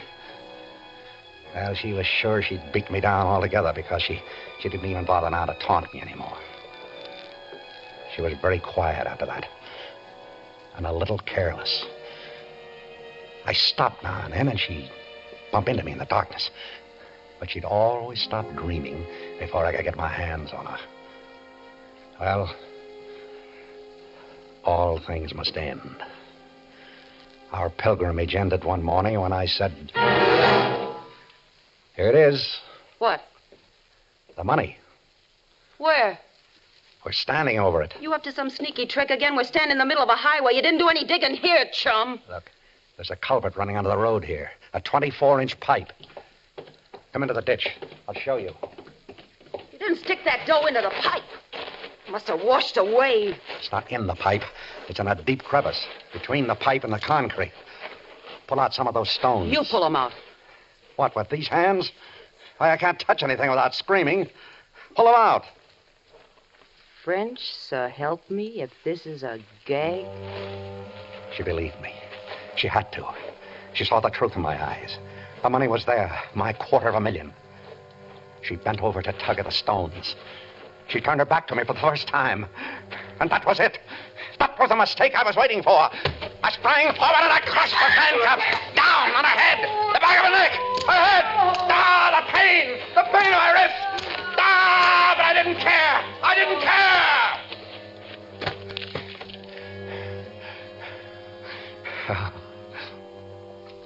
My hands. My hands. Covered with blood. Her blood. Mine. She was dead. But I couldn't move. My hands. My poor hands. I had to wait until the shock drained out of them. Finally, I reached into her pockets for the file. It isn't there. It must be in this one. No. No. No. No. No file. She hasn't got a file. She never had one. Ah, the cheat. The dirty little cheat. Come on. Come on, little children. Come on. Come on, you babies. 250,000 beautiful little babies. Come on. Oh. I can't get a hold on it. I need about a few inches. I can't. I can't. With these handcuffs on, I need one arm free. You handcuffs, you! I'll break this chain if I have to rip my hands off. I'll get that money. I must have the money. I want the money.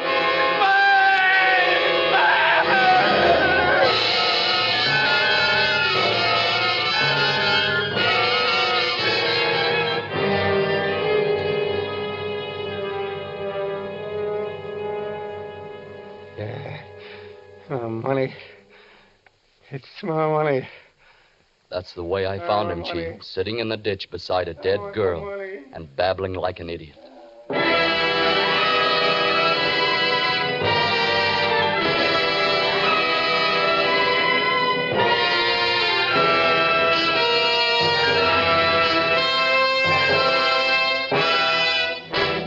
Thank you, William Paul, for a splendid performance. Mr. Paul returns in just a moment. Well, Hap, my friend, now that you... Harlow, I've been trying to tell you I already have 2 complete sets of Autolite resistor spark plugs. Congratulations. Everyone should have a complete set of Autolite resistor spark plugs. Those modern miracles of Autolite ignition engineers, those monuments to tireless Autolite research. So, friends, why not drive down to your nearest Autolite dealer tomorrow, early tomorrow, and get your car a set of Autolite resistor spark plugs. They're sensational. And not because I said so either, but because they really are. Autolite means spark plug. Ignition engineered resistor spark plug. Autolite means batteries. Stay full battery. Autolite means ignition system. The lifeline of your car.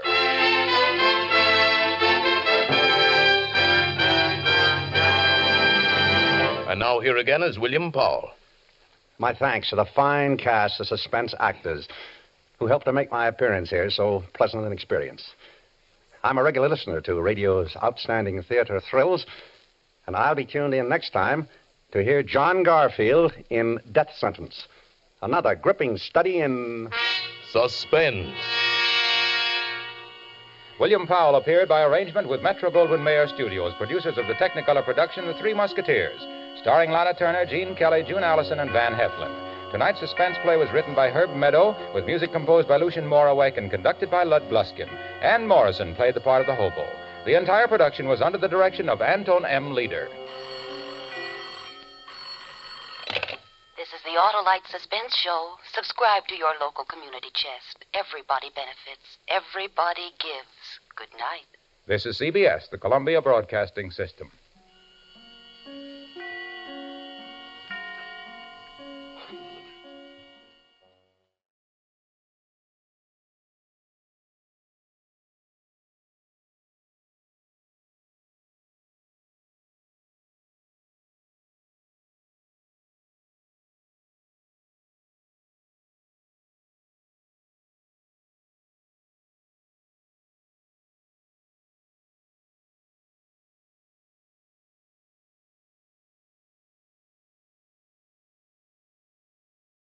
In just a moment, Autolite presents Suspense with John Garfield.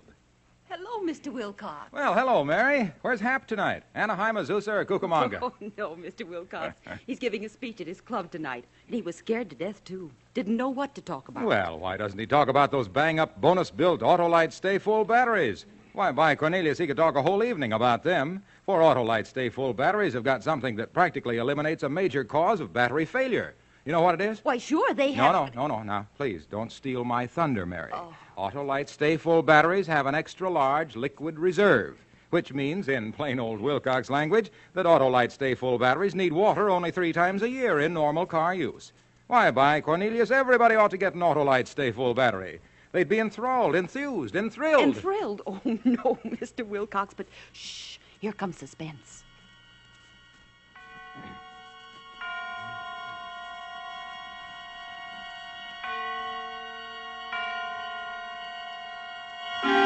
Suspense.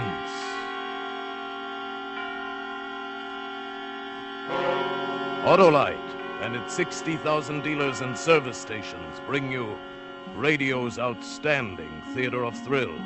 Starring tonight, Mr. John Garfield in Anton Leader's production of Death Sentence, a tale well calculated to keep you in suspense.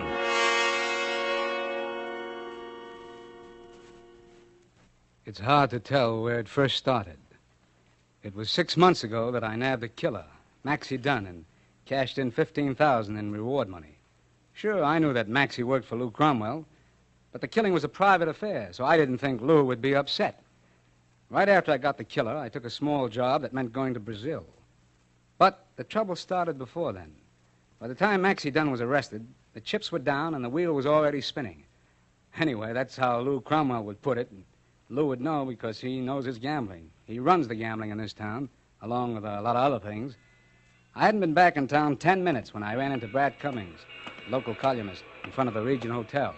Well, you're back in town. How are you, Tommy? Hello, Brad. How's the column? Oh, great.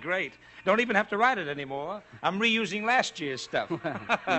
Say, Tommy, I'm just going to a cocktail party in the hotel. Come along. Whose party? Lou Cromwell's. Say, he'll be surprised to see me. Oh, you'll love it, Tommy. Come on. Okay, let's go to your party.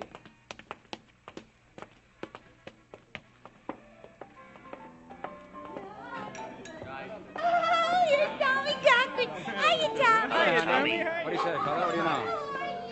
Well, it doesn't look like Lou's shown up yet. Well, what's he celebrating? Well, he hasn't said yet. Say, why'd you come back, Tommy? Why shouldn't I? It's a nice town. Sure, except when Lou Cromwell doesn't want it to be. Meaning? Oh, nothing much. I'm only a columnist, Tommy. And like I said, I'm using last year's news, so I'm still interested in Maxie Dunn. Oh, it's a dull story, Brad. The cops couldn't find Maxie, so the widow of the guy he killed hired me. I dug up a tip on Maxie's hideout and brought him in. There happened to be a $15,000 reward, so I had myself a custom-built vacation. I guess I was just born lucky. Lou may think you ought to die the same way. I can take care of myself. Besides, why should Lou worry about it one way or the other? Well, you have done some work for him. Well, sure. I'm a private investigator. I work for anybody who'll pay me as long as the job's on the level. And those I did for Lou were, too. You don't have to argue with me, Tommy. But I told you a year ago not to get mixed up with Lou. A man has to pick one side of the fence and stay there. He can't play on both sides. I don't know, Brad. I've done pretty well at it. Until now. But Maxie was Lou's right hand, so I don't think he liked it. So he didn't like it. In the meantime, I'll... Tommy! Oh, yeah. Oh, hello there, Muggsy. Tommy, Lou wants to see you. Lou? Well, how did he know... Okay, never mind. Where is he? Not here. He wants to see you across the street in his office. Oh, well... Let's go.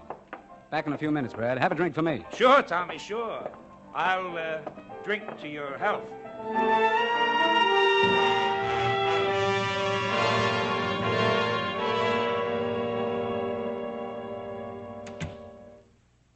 How are you, Lou? Hello, Tommy. Nice to have you back with us. Nice to be back, Lou.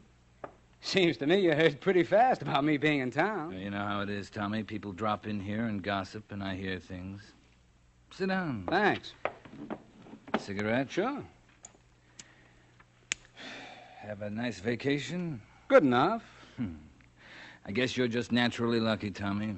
A long vacation and $15,000 to spend. Now me, I didn't get a vacation. I had to work pretty hard, and it cost plenty trying to save Maxie Dunn. And now it's very inconvenient finding someone to take his place. Well, if you're offering me the job, I'm not interested. I'm glad to see you haven't changed. But seriously, Tommy, you shouldn't have turned Maxie in. Oh, I'm sorry I inconvenienced you. No, it's not only that. You know how it is in this racket.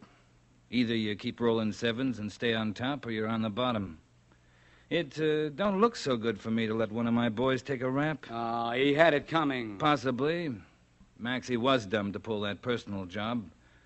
But if I let you come in and grab off my boys, somebody will start thinking that Lou Cromwell is slipping. Oh, I never thought of that, Lou. What's the pitch? And let's see. Maxie goes to the gas chamber in 7 days. That's just how long you have to live, Tommy. What?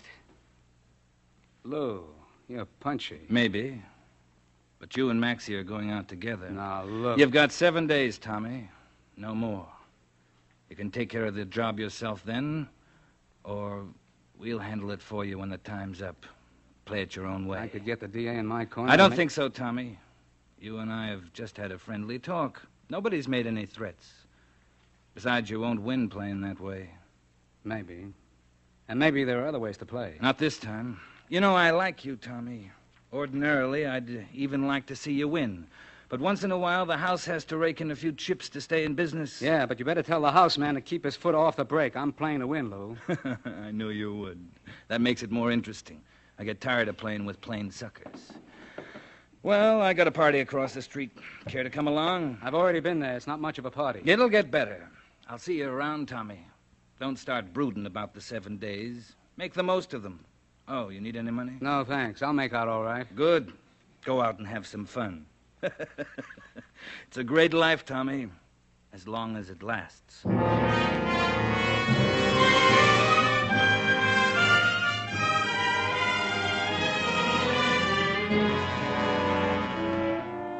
For Suspense, Autolite is bringing you Mr. John Garfield in radio's outstanding theater of thrills, Suspense.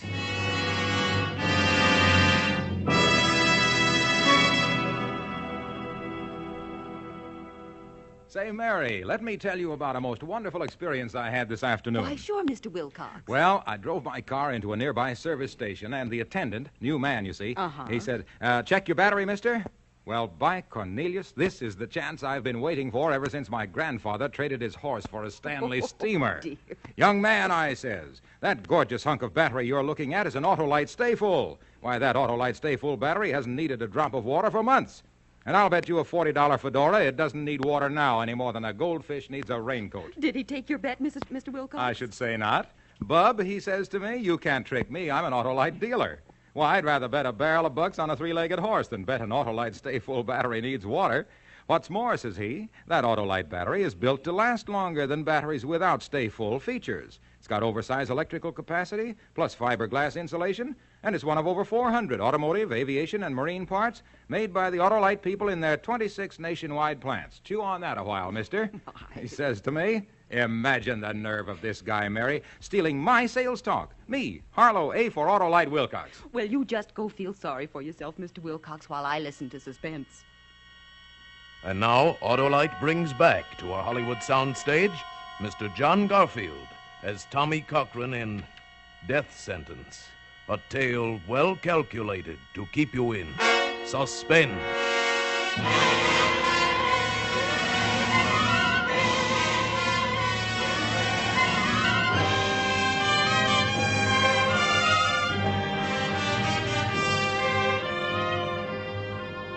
7 more days to live. I wouldn't admit it to Lou, maybe not even to myself, but it was almost that simple. Sure, I could go to the police, but I didn't have any proof that Lou was out to kill me. And I knew that sooner or later, no matter where I went, one of Lou's boys would catch up with me. As I rode down in the elevator, I kept remembering one of Lou's gang who turned state's evidence once and got off with 3 years. 10 days after the guy checked into the big house, he was knifed to death in the prison yard. And they never found out who did it. That's the way Lou operated. Patient, deadly. Well, there wasn't any point of making plans with a guy like that. I'd pretend to follow his advice about having a good time. All I could do was keep on my toes and watch for an opening. Main floor, sir. This is as far as we go. Hmm? Oh, thanks. It's about as far as I go, too. I didn't know just where I was going for the first stop. But sometimes it's better if you just play it off the cuff. I guess I was still thinking of the next spin of the wheel as I walked out of the building. I didn't even notice the taxi standing at the curb or the... Hey, why don't you look where you're going? I'm sorry. I hope I didn't hurt your traveling case. No, but I thought you were going to stumble right off the curb. I guess I was thinking... Say... What? You're beautiful. Well... I hope you'll live forever. Thanks, I'll try to.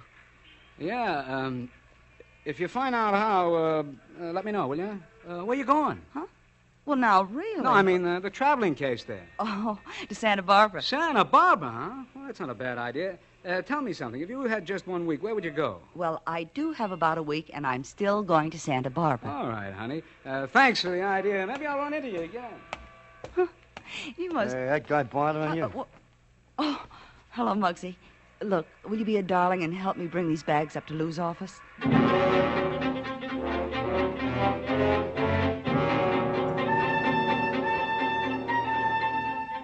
I threw a few things into a bag and headed for Santa Barbara. Seemed like a good place to wait for that opening. Lou would never think of me going to a pleasure resort so near. Anyway, 3 hours after I left Lou's office, I was on a plane bound for Frisco. That's right, San Francisco. When I got there, I rode around for an hour and a half in 3 different taxis, then caught another plane out for Salt Lake. From there, I swung back to Santa Barbara, checked in at the Swank Ocean Club Hotel. I was pretty sure I'd shaken anybody who may have been watching me. I could count on maybe 2 days before Lou's boys caught up with me, and by that time, I might have a plan. I wandered around on the beach a while, keeping my eyes open for the other reason I had picked Santa Barbara, and then, when I went inside, I saw her, sitting there at the bar. It was the same girl, and she was alone. Well, I beg your Hello there. Oh, it's you. So you did come to Santa Barbara. Well, you told me, remember? I only suggested that... Yeah, I know, I'm kidding. Mind if I join you? Please do. I'm Tommy Cochran. Tommy Oh, hello, Tommy. My name's Helen Ludlow. Helen, huh? Maybe it's silly, but I was feeling like a kid in the wrong schoolhouse. Until I saw you sitting there. I know that sounds like the usual... No, I know what you mean. In fact, I felt the same way. Good. So now we're both happy. I guess we are. Are you here on vacation? Not exactly. I retired yesterday. What about you? I guess I retired, too, in a way. I've seen you somewhere, Helen, but I just can't remember. Probably in a show. I'm a dancer. Sure, that's it. On Top of the Roof last fall. Bad guess. That was my kid sister. She had a second lead in it. I'm strictly chorus. Strictly chorus? Well, you need a new manager. How about having dinner with me tonight and we'll talk about your career? Well, I don't know if All right. Good. It's a date. Look, Tommy, we met each other entirely by accident, but suddenly we're friends. I mean, really friends. At least, I feel that way. Yeah, I know what you mean. Go on, Helen. But we don't know anything about each other, and that's the way it's got to be. I won't ask any questions, Tommy, and I can't answer any. If we keep it like that, then maybe everything will be all right. Okay, it's a deal. I don't even know why I feel this way. Tell me if you find out. After all, I'm not a kid 16 years old. It just doesn't make sense. Yeah. Well, I've known a couple of girls myself. What are you doing this afternoon, Tommy? Would you like to go horseback riding? Horse? Why, sure, why not? I've never been on a horse, though, but you can always pick me up. Then it's a date. Sure. How would you like a drink first? That's a wonderful idea. A drink to the present. No past, no future.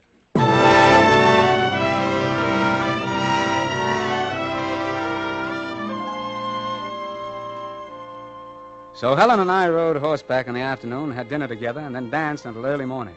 It was great, except that it's hard to be with a girl like that and not talk about the future. I wanted her in my future, only I didn't have any. Maybe she sensed it. I hadn't seen any of Lou's boys. I kept looking around trying to spot them, thinking maybe the guy next to me might even be the one. I kept trying to forget them, and it wasn't too hard with Helen around. She was someone I'd been looking for all my life. And now maybe I'd found her too late. Every minute had to count. and I was still waiting for an opening.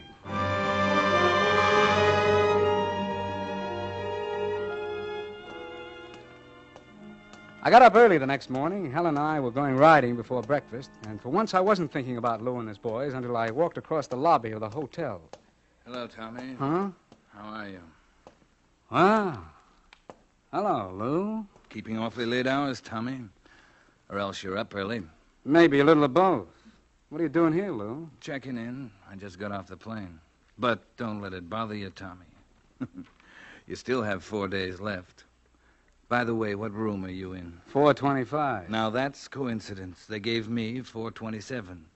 You can knock on the wall whenever you get lonesome. I won't get that lonesome, Lou. Well, you never know. Anyway, let's not talk shop. Why not enjoy ourselves? While we can. All right, why not? They tell me it's fatal to worry.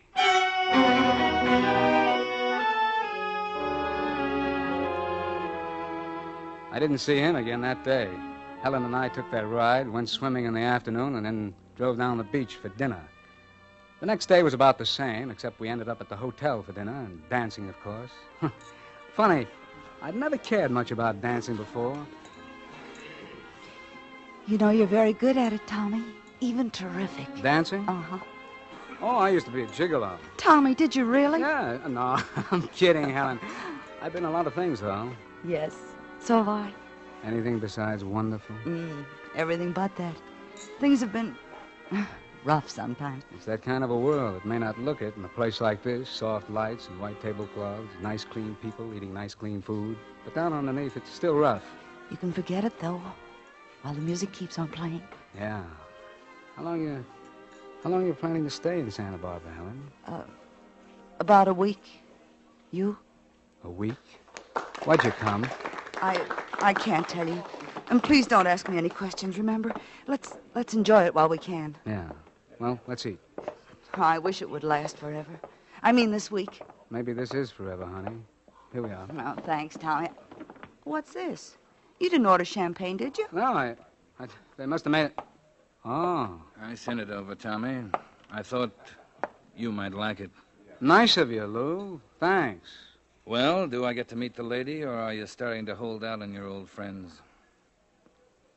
Helen, this is Luke Cromwell, Miss Ludlow. How do you do? You two make a lovely couple. You both seem to be having a lot of fun out there on the dance floor. That's right, we were. I'm glad to hear it. Have all the fun you can while you're here.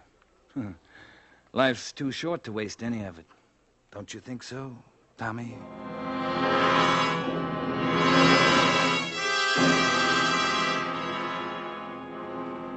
Well, 3 more days went by. I was still on my toes, but nothing had opened. I was like a fighter whose opponent wouldn't come out of his corner. I spent every minute with Helen. We weren't kidding ourselves any longer. We knew this was the biggest thing that ever happened to us. We'd both been kicked around a lot and made mistakes and played the game on a bluff, trying to get things we thought we wanted. And now we knew we had what we wanted. Only I knew how long it would keep. And there were times when I thought Helen guessed it. Maybe it was because she didn't ask any questions, as though she already knew the answers. Finally, it was nearly noon of my 6th day. I had a date for an early lunch with Helen, so I walked down the hall to her suite. I guess I was about 10 feet away when her door opened. All right, honey. And we'll leave it that way. Just see that you deliver in 2 days. Thanks, though. I'll try to. Tommy. You haven't changed rooms, have you, Lou? Tommy, it's all right.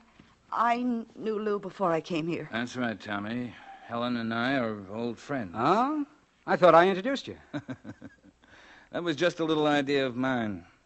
I've got to run along now, Helen, unless Tommy has something he'd like to talk over. No, Lou, just run along real fast. Take it easy, Tommy. It may not make you live longer, but you'll be happier. See you around. Would you like to come in, Tommy? Thanks. All right, let's have it.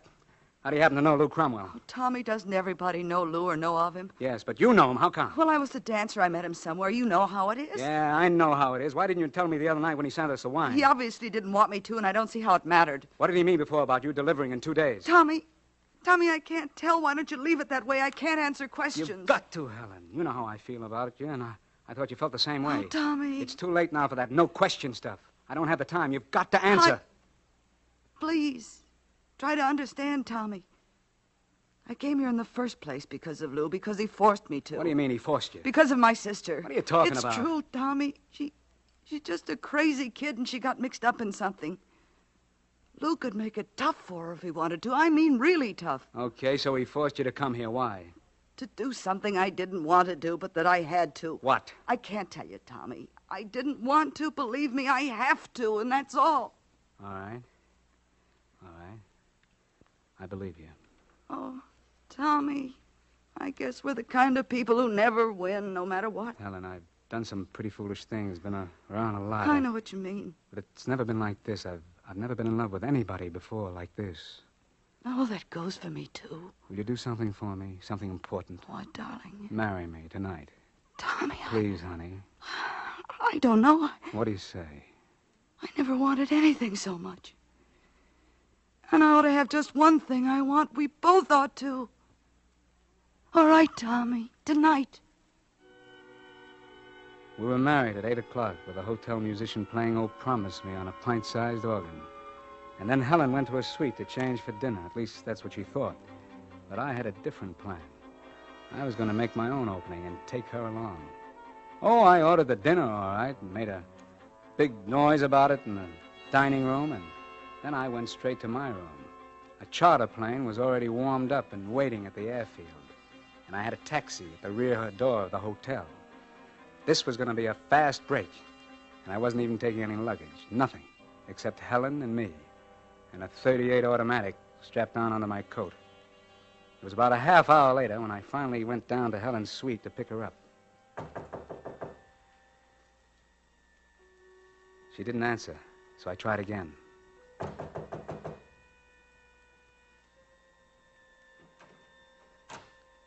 The door was unlocked.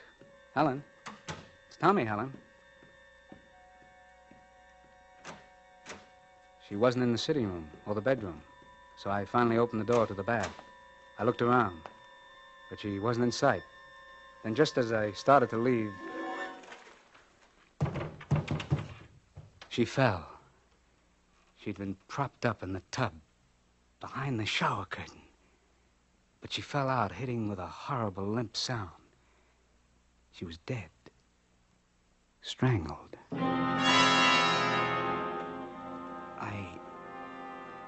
I stepped out and pulled the bathroom door shut, using my handkerchief to wipe off the knob without even thinking. I didn't feel anything, except maybe a numbness that still hurt. Lou had seen how I felt about her, so he'd done this, or had it done. I tried to brush the fog out of my eyes and think, but not about her lying in there, or what might have been. No, I wasn't even thinking about my 7 days. I had something else on my mind. Finally, I stepped out into the hall and started for Lou Cromwell's room. But I had only gone a few steps when I heard two guys coming, and they sounded like cops. I stepped into the hall linen closet and pulled the door shut. Some guy calls up and says this dame was just been killed, and we'd find the killer still there. I don't know. I got it then. Lou had not only killed Helen, he'd called the police and said I did it. It didn't take long to reach his room. Oh, it's you, Tommy. I thought it was one of the boys. No, it's me, Lou. I'm a little surprised at this visit, Tommy. Where's your new bride? Why'd you do it, Lou? Oh, you've already been there then. I thought you'd stick around longer after you found things. So the cops would get there? Well, something like that, maybe. You didn't have to do it that way, Lou. Not to her. Why'd you do it? You mean you don't know? You should have gone back to that party with me last week. Why? Because then you'd have found out about my surprise, Tommy. I made the announcement that I was going to marry Helen Ludlow at the end of the week. So that's what you were forcing her to do. Oh, let's just say that I proposed and conditions were such that she accepted. When I got here, she wanted a couple of more days, and I gave it to her. But today, she double-crossed me and married you. 2 double crosses. You can see the position that put me in, Tommy. It's bad for business. Tell me, Lou, did she know about me? You know what I mean? Yeah, she knew. I guess she thought the two of you could break the bank. Sure, so Lou, you had to do it. But you made some mistakes. You made one... What's the gun for? Oh, I just feel more comfortable holding it this way, Tommy. Don't let it bother you, though. Go on. What were my mistakes? One of them was not thinking I'd come here to your room and find you alone. But the big one was when you killed Helen. You shouldn't have done that. Well, now, Tommy, don't let it get you down. Maybe I can fix it. It's too late now. We've all had our last chance. The way you'd put it, the bets are all down. And the wheel's starting to slow up. Well. Maybe you can tell me what number it's stopping on, Tommy. Sure, Lou. The house takes everything. What? It's already stopped on 00.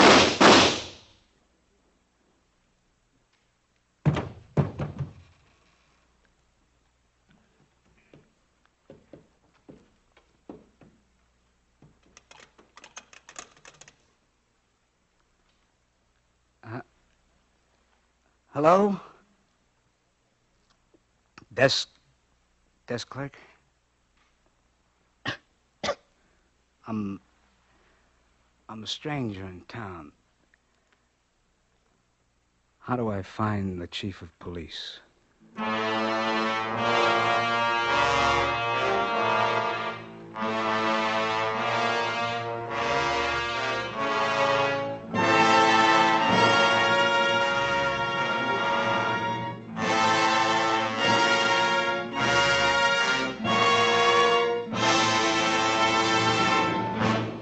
Thank you, John Garfield, for a splendid performance. Mr. Garfield will return in just a moment. Mr. Wilcox, you look all out of breath. Did suspense get you? Me? Out of breath? Why, I only need 3 breaths a year in normal Wilcox use. What? I mean, Autolite Stay Full batteries need water only 3 times a year in normal car use. My, I'm glad you got that straightened out. Well, friends, here's something I'm really straightened out about. If you mean to make the most of your next battery buy, if you want to practically banish one cause of battery failure, then hie yourself down to your nearest Autolite dealer bright and early tomorrow morning and get your car a brand new Autolite Stay Full battery. Why, your friendly Autolite dealer will be downright delighted to put a wonderful, dependable Autolite Stay Full battery in your car. Don't delay. Get your ding-dong daisy of an Autolite Stay Full battery right away. And friends, remember, Autolite means batteries. Stay full batteries. Autolite means spark plugs. Ignition engineered spark plugs. Autolite means ignition system. The lifeline of your car.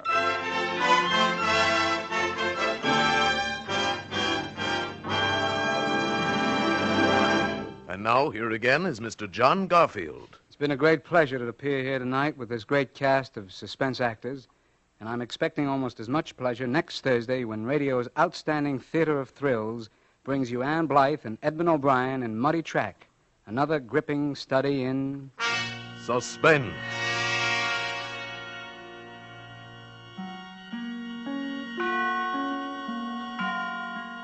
John Garfield will soon be seen starred in the Roberts production Force of Evil, presented by Enterprise Studios and released through Metro-Goldwyn-Mayer. Tonight's suspense play was written by Lou Lusty and Les Crutchfield, with music composed by Lucien Moraweck and conducted by Lud Gluskin. The entire production was under the direction of Anton M. Leader. In the coming weeks, Suspense will present such stars as Rosalind Russell, Agnes Moorehead, and Ronald Coleman. Make it a point to listen each Thursday to Suspense, radio's outstanding theater of thrills. And next Thursday, same time, hear Edmund O'Brien and Ann Blythe in Muddy Track.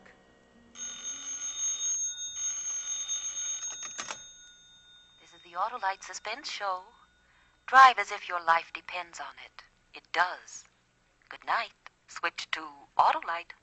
This is CBS, where 99 million people gather every week, the Columbia Broadcasting System.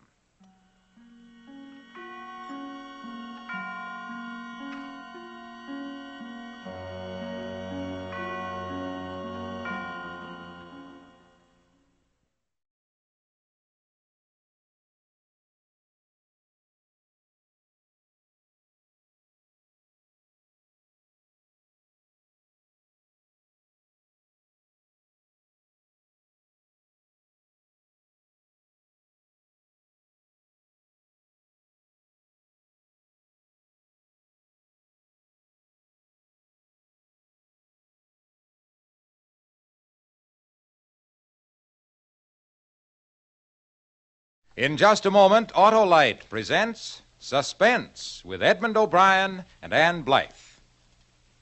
Say, Harlow. Hello, Hap. Let me see now.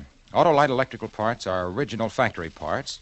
When your car's electrical system needs attention, place safe. Get Autolite original factory parts, the choice of car manufacturers. Harlow. Gosh, I wish I could get a super simple slogan to sell all owners of Autolite-equipped cars on how important it is to replace worn parts on their generator, starting motor, or distributor, or for that matter, their complete coil and voltage regulator with Autolite original factory parts. Mm-hmm. You see, Hap, me hearty, here's the point. Whenever your car needs attention, whenever you need replacement parts, the smartest, safest thing you can do is drive down to your nearest Autolite service station or the dealer who sells your make of car and ask for Autolite original parts and service. Well, naturally, Harlow. Let's hear some more about it later. Here's Suspense.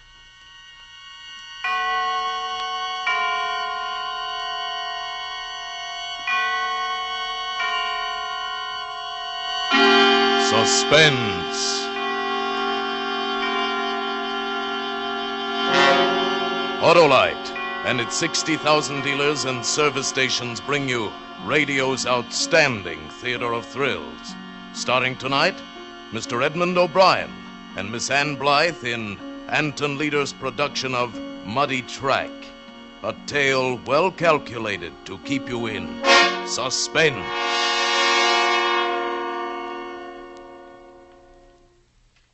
They say to me, "Don't be bitter, Harry." Well, I'm not bitter. They say, "Forget it, Harry." That I can't do. I'll never be able to forget it, or her. How did it happen? Well, like practically every important thing that ever happens to anybody, it just happened. I was in the bar, see? Got a match? I said got a match. Who, me? What's the matter? Girl shy or just match shy? I thought you were talking to the bartender. Here you are.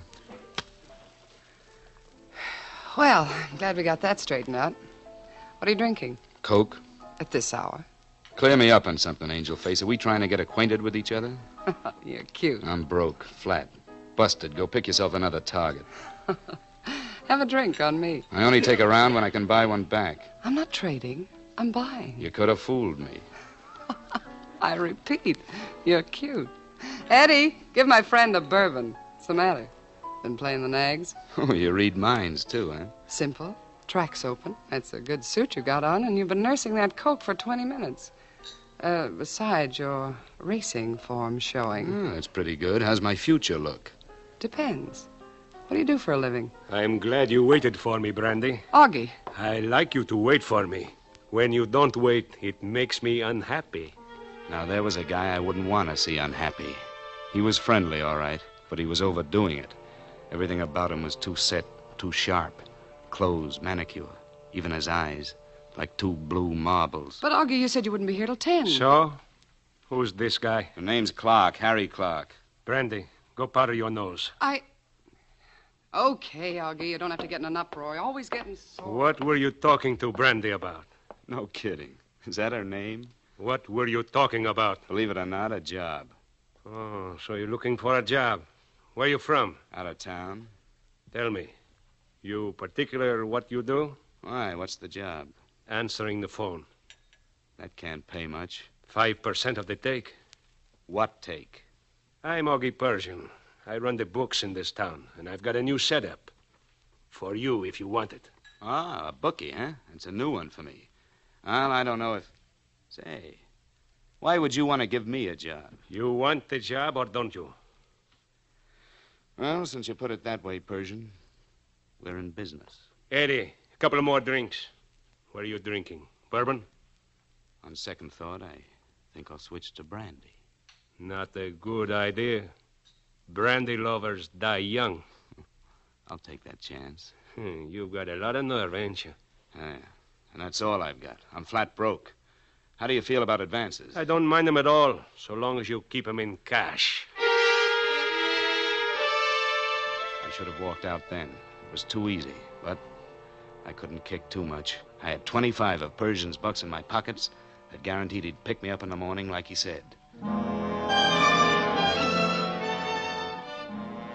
was punctual. At 10:30 a.m. sharp, a big black sedan pulled up in front of my rooming house.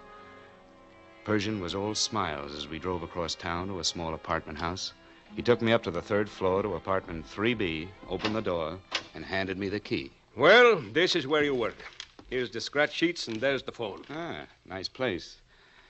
By the way, who's Eleanor Grayson? Why? Well, that's the name over the bell. Oh, she lives in this apartment. She know you're using the place? You just answered the phone. Yeah, but suppose she came in. Look, you get here at 11 and pull out at 4. She'll never see you. That's the way I want it all the time, understand? But how do She I... thinks Brandy uses the apartment. Does she? You're too nosy, and you talk too much. Is that advice? Yeah, let's call it that. The boys have passed the word around about the new phone. You ought to be getting action pretty quick. Write up all the bets you take. I'll call you up from time to time with results. So long. It was one of those small apartments with a pull-down bed, but it was kind of nice.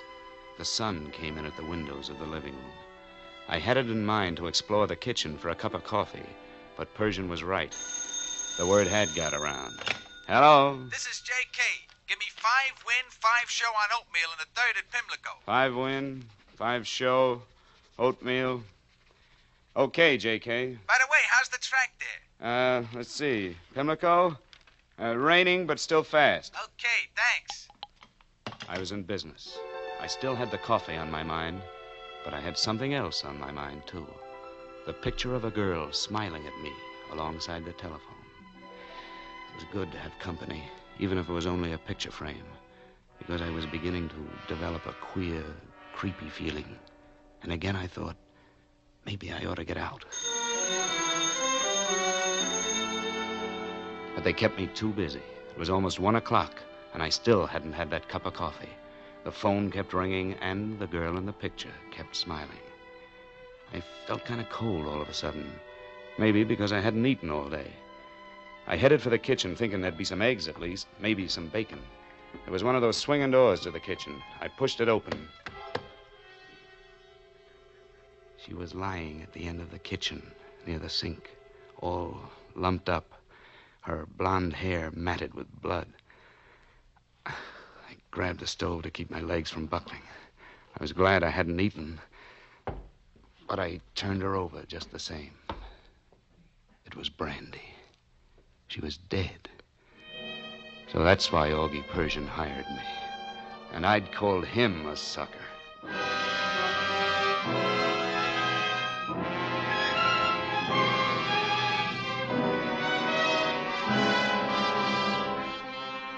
For Suspense, Autolite is bringing you Edmund O'Brien and Ann Blythe in radio's outstanding theater of thrills, Suspense.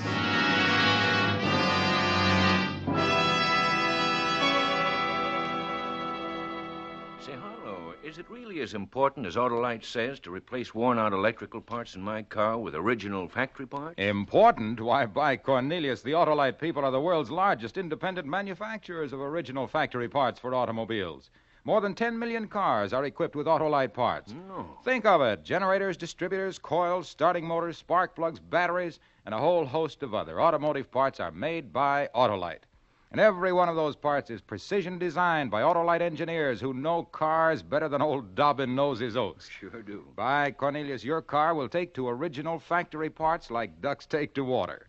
And listen to this, Hap. That Autolite service. Authorized factory service, too? Yes, authorized factory service, too, Hap. Why, those skilled Autolite servicemen are factory trained to pamper, pet, putter, and pry till they get pinpoint perfection from every electrical unit in your car. Let me tell you, that combination of Autolite original factory parts plus Autolite authorized factory service is unbeatable, unmatchable, unexcellable. Tut, Harlow, it's time to become suspenseful. And now, Autolite brings back to a Hollywood soundstage Mr. Edmund O'Brien as Harry and Miss Ann Blythe as Eleanor in Muddy Track, a tale well calculated to keep you in suspense.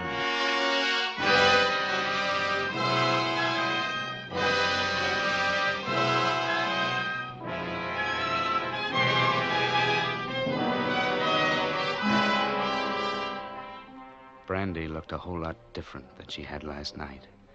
Her mascara had mixed with tears, and her face was bruised. Somebody had given her the backhand treatment.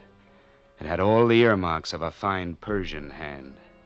But the thing that had put her out of circulation was a blow on the back of her head. So Augie Persian had fitted me out for a murder rap. That's why he was so anxious to hire a guy he didn't know anything about. The doorbell. What could that be? I looked around. I was 3 floors up, no fire escape, no back door. All I could do was hope they'd go away. Too late. Oh, I didn't think anybody was here. What do you want? Well, this is the day I clean up and change the Not now. You can let it go until tomorrow. But I don't usually come here tomorrow. I said let it go. Hi, who are you? Never mind. Here's a dollar for your trouble. Well, thank you, but I don't think I should take it. Make it next week. I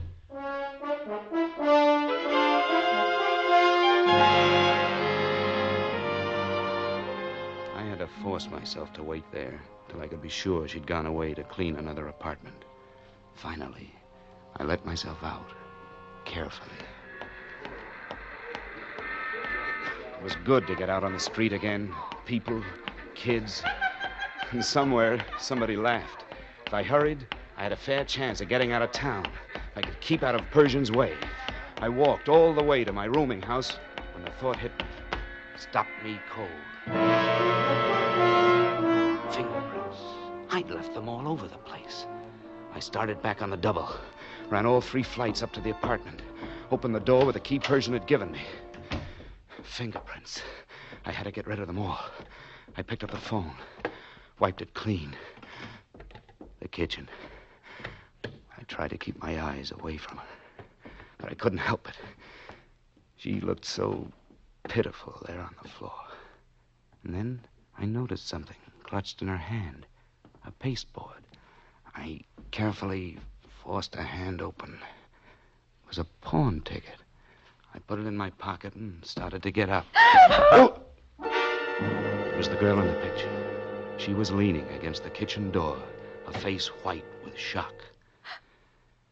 Is she dead? Yes.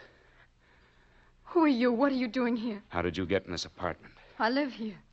Oh, and you're Eleanor Grayson. Yes, who are you? I'll ask the questions. Come on, I'm a detective. Let's get out of here. I herded her out of the apartment. She thought I was taking her down to the station, but I steered her into a chop suey joint. I ordered some tea for her. She looked like she was going to faint. She drank it. Feel better? Oh, yes.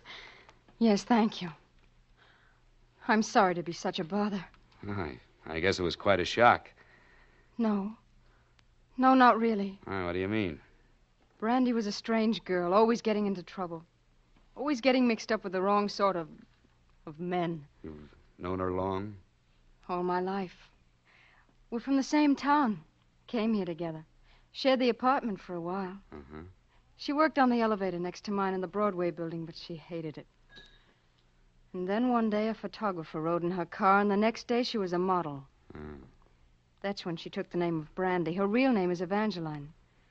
She had the face of a Madonna, but... I know. I met her. Looked like uptown, talked like downtown. That must be... Yeah. Now, take it easy. Take it easy. Now, tell me, what was she doing in your apartment today? She paid half the rent.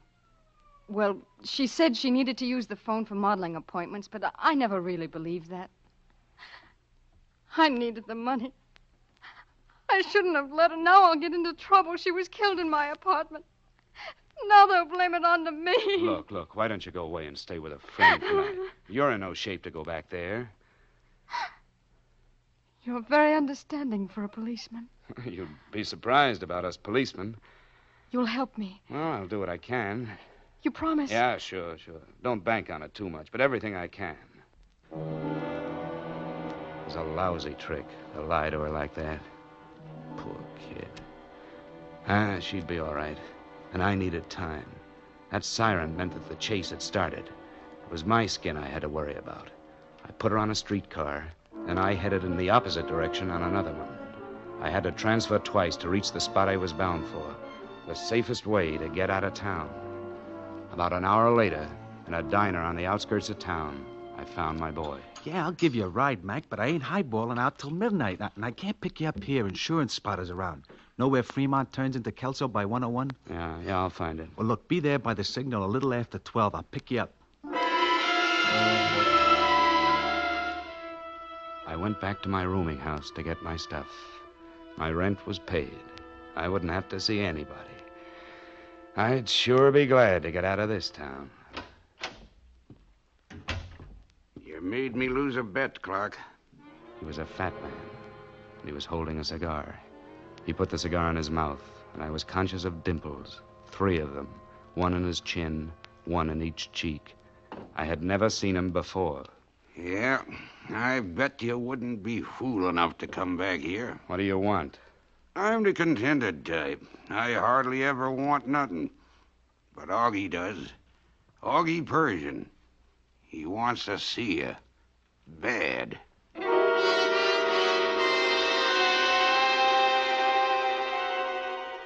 I didn't say anything.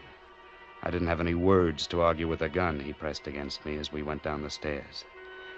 There was a car about halfway down the block, a big black sedan. I knew that once I got into that car, the chances were I wouldn't climb out again. So I made it run for it. Ducked into an alley. Don't be a sucker, Clark. I hid behind a bulge of a chimney. As he came around, I let him have it. Oh, right in the stomach.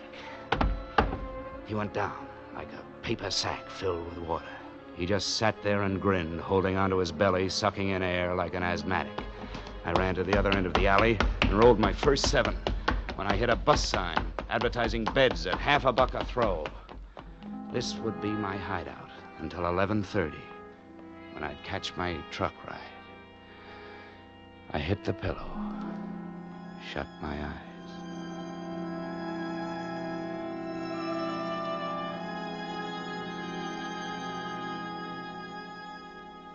When I woke up, the sun was coming through the dirty windows.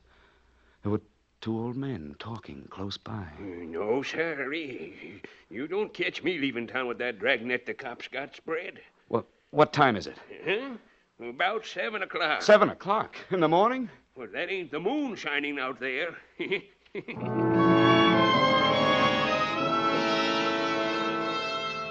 I'd lost my chance to get out of town. But what was worse, dragnet, he said. I had to find out. I dashed out onto the street to buy a paper, and then I discovered it. I was clean.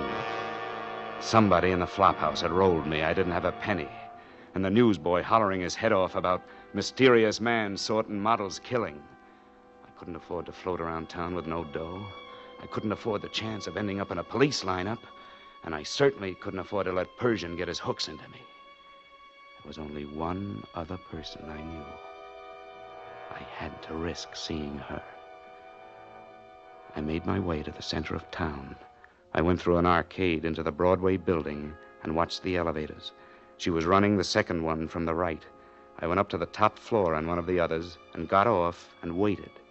When her car registered near the top and nobody was in the hall, I pressed the button to signal.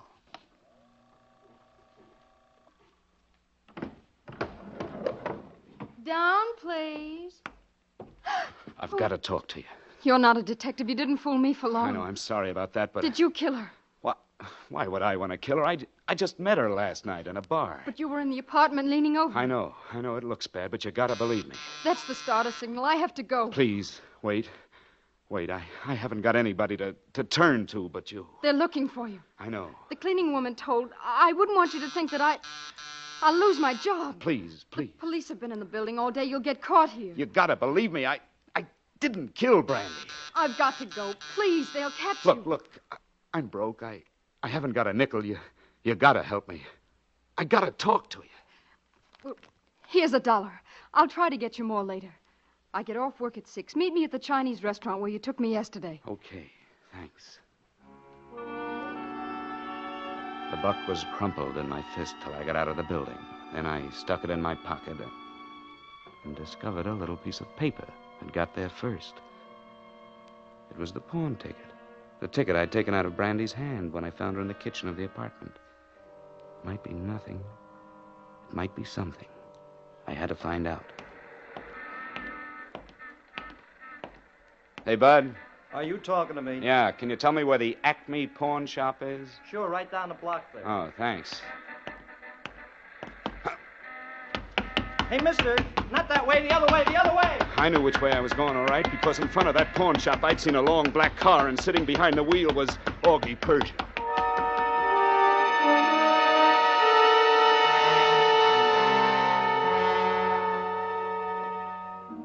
I spent the next 2 hours in a movie, but I don't know what the picture was about. That pawn ticket kept bothering me. And Eleanor, was she really on my side? Could I depend on her? I decided to go to the Chinese restaurant, all right, but I wouldn't go in. I'd wait a few doors down the street. If she was on the level, she'd come alone.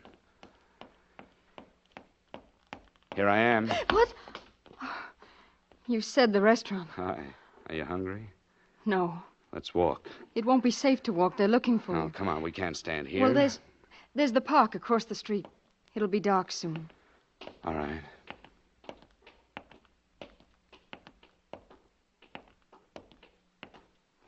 You look tired. I am. I'm dead. Here's a bench. Why don't we sit down? Okay. No, maybe it isn't such a good idea. Why not? Well, parks are full of cops snooping around. Maybe we'd better go, huh? No, let's stay. Here, sit down. Oh, it's nice here. Yeah. Quiet. No elevators, no noise, no people. Poor kid. I forgot. Isn't easy for you either, is it? I'm worried about you. What are you going to do? I don't know. If I only had something to go on. Wait a minute. There is something. I almost forgot it. What? The pawn ticket. Pawn ticket? Yeah, I found it in Brandy's hand. Let me see it. I got it right here. Kiss me. Huh? There's a policeman. He's coming this way. Hurry up and kiss me. I held her in a clinch until the cop's footsteps disappeared past us. Every nerve tight as a stretched tendon. And then, suddenly, the tightness was gone. And there was something else in its place. It had started out as just a prop kiss. Just a guy and a gal on a park bench. But that wasn't what it turned into. Eleanor? Oh, Harry. I didn't notice it before. You're beautiful. Oh, Harry. All day I've been running and running. Just now, 30 seconds ago, I started to slow up. I know. There isn't much time, Harry. Please let me see the pawn ticket. Sure, honey. Got it right here. What's the matter? That car down there. Where? Big black sedan. Look. See? Just stopped without lights. Persian's car. Persian? Yeah, but how did he know where I was? Harry, give me the pawn ticket. We got to get away from here, Eleanor. Come on. No, wait. Come on, don't be silly. Come on, hurry. Stop! What are you doing with that gun? Never mind. Just hand over the pawn ticket. Why are you so anxious to have it? What's this all about? Don't ask questions. Just give me the ticket. All right, Eleanor. Put down the gun. Go ahead. I'll give it to you. No tricks now. Oh, of course not. No tricks. Oh!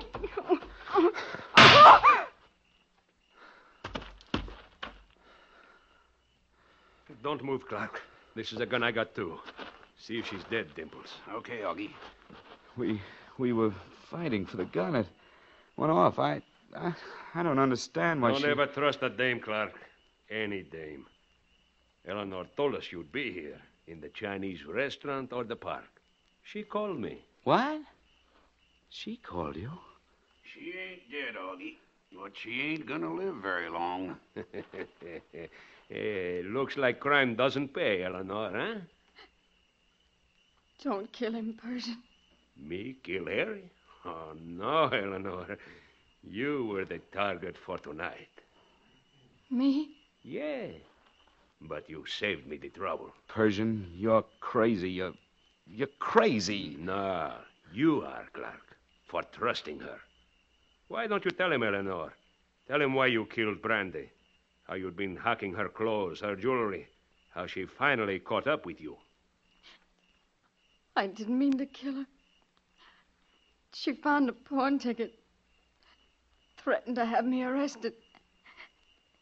She slapped me and we had a fight. She fell and hit her head on the sink. I didn't know what to do. Ran away. And just then a perfect fall guy turned up. Friend Harry here.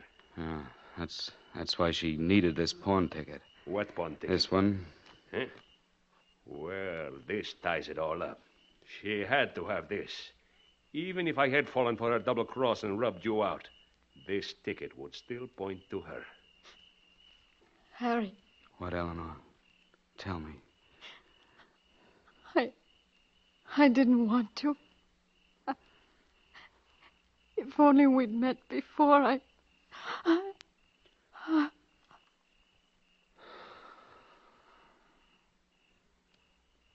Well, that apartment is now available for new tenants. We better beat it, Augie. Hey, yeah. Come on, Harry. You know, I tried to catch up to you all day to give you protection. Oh, shut up. Yeah, I know, kid. I know. I had a girl, too. Leave me alone. Now, look, kid. Leave me alone. I said shut up. Shut up.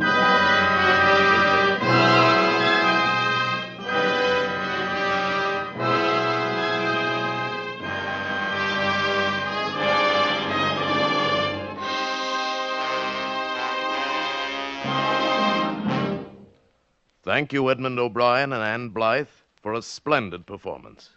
Mr. O'Brien and Miss Blythe will be back in just a moment.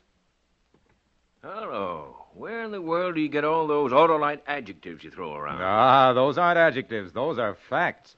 And the fact is, I, old Harlow, A for Autolite Wilcox, would give a mountain of money for a meaty, memorable motto to remind America's millions of owners of Autolite-equipped cars to accept no substitute for Autolite parts. For there is no substitute for Autolite parts. So, friends, if you want really reliable electrical parts and service, drive down to your nearest Autolite service station or the dealer who sells your make of car and ask for Autolite original factory parts and service. Tell him I sent you and you'll be taken care of extra pronto. Harlow, listen. Autolite? You will find Autolite service stations listed in your classified telephone directory under Automotive Electrical Equipment. And remember, your Autolite electrical system is the lifeline of your car. Right, friends. And here's something else to remember. Autolite means spark plugs. Ignition engineered spark plugs. Autolite means batteries. Stay full batteries. Autolite means ignition systems. The lifeline of your car.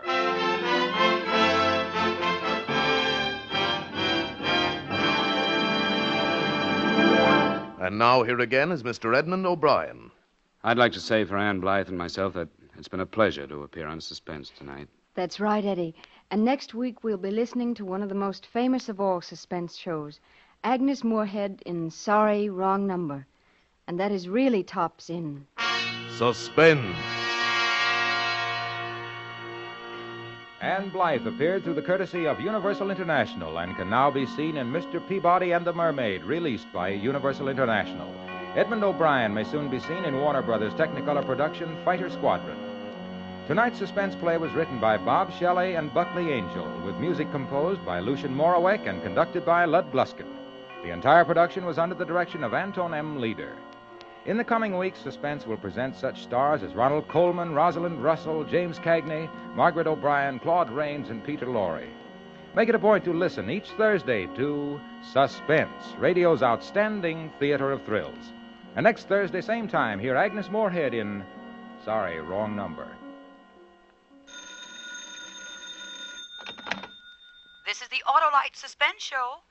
On this Armistice Day, Autolite is proud to join all America in a salute to the United States Marine Corps on its 173rd anniversary. Good night. Switch to Autolite. This is CBS, the Columbia Broadcasting System.